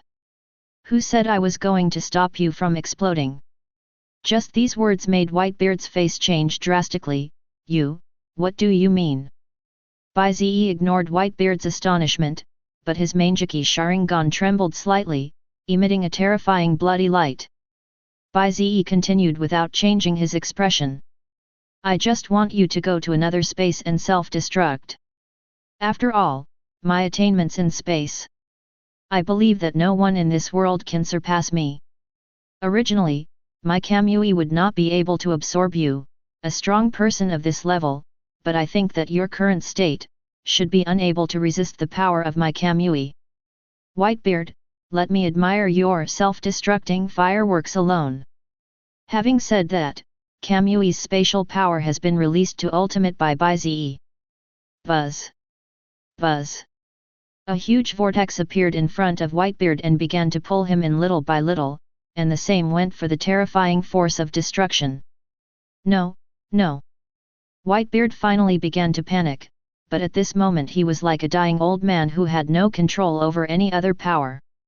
He could only watch himself being swallowed up by the black hole bit by bit. Bai Ze turned a deaf ear to Whitebeard's roar. He just shed tears of blood and did not stop releasing the power of Kamui. Finally, after half a minute of stalemate, the horrific storm began to subside. There was no longer that feeling of exploding. Such a change happened in just a short period of time. After the storm subsided, everyone noticed the unusual situation here. Everyone present was smart and knew what had just happened almost instantly. The Marine looked at the slender figure in the center with ecstasy. The White Devil Vice Admiral, it was the White Devil Vice Admiral. He saved us. I knew the White Mage Vice Admiral would come at the critical moment, ha ha ha. Great. The storm has subsided, our Marine will not be disconnected. The Whitebeard pirates were the opposite. They looked as ugly as if their mother had died. They didn't want to believe that their father had done so much and could still be turned around by the Marines. They didn't understand, they didn't understand.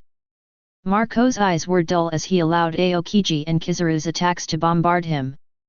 The group of people were instantly furious, but the Marine was not going to tolerate them, and now was the best time to give them a beating when they were down.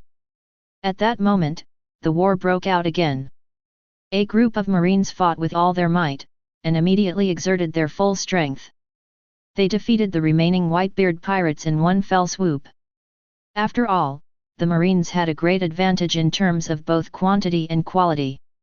Even if Whitebeard didn't self-destruct, the Whitebeard pirates would still have no chance of winning and would still be defeated. And there is still something else that can happen to the Whitebeard pirates' defense. While the Whitebeard pirates were fighting side by side, a somewhat bloated figure kept shuttling among them, and then bombarded them directly from behind. Bang! Bang! Bang! Tisk! Tisk! Tisk! Blood was splattering everywhere, and a group of people looked at the figure in disbelief. Teach, what the hell are you doing? Why are you taking action on us? Teach, are you crazy? You actually attacked the captain. Teach. A group of Whitebeard pirates members really couldn't imagine that Blackbeard Teach, who had always been a good guy in their eyes, would actually attack them at this moment. Being backstabbed by a teammate was even more painful than killing them. But what answered them was Blackbeard's sinister laughter. This is so funny. Lao Ze was never a member of your Whitebeard pirates. Lao Ze was a Marine from the beginning. I was a pawn that Marine Marshal Sengoku planted in your Whitebeard pirates more than 10 years ago. Now that the market is closed, Lao Ze naturally shouldn't hide anymore. As he spoke, Blackbeard showed a simple smile to the Marines. I am a member of the confidential unit directly under your Marine Marshal Sengoku. Marshal Sengoku can prove my identity. This was Blackbeard's second plan, pretending to be a Marine spy, and the kind that only Marshal Sengoku knew about. Anyway, they wouldn't be able to find out for a while. As long as you don't die now, you can find a way to escape when you meet them at naval headquarters later. Blackbeard's words deeply hurt everyone in the Whitebeard pirates. They ignored the attack from the Marine and attacked Blackbeard first. You can imagine how much hatred they had for Blackbeard. This scene also stunned many people on the Marine side. What is going on? First Whitebeard wanted to self-destruct and was stopped, and now Blackbeard rebels and backstabs. This battle is really confusing. But even though they were confused, the Marines still acted decisively. They just tacitly agreed not to attack Blackbeard. After all, this guy was really ruthless to the members of the Whitebeard pirates. Maybe he was really one of their Marines. Boom. Boom. Boom. Due to the absolute overwhelming strength of the two sides and various circumstances, after an hour of fierce fighting, this somewhat absurd war finally ended. In the end, 2 Marines were killed and all members of the Whitebeard pirates were killed. An absolute victory. Chapter 160. With the fall of the last member of the Whitebeard pirates, the Whitebeard pirates were completely destroyed. So far, 3 of the 4 emperors were gone. Only the 4 emperors' pirates, the Red Hair pirates, were left. In fact, this battle lasted only about an hour and a half in total, which can be considered extremely fast. After all, the battles between top warriors can often last for several days and nights. All this is thanks to Bai Ze's arrival. Otherwise, the direction of this war would have been exactly what Whitebeard wanted, and they would have died together. Tick. Tick. Stepping on the corpse of a captain of the Whitebeard pirates, Bai Ze held the magic knife ghost god weeping, blood dripping down bit by bit. His eyes were very indifferent, but his condition at the moment was really not very good. The corners of his eyes were full of bloodline, which looked extremely creepy, and his face was extremely pale. There was no way. The power of Whitebeard's self-explosion in Kamui space was so great that it actually shattered Kamui space into pieces. This had a huge impact on Bai Ze.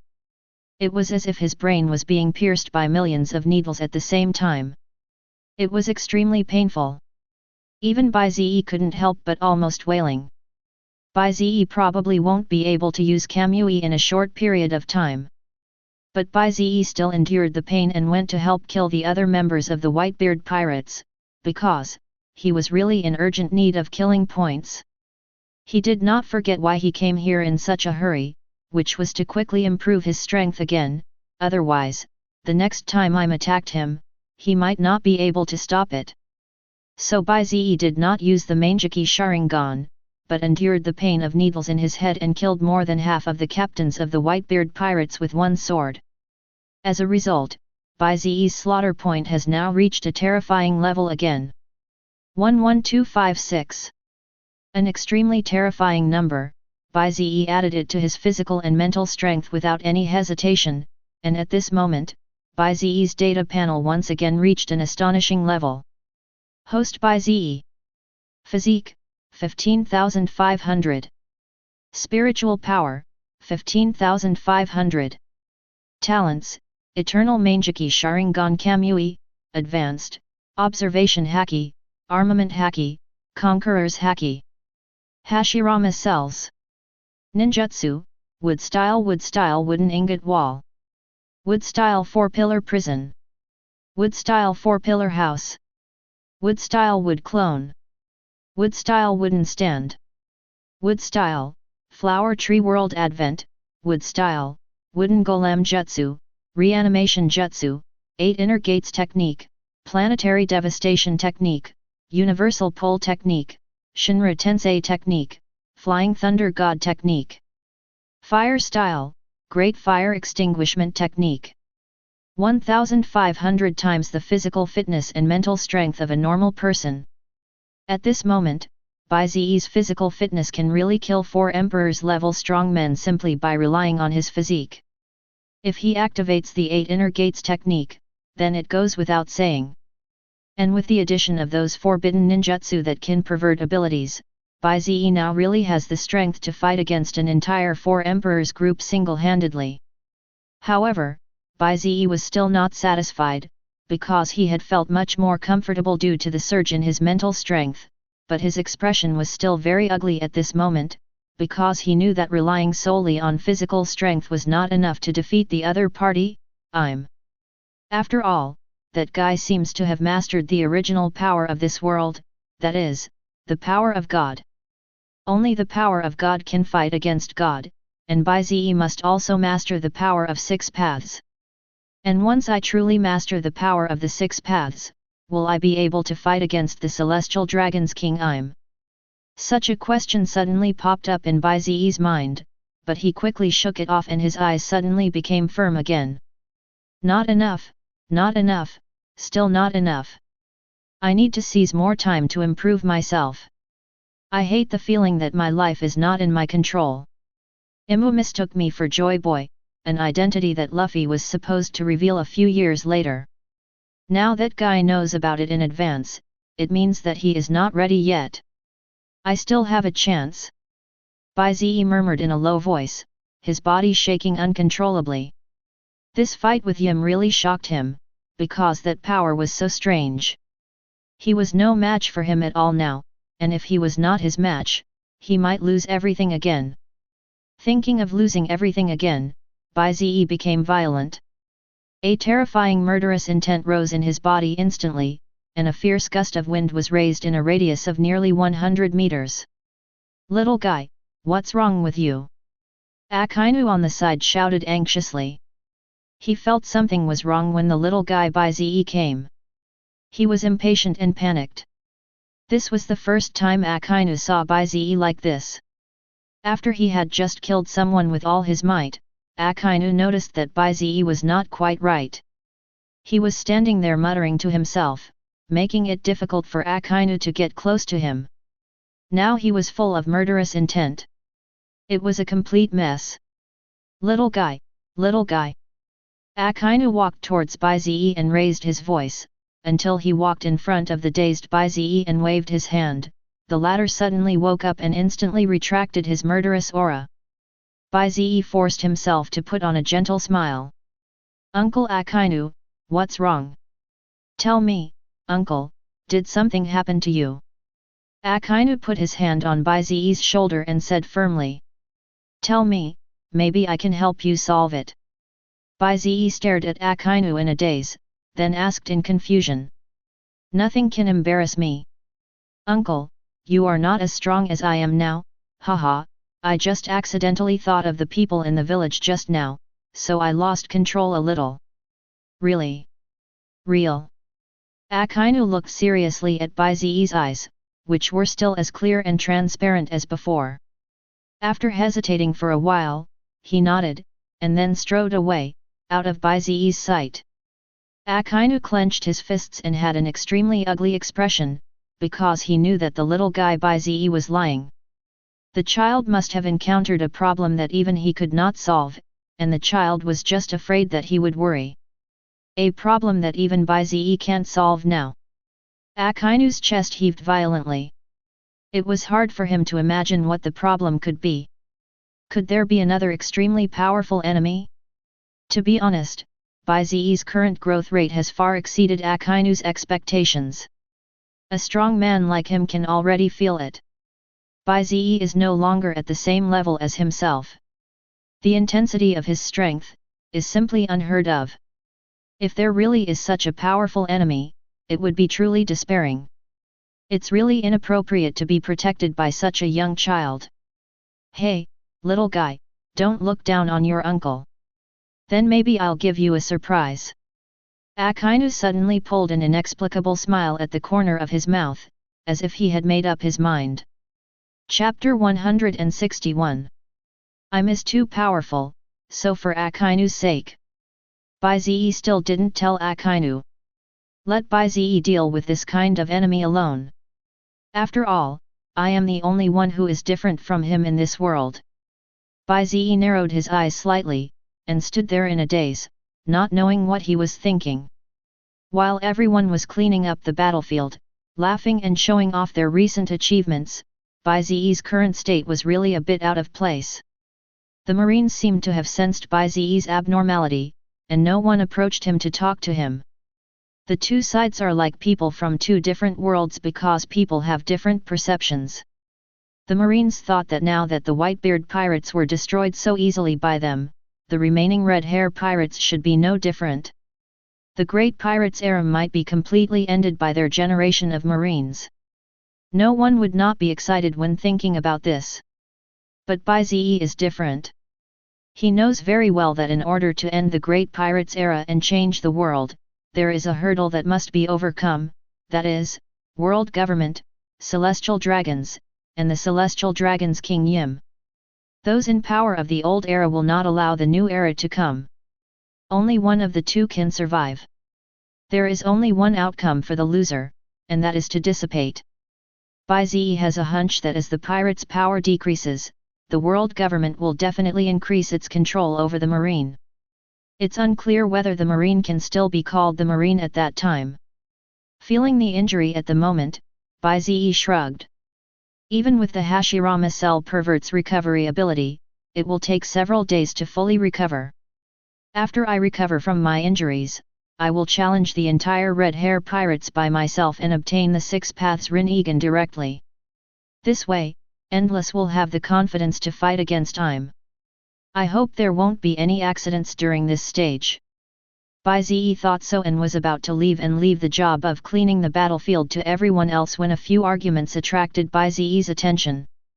It seemed that a group of people had gathered there.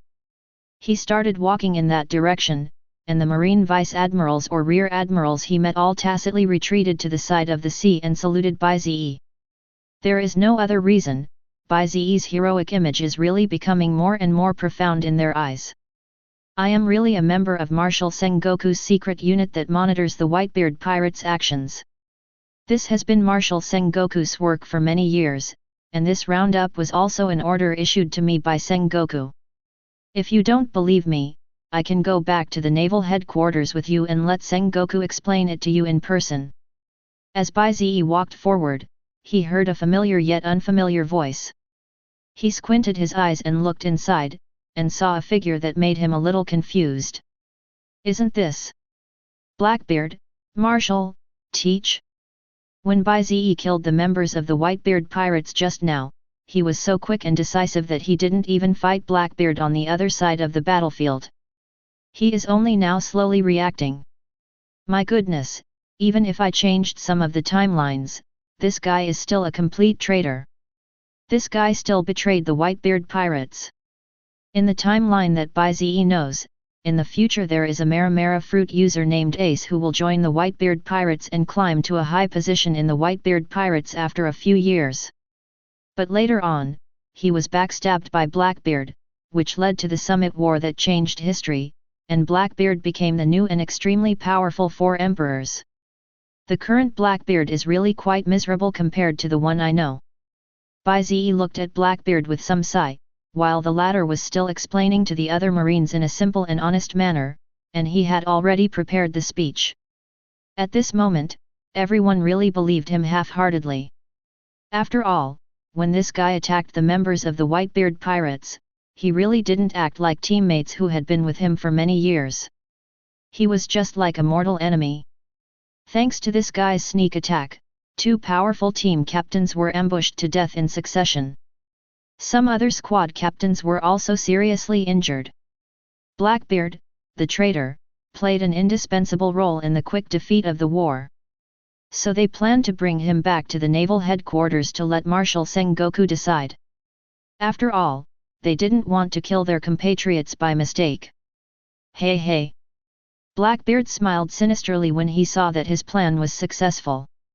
He had already thought of a way to escape from the sea.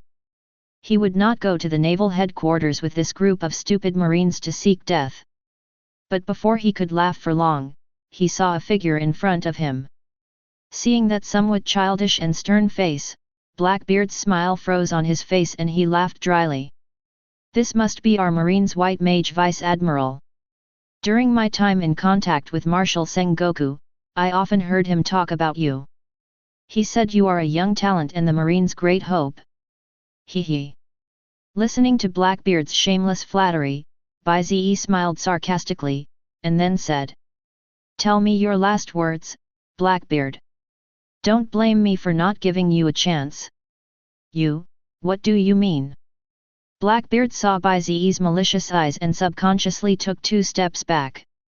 "Literally," Bai Ze said coldly, he was not willing to wait until Blackbeard backstabbed one of his marine teammates before killing him. That was too stupid. You can't do this. Blackbeard was completely panicked and quickly looked to other people for help, hoping that these guys could stop Bai Ze. But everyone was indifferent. It was obvious that in their eyes, Bai Ze was of a terrifying status.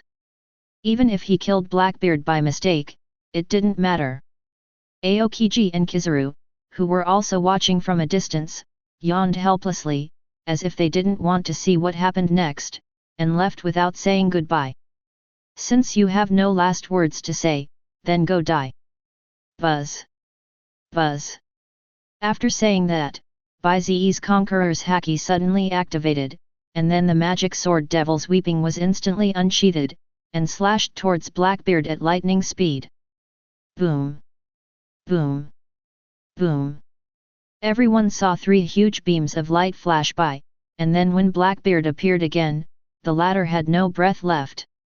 Obviously, for Bai Ze at this moment, killing the current Blackbeard is too easy, not to mention that the two sides are so close. So, Blackbeard died just like that, and took his dream with him, even though his betrayal at all costs ended up being so carelessly killed. Chapter 162.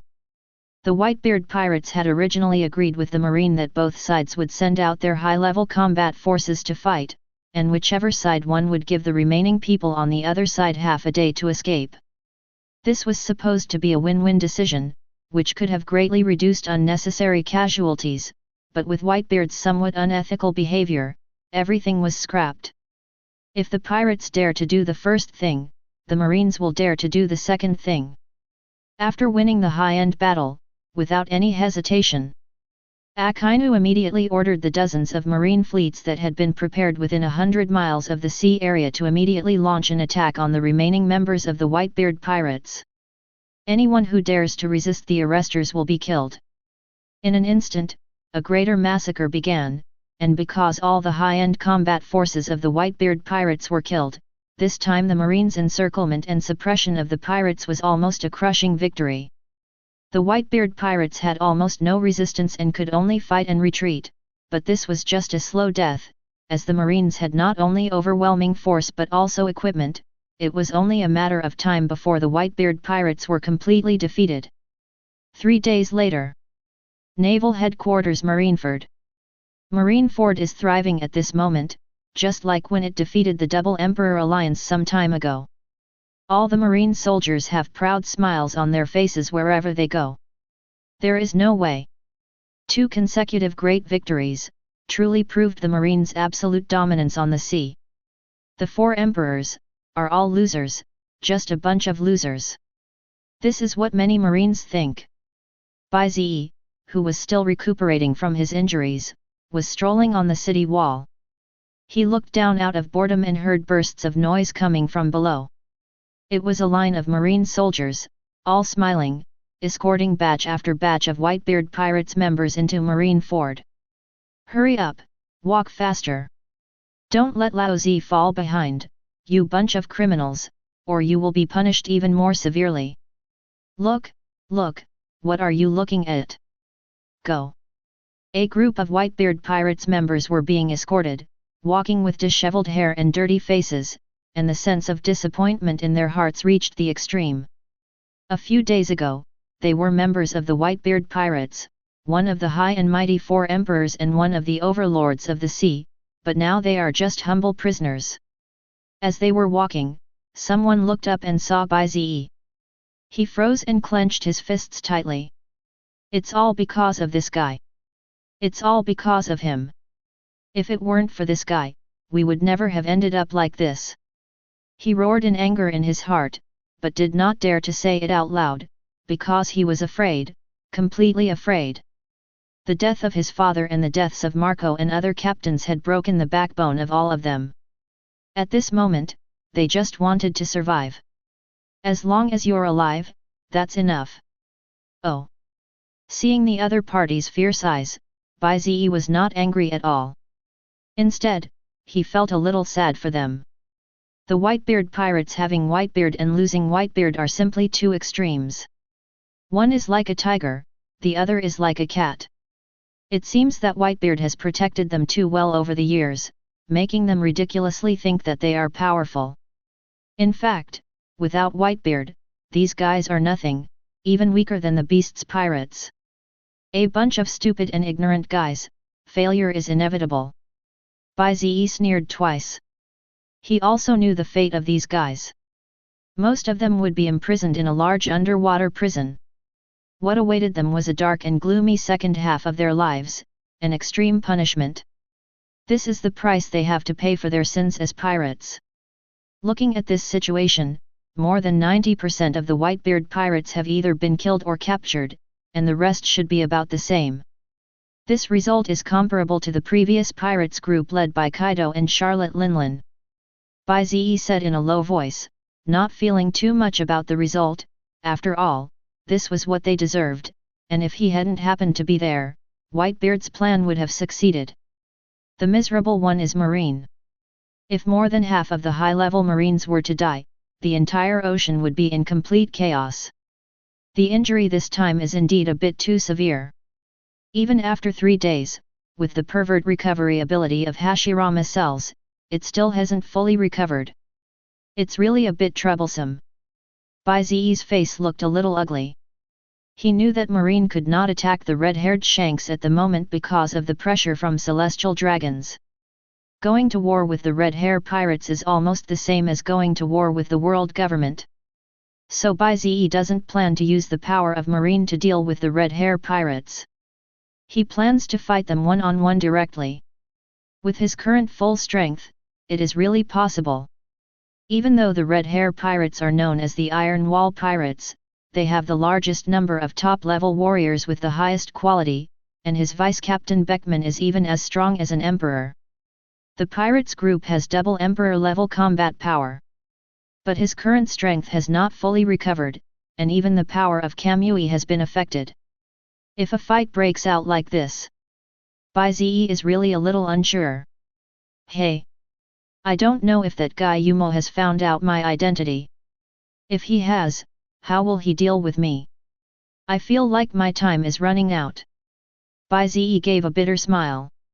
Everything was going in a good direction, but unfortunately he met that cheater Yim. He was a complete pervert. Bai Ze didn't understand who this guy was and where he came from. And I don't know what Uncle Akainu has been doing these days. It feels weird. Bai Ze muttered as he walked. He didn't know how long he had been walking when suddenly there was a bang as if he had hit an iron wall. Bai Ze scratched his head and saw a resolute face. Dalmizia, it's you. Sorry I was distracted just now. Bai Ze said apologetically, and the latter smiled slightly. The white mage Admiral must be worried about the previous battle. Does he think he didn't do well enough? Don't be like that. You've done well enough. Dalmizia subconsciously thought that Bai Ze was worried about the war with Whitebeard. After all, everyone had noticed Bai Ze's abnormality in the past few days. But unfortunately, only Admiral Akainu could talk to Bai Ze, so the others didn't say much. They were all together at the moment. Bai Ze laughed and didn't deny it directly. In fact, he was worried about Yim's problem, so he smiled indifferently. Also, don't call me Admiral. I haven't confirmed it completely yet. How could that be? The meeting a few days ago has already confirmed your contribution to the Marines. During this period of time, you have destroyed the 7 warlords of the sea and arrested criminals, and led all the Marines to defeat the alliance of the Beast's pirates and the Big Mom pirates. Now you have made the greatest contribution in defeating the Whitebeard pirates. If you don't take the position of Marine Admiral here, who else can? Dalmizia argued, his face full of stubbornness as if he would lie down on the spot if Bai Ze didn't recognize him. After the fierce battle with the Whitebeard pirates a few days ago, those senior Marines returned to the naval headquarters and tacitly asked Sengoku for credit for Shirazawa. If Bai Ze hadn't suddenly arrived this time, they might have been completely wiped out, and the consequences were self-evident. Therefore, it is hard to imagine how great the contribution of Bai Ze who saved them was. He really saved the Marine. They would not agree to anything less than a huge reward for such a great achievement. Dozens of naval headquarters, vice admiral, and rear admiral personnel were asked to take credit for one person. Sengoku was stunned by such a big scene. This was really the first time. Sengoku was already extremely satisfied with Bai Ze, so he was naturally happy with this. He immediately gathered a group of Marine executives for a meeting again, and the topic of the meeting was only one, that was, how to reward Bai Ze according to his merits. And this conference went extremely smoothly. After all, no one dared to object in such an environment, so the reward for Bai Ze was confirmed. One is, to be nominated as Marine Admiral, becoming another Admiral after Akainu, Aokiji, and Kizaru Marine Admirals. A 13-year-old Marine Admiral, if you tell others about it, no one will believe it because it is simply too exaggerated. It can be said that apart from Marine Marshal Sengoku, these Marine Admirals have the highest status. Although the second reward is different from such a status reward, it is agreed to satisfy everyone, and that is, Bai Ze was given the title of Marine Hero. Marine Hero. This title has a special meaning. The previous holder was Garp, who saved the Marines from disasters. Although he is only the Vice Admiral of the Marines, his status in the Marines is similar to that of Sengoku, the Marine Marshal. The influence of this title is no less than that of Marine Admiral. The honor of Marine Admiral and Marine Hero title is truly unique in all these years. After all, Bai Ze is in a state where no credit is due. The next highest rank is Marine Marshal. Apart from these two rewards, some mundane things seem a bit dispensable. Bai Ze smiled helplessly. After all, his awarding ceremony had not been completed yet. After chatting with Dalmizia for a while, the latter suddenly slapped his head and spoke in annoyance. "I'm so sorry. I was so engrossed in chatting with the White Mage Admiral that I almost forgot why I came here," Dalmizia said anxiously. "Marshal Sengoku wants to see you. He's waiting for you in the conference room." Chapter 163. Sengoku, what do you want from me? Walking in the corridor leading to the meeting room, Bai Ze frowned slightly. What did this guy have to do that he had to personally ask someone to ask him to go there, and he seemed a little impatient. Did something bad happen again? Bai Ze's brows subconsciously frowned into a shape of. What big thing could possibly happen in this situation? Bai Ze had a bad premonition. After so many meetings, Bai Ze was already familiar with the way to the conference room. After a few minutes, he arrived at the door of the conference room and gently pushed it open. As usual, quite a few Marine high-ranking officials have gathered here, but the three Marine Admirals Akainu, Kizaru, and Aokiji have not arrived yet, and neither has Garp. But the rest of the people were all familiar faces and it seemed, everyone was waiting for me. The only big difference is that the person sitting under Sengoku is no longer Garp, but a mysterious man wearing a thick mask and covered by a huge windbreaker. Bai Ze narrowed his eyes, because he had never seen this guy among the Marine executives before, and this guy seemed to be hostile to him. At this moment, the atmosphere in the entire conference room seemed a little depressing. The existence of this mysterious man seemed to cast a shadow on everyone. Bai Ze, you're here.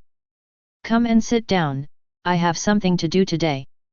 Sengoku looked grim and seemed to be hesitant to speak, as if he didn't want to say the rest of the sentence.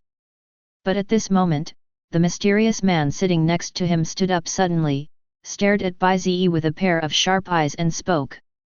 You must be the most famous genius Marine in the Marine Corps, Bai Ze. You were also nominated for Marine Admiral recently. You are indeed a young genius. I admire you. The man's voice sounded as if someone had strangled him by the throat, extremely hoarse and unpleasant. Bai Ze did not respond to this person, but looked at Sengoku and asked coldly. Who is this guy? Hey! After hesitating for a while, Sengoku took a deep breath and spoke. This guy was sent by the world government and celestial dragons. He came here today to talk to you about something. They want to. Seeing that Sengoku was taking so long to speak, the mysterious man interrupted him unhappily and said loudly. My name is Izo, and I am the captain of this year's CP9. I fully serve the world government and the great celestial dragons. The purpose of my coming here today is very simple, that is, I want to invite Lord Bai Ze to visit our Marie Joyce. My master is very interested in you, and I hope you can do me the honor of coming. After the man who called himself Izo finished speaking, he bowed like a gentleman and seemed really sincere. Bai Ze's answer to such an invitation was straightforward. Give me the face. Do you deserve it? I won't go. After saying that, he turned around and was about to leave. He was not sure about Marie Joyce and did not want to go there again.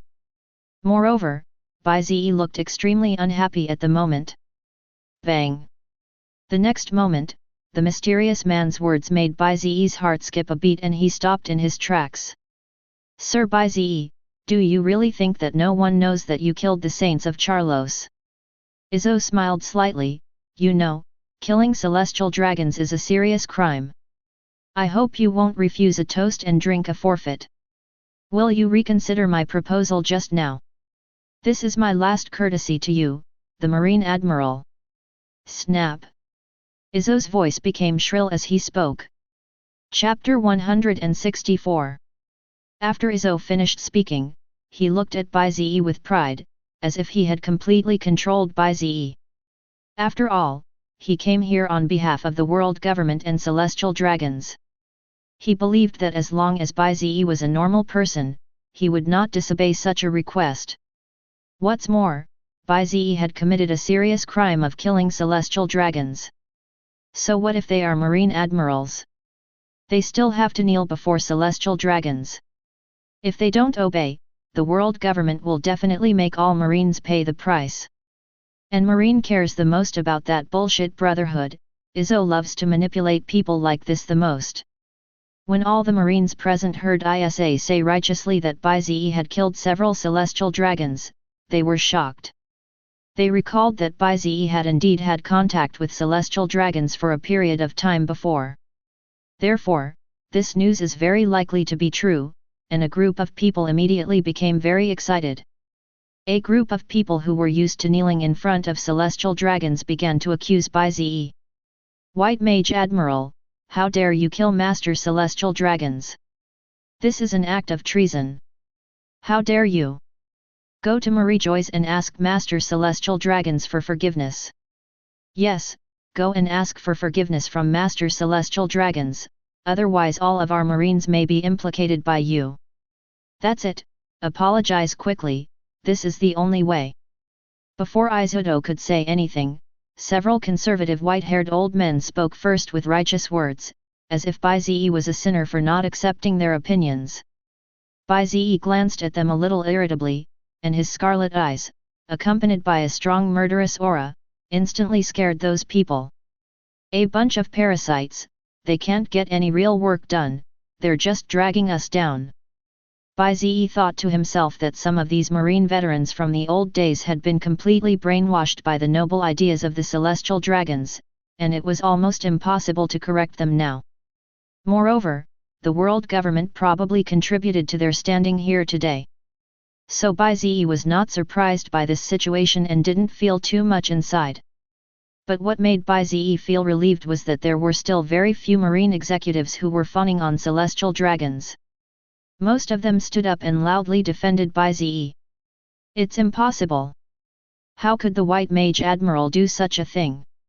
This must be a slander. I believe the White Mage Admiral is innocent. That's right, the White Mage Admiral must be innocent. I second the motion. Don't talk nonsense without evidence. You damn bastards, do you know how much the White Mage Admiral has contributed to the Marine? Believe it or not, Lao Ze will beat you old bastards even if you disobey military orders. If Bai Ze goes to Marie Joyce, he will be at the mercy of others. They are not fools and naturally don't want this to happen. Many people in this group have received favors from Bai Ze, so they naturally stand on Bai Ze's side. Moreover, they are not interested in celestial dragons. Not all of them are willing to be oppressed.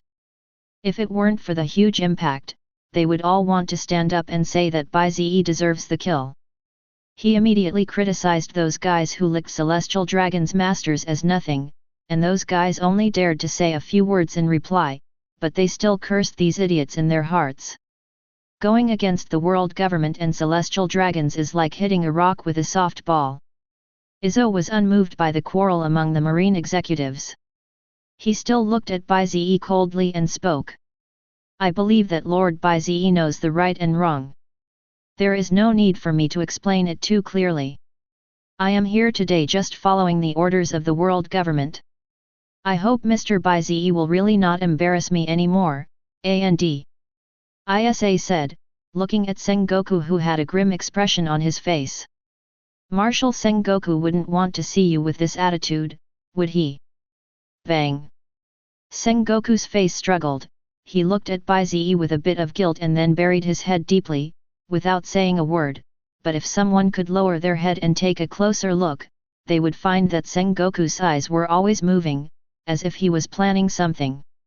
The Marines who supported Bai Ze looked unhappy. What did Marshal Sengoku mean by this? Was he not going to protect Bai Ze? Was he going to kill the donkey after it had done its work? Seeing this, Isa was happy. It seems that Marshal Sengoku knows how to deal with the times, otherwise his career as Marine Marshal would have come to an end.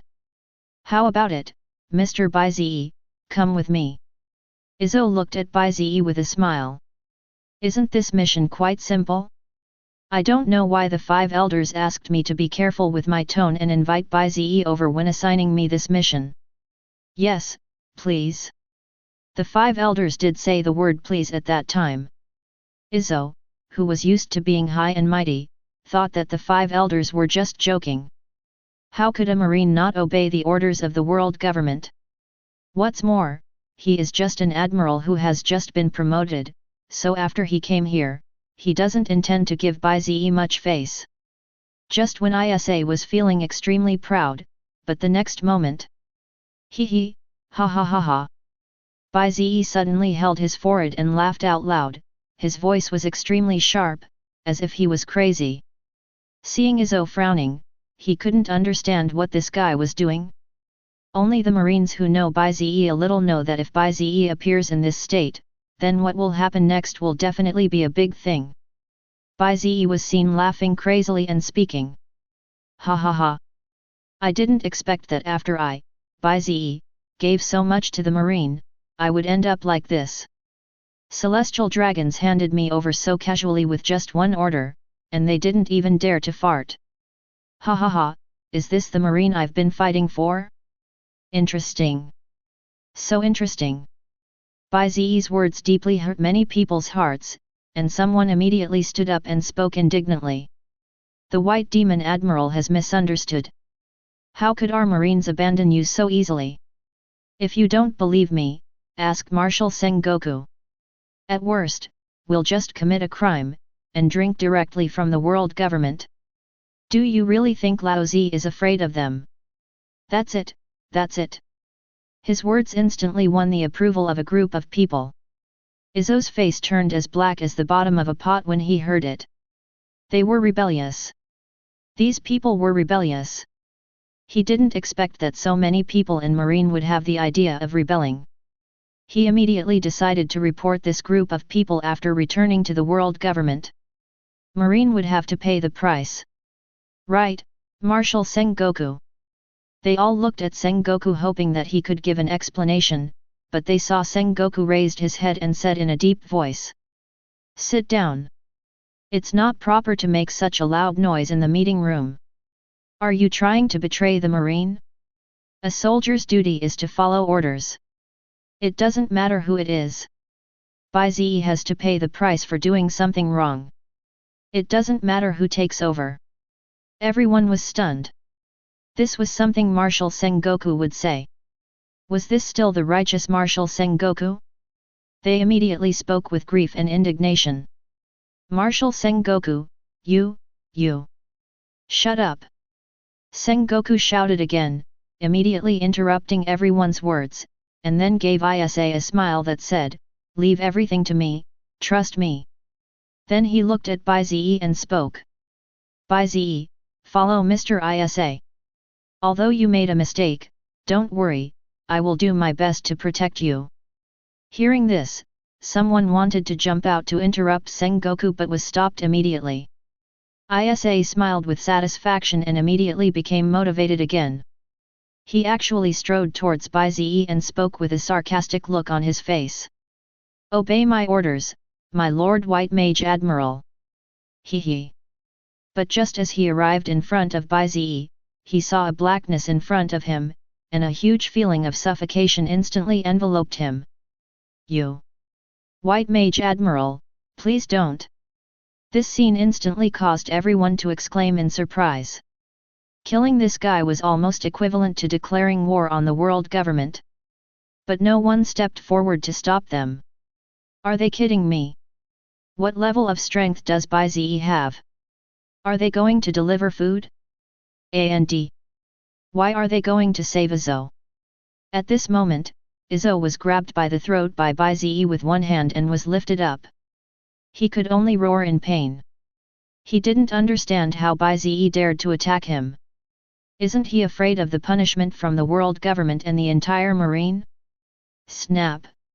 Snap! He couldn't figure it out, but he could only feel Bai Ze's grip increasing in strength, and then Bai Ze's voice came to his ears. "It is true that a soldier's duty is to obey orders, so I have decided, from this moment on, I, Bai Ze, will quit the marine." Chapter 165. It is true that a soldier's duty is to obey orders, so I have decided, from this moment on, I, Bai Ze, will quit the marine. Quit marine. Just one sentence shocked everyone. Izzo's eyes were confused. How could this be possible? And the marines all had bitter faces, their faces were so ugly. Bai Ze's Marine Admiral status and Marine Hero title were confirmed just a few days ago, and now Bai Ze is forced to quit the marine. What the hell is going on? They looked at Sengoku, but saw that Sengoku was dazed again. He did not stop Bai Ze from attacking Isa. He just looked at Bai Ze and said softly, "Have you really thought it through?" "Certainly." "That's good. From today on, you Bai Ze are no longer a marine." "With pleasure." After a somewhat weird conversation, Bai Ze chuckled, then turned his gaze to Isa and licked the corner of his mouth. The latter immediately felt something was wrong. He vaguely felt that something was wrong with the conversation between Bai Ze and Sengoku, but he no longer had the chance to resist. Click, click. Bai Ze broke his limbs in front of everyone, and then began to pinch his other bones inch by inch. Crack, crack. Bai Ze stopped only after all the bones were broken. The latter could only roar in pain but could not resist at all. He had called out loudly but no one present was willing to help. In the end, he collapsed like a piece of dough. Bai Ze didn't kill him, but put him on the ground and stepped on him to end his life. Click. Everyone swallowed their saliva at the same time, and then Bai Ze, regardless of everyone's gaze, picked up the den mushi that Isa carried with him, and made a call. A calm and anxious voice immediately came from the other end of the phone. "Isa, you're pretty quick, right? You brought that Bai Ze back. Hurry and bring them to Marie Joy's, the adults are waiting." Before the other party could speak, Bai Ze interrupted and spoke very quickly. "My name is Bai Ze, and that unlucky guy named Izzo is dead.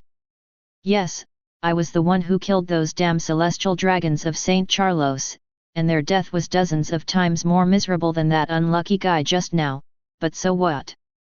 And I, Bai Ze, will quit the Marine Corps from now on. Don't you want to kill me?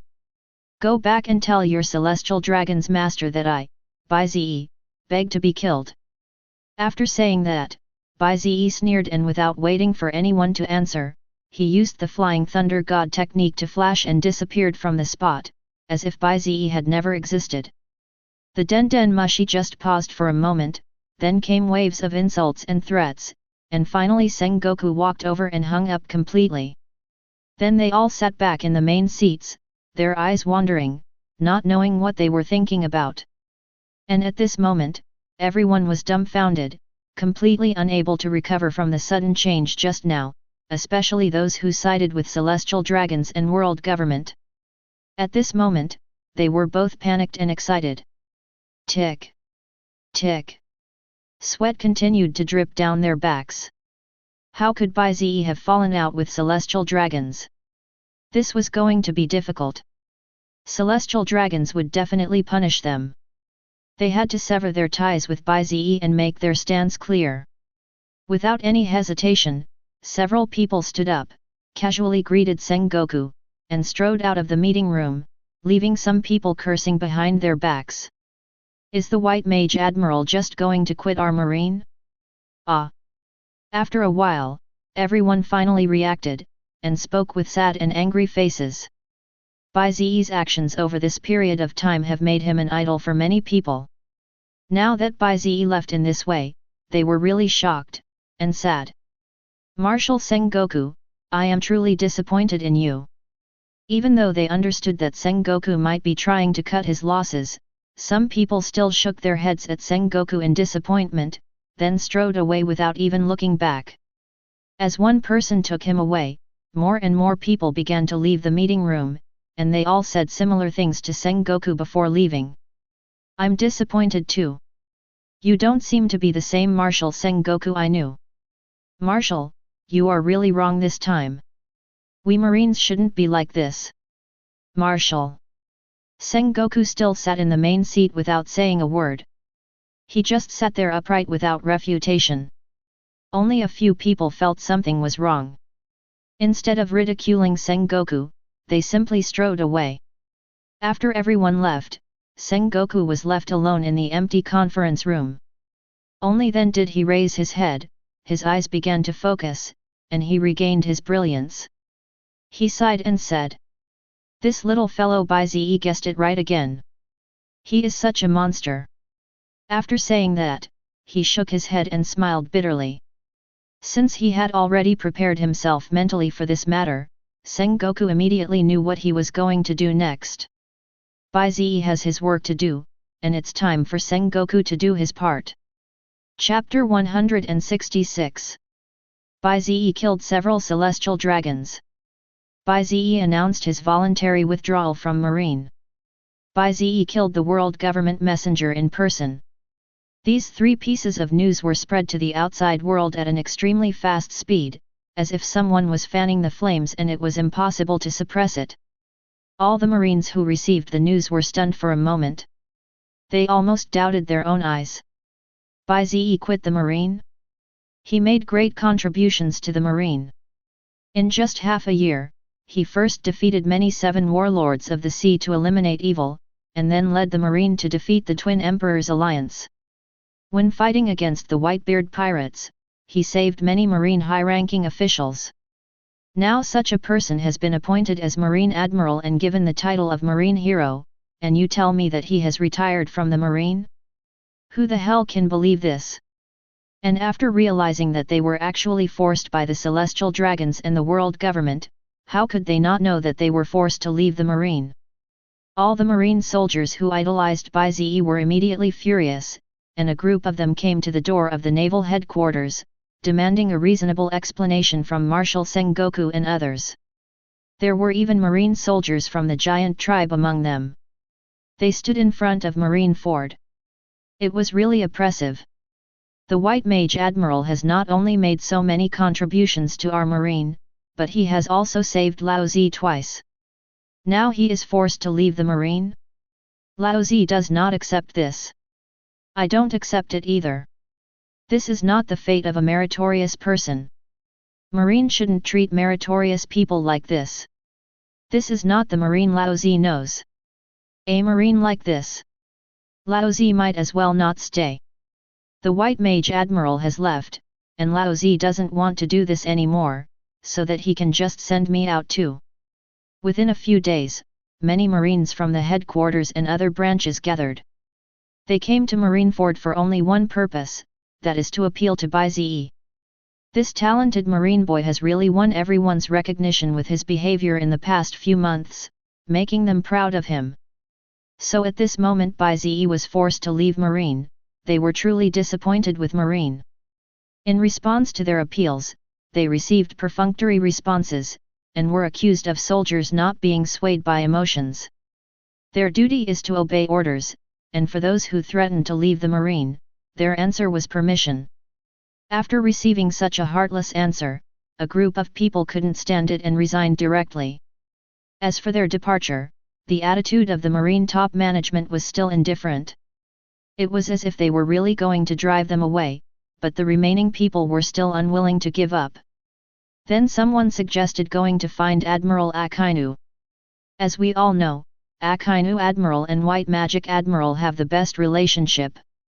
Even White Magic Admiral can become Marine because of Akainu Admiral. That's right. Let's go find Admiral Akainu and let him lead us to seek justice for the White Demon Admiral. A group of people went to find Akainu Admiral excitedly, and then, they were turned away. Yes, they were turned away. When Akainu Admiral heard that they came here for Bai Ze's matter, he simply turned the door away. This once again shocked many people. Hee. Is this the Marine I've been fighting for? A group of people laughed bitterly and left dejectedly, just like stray dogs, not knowing where to go. After this group of people left, in the room, Akainu's adjutant courageously looked at the tall man who was sitting with his legs crossed and smoking and asked, "Sir, are we really going to ignore the White Mage Admiral? Don't you have the best relationship with him?" He really didn't understand his superior's attitude. Could it be that the friendship between his superior and the White Mage Admiral was fake? Call. Akainu blew out a smoke ring and did not answer the latter's question, but pretended to be stupid and said, "What, you mean dinner is almost ready? Oh. Okay, I get it. Let's go and eat something first. I'm hungry now." Without waiting for the adjutant's reply, he strode out the door, leaving the adjutant alone in the room, helpless and furious. Akainu was walking alone in the corridor. At the moment, the Naval Headquarters Marineford seemed a little depressed because Bai Ze's incident had cast a shadow on almost all Marines. He smoked and muttered. He really wanted to rebel against the world government without thinking of the consequences, but he was worried about the lives of many ordinary Marines and made such a bad decision. All of us Marines owe him a favor. Yes, Bai Ze's withdrawal from Marine this time was a bit abrupt. In fact, he had informed them in advance half a month ago that he would definitely have irreconcilable conflicts with celestial dragons in the future. At that time, in order to prevent celestial dragons from retaliating against all Marines, he will voluntarily withdraw from the Marine, minimizing the extent of celestial dragons' retaliation against the Marine, and then temporarily fight against the celestial dragons alone. And they, Sengoku, Garp, Akainu, and Kizaru and Aokiji who contacted later, would wait for the right time and wait for Bai Ze's order to directly rebel against the world government. This is their only chance to catch the opponent off guard, so they are not absolutely sure of fighting against the celestial dragons at the moment. Bai Ze can only let him down like this. Boom! Boom! Boom! A burst of crisp footsteps came from behind Akainu. Akainu didn't even turn his head, as if he knew who was behind him. He asked in a low voice. "What's the situation now?" A calmer voice came from the person behind him. "It's still under control. Because of Bai Ze, many Marines from the headquarters and branches have held protests and even resigned. At this stage, more than 20% of the Marines have announced their resignation or will not take any action." The man behind him laughed bitterly. About 20% of the Marines resigned just to appeal for one person. This is really the first time in so many years. Bai Ze, that little guy, is really amazing. I am far inferior to him. The person who spoke was naturally the current Naval Headquarters Marshal Sengoku. The abuse he had suffered in the past few days because of Bai Ze was the first time in so many years. Marine, inside and out, is no longer afraid of being seen as a human being. Even those people who once regarded him as an idol now look at him with a strange expression. But he had no choice, someone had to sacrifice, and Bai Ze had sacrificed more than him, so what could he say? Akainu still didn't look back, he just kept walking and talking. What does the world government say now? Over there? Haha, what else can I say? Sengoku smiled helplessly, of course they blame our Marines. It depends on the situation.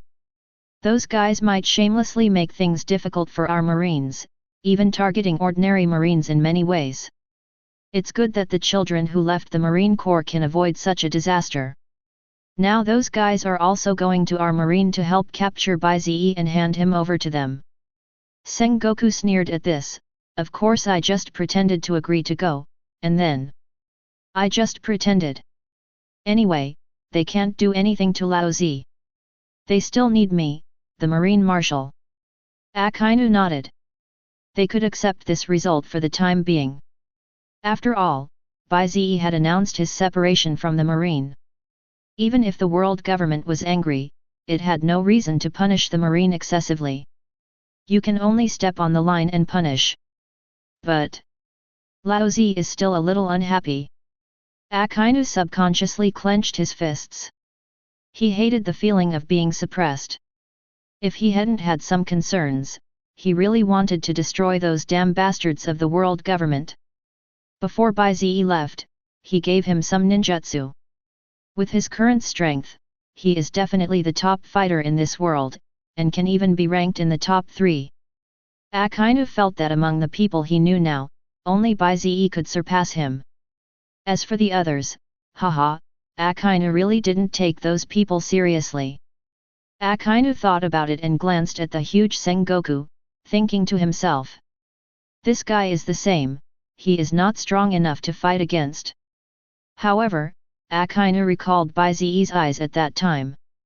The other party must have encountered an opponent that Bai Ze was helpless against, so Akainu endured it, and prepared to continue to improve himself so that he would have the opportunity to help Bai Ze at a critical moment in the future. What did this guy mean by the look in his eyes just now? Sengoku's expression was a little strange. This guy Akainu was getting more and more arrogant. He felt that the other party had begun to no longer take him, the Marine Marshal, seriously. As for the reason, Sengoku was not quite sure, but he could vaguely feel that it was related to Bai Ze. Bai Ze, and still Bai Ze. It seemed like everything was related to this boy, and Sengoku smiled bitterly. I wonder where this little guy is now? I hope he can be faster. Well, I am really looking forward to that moment. Chapter 167. On an island somewhere in New World. A group of people were walking in the street in 2s and 3s, eating some food while discussing with each other the major events that had happened in New World in recent period of time. For ordinary citizens like them, although they cannot make any impact on any major events through actions, their male nature makes them still very concerned about these world events even though they are ordinary. Soon, everyone was discussing heatedly about the battle between Marine and the Twin Emperors alliance. This was the beginning of the most important event in recent times. It meant the fall of 2 sea kings. The fall of these people was a great thing for ordinary citizens like them. Then they discussed the recent battle between the Whitebeard pirates and the Marine. Both of these battles ended with Marine's great victory, which really boosted their spirits. If I were in charge, maybe our Marines could have reduced their losses and won.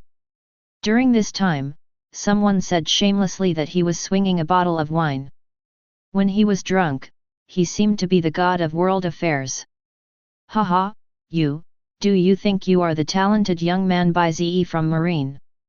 But he was soon interrupted sarcastically, and when he heard the name Bai Ze, the drunk man didn't get angry but nodded affirmatively, without any intention of refutation.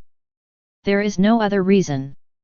The name Bai Ze is a name that cannot be avoided in all major events in recent times. He rose like a comet and became an idol in the hearts of many people. He represents invincibility. But recently I heard that Bai Ze seems to have quit the marine. He could have been a marine admiral, what a pity. A guy who has more friends and knows information faster suddenly interrupted. The atmosphere in the field suddenly became cold. Several people frowned and looked at him. Jim, you're kidding again, aren't you? But could you please be more careful not to make fun of Bai Ze? He's the lousy idol. The man called Jim gave a wry smile. You know me, I never joke about this kind of thing. Bai Ze really quit marine. It seems to be because of the celestial dragon's problem. He killed the celestial dragons. He is wanted in many places now. He may not live long. Clang. Hiss. The drunk man dropped the beer bottle to the ground, his face full of panic and confusion. How could this happen? How could this happen? I was waiting for Bai Ze to wipe out all the pirates. My daughter was killed by the pirates. Why did he quit the marine? Celestial dragons. So what about celestial dragons? I believe Bai Ze is not afraid of them. I don't believe it, I don't believe it. Seeing the man mumbling nonsense with a bit of defenselessness on his face, the people around him felt a little bit sorry for him, because they all knew that this man originally had a happy family. But because the pirates were all bullies, their daughter was bullied to death. They were completely unable to resist the pirates. His wife couldn't stand such a disaster and died of depression. He was the only one left in the family. Revenge on the pirates is their obsession. He had sought help from Marines before but was only delayed again and again. Until recently, he met a Marine named Bai Ze, and learned that the other party's obsession was to massacre all the pirates in the world. His style and deeds deeply attracted the man, who became his spiritual pillar. Now that Bai Ze has withdrawn from Marine, his faith has collapsed. The drunk man was staggering as he walked, and suddenly he lost his balance and was about to fall. At this moment, a strong arm lifted him up. It was a young boy with a childish but stern face. The man with the corner of his mouth looked at the stern young man, tears in his eyes, and asked a question for some unknown reason. Will the pirates be destroyed? Will the world become peaceful? Will anyone still see the injustice suffered by the weak? The man said something like this, and after sobering up a little, he spoke with a bit of boredom. Sorry. I just said those words when I was drunk. Thank you for what I said just now, little brother. After saying this, the man was about to leave, but at this moment the young man who suddenly arrived smiled at the man and spoke with a firm look in his eyes. Of course the pirates will be destroyed, and the world will become better and better. The injustice of the weak will also be seen by others, and the strong will no longer be able to trample on the weak at will in the future. Everything will come true, please believe me. The man asked blankly, who are you? The young man strode away into the distance, and only when he disappeared from the man's sight did he hear two words lightly. Bai Ze. The man burst into tears. Chapter 168. I didn't expect that someone would cry because I left Marine. This is really... Bai Ze stood on the deck, feeling the slightly cold sea breeze and sighed. He really didn't expect that there were so many people in this world who cared about him. Even though it was only for killing the pirates, it was not bad. After all, people only seek a meaning in life. Bai Ze's life meaning before was simply to slaughter all the pirates so that no pirates dared to show up in the entire ocean. As time passed and he experienced more things, Bai Ze came up with another idea, which was to destroy the celestial dragons again, and change the world. With this goal, Bai Ze finally found meaning in living. Otherwise, living in such an invincible way would be too boring. Sengoku should understand what I mean. I don't know if that guy can handle everything. Otherwise, how can I quit Marine? It will be a huge loss. Bai Ze recalled what happened 3 days ago and a smile appeared on his face. That unlucky guy whose name he couldn't remember was really looking for death. Did he really think he was completely unprepared and was still afraid of celestial dragons? It's ridiculous. When it came to killing Charles Saint and sneaking into Marie Joyce to find him's trace, Bai Ze had already considered everything and prepared a backup plan. Quitting Marine now was one of the backup plans. The only mistake was that Lord Yim's strength was far beyond Bai Ze's expectations, otherwise how could Bai Ze be fleeing in such a panic now?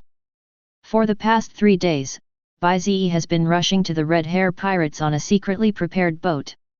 After all, he wants to kill the last of the 4 emperors and obtain the 6 paths Rinnegan to fight against Im. During this journey, Bai Ze truly witnessed how amazing the power of the world government was. At various ports along the way, he met people sent by the world government to arrest him. Each of them was very powerful, with superb tracking and identification abilities. Fortunately, he had the Flying Thunder God technique and the Kamui technique, 2 major displacement skills, otherwise it would have been difficult to get through, and Bai Ze instantly realized the huge move of the world government. These troops were definitely not sent out simply to kill those stupid celestial dragons of St. Charlos. Bai Ze believed that this must have been the instruction of that guy Im. He thought of himself as Joey Boy, and wanted to drag himself into the enemy's homeland. He originally wanted to use soft tactics to trick himself in, but it didn't work, so he changed to the hard tactics now. I have to say, the other party really has a feeling of not sparing any cost. In other words, Im is afraid of himself. Thinking of this, Bai Ze frowned slightly and murmured in a low voice. Although I don't know what kind of existence the Joy Boy that Im is talking about is, but I can be sure that this guy definitely has the power to destroy Im, otherwise he wouldn't care so much. So if that guy still can't find me, I can't guarantee that he won't do something crazy. It's a bit troublesome. Bai Ze shook his head, having a vague bad feeling. He prayed silently in his heart that the thing he was worried about would not happen, otherwise all his previous efforts would be in vain. So, Bai Ze's eyes flashed with a sharpness, I have to hurry up and get the 6 paths Rinnegan as soon as possible. Bai Ze roughly estimated the distance between himself and the Red Hair Pirates' territory, and it should not be far. So Bai Ze hesitated for a moment and decided to use Kamui to hurry on his way. Time is of the essence. Buzz. The next moment, Bai Ze flashed and escaped directly into the Kamui space, leaving only an unmanned boat on the vast ocean. And at this moment, above Marie Joyce, one of the starting points of this storm, it seems a little uneasy. Because the 5 elders received orders from Lord Yim to investigate Bai Ze, the matter of Bai Ze killing St. Charlos and several other celestial dragons, was investigated almost instantly. When it comes to intelligence capabilities, the world government is definitely number 1 in the world, even the Marine is a step behind. So, the news of St. Charlos, the Palace of Carulia, and the killing of several celestial dragons quickly spread throughout Marie Joyce at an extremely fast speed. The families of the celestial dragons who were killed were instantly furious. They strongly demanded that the culprit be brought to Marie Joyce to face the most brutal punishment, and anyone who opposed would be killed. The dignity of celestial dragons will never be trampled upon. Therefore, many celestial dragons began to write to the 5 elders, asking them to punish the other party as soon as possible, at any cost. The 5 elders' response to this request was simple. Then let's wait a little longer. There might be some misunderstanding. Let's invite the Marine named Bai Ze over. Then we can decide whether to punish him or not. Yes, please. The 5 elders used the same word please. They wanted to invite Bai Ze over instead of threatening him with force, which surprised many celestial dragons. They seriously suspected that 5 elders had been replaced or was stupid, but only 5 elders himself knew what the real truth was. That is, they were scared. That's right, they were scared. When they started to investigate Bai Ze thoroughly, they discovered a terrifying fact: Bai Ze's strength had reached a terrifying level. Killing Kaido, killing Charlotte Linlin, killing Whitebeard, this kind of strength is simply pervert. Perhaps only their lord, Lord Yim, can kill the other party, and this also just confirms Lord Yim's fear of Bai Ze. Tell them to bring Bai Ze to Marijois at all costs, instead of killing him. From what I'm said to them, we can understand something, that is, did not think that they had the strength to kill Bai Ze, so he only asked to bring Bai Ze to Marijois. So they didn't stupidly choose to threaten Bai Ze to come to Marijois with force at the beginning. After all, if the other party resisted, it would be more trouble than gain. At the beginning, they really wanted to invite Bai Ze to Marijois in a friendly way. Although the reason was a bit ridiculous, their attitude was really good.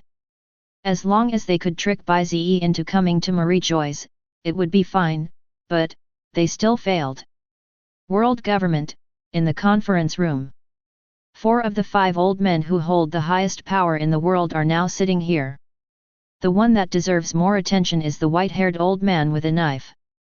At this moment, they are looking at each other, their eyes are full of helplessness.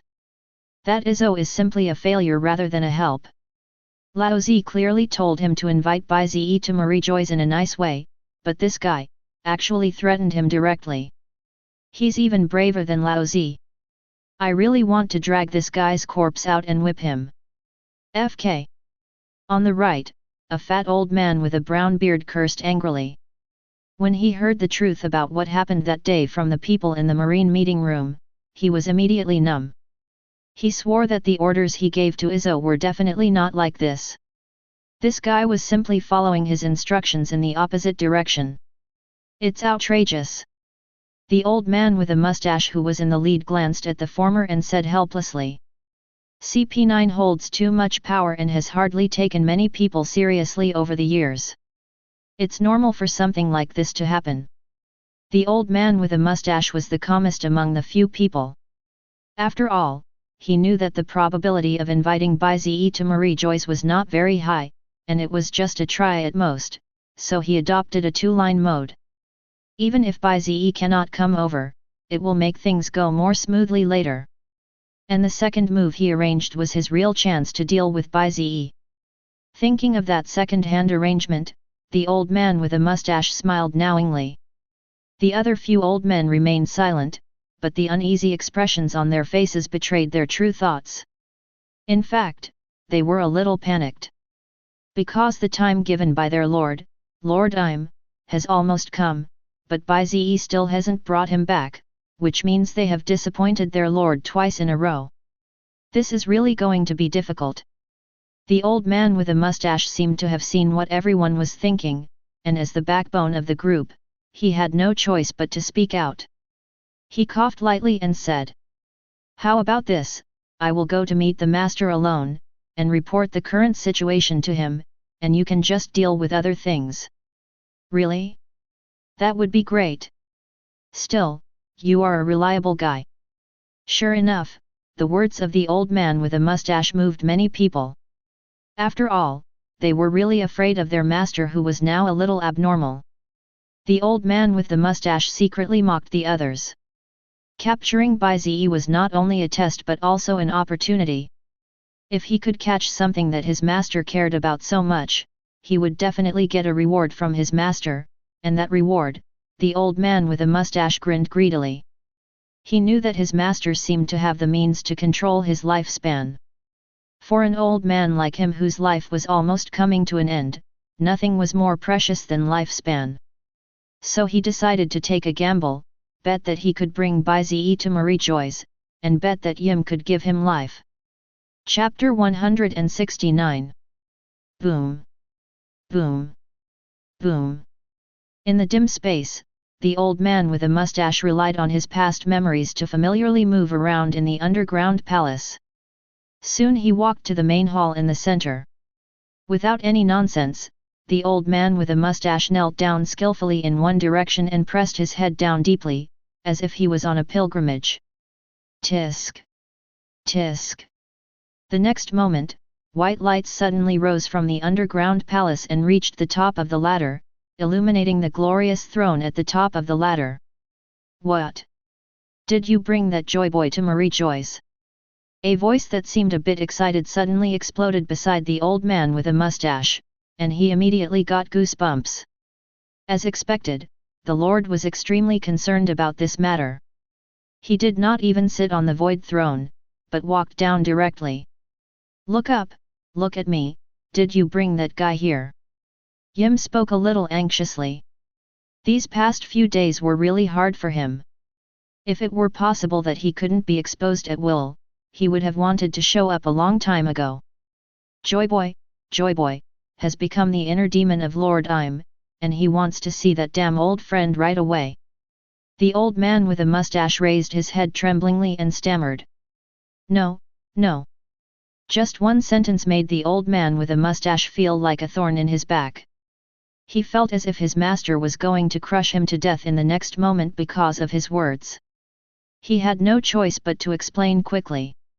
My lord, please listen to my explanation. I used two methods at the time. One is. At that moment, facing the huge pressure brought by Yumu, the old man with a mustache explained his two plans in detail. One is to take advantage of Bai Ze's feelings for Marine. Even if he quits Marine, he should be able to use Marine to force Bai Ze to submit. Of course, this is the second option. The second one is the killer move of the old man with the mustache, that is, he has calculated that Bai Ze will definitely go to the territory of the Red Hair Pirates.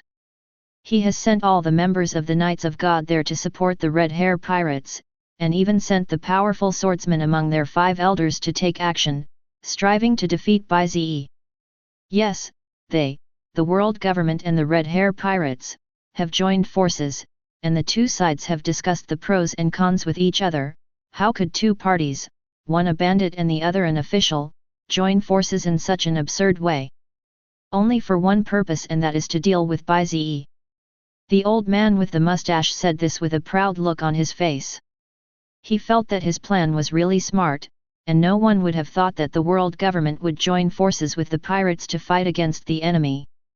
Because this was really too absurd, but it was indeed true. He still remembered the astonishment of the red-haired Shanks when he talked to him. But after hesitating for a long time, the other party still agreed. After all, Bai Ze's next target must be him. Bai Ze seemed to have some kind of obsession in killing the 4 emperors. This was one of the facts they deduced based on the intelligence. Master, don't worry. Bai Ze seems to be still injured. As long as he goes to deal with the Red Hair Pirates, then we can definitely defeat that guy by joining forces. The old man with a mustache said proudly, the cooperation between the Knights of God is unparalleled. Only 16 people can match the strength of the Marine Admiral. At this moment, all 108 members of the Knights of God are out, plus my old friend who entered the Dao with a sword. We will win. The old man with a mustache smiled confidently, but his face froze after a while because he found that Yim was looking at him as if he were a dead person. My lord, why are you looking at me?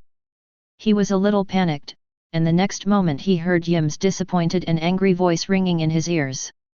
I thought you were just a piece of trash. I didn't expect you to be not only useless but also stupid.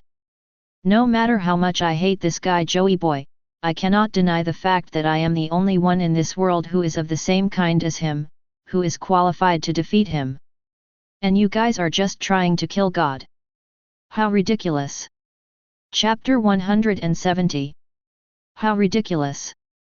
Im's words exploded in the ears of the old man with a mustache like a loud bell. He wanted to refute, but the next moment, Im raised his hand again, and a white light emerged from his hand. The old man with the mustache could almost feel his vitality slipping away with his naked eyes. His hair and beard began to become thicker and whiter, and his back began to bend exaggeratedly. The old man with the mustache let out miserable whimpers, but he was unable to resist this force at all and could only let his vitality drain away. After a long while, the old man with a mustache finally had the strength to look up at Im, but the latter spoke expressionlessly. I will take away another 5 years of your life as a punishment for your self-willed behavior. Remember, only the power of God can fight against God. Joey Boy is not someone you ants can deal with. I'm the only one who can deal with him, but I'm restricted here and can't leave. So I have to lure Joey Boy to my territory. There was a flash of viciousness in Yim's eyes. Since Joy Boy in this life was a marine, he could only do some despicable things. Yim suddenly asked. This year's naval headquarters should still be in Marineford, right? The old man with a mustache answered weakly. Having lost 10 years of life in succession, he really felt that his time was up. He didn't expect that he had held the highest power in the world for so long. In the end, he ended up like this. The old man with a mustache couldn't help but feel sad. But as the king of celestial dragons, didn't care about the thoughts of the old man who he regarded as an ant. He just started looking for something on the side. I remember it was supposed to be in this place. Why is it gone? Damn it! I haven't used it for so long, I almost forgot about it. Yim was muttering while searching for something. In the past 800 years, he had hardly used that thing many times, so he almost forgot where it was. After a few minutes, next to a somewhat gloomy coach, came Im's somewhat surprised voice. So it's here. Well, although I can't leave this palace or even Marie Joy's at will, but with this thing, no one in this world can still resist this power. At this moment, Im was holding a very delicate and small object in his hand. The object was streamlined with an opening on the top, and there was a vortex-shaped thing at the back. The whole small object exuded an indescribable luster. The old man with a mustache on the side stared blankly at the object held by his master. He swore that he had never seen such a small object. From a distance, it looked like a children's toy, but upon closer inspection, the old man with a mustache felt a palpitation in his heart. It was as if that little object possessed the power to kill him at will. What is this? The old man with a mustache murmured subconsciously. Im seemed to be in a good mood at the moment, so for the first time he explained to the old man the origin of this thing. This thing is one of my most beloved toys. It also has a bit of my original power. Many years ago, I used it to solve many troublesome guys. It made people of that era feel fear when they saw it. I still remember, they gave my toy a nice name, it was called Pluton. Yes, Pluton, it's a good name, I like it very much. When the old man with the mustache heard this name, his eyes almost popped out of his head in shock. This is actually Pluton, one of the 3 super ancient weapons. Legend has it that it has the power to destroy the world. Countless people have been searching for it for hundreds of years, but it turns out it's here. The 5 elders had actually sent people to look for the legendary object Pluton. After all, it was a weapon that was said to possess divine power, but no one had found anything. The old man with the mustache never thought that the thing he had been looking for so hard was right before his eyes. Right inside the palace of his master, he was lying in a corner gathering dust. Oh! Im seemed to like the shocked expression of the old man with the mustache, but at the same time he thought to himself, 800 years was really too long, and it actually made him become talkative. Is it because I'm too lonely? Maybe that's why Im felt a little helpless, so he was a little impatient to kill Bai Ze and then walked out of the cage directly. Let the world once again witness the great power of God. Im spread out a map and quickly found the location of Naval Headquarters Marineford. Then he held Pluton in his hand, meditated on it for a while, and finally threw it towards the ceiling. The old man with a mustache stared at the scene with wide eyes. Pluton seemed to move slowly, but it kept flashing in the space, and finally disappeared on the ceiling, as if it had sunk into it. The old man with a mustache was speechless. My lord! Pluton, where did you go? In the sky. A place that ants cannot touch. My Pluton is looking down at you. Im laughed, his deep eyes penetrated the underground barriers, and reached the sky. Only it could see that Pluton was flying away from the sky at an unimaginable speed, and the farther it went, the bigger Pluton became. When it reached the sky, that is, outer space, it directly turned into a behemoth tens of thousands of meters long. If Bai Ze saw this scene, he would be very surprised, because this Pluton is exactly like the alien aircraft carrier he has seen in movies. It was huge and streamlined overall, the jet black muzzle was pointed directly in a certain direction. Hehe, it's still as beautiful as before. Countless miles away, I'm looked at Pluton from afar, feeling a sense of nostalgia in his heart, and he began to recall the past. In fact, few people know that Temu is not actually from this planet. Chapter 171. In fact, few people know that Temu is not actually from this planet. To be precise, he and Joyboy are not from this planet. They are both from a very far away planet with a high civilization. People from their place. Each of them possesses different powers, and communicating with all things and listening to the spirits of all things is just the most basic thing for them. But their planet has become uninhabitable due to overconsumption.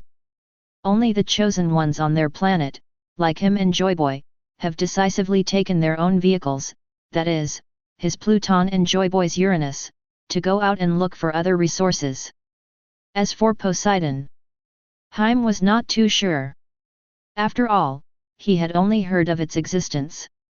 He felt that Poseidon should be the same type of alien warship as theirs, but the latter should have failed and disappeared in the long river of history. The only difference is that Joyboy came to this planet earlier than him, so he was accepted by this planet earlier and gained support equivalent to the will of the world. Joyboy also used his power to merge with the planet, and eventually created the existence of the devil fruit tree, which gave the planet an upgraded power. He also became the sun god. But this is actually one of the ways that Joyboy steals the energy of this planet, that is, the soul of everyone. People who have eaten the devil fruit know that their souls will be imprisoned after death, and the soul is one of the most mysterious existences in the world. For beings like him and Joyboy, what they lack is this kind of soul power. However, this method of stealing will not actually destroy the origin of this world. At most, it will only result in a small loss, which can be made up later. Both parties are actually using each other. But when I'm thought of this, a sarcastic sneer appeared on his lips, because this cycle was really too slow. When he arrived at this planet, he was attracted by the rich resources of this planet and immediately became greedy, and strongly opposed Joyboy's stupid plan. In the eyes of Tame, the people on this planet are just ants, and they, the strong ones, do not need to reason with ants. Plundering should only pursue efficiency, and there is no need to leave seeds for the other side. He proposed that they divide all the resources of the planet between the two of them, half each. But that damn guy Joyboy disagreed. Then they had a fierce argument. I'm still remembers the disgusting face of Joyboy. Every word he said was based on some justice, all are equal, and endless plundering will only destroy oneself. I felt like vomiting after hearing all this, it was so ridiculous. Then, I had a conflict with that damn guy Joyboy. Logically speaking, Im's original ability was stronger than Joyboy's. But after all, Joyboy was recognized by this world, so he was soon suppressed, and even severely injured by the opponent.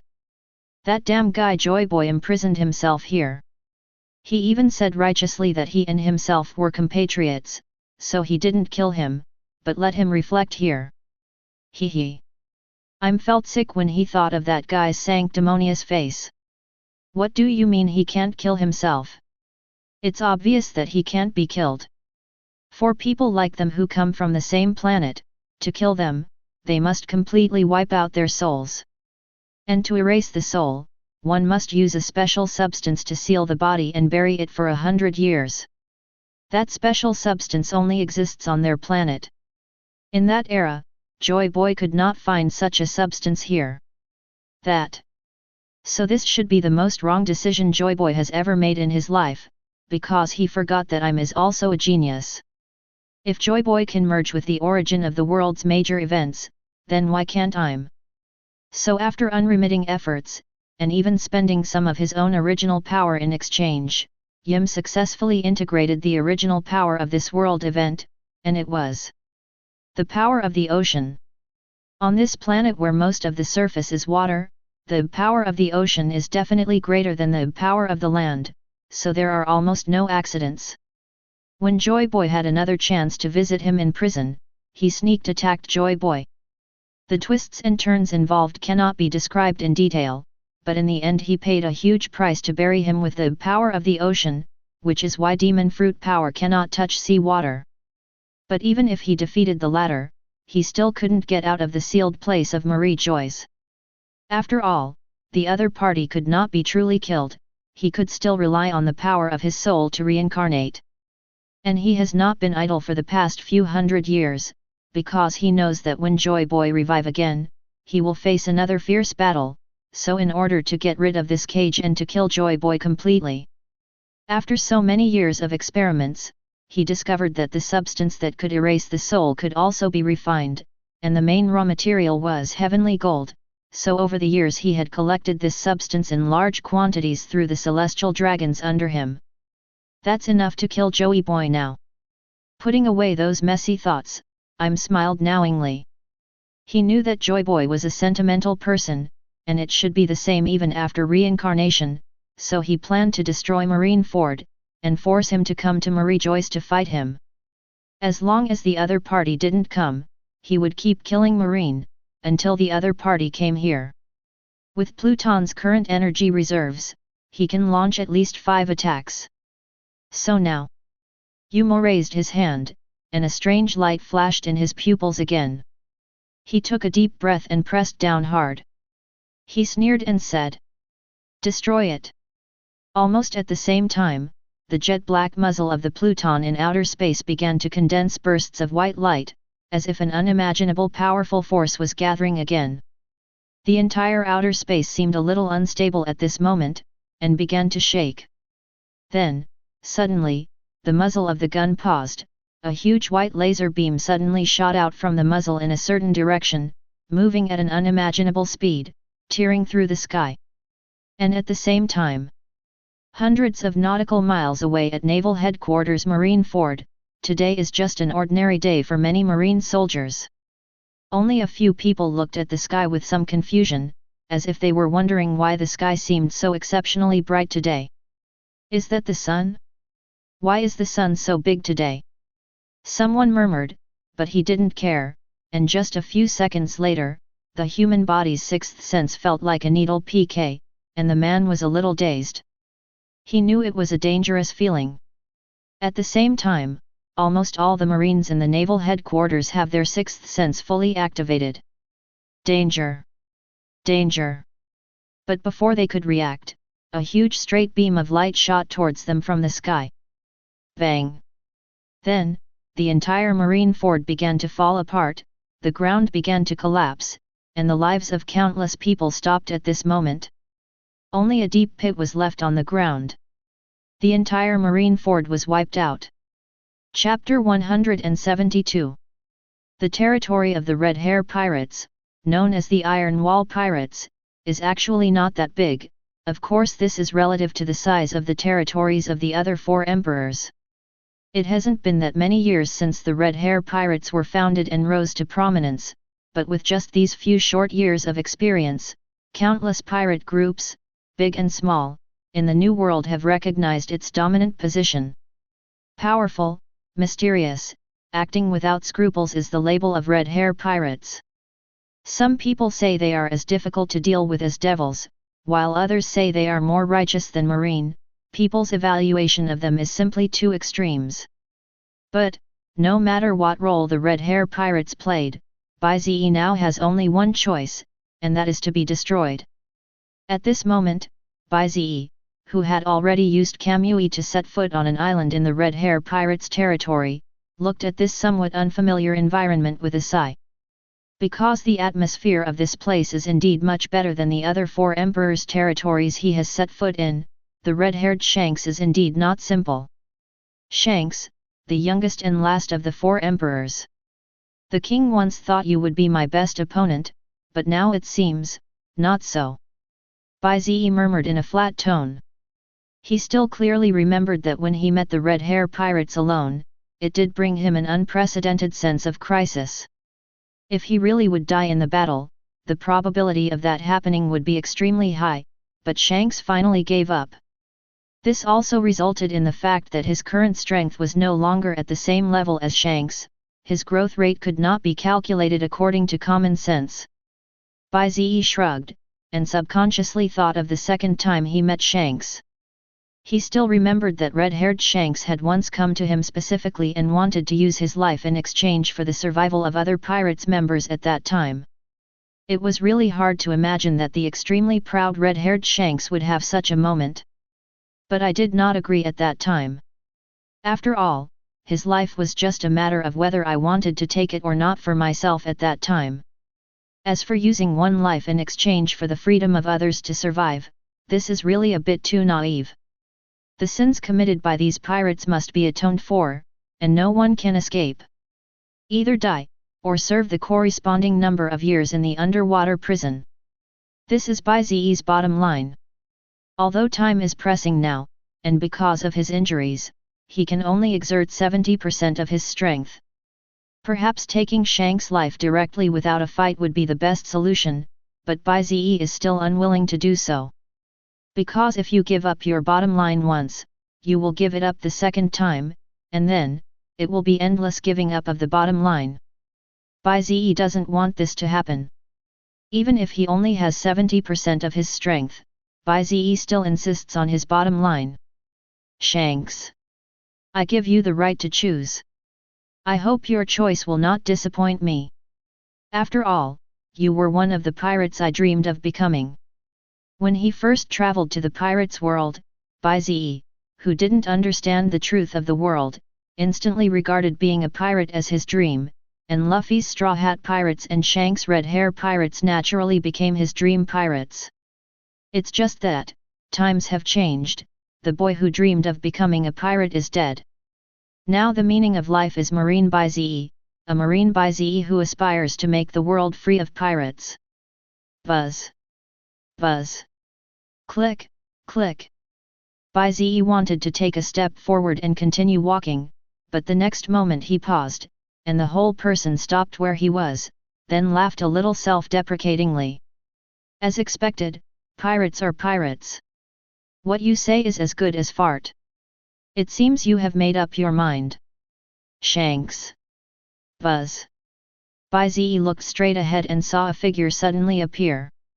The person had long black hair, was wearing a pair of uncoordinated flip-flops, and had a long sword on his waist. It was none other than the red-haired Shanks, the captain of the Red Hair Pirates and one of the 4 emperors. Shanks' expression remained unchanged in the face of Bai Ze's sarcasm. He just looked at him nonchalantly and said expressionlessly, "Sorry. I want to gamble again." As soon as the words fell, figures began to walk out from behind Shanks one after another, as if they had been preparing here for a long time. Ben Beckman, holding 2 guns, slowly walked out from behind the red-haired man and stood on his right, looking directly at Bai Ze. Yasop, with his hands in his pockets, yawned and came to the left side of the red-haired man. After standing still, his sharp eyes stared at Bai Ze. In addition to the appearance of the second and third in command of the Red Hair Pirates, Lakilu and other red-haired cotters also slowly walked out and stood still. Without exception, they faced Bai Ze, a monster who had killed 3-4 emperors-level figures. They were not afraid at all, and all looked at Bai Ze and smiled confidently. There were more than 40 people in total. All the senior officials of the Red Hair Pirates were present at this moment. Buzz. With the arrival of these people, the whole place was instantly filled with a solemn atmosphere. It seems like all the senior executives of the Red Hair Pirates are here, just to deal with me. It's really a big deal. Bai Ze crossed his arms and smiled sarcastically at everyone. The atmosphere in the field seemed like a fight was about to break out. However, Bai Ze suddenly looked in a certain direction and spoke again. "Since you're here, then come out, so I can have a good fight." Buzz. Shanks looked at Bai Ze expressionlessly, as if he felt it was normal for Bai Ze to discover such an abnormal situation. And as Bai Ze's voice fell, "He he he." Along with sarcastic laughter, something similar to a space door slowly opened from the direction Bai Ze pointed, and a man wearing golden armor and holding a golden halberd walked out with a smile. As expected of the guy that the higher UPS specifically wanted to kill, you're really amazing. My devil fruit ability is top-notch for hiding and teleporting, but I didn't expect you to find out so quickly. The man in golden armor wanted to speak, but was interrupted by Bai Ze. I advise you not to talk so much, otherwise I won't even give you a chance to call for help later, so now, immediately, call your people out. Bai Ze really hates this kind of clown's constant nonsense. You. The man in golden armor was furious. He looked at Shanks, who was silent beside him and had to hold back his temper and grin. Okay, I admire your confidence. I hope you can be more confident later. Knights of God, start marching. The man in golden armor just waved his hand. The next moment, more and more cracks opened up in the void, and knights similar to the man in golden armor began to walk out one after another. Buzz. Buzz. Buzz. More than 100 fully armed knights walked out of more than 100 portals one after another. They were arranged neatly, with more than 100 people standing in 10 rows. Each row was so neat and uniform that they looked like one person. They were one of the real trump cards of celestial dragons. The Knights of God. They waved their halberds lightly, and a fierce gust of wind suddenly appeared. Crack! The aura they exude is no weaker than that of the red hair pirates. One of the celestial dragon's trump cards is truly terrifying. The leading man in golden armor finally felt confident at this moment. He glanced at Bai Ze and said, "Hat. I really don't know what the higher UPS are thinking. To deal with a little kid, they actually want all of us, the Knights of God, to go out and fight with the pirates. Your death should also be an honor." Being used to big scenes, he really didn't think highly of Bai Ze, because as for the ability to kill 4 emperors, their Knights of God could also do it.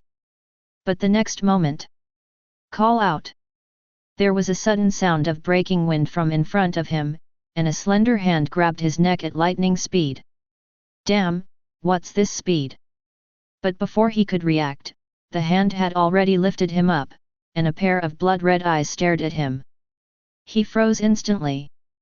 Bai Ze tilted his head and said in confusion, "Why do you have to talk so much? It really annoys me. So, go to hell." Hiss, Pucci.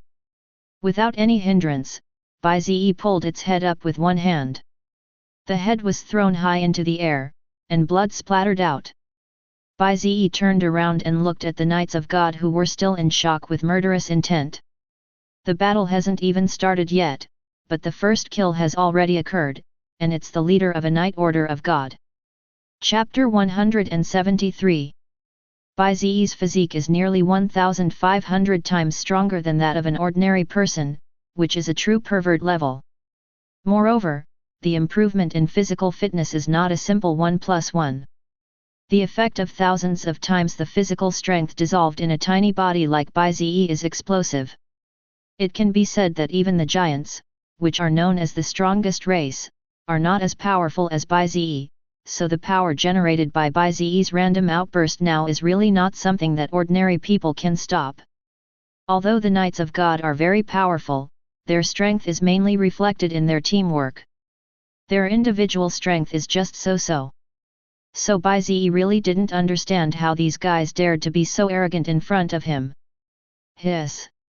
This marine boy's strength and speed are simply perverted to the extreme. Just now, my eyes couldn't even catch his movement trajectory. Yasop, who was standing behind the red-haired man, murmured with a bit of toothache. It was obvious that Bai Ze's powerful strength had once again exceeded his expectations. But his expression was only stunned for a moment, and he soon regained his composure, as if he was not worried about this problem. On the other side, the expressions of the members of the Knights of God whose leader was killed were a bit grim. No matter how high their quality was, they were still a little afraid. Damn, their boss was killed just after he said a few words. How can they fight? But despite their fear, the Knights of God soon sent out a captain to take over as temporary leader. But Bai Ze didn't even look at them.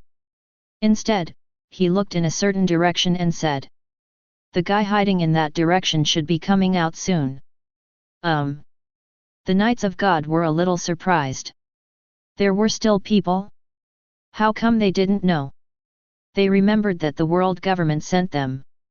The red-haired Shanks, whose face had been calm all along, was slightly shocked for a moment, as if he didn't know who Bai Ze was talking about. But, a few figures really appeared at the end of the direction Bai Ze pointed. When everyone looked carefully, the person leading the group seemed to be an old man with white hair and beard. He had a very thin long knife on his waist, and his whole aura was like a sharp sword about to be unsheathed. It's actually an adult. He actually came in person. Someone from the Knights of God couldn't help but exclaimed. They really didn't expect that the adult who was one of the 5 elders would come. Could it be that this Bai Ze was really worthy of so much attention? And those people from the Knights of God behind him wiped their eyes. Most of them couldn't recognize those people, only a few captain-level figures had an impression of those people. It's actually them. This group of people are here too. Only the captain-level figures of the Knights of God recognized the figures following behind that adult. Legend has it that the world government has a sharp sword hidden in the dark, helping the 5 elders to kill those disobedient guys, and as long as you are targeted by them, it is almost certain to die, and this group of people is called Shadow Guard. There were 9 of them in total, each of them had strength comparable to that of a Marine Admiral substitute, and their assassination abilities even surpassed that of a Marine Admiral, and at this moment, all 9 of them were on the scene. Tisk! Tisk! The old man with a knife and 9 shadows were rushing towards this side at a very fast speed. Each step seemed very slow, but it was strangely intermittent, and the next step fell very far away.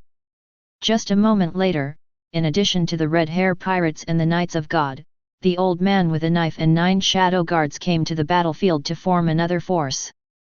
The old man with the knife arrived without any communication with the Knights of God and the red-hair pirates, as if he just came here to kill Bai Ze. Each force has the strength to kill one of the 4 emperors, which means Bai Ze has to face more than 3 Super Emperor level combat forces. Even if the Roger Pirates group is reborn, they will have to kneel down if they encounter such a situation. This might be the biggest scene Bai Ze has ever encountered. But for some reason, Bai Ze only felt a slight excitement in his blood. After all, he had seen Im's more dazzling light. Now, it was just that. Bai Ze, come with me to Rejoice for trial, and I can spare your life. Finally, the old man with the knife spoke, and the first thing he said was to ask Bai Ze to surrender. In response, Bai Ze just sneered. You guys are worthy of asking me to surrender. Stubborn. The old man with the knife shook his head and took a step forward, and as the old man with the knife took action, red hair and the Knights of God also took action, and the terrifying momentum directly crushed towards Bai Ze. The conqueror's haki of red-haired Shanks, the murderous fighting spirit of the Knights of God, and the conqueror's haki of the old man with a knife. Yes, the old man with a knife also has a conqueror's haki. The 3 powerful auras were combined together and poured towards Bai Ze. Regarding this, Bai Ze's eyes trembled slightly, and conqueror's haki, accompanied by the murderous aura of ultimate, collided violently with it. Bai Ze smiled a little grimly. Ha, everyone is here, right? In order to kill me, the world government has teamed up with the pirates. I really don't know whether I should be honored or sad. But, more people? Then you've got the wrong person.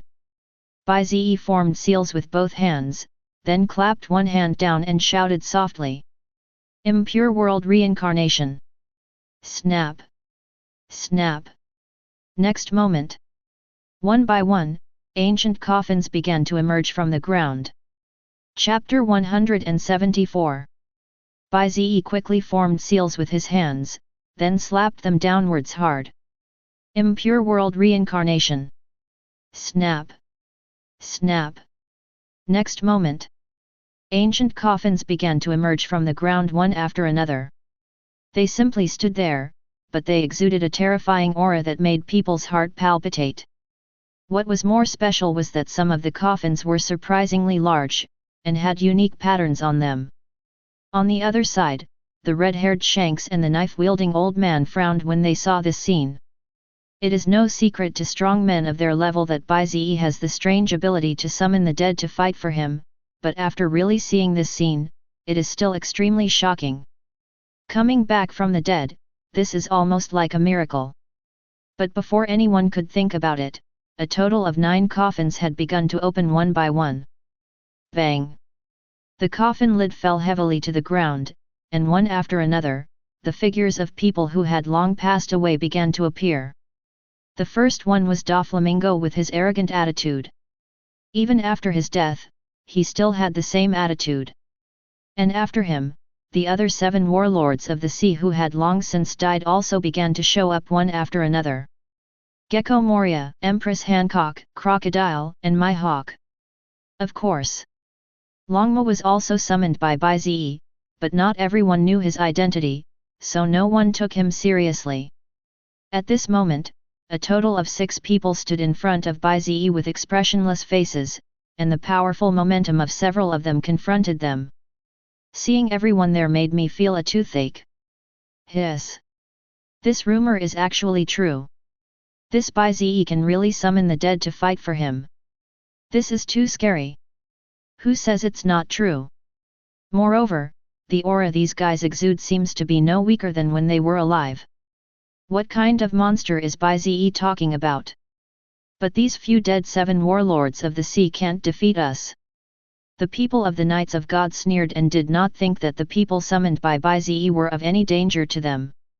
After all, the 7 warlords of the sea were nothing compared to their Knights of God. But when they shifted their attention to the red-hair pirates and the knife-wielding old man and wanted to invite them to attack together, they found that the faces of red-hair Shanks and the knife-wielding old man were unprecedentedly solemn. Everyone in the Knights of God looked confused, but Bai Ze showed a playful smile. I actually felt it. In that case, why don't we let these old friends show up? Let's see who is going to besiege and kill whom today. Bai Ze just clapped his hands with a smile, and the next moment, the coffin lids of the last 3 largest coffins all loosened and fell to the ground with a bang, splashing a cloud of dust. Boom! Boom! Faint noises came from the 4 coffins, as if some terrifying existence was about to wake up. Everyone stared at this scene. Their brows were straightened into the shape of a river, and the uneasiness in their hearts grew greater and greater. Everyone in the Knights of God had an ugly look on their faces, and they had a bad guess in their hearts. If the 7 warlords of the sea killed by Bai Ze could be resurrected by Bai Ze, then, what about the 4 emperors killed by Bai Ze? Can they do it too? Stop him now! Thinking something was wrong, the Knights of God shouted and tried to stop this scene by force. At this moment, more than 100 people all stood up and rushed towards Bai Ze. They were all very uniform, just like one person. Superior. The old man with the knife also felt something was wrong at this time, and he led several shadow guards to attack Bai Ze. Bai Ze sneered. Mayfly is trying to shake the tree. He is overestimating his own abilities. He immediately ordered several 7 warlords of the sea and Longma to go forward, while Bai Ze himself crossed his arms and stared at the red-hair pirates. He frowned slightly, feeling a little confused. Because the red-hair pirates who appeared first are still standing there, as if the war has nothing to do with them, making Bai Ze wonder what these guys are trying to do? But no matter what, the battle has already begun. Relying on their numerical advantage, several members of the Knights of God quickly broke out, and the golden halberd slashed directly at the coffin. With overwhelming force, he was about to destroy it, but the next moment, a big hand stretched out from the dark coffin and grabbed him easily. The man was instantly shocked. When he looked up, he saw a ferocious face staring at him expressionlessly. The corners of his mouth trembled as he spoke. Kaido of the beasts. Bang! Kaido answered him with a powerful punch that smashed the man's head, and at the same time, the figures in the other two coffins also walked out. A man with a burly build, white hair and a very noticeable beard under his nose. He held a big knife in one hand and looked extremely domineering. The other person also carried a big sword on her shoulder, but the pink princess dress she wore underneath her bloated outfit showed that she was a woman, and the power she exuded at this moment was no less than that of Kaido just now. She was none other than Charlotte Linlin, one of the 4 emperors, and the old man just now was Whitebeard, Edward Newgate. Several 4 emperors who were killed by Bai Ze were now all impure world reincarnation by Bai Ze. With the red-haired Shanks beside him, the 4 emperors of the pirates' world have magically gathered here. It's simply absurd. Bai Ze licked his lips, looked at the 3 old friends standing in front of him, then looked at the old man with the knife and the group of people behind him, and said excitedly, "Come and fight. Today, in this battle, either you die, or I live." Buzz. Chapter 175. Either you die or I live. Bai Ze's words made the old man with the knife silent. Just say that you will definitely win. Arrogant, too arrogant, but Bai Ze seems to have the capital to be arrogant now. 3-4 emperors plus 6 equally powerful 7 warlords of the sea, such a strong lineup is more than enough to compete with them. The old man holding the knife frowned slightly and began to analyze the current situation. The Knights of God now have more than 100 people in total, plus the powerful members of the Red Hair Pirates. With their combined combat capabilities, it should not be a problem for them to fight against the 2-4 emperors and the 7 warlords of the sea led by Bai Ze. The 9 shadow guards he brought with him were also quite powerful and could barely fight against 4 emperors. In other words, Bai Ze equalized almost all the combat power here just by relying on the secret technique of summoning 4 people. The remaining Bai Ze will be left to him and the red-haired Shanks to fight together. Read this. The expression of the old man holding the knife was extremely grim, but at the same time he was somewhat relieved that they did not underestimate Bai Ze. Not only did he summon all the Knights of God, he even came in person to join forces with the Red Hair Pirates to kill Bai Ze. If they were to fight alone, they would be no match for the young man in front of them. So scary. As expected, he is a guy that even the Lord is afraid of. He is really not a simple person. The old man with the knife held the knife in one hand, and his aura reached its peak. He looked at Bai Ze, and his aura directly locked onto the latter, as if he was about to attack in the next moment. Oh! In response, Bai Ze just sneered a few times. The old man in front of him was indeed very powerful, and was almost as powerful as Kaido and the other emperor-level warriors, but if he dared to attack him alone, Bai Ze could definitely blow him to pieces, and the old man with the knife was aware of this, so he just locked onto Bai Ze but didn't dare to attack directly. What on earth are those red-haired guys doing? Why aren't they taking action yet? You must know that at this moment the battle has already started.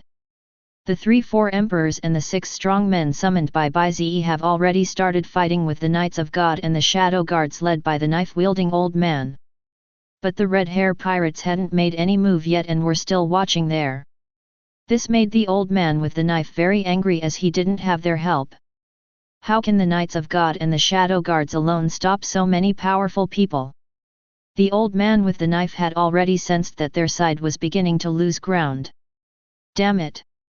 The old man with the knife cursed in his heart, but he didn't dare to directly ask the red-haired Shanks to take action. He could only pray in his heart that they had a good plan to deal with Bai Ze.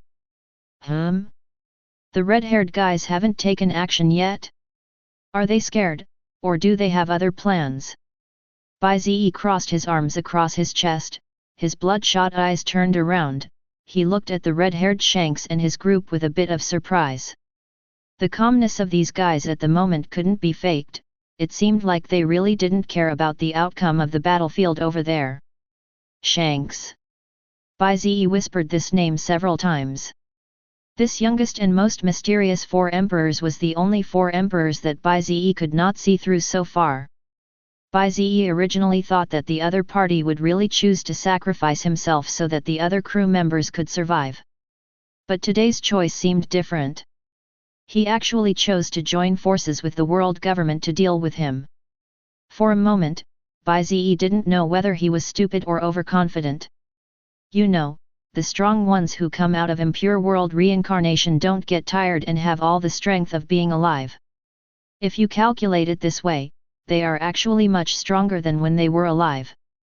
In other words, relying solely on these powerful men from the impure world reincarnation, Bai Ze is already invincible. He is sure to win this battle.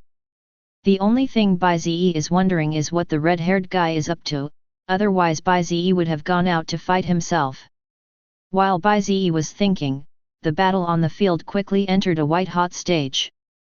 There is no other way. The destructive power caused by the three emperor-level powerhouses, Whitebeard, Kaido, and Charlotte Linlin, is simply too astonishing. Each attack would require the combined efforts of several people on their side to block, and would also cause considerable injuries to them. On the other hand, Bai Ze seemed to never get tired, and launched fierce attacks again and again. More than 100 Knights of God and the 9 Shadow Guards soon felt overwhelmed and began to seek support. My lord, these guys have strange physical strength, as if they never get tired. We can't hold on any longer. We need support. The leader of the Knights of God spoke up, looking at the red-hair pirates behind him with fire in his eyes. He was talking to them. Are these guys planning to sit back and watch the fight between the two tigers, waiting for them to both be defeated, so they can reap the benefits? If that's the case, they would rather withdraw first. The old man with the knife finally couldn't help but yell at Red Hair and the others. Attack together, or we will just choose to retreat and you Red Hair pirates can fight on yourselves. The words fell. Shanks, who had been calm the whole time, finally raised his eyebrows, and the next moment, he smiled slightly and finally moved. Chapter 176. The red-haired Shanks, who had been calm all the time, finally moved at this moment. He took a step and rushed towards the battlefield. As soon as he moved, the members of the red-hair pirates behind him also started to move immediately, and their target was the battlefield on the side of the Knights of God. The old man holding the knife immediately smiled when he saw this. He raised the knife in his hand, an armament haki instantly covered the blade, and the powerful force of Conqueror's haki was also instantly infused into it. Then, he just pointed his toes and shot out towards Bai Ze. Obviously, he felt that he and Shanks could still fight Bai Ze together. But to this, Bai Ze only wants to say one thing, that is, don't overestimate your own abilities. I really don't know where you get the confidence to come and kill me. Do you think you've lived too long? Bai Ze shook his head helplessly, and he gently pulled out the demonic sword ghostly weeping. He was too lazy to even use armament haki and just went straight forward to meet the enemy. Buzz! The speed was as fast as lightning, causing waves of breaking wind, making everyone shout pervert. What kind of physical fitness does one need to have such a fast speed? Even the old man holding the knife could only see some after-images. He looked grim, and then he swung the knife and chopped. This blow directly used 70% of his strength. He just didn't believe it. Is Bai Ze so strong? He roared fiercely. Die! But the next moment, he saw a scene that he would never forget in his life. Clang! Bai Ze actually came in front of him, holding the knife in one hand, and easily took the heavy blow, without even a bit of armament haki or Conqueror's haki. It's pure power.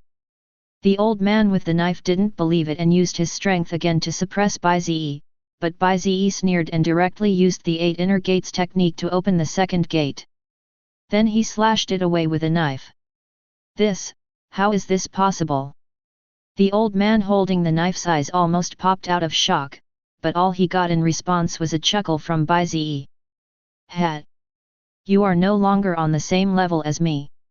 To be honest, I am only a little bit afraid of your master. As for the others, even if they were tied together, they would not be enough for me to fight. To be arrogant, one must have the capital to be arrogant, and Bai Ze just has it. Even though Bai Ze's injuries have not healed yet, he is still no match for them. If he wasn't exhausted from killing, Bai Ze could kill everyone here by himself without even using the reanimation jutsu. Damn it, damn it! The old man holding the knife already felt regretful, but now there was no way back, so he could only pray that the red-haired Shanks was a little more powerful than he thought. Buzz! While he was thinking, Shanks finally arrived. He held the knife in one hand with a stern face, and his aura was even more powerful than that of the old man with the knife. As expected, he is the youngest 4 emperors. This made the old man with the knife breathe a sigh of relief. With Shanks' assistance, he should be able to fight Bai Ze. Thinking of this, he smiled grimly and said, "Red Hair, let's join forces to fight the enemy. You take the lead and I'll assist from the side." After saying this, the old man with the knife's aura reached the peak again. "Ha! You two are the only ones who want to deal with me? That's wishful thinking." Bai Ze sneered a few times. "It just wastes a little more time." Bai Ze tilted his head, opened another door and directly used the power of the third gate of the 8 inner gates technique. After feeling the tremendous power in his body, Bai Ze raised the magic knife Ghost God Weeping, and slowly walked towards the old man with the knife. "Ha! Arrogant people usually don't have a good ending, red-haired guy, you, ah." But the next moment, something happened that surprised Bai Ze. He stopped and looked at the scene in disbelief.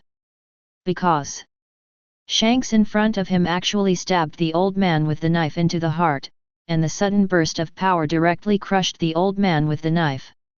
What the hell is going on? Why? Shanks. The old man holding the knife looked at the straight knife that had pierced his chest in disbelief, and then looked at Shanks with an indifferent face. He didn't understand why this guy in front of him wanted to attack him. Aren't they allies? What terrified him even more was what happened next. On another battlefield, he suddenly heard several unbelievable curses and the sound of swords colliding and tearing. "FK, what are you guys doing? Damn it, are you guys from the Red Hair Pirates crazy? Why are you attacking us? Aren't we allies? I'll kill you, damn pirates!" Apparently at the same time, the Red Hair Pirates also launched a sneak attack on the Knights of God on the other side, and all this was definitely premeditated. "You!" The old man with the knife wanted to say something, but Shanks simply pulled out his knife and chopped off the old man's head.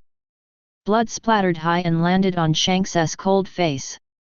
Then he stared at Bai Ze expressionlessly. Bai Ze narrowed his eyes and looked at him.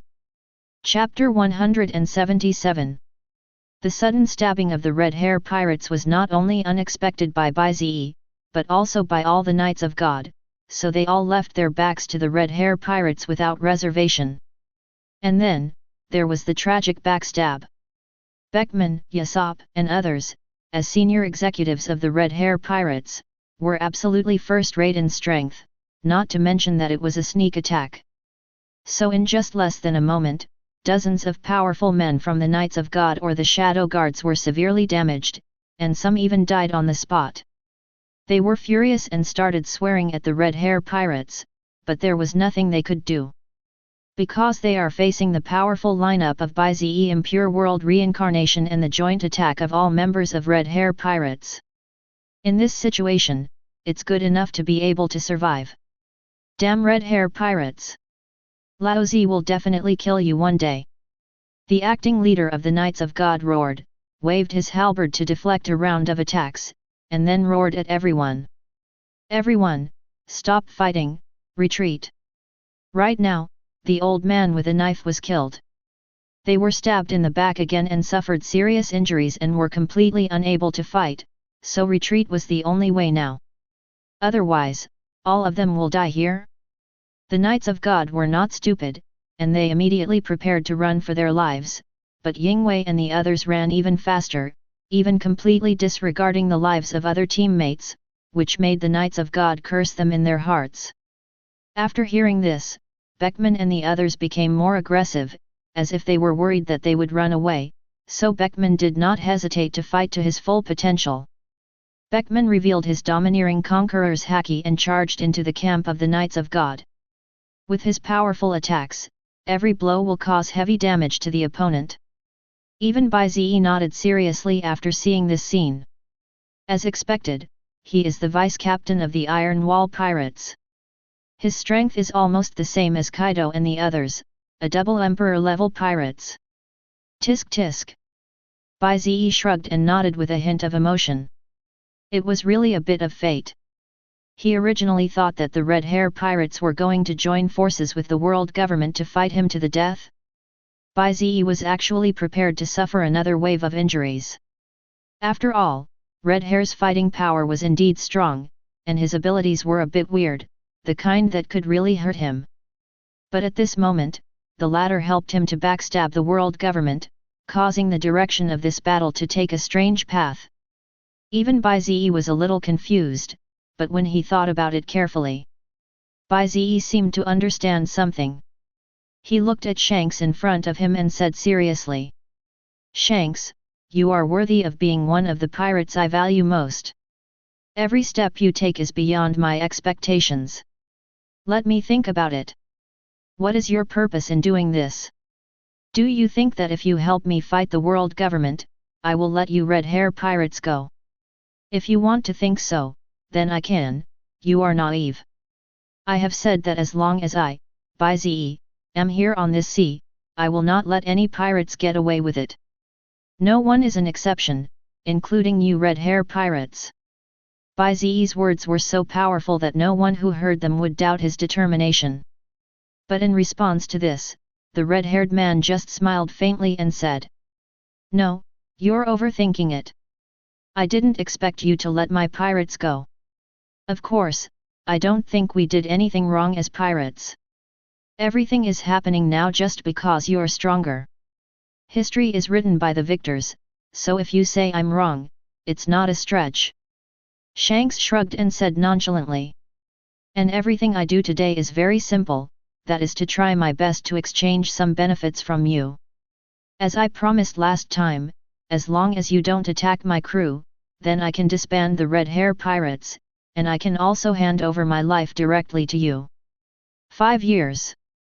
Shanks held out a palm and said seriously, "Not only that, my crew will also go to the underwater prison for 5 years, as atonement for any sins they may have committed in the past. All of the above is my sincerity. I hope you can agree to it." As he spoke, the red-haired man sheathed his sword and released all his strength, just like an ordinary person. But the smile is very free and easy. Bai Ze was stunned again when he saw this, and felt a little sad inside. Why did Shanks' behavior make him, Bai Ze, feel like a villain? This taste, isn't right? Chapter 178. While Bai Ze and Shanks were talking, on the other side of the battlefield, the Knights of God had begun to break out gradually with their numerical advantage. And this is normal. Although they can't beat the combined forces of the Red Hair Pirates and the Bai Ze Impure World Reincarnation, they can still run away if they want, but they will have to sacrifice some teammates. Their Divine Knights were well prepared for this kind of emergency, and quickly assigned 36 people to cover their retreat, while the others began to flee as quickly as possible. The remaining Shadow Guards also took advantage of this gap to flee even faster. The eyes of all those who were fleeing were all filled with terrifying rage. They had already made up their minds. If they could return safely, they would report to their superiors and send in a stronger lineup, and then they would kill Bai Ze and the Red Hair Pirates. To be honest, they hated the Red Hair Pirates more than Bai Ze at the moment. After all, the other party was an ally of Yuan Bendu and stabbed them in the back without hesitation. These were two different concepts. "Just wait, you damn bastards!" The leading Knights of God roared secretly and quickened their pace of escape again. Regarding this, Shanks and Bai Ze looked at each other, then smiled indifferently in tacit understanding. And the next moment, they both moved at the same time. Shanks arrived in front of a fleeing member of the Knights of God almost instantly, and then slashed him with a knife. Bang! There was almost no hindrance as the latter vomited a large mouthful of blood, then exploded backwards and fell to the ground, his life or death unknown. Kill instantly with one hit. FK, you. At that moment, several people from the Knights of God became angry, and they formed a formation and charged directly towards Shanks. A golden light flashed. The powerful momentum was extremely intimidating. If they cooperate well with their combined killing formation, they can really kill the Admiral. They all stabbed at the same time. In an instant, a huge wave of energy suddenly burst out and rushed towards Shanks. But, they are facing the red-haired Shanks, who is almost the most powerful among the 4 emperors. If they want to deal with him, they have to multiply their numbers several times. Obviously, just a few people are not enough. Shanks' eyes became more serious, holding a straight knife, with a shocking momentum bursting out, he then flashed and disappeared on the spot. When he reappeared, he was already in front of several people. He drew his sword and looked at them and said softly, "God avoid." Buzz! A huge crescent-shaped blade light suddenly appeared, and the attacks of several people from the Knights of God were almost instantly disintegrated. With a few screams, they disappeared directly from this world. Another instant kill. After doing all this, Shanks turned his gaze to the other side, that is, Bai Ze's side, and when he saw this, Shanks' mouth corners became a little more bitter. Because he found that Bai Ze had it much easier than himself when dealing with the members of the Knights of the God of War, and it was almost a complete crushing victory. Bai Ze relied solely on his physical strength, with one man holding a sword, to block the front. Every fleeing person who met Bai Ze was killed instantly with one blow, without any ability to resist. Those who don't run towards Bai Ze will be hit by Bai Ze's Kamui.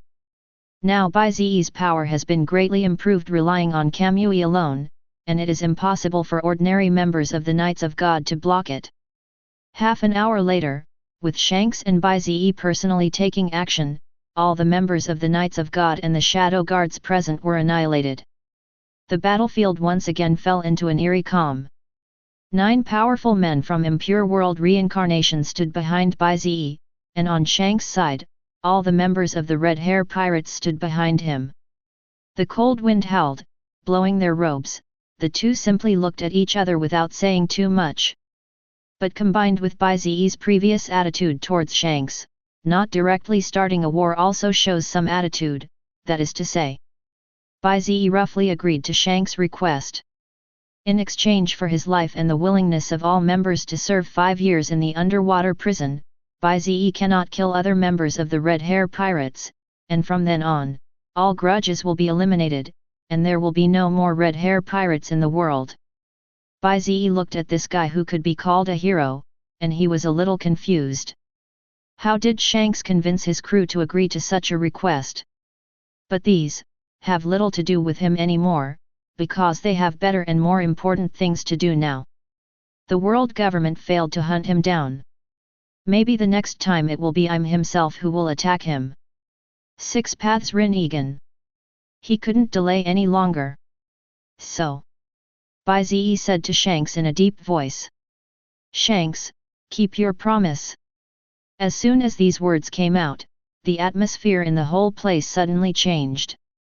The Red Hair Pirates paused for a moment, and then their breathing quickened.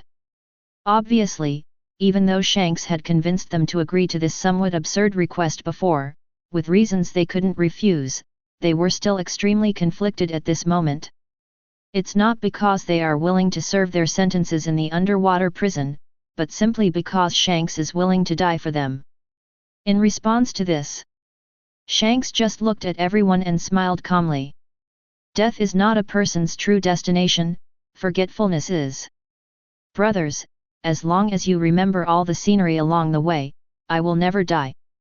This sentence showed his carefree attitude. Shanks looked at Bai Ze and said seriously. But. Bai Ze, I still say the same thing. I don't think what I did was wrong.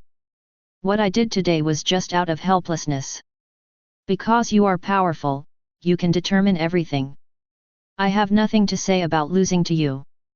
After all, you are truly the only person I, Shanks, admire in my life. And I have investigated your actions over the past period of time. Marine may be able to go further in your hands. Bai Ze listened carefully to what Shanks could call his last words. To sum up, Shanks does not agree with Bai Ze's theory that all pirates are wrong and should not exist, but he also agrees with Bai Ze as a person. This choice was made after a dilemma. In response, Bai Ze just replied expressionlessly. If there is only one correct answer in this world, it must be the Marines, not you pirates. This is not a question of strength or not. This is the choice of all the people, and the future will prove it. Oh, really? Maybe. Shanks just chuckled and didn't refute. After feeling Bai Ze's special gaze, Shanks knew that the time was almost up. So he faced Bai Ze and spoke to all the red hair pirates without even turning his head. I am here to announce my last order as the captain, Shanks. Everyone turn around and retreat 100 miles. You are not allowed to take revenge on Marine after my death. Otherwise. Shanks shrugged and smiled. Then don't recognize me as your boss. Laugh. After a moment of silence, all the Red Hair Pirates members spoke loudly with tears in their eyes. Yes. Then they all turned around and started to leave step by step. Bai Ze watched all this indifferently. When everyone knew that the block had disappeared at the end of the field of vision, Bai Ze suddenly felt the tip of the knife pause. He looked up and saw Shanks had crashed headfirst into his own long sword, the blade piercing his heart. Shanks was gradually losing his life, with blood flowing from the corner of his mouth, but he looked at Bai Ze seriously and said, "You must do what you promised me, Bai Ze." He held Bai Ze's shoulders tightly, as if he would not let go unless Bai Ze agreed. Bai Ze had no choice but to take a deep breath and answer seriously. "No." "That's good, that's good, that's good." Shanks smiled sadly, and his proud head began to slowly lower.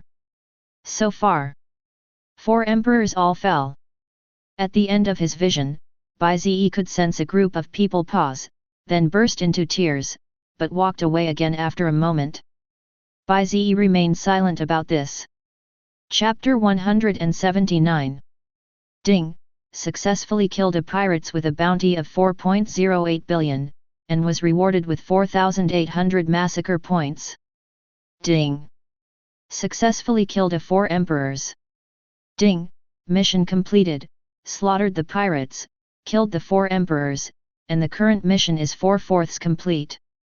The moment Shanks died, a series of system prompt sounds began to sound in Bai Ze's mind, and the next moment the system prompt sounds did not disappoint Bai Ze.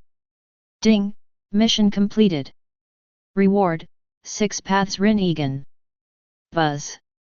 In just a moment, Bai Ze felt an unimaginable power surging in his body, a power that was simply indescribable in words. Mysterious, weird. Of course, it was accompanied by an indescribable pain.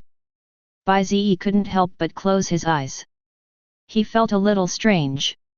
He didn't feel this kind of pain when he evolved Manjiki Sharingan before. And he also felt a sense of rejection, yes, a sense of rejection, as if the pirates' world did not allow this power to be born, and began to fight against his own power, trying to force it out. And Bai Ze became the tragic protagonist, and could only watch the two forces fight each other. Finally, after an unknown amount of time, when everything was calm, Bai Ze stood up with difficulty, and then slowly opened his eyes. Buzz. As Bai Ze opened his eyes, the space around him seemed to stagnate in an instant, and Bai Ze's eyes were no longer the frightening blood red, but a strange black and white. It was like a whirlpool that seemed to suck people in, and there was a strange symbol in the middle of the whirlpool. This is the real 6 paths Rin Egan. It's really powerful. I didn't expect it to feel like this. Bai Ze felt the changes in his body in a daze. After hesitating for a while, he raised his hand slightly. In an instant, the whole space was rippling. This made Bai Ze look surprised.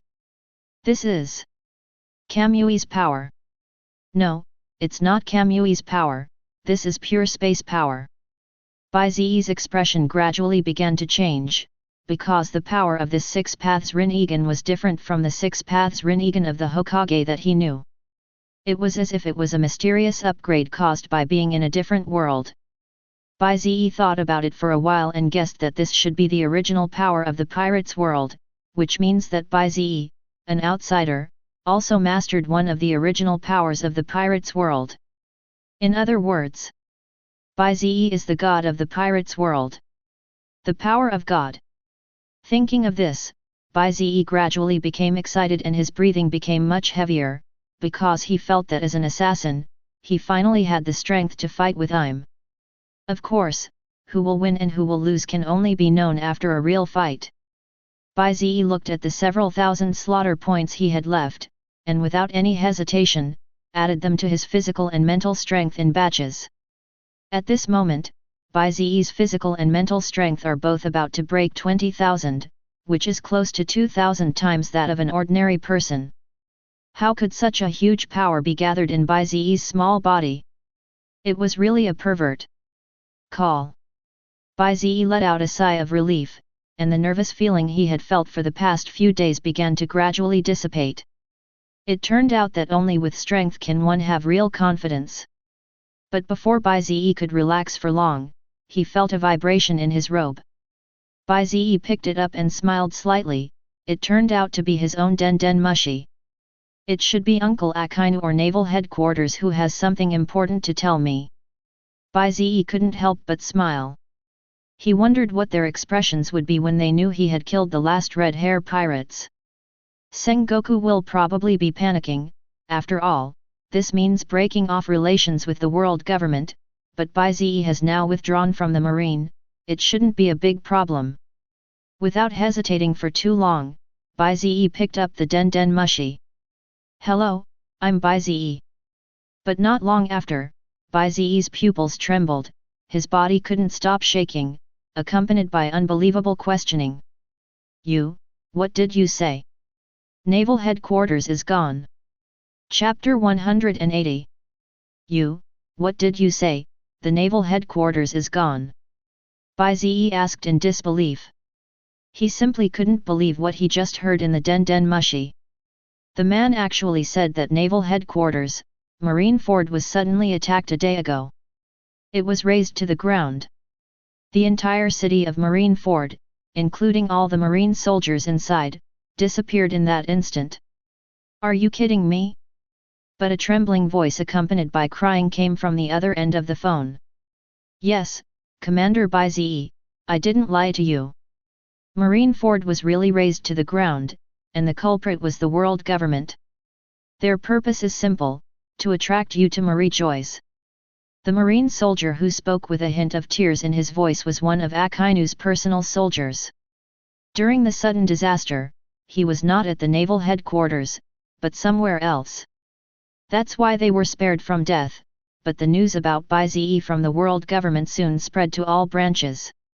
They said that if Bai Ze didn't go to Marie Joyce for one day, the world government would launch an attack like today to destroy Marine, one branch a day. So far, several branches have been destroyed. In this critical situation, Akainu's personal soldiers who were completely oblivious had no choice but to call Bai Ze.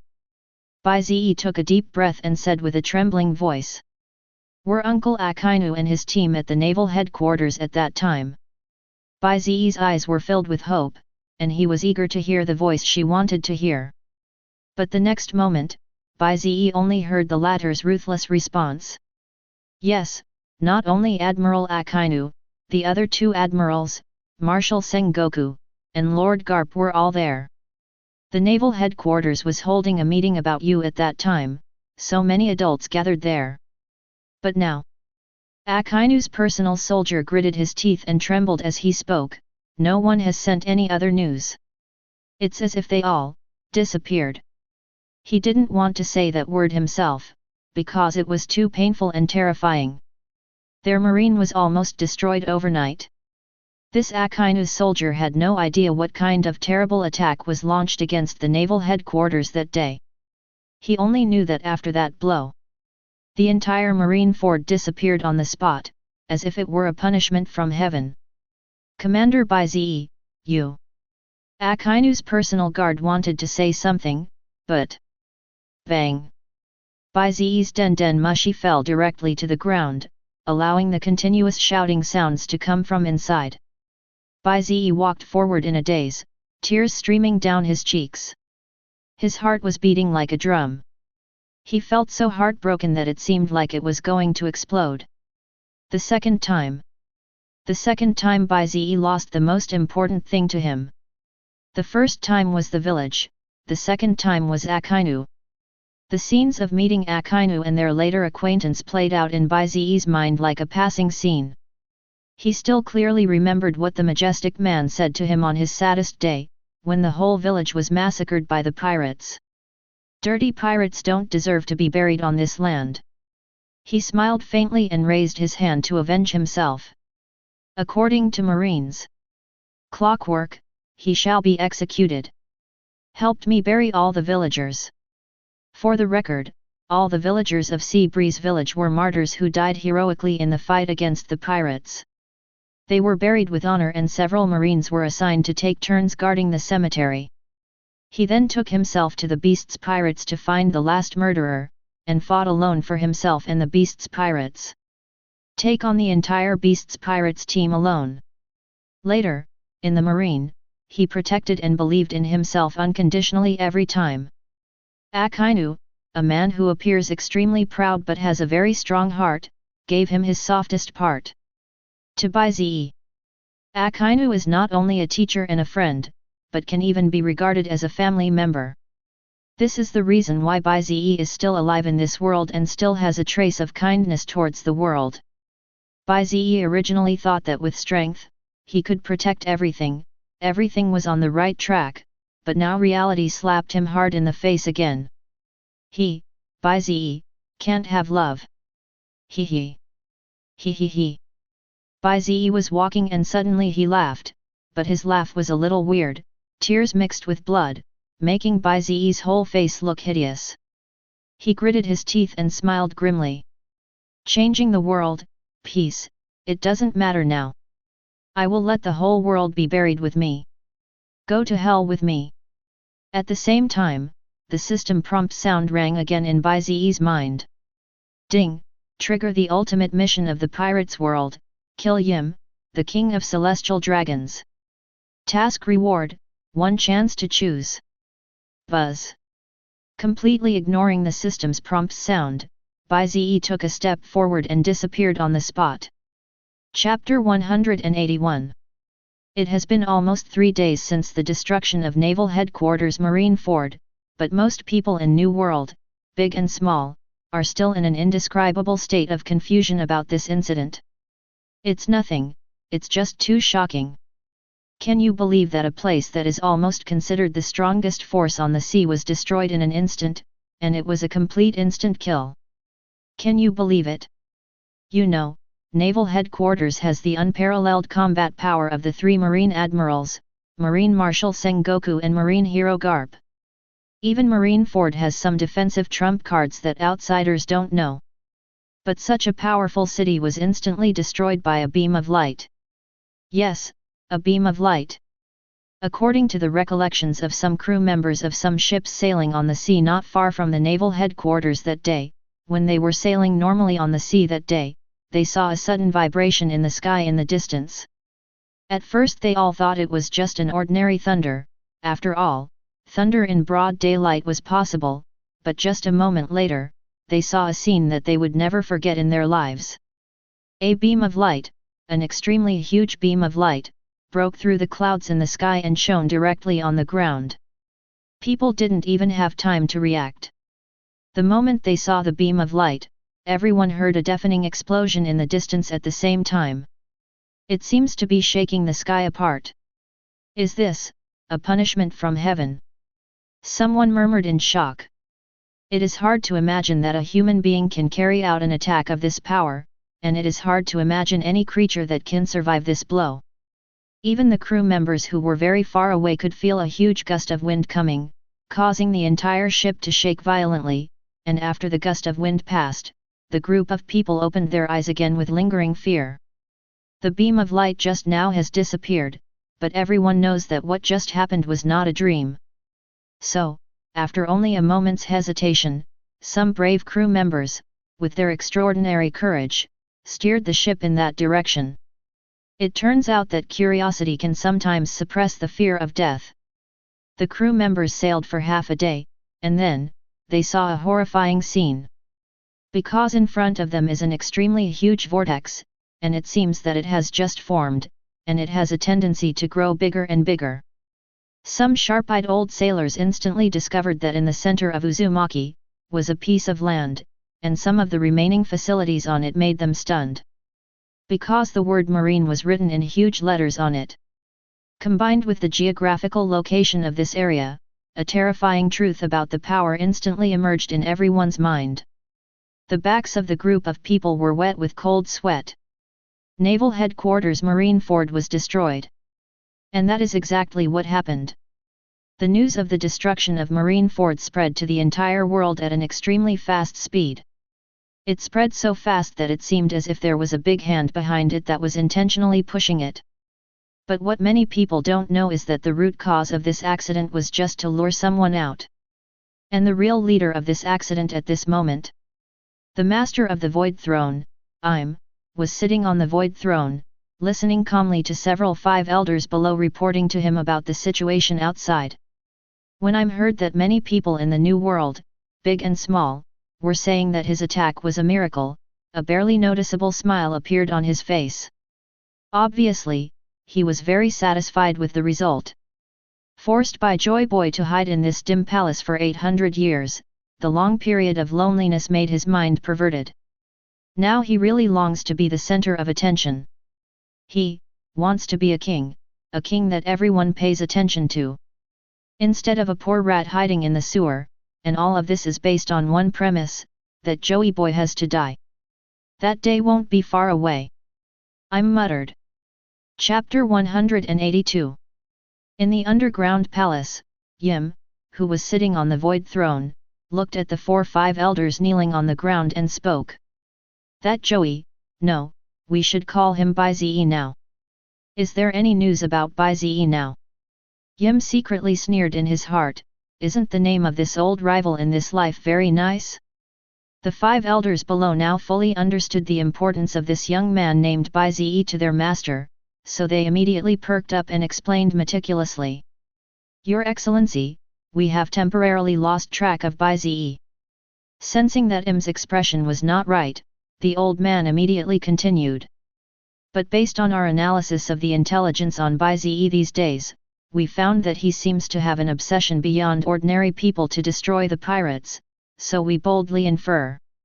He is most likely in the territory of the Red Hair Pirates now. After all, the Red Hair Pirates are the only obstacle to his destroying the pirates right now. After hearing this, Yim's expression improved a little. He thought that these pieces of trash were still of some use, but only for a moment. Because he heard several 5 elders confidently saying that they had sent people from the Knights of God to capture Bai Ze.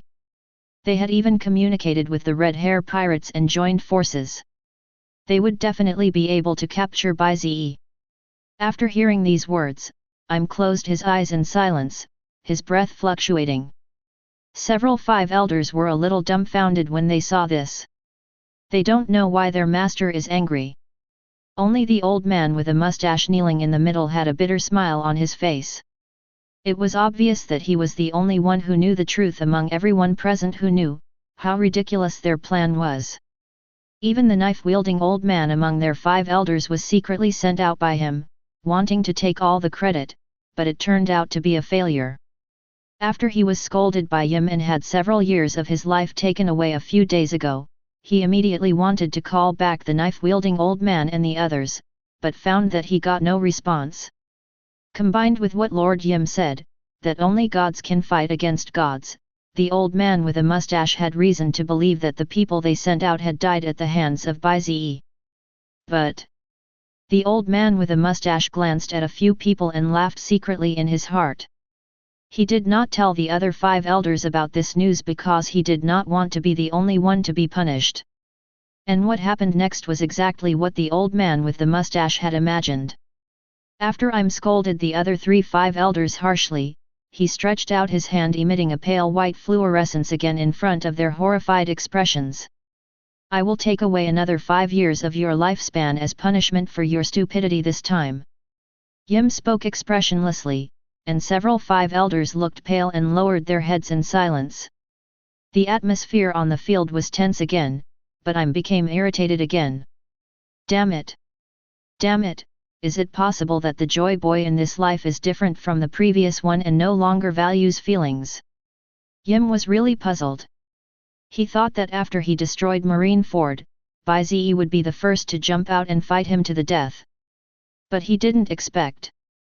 It's been almost 3 days and there has been no movement for a long time. The energy stored in his vehicle Pluton is not much.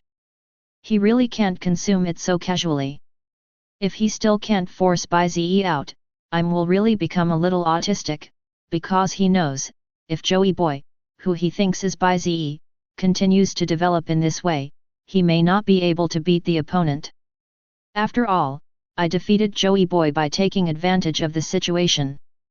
Thinking of this, Yim walked back and forth impatiently, saying something that the 5 elders couldn't understand, which made them tremble even more. They were afraid that another wave of lives would be taken away. After all, they really didn't have much life left. If they were taken away again, they would really die.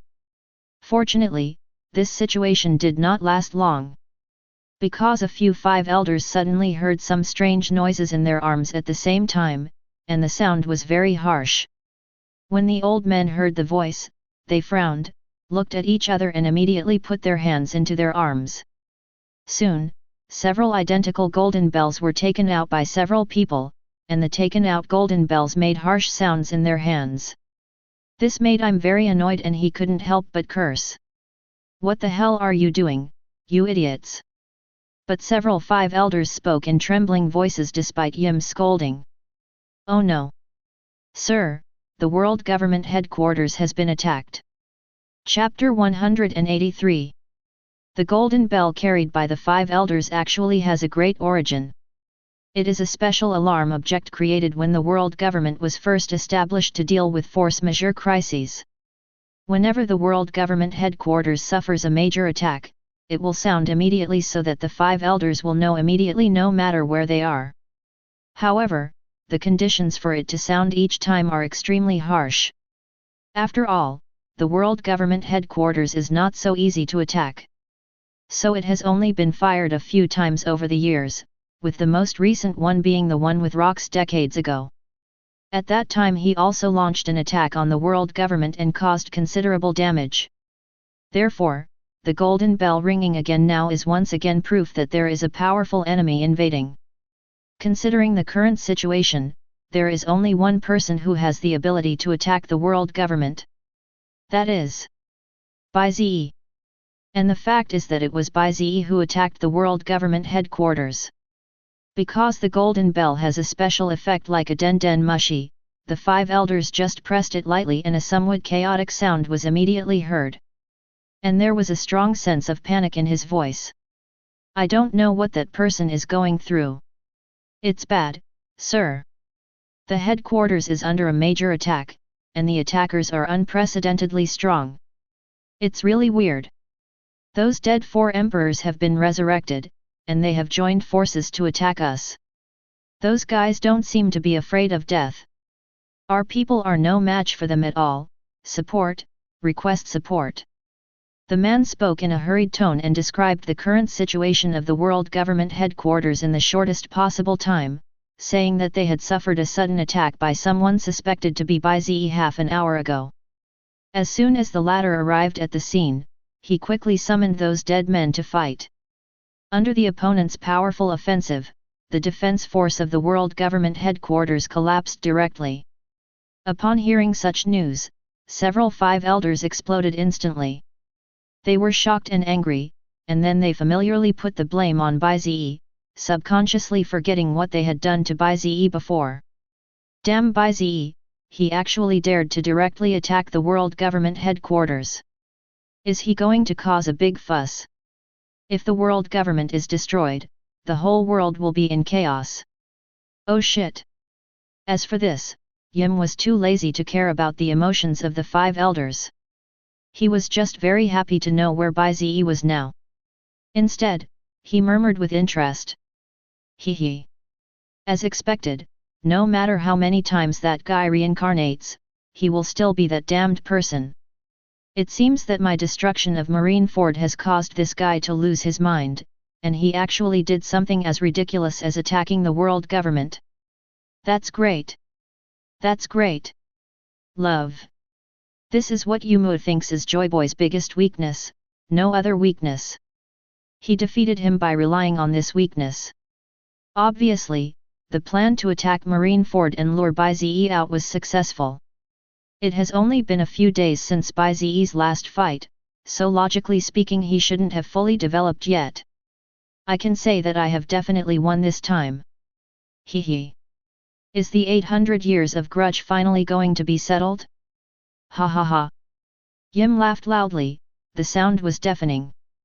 The whole hall was shaking constantly at this moment, as if it was suppressing some power.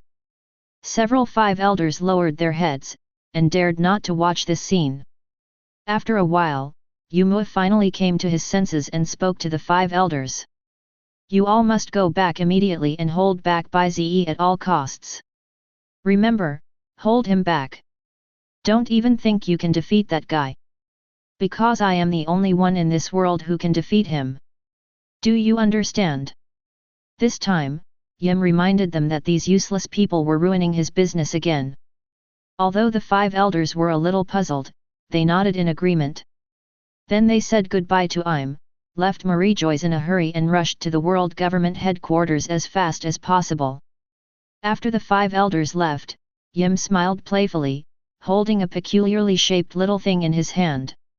Now Pluton still has the power to make one last strike.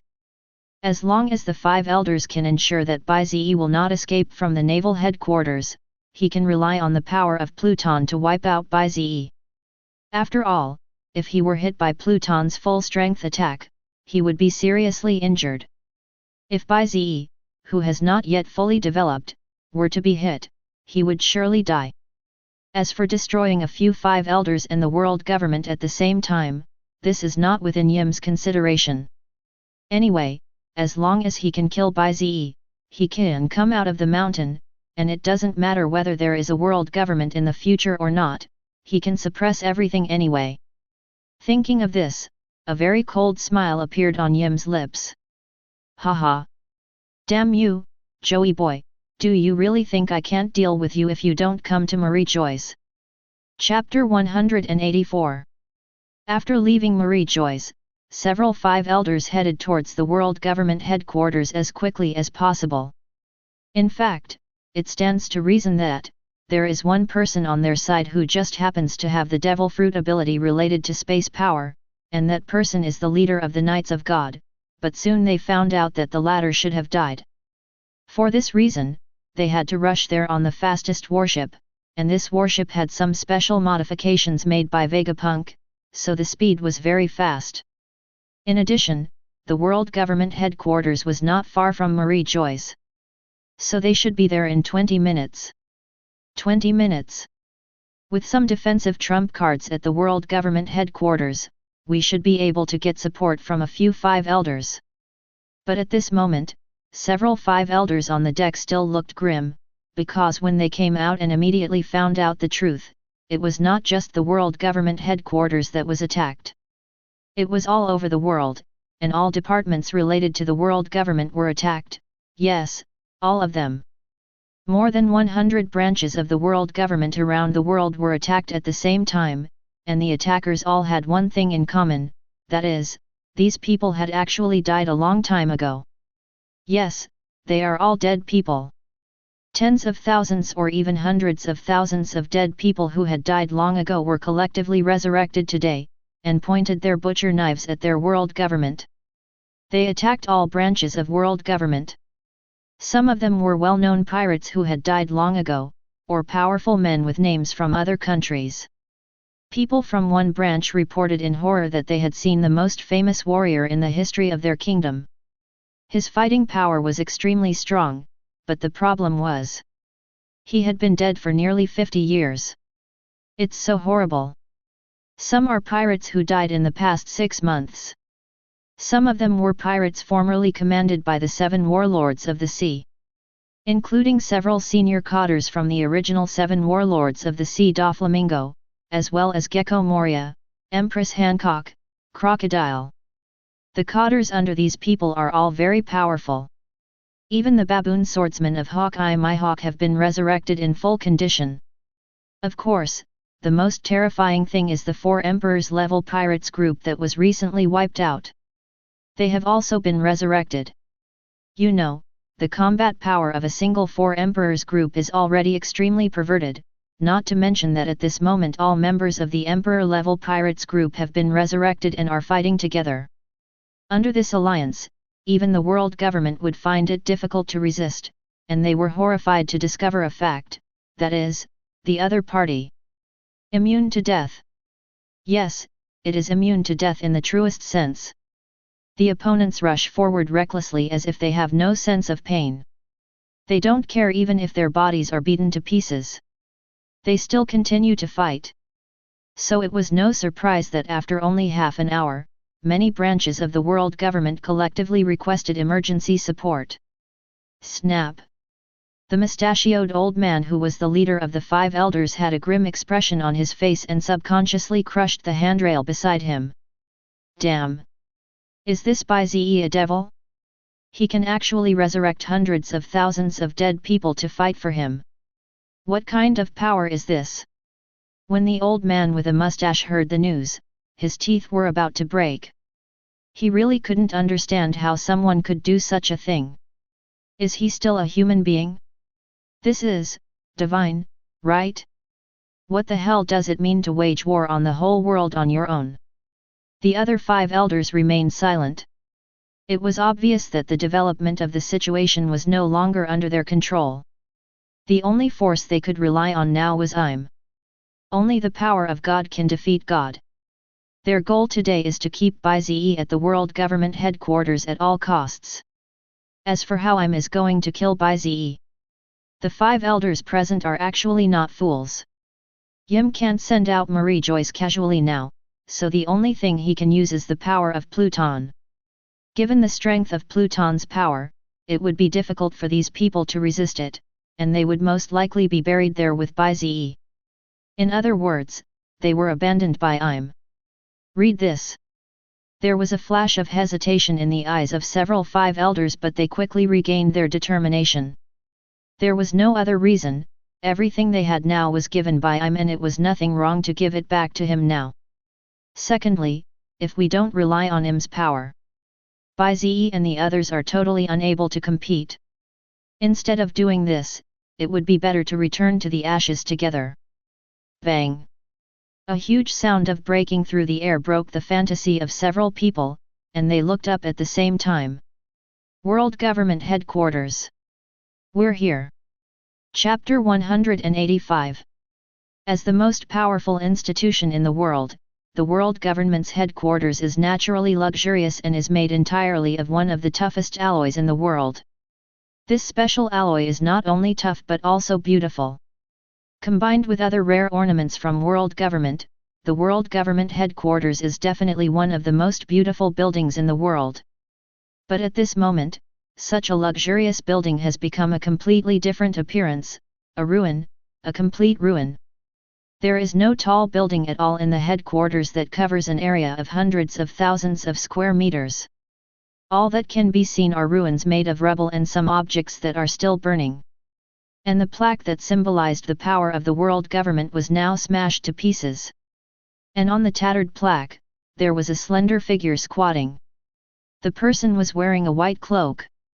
Under the endless flames, the word justice was revealed on it. And the young man who bears the name of Justice just squatted there and watched all this with a smile on his face. How absurd this scene was! Bai Ze. Several five elders stared at the young figure. If looks could kill, Bai Ze would have been killed by them countless times. After hearing the five elders' fierce roar, the squatting figure finally turned around lazily and slowly stood up. Staring at the five elders with eyes emitting some other aura, Bai Ze grinned and spoke in a hoarse voice. "Oh, five elders, hey? You're finally here, that's great." The arrival of several five elders seemed to make Bai Ze excited. He pointed at the huge fire behind him and the people who were still fighting and laughed wildly. "Have you seen all this? This is my gift to you. Do you like it? Ha ha ha. Look at the bright fire and the deep pit. Oh yeah, there are these." Bai Ze's pupils trembled, and the power of Kamui was released instantly, creating a space hole in front of him, and then, a lot of garbage was thrown out. Yes, they were the garbage in Bai Ze's eyes, but this group of garbage were all wearing the same uniform, and they were actually some of the staff and leaders of the world government. Bai Ze is really like a madman at this moment. If Akainu is still here and seeing this scene, he will find Bai Ze at this moment so familiar, because Bai Ze's current state is exactly the same as the state after the village was completely destroyed. Even worse. After all, this is the second time Bai Ze has lost everything. The second time. Looking at some of the corpses in the field, the old man with a mustache had his pupils trembling and his heart felt as if it was stabbed. Because those people were his most trusted subordinates, and they had been together day and night for decades.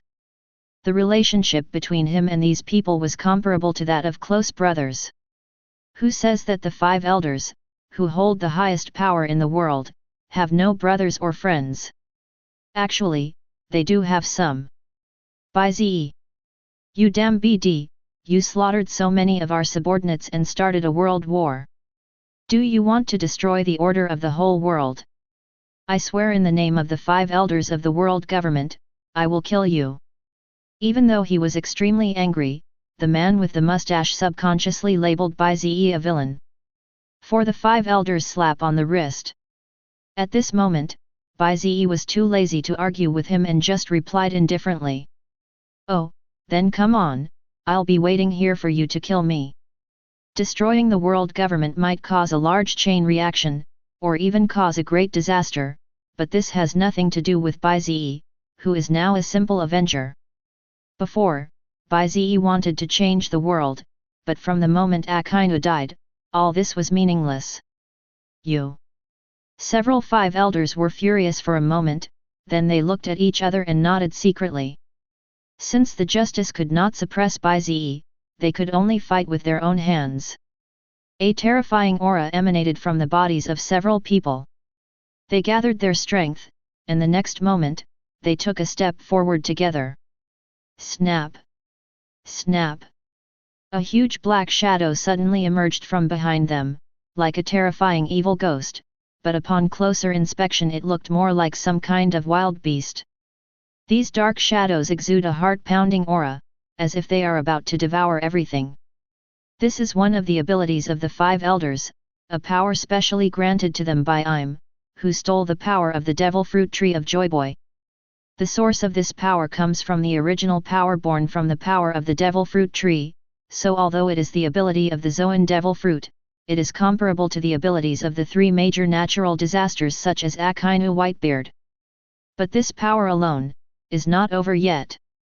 The five elders took another step forward, and suddenly, an extremely domineering force emerged from their bodies, shocking the surroundings with them as the center. It was the powerful Conqueror's Haki. That's right. All the five elders possessed Conqueror's Haki. And judging by the situation, they all had a high level of control over it. This was the foundation of the person who held the highest power in the world. But even with this amazing aura, the five elders still didn't dare to attack directly, and only used their aura to oppress Bai Ze. It was as if they were afraid of something. Chapter 186. Seeing several five elders burst out with such powerful momentum, some people who were still fighting with Whitebeard, Kaido, and others in the ruins of world government instantly became excited, and even their strength increased a bit. They don't know that their own adults just want to drag Bai Ze down. At this moment, a man with an extremely strong body and a face full of flesh actually shook off the attack of Kaido of the beasts with one force, and he shouted excitedly. "Great! I haven't seen those adults fighting for a long time. I didn't expect that their momentum is still as strong as ever." His excited shout instantly drew a response from others. A tall, thin man holding a large sword smiled Kaido. "Of course, don't you see who the adults are? With the help of several adults, these damn bastards are doomed. Damn it, these guys actually dared to destroy the headquarters directly. They will pay the price later. Lao Ze will skin them alive and hang them on the gate of the world government." While they were fending off the attacks from Kaido and his men, they gritted their teeth and roared, "Damn! They had never fought such a miserable battle in their lives. This group of people is actually one of the main forces of the world government headquarters. Some of them are the commanders of the royal guards, or some high-level fighters supported by the world government. Some of them come from other kingdoms. Even if they are converted to pirates or marines, they are all top-notch strong men. Logically speaking, how could they be such a powerful force together? To be honest, even ordinary royal pirates groups cannot withstand it. After all, they represent the face of the world government and the representatives of justice. But what can we do? This time, Whitebeard, Kaido, Red Hair, Charlotte Linlin, these veteran kings are fighting together. Even one of these peak masters who control the world's power is a bit difficult to deal with, let alone the four of them working together. So there was no way, they were defeated without a doubt, and the world government headquarters was destroyed, and a large group of people died in the aftermath of the attack, and now they are just struggling to resist. Death is only a matter of time. After all, Whitebeard and his guys seem to be immune to death and will not get tired. Fortunately, several five elders finally returned to defend. These old men who have been in the world government for a long time know that several five elders have mastered some horrible theories. With these people taking action, it is hard to say who will win the war. Although Whitebeard, Kaido and other four emperors who were resurrected by Bai Ze had most of their consciousness destroyed by Bai Ze, they still had an instinctive desire to fight, so they all subconsciously looked towards the five elders.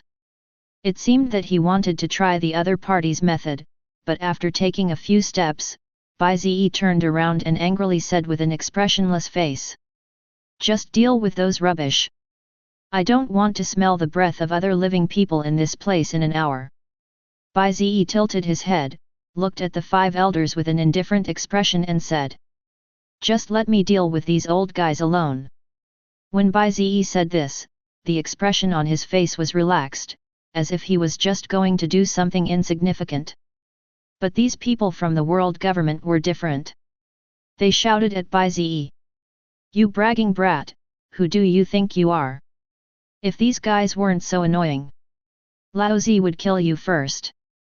You deserve to die for insulting the five elders." Most people have only heard of Bai Ze's name but have no idea of how powerful Bai Ze is. After all, they used to be in the most powerful world government. They really can't muster any interest in other things on the ocean. Moreover, when Bai Ze arrived at the world government headquarters, he only summoned Kaido and a few others to fight, but he himself did not take any action at all. It is hard not to doubt the authenticity of his strength. Oh! In response, Bai Ze just sneered expressionlessly, and Kaido and his men launched a more fierce attack on them again, and then those people could no longer say a word. He turned to look at the five elders, and then took a step forward. There was no fierce momentum, but several five elders subconsciously took a step back. They swallowed, and their momentum involuntarily weakened a little. Cowardly before the battle. When some people from the world government saw this, their eyes popped out in shock. "Damn, this style of painting seems a little wrong. Chapter 187. How powerful is Bai Ze now? Maybe no one has an idea. The 5 elders only know that Bai Ze's last move was to eliminate the Whitebeard pirates. If we were to judge by Bai Ze's strength at that time, the 5 elders would not be afraid. After all, they also had the strength to kill the Whitebeard pirates. But, during this period of time, they have witnessed the actions of their Lord Im, and learned what the true power of God is. Bai Ze is considered by Im to be a strong man at the same level as him, so how could the 5 elders not be afraid? So when they came here, they did not think about defeating Bai Ze, but simply wanted to drag Bai Ze to the world government headquarters. Facing Bai Ze's fierce attack, several 5 elders swallowed subconsciously and murmured, "We have the powerful strength bestowed by Lord Yumu. Even Whitebeard and his gang don't dare to say that they can definitely defeat us. No matter how powerful Bai Ze is, we shouldn't be defeated so quickly. I think." While they were talking, Bai Ze had already flashed in front of them. The blonde 5 elders standing in the front shrank his pupils and said inwardly, "Damn, what a fast speed." He gritted his teeth and immediately used the black shadow to condense into a shield, directly injecting most of his strength into it.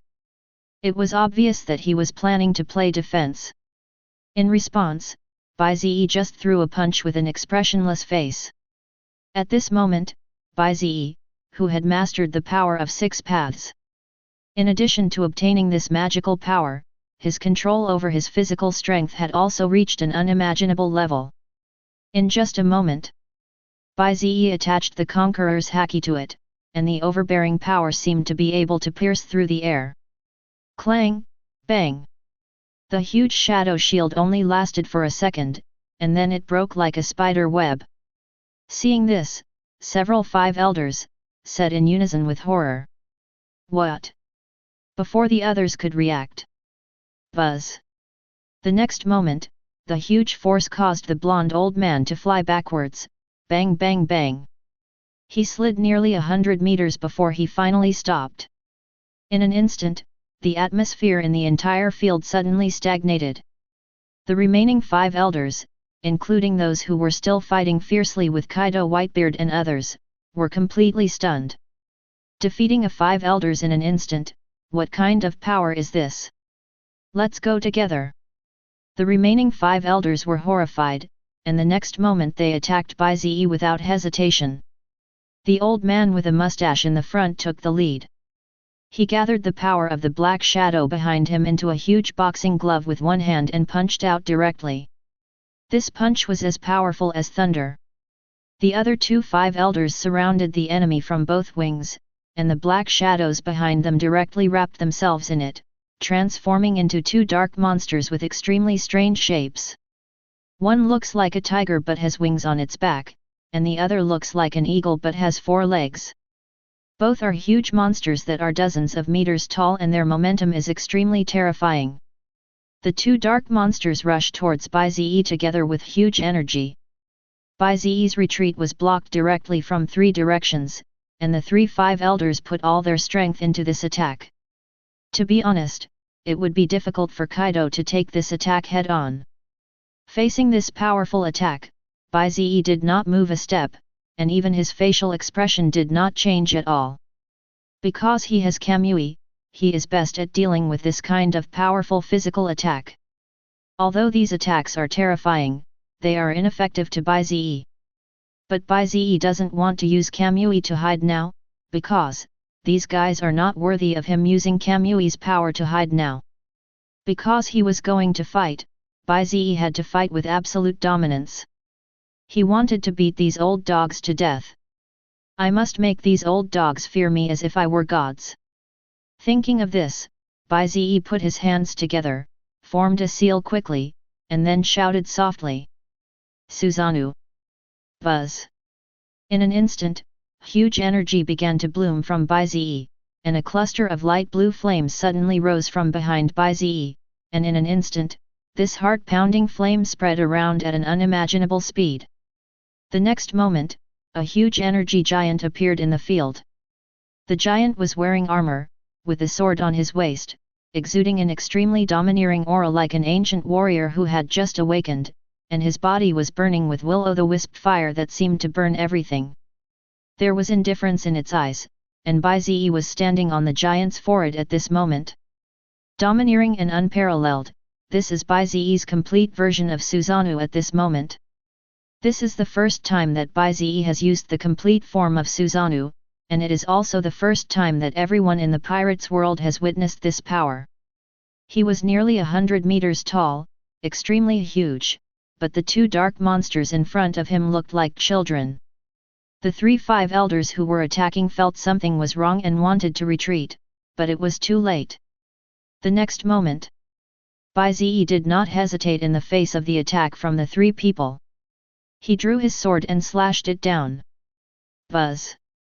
Then, the whole world shook suddenly, and a sword light that seemed to break the sky burst out instantly. Chapter 188. Faced with Bai Ze's thunderous attack that seemed to destroy the world, several 5 elders were afraid but still went forward without hesitation. It's nothing but confidence. How could the combined attack of 3 of the most powerful men in the world be weaker than that of others?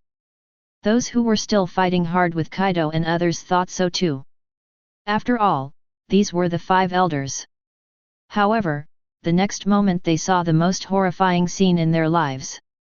The collision between the two sides was not as evenly matched as everyone expected. Instead, one side crushed the other. Buzz, bang! The collision in the field was only deadlocked for 3 seconds, and ended with the joint attack of the 3 people being defeated. Several people were furious but helpless. After Bai Ze's sword light swallowed up the attacks of several people, it still carried the momentum and knocked them away. Wherever the sword passes, no grass grows. What kind of power is this? Everyone shouted in unison, their eyes filled with shock. After landing, several 5 elders also spurted blood. How the hell is this possible? They thought they would be defeated, but they didn't expect to be defeated so completely. The joint attack of the 3 people actually failed directly. They couldn't understand it. But it was too late to say anything now. At this moment, they had no intention of fighting with Bai Ze at all. They just looked at each other, and then, started to flee in different directions. Yes, running away, there is no way to fight now. I can only try to delay it another way, but at the same time, several 5 elders are filled with hatred. There is already Yim in this world, why does there need to be someone like Bai Ze? Those who were still fighting fiercely with Kaido and others were also completely dumbfounded. Is this the Bai Ze wanted by our world government? This guy is so strong. We were even issuing a wanted notice for him before. How ridiculous. Everyone finally had a clear understanding of Bai Ze's terrifying strength, that is, the young man in front of them was simply invincible. None of their adults were a match for that young man. What's the point of fighting? Just run away. Several sturdy warriors who specialized in physical training were the most decisive. They chose to abandon their companions and run towards the corner. Kieran, FKU, how dare you run? The captain of the Royal Guard cursed while struggling to resist Shank's attack. The damn BD actually deserted the battlefield, he is simply not a human being. Damn it! Lao Zi's Royal Guards are still the ones with guts. Belga, you take the place of that damn guy Kylan. The captain of the Royal Guard spoke with great pride, but the next moment a weak voice sounded from behind him. It's bad, Captain. Vice Captain Belga has also escaped. He seems to be running faster than Commander Kylan.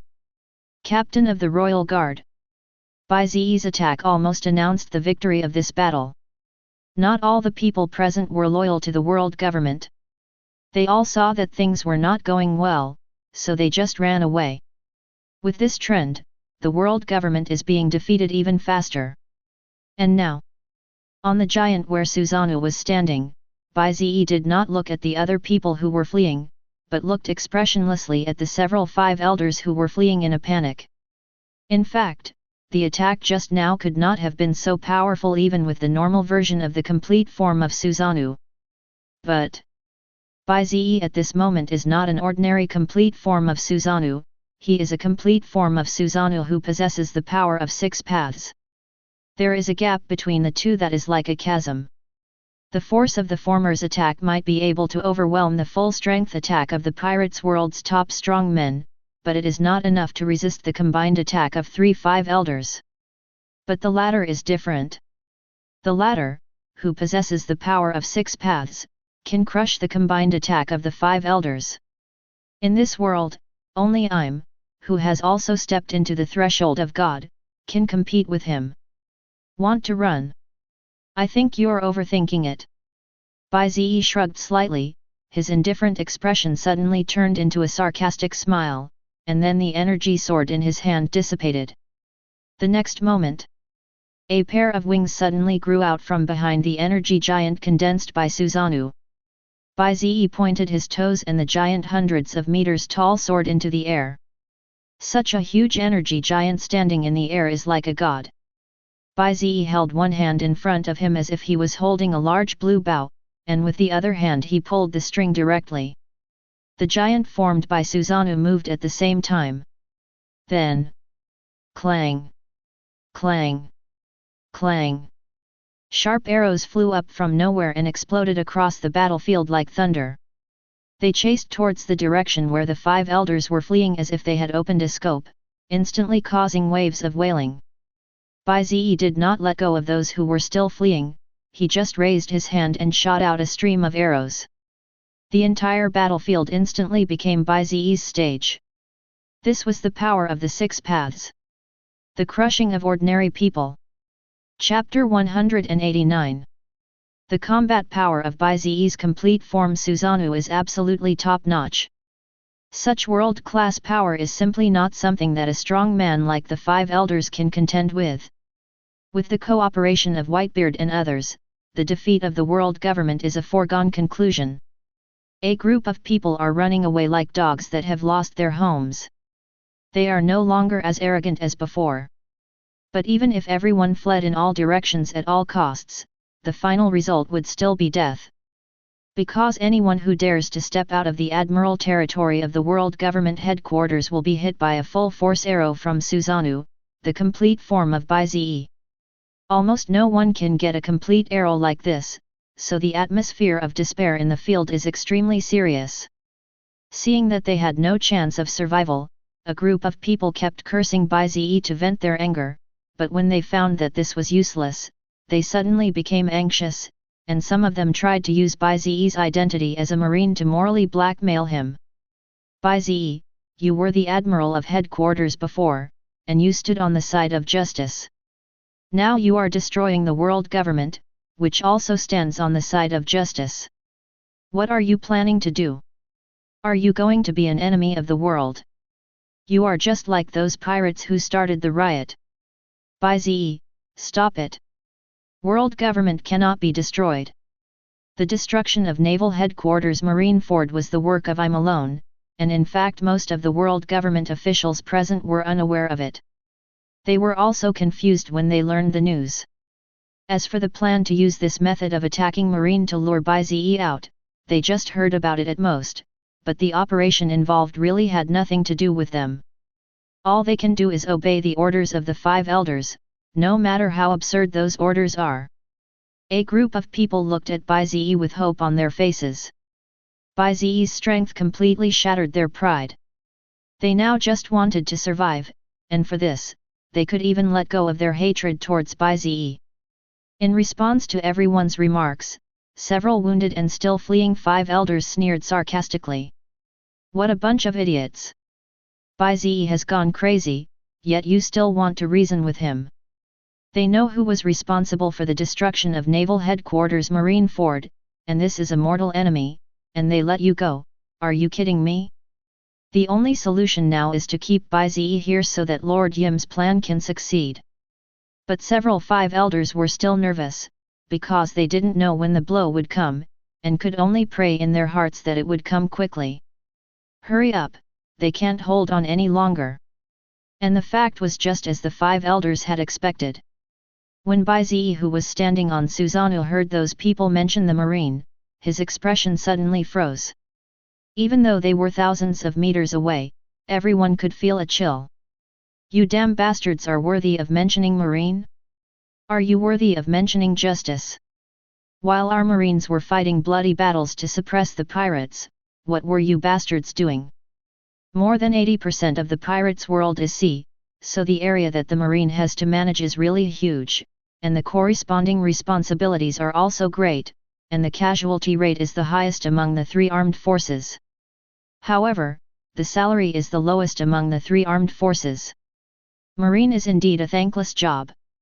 This is Bai Ze's most intuitive feeling during his time as a marine. It can be said that many marines continue to work hard and uncomplainingly, just relying on their inner beliefs. But at this moment, how come this group of lovely people died, and a total of 10,000 people died in one day at Naval Headquarters Marine Ford? You tell me to let it go? Read this. Bai Ze's murderous intent instantly reached its peak. Bai Ze no longer wanted to play the cat and mouse game with these guys. He immediately began to make seals with his hands. Wood style, the flower tree world is coming. Bai Ze directly used the forbidden technique in the wood style. In an instant, the ground in every corner of the world government headquarters began to crack, and ancient trees emitting a strange aura began to rise from the ground. Because Bai Ze now possesses the power of 6 paths, wood style is much more powerful than before. The world government can hardly resist. Not good, run. Someone secretly thought that something was wrong and was about to run away as quickly as possible, but the next moment a vine rose directly from the ground and pierced through him in an instant, and the man's face instantly turned pale, and then turned into a withered corpse. Tisk! Tisk! The vines grew vigorously, and in the blink of an eye they reached a height of 100 meters, and then, flower buds began to appear on the top of the vines. The flower bud grew at an extremely fast speed, and after just a few seconds it became a big flower. Countless pollens began to be released from it. And it exudes a strange fragrance. Damn, this thing is poisonous. The faces of several 5 elders changed drastically. Chapter 190. How powerful is the combined combat power of the pirates' 4 emperors and Bai Ze? Perhaps only 2 words are enough to describe it. Those 2 words are invincible. Just 10 minutes later, after Bai Ze used only one forbidden ninjutsu, with the cooperation of several other 4 emperors, 90% of the world government personnel present were killed. The rest are all real leaders of the world government, but the reason they are alive is not that Bai Ze cannot kill them, but that he does not want to kill them so easily. At this moment, they, including several 5 elders, were all wrapped up by several thick vines, making them unable to move. They could only stare at the young figure in front of them with a pair of dead fish eyes in despair. Woo-woo. They wanted to beg for mercy but couldn't make a sound because their tongues had been cut out by Bai Ze.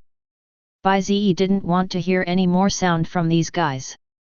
He just ordered Kaido and the others to execute them. Yes, execute them. This was the reason why Bai Ze didn't kill them now. Every one of these guys had killed Marine, and Bai Ze didn't want to let them get away with it. And these people could only let Kaido and his men do whatever they wanted to them, and when they felt the heart-wrenching pain they could only moan continuously. Their hearts were filled with regret, wondering why they had provoked this devil.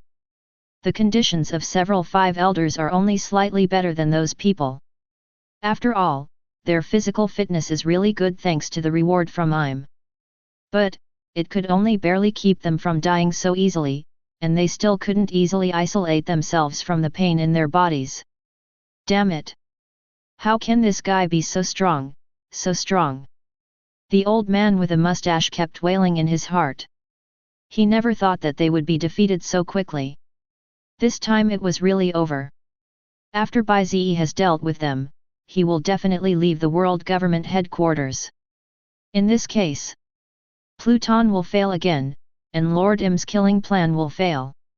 As one of Yim's confidants, he knew that Lord Yim was restricted and could not leave Marie Joyce at will, he could not even leave the palace. Today Pluton. If the final blow fails to kill Bai Ze will truly be invincible in the outside world, and no one can do anything to him. Read this. The old man with a mustache had a look of despair in his eyes, because according to the agreement between them and I'm, this Pluton should not fall for at least half an hour, but would Bai Ze really wait that long? When the old man with a mustache lowered his head in despair, what he didn't know was that Bai Ze in front of him suddenly looked up at the sky, his eyes slightly narrowed, as if he was expecting something. Meanwhile, the first execution of the world government was still going on. Kaido and several other four emperors had their basic consciousness wiped out by Bai Ze, so they really had no psychological burden in torturing others. And coupled with the expressionless faces on their faces at the moment, it also added a bit of weirdness, making those who were being punished even more painful. Finally, after rounds of torture, world government officials began to die one after another, and after half an hour, only a few 5 elders were still breathing faintly. But these 5 elders are almost inhuman at this moment. They are covered in blood and there is not a single piece of healthy flesh on their bodies. It is obvious that they are dying, but they are still hanging on as if they are waiting for something. Just when Kaido and other 4 emperors were about to launch the final attack to reap the lives of several people, suddenly, a ray of light suddenly appeared in the sky.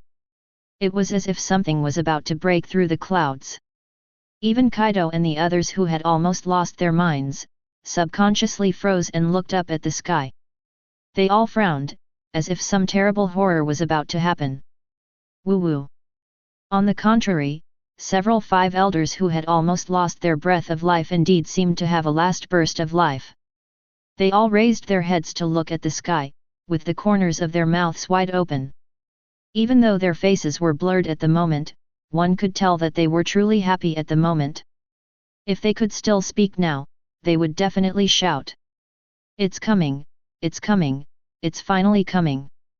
Several 5 elders never expected that Bai Ze actually had the leisure to pervert and torture them for so long at the world government headquarters, allowing them to finally wait for the Pluton they had been longing for. Now that the world government has been targeted by Pluton, no one can escape even if they want to, which means Bai Ze will die with them. Hey hey! With joyful smiles on their faces, they subconsciously looked in Bai Ze's direction, wanting to see the regretful and fearful expression on his face. However, when they turned around, they saw that there was no trace of regret on Bai Ze's face. Bai Ze had a big smile on his face, and his face even flushed with excitement. This made the few people feel something was not good, and then they saw Bai Ze smiling sinisterly at them. It's worth it that I wasted so much time torturing you. As expected, I waited for this guy here. Do you really think that I, Bai Ze, was completely blinded by revenge? Pluton, right? I know. When gaining the power of 6 paths, that power struggled with the pirates' world, and Bai Ze accidentally discovered some secrets of the origin of this world, including the Pluton secret of I'm. He also knew that Pluton only had one last strike, so Bai Ze came here to use up this last strike. After all, this thing is really powerful. After hearing that Bai Ze knew about Pluton, several 5 elders still looked at Bai Ze in surprise, because under this attack, Bai Ze would still die, even though he had supernatural powers similar to space. But with that blow, Bai Ze would also die. Bai Ze looked at the expressions of the few people and seemed to understand what they meant.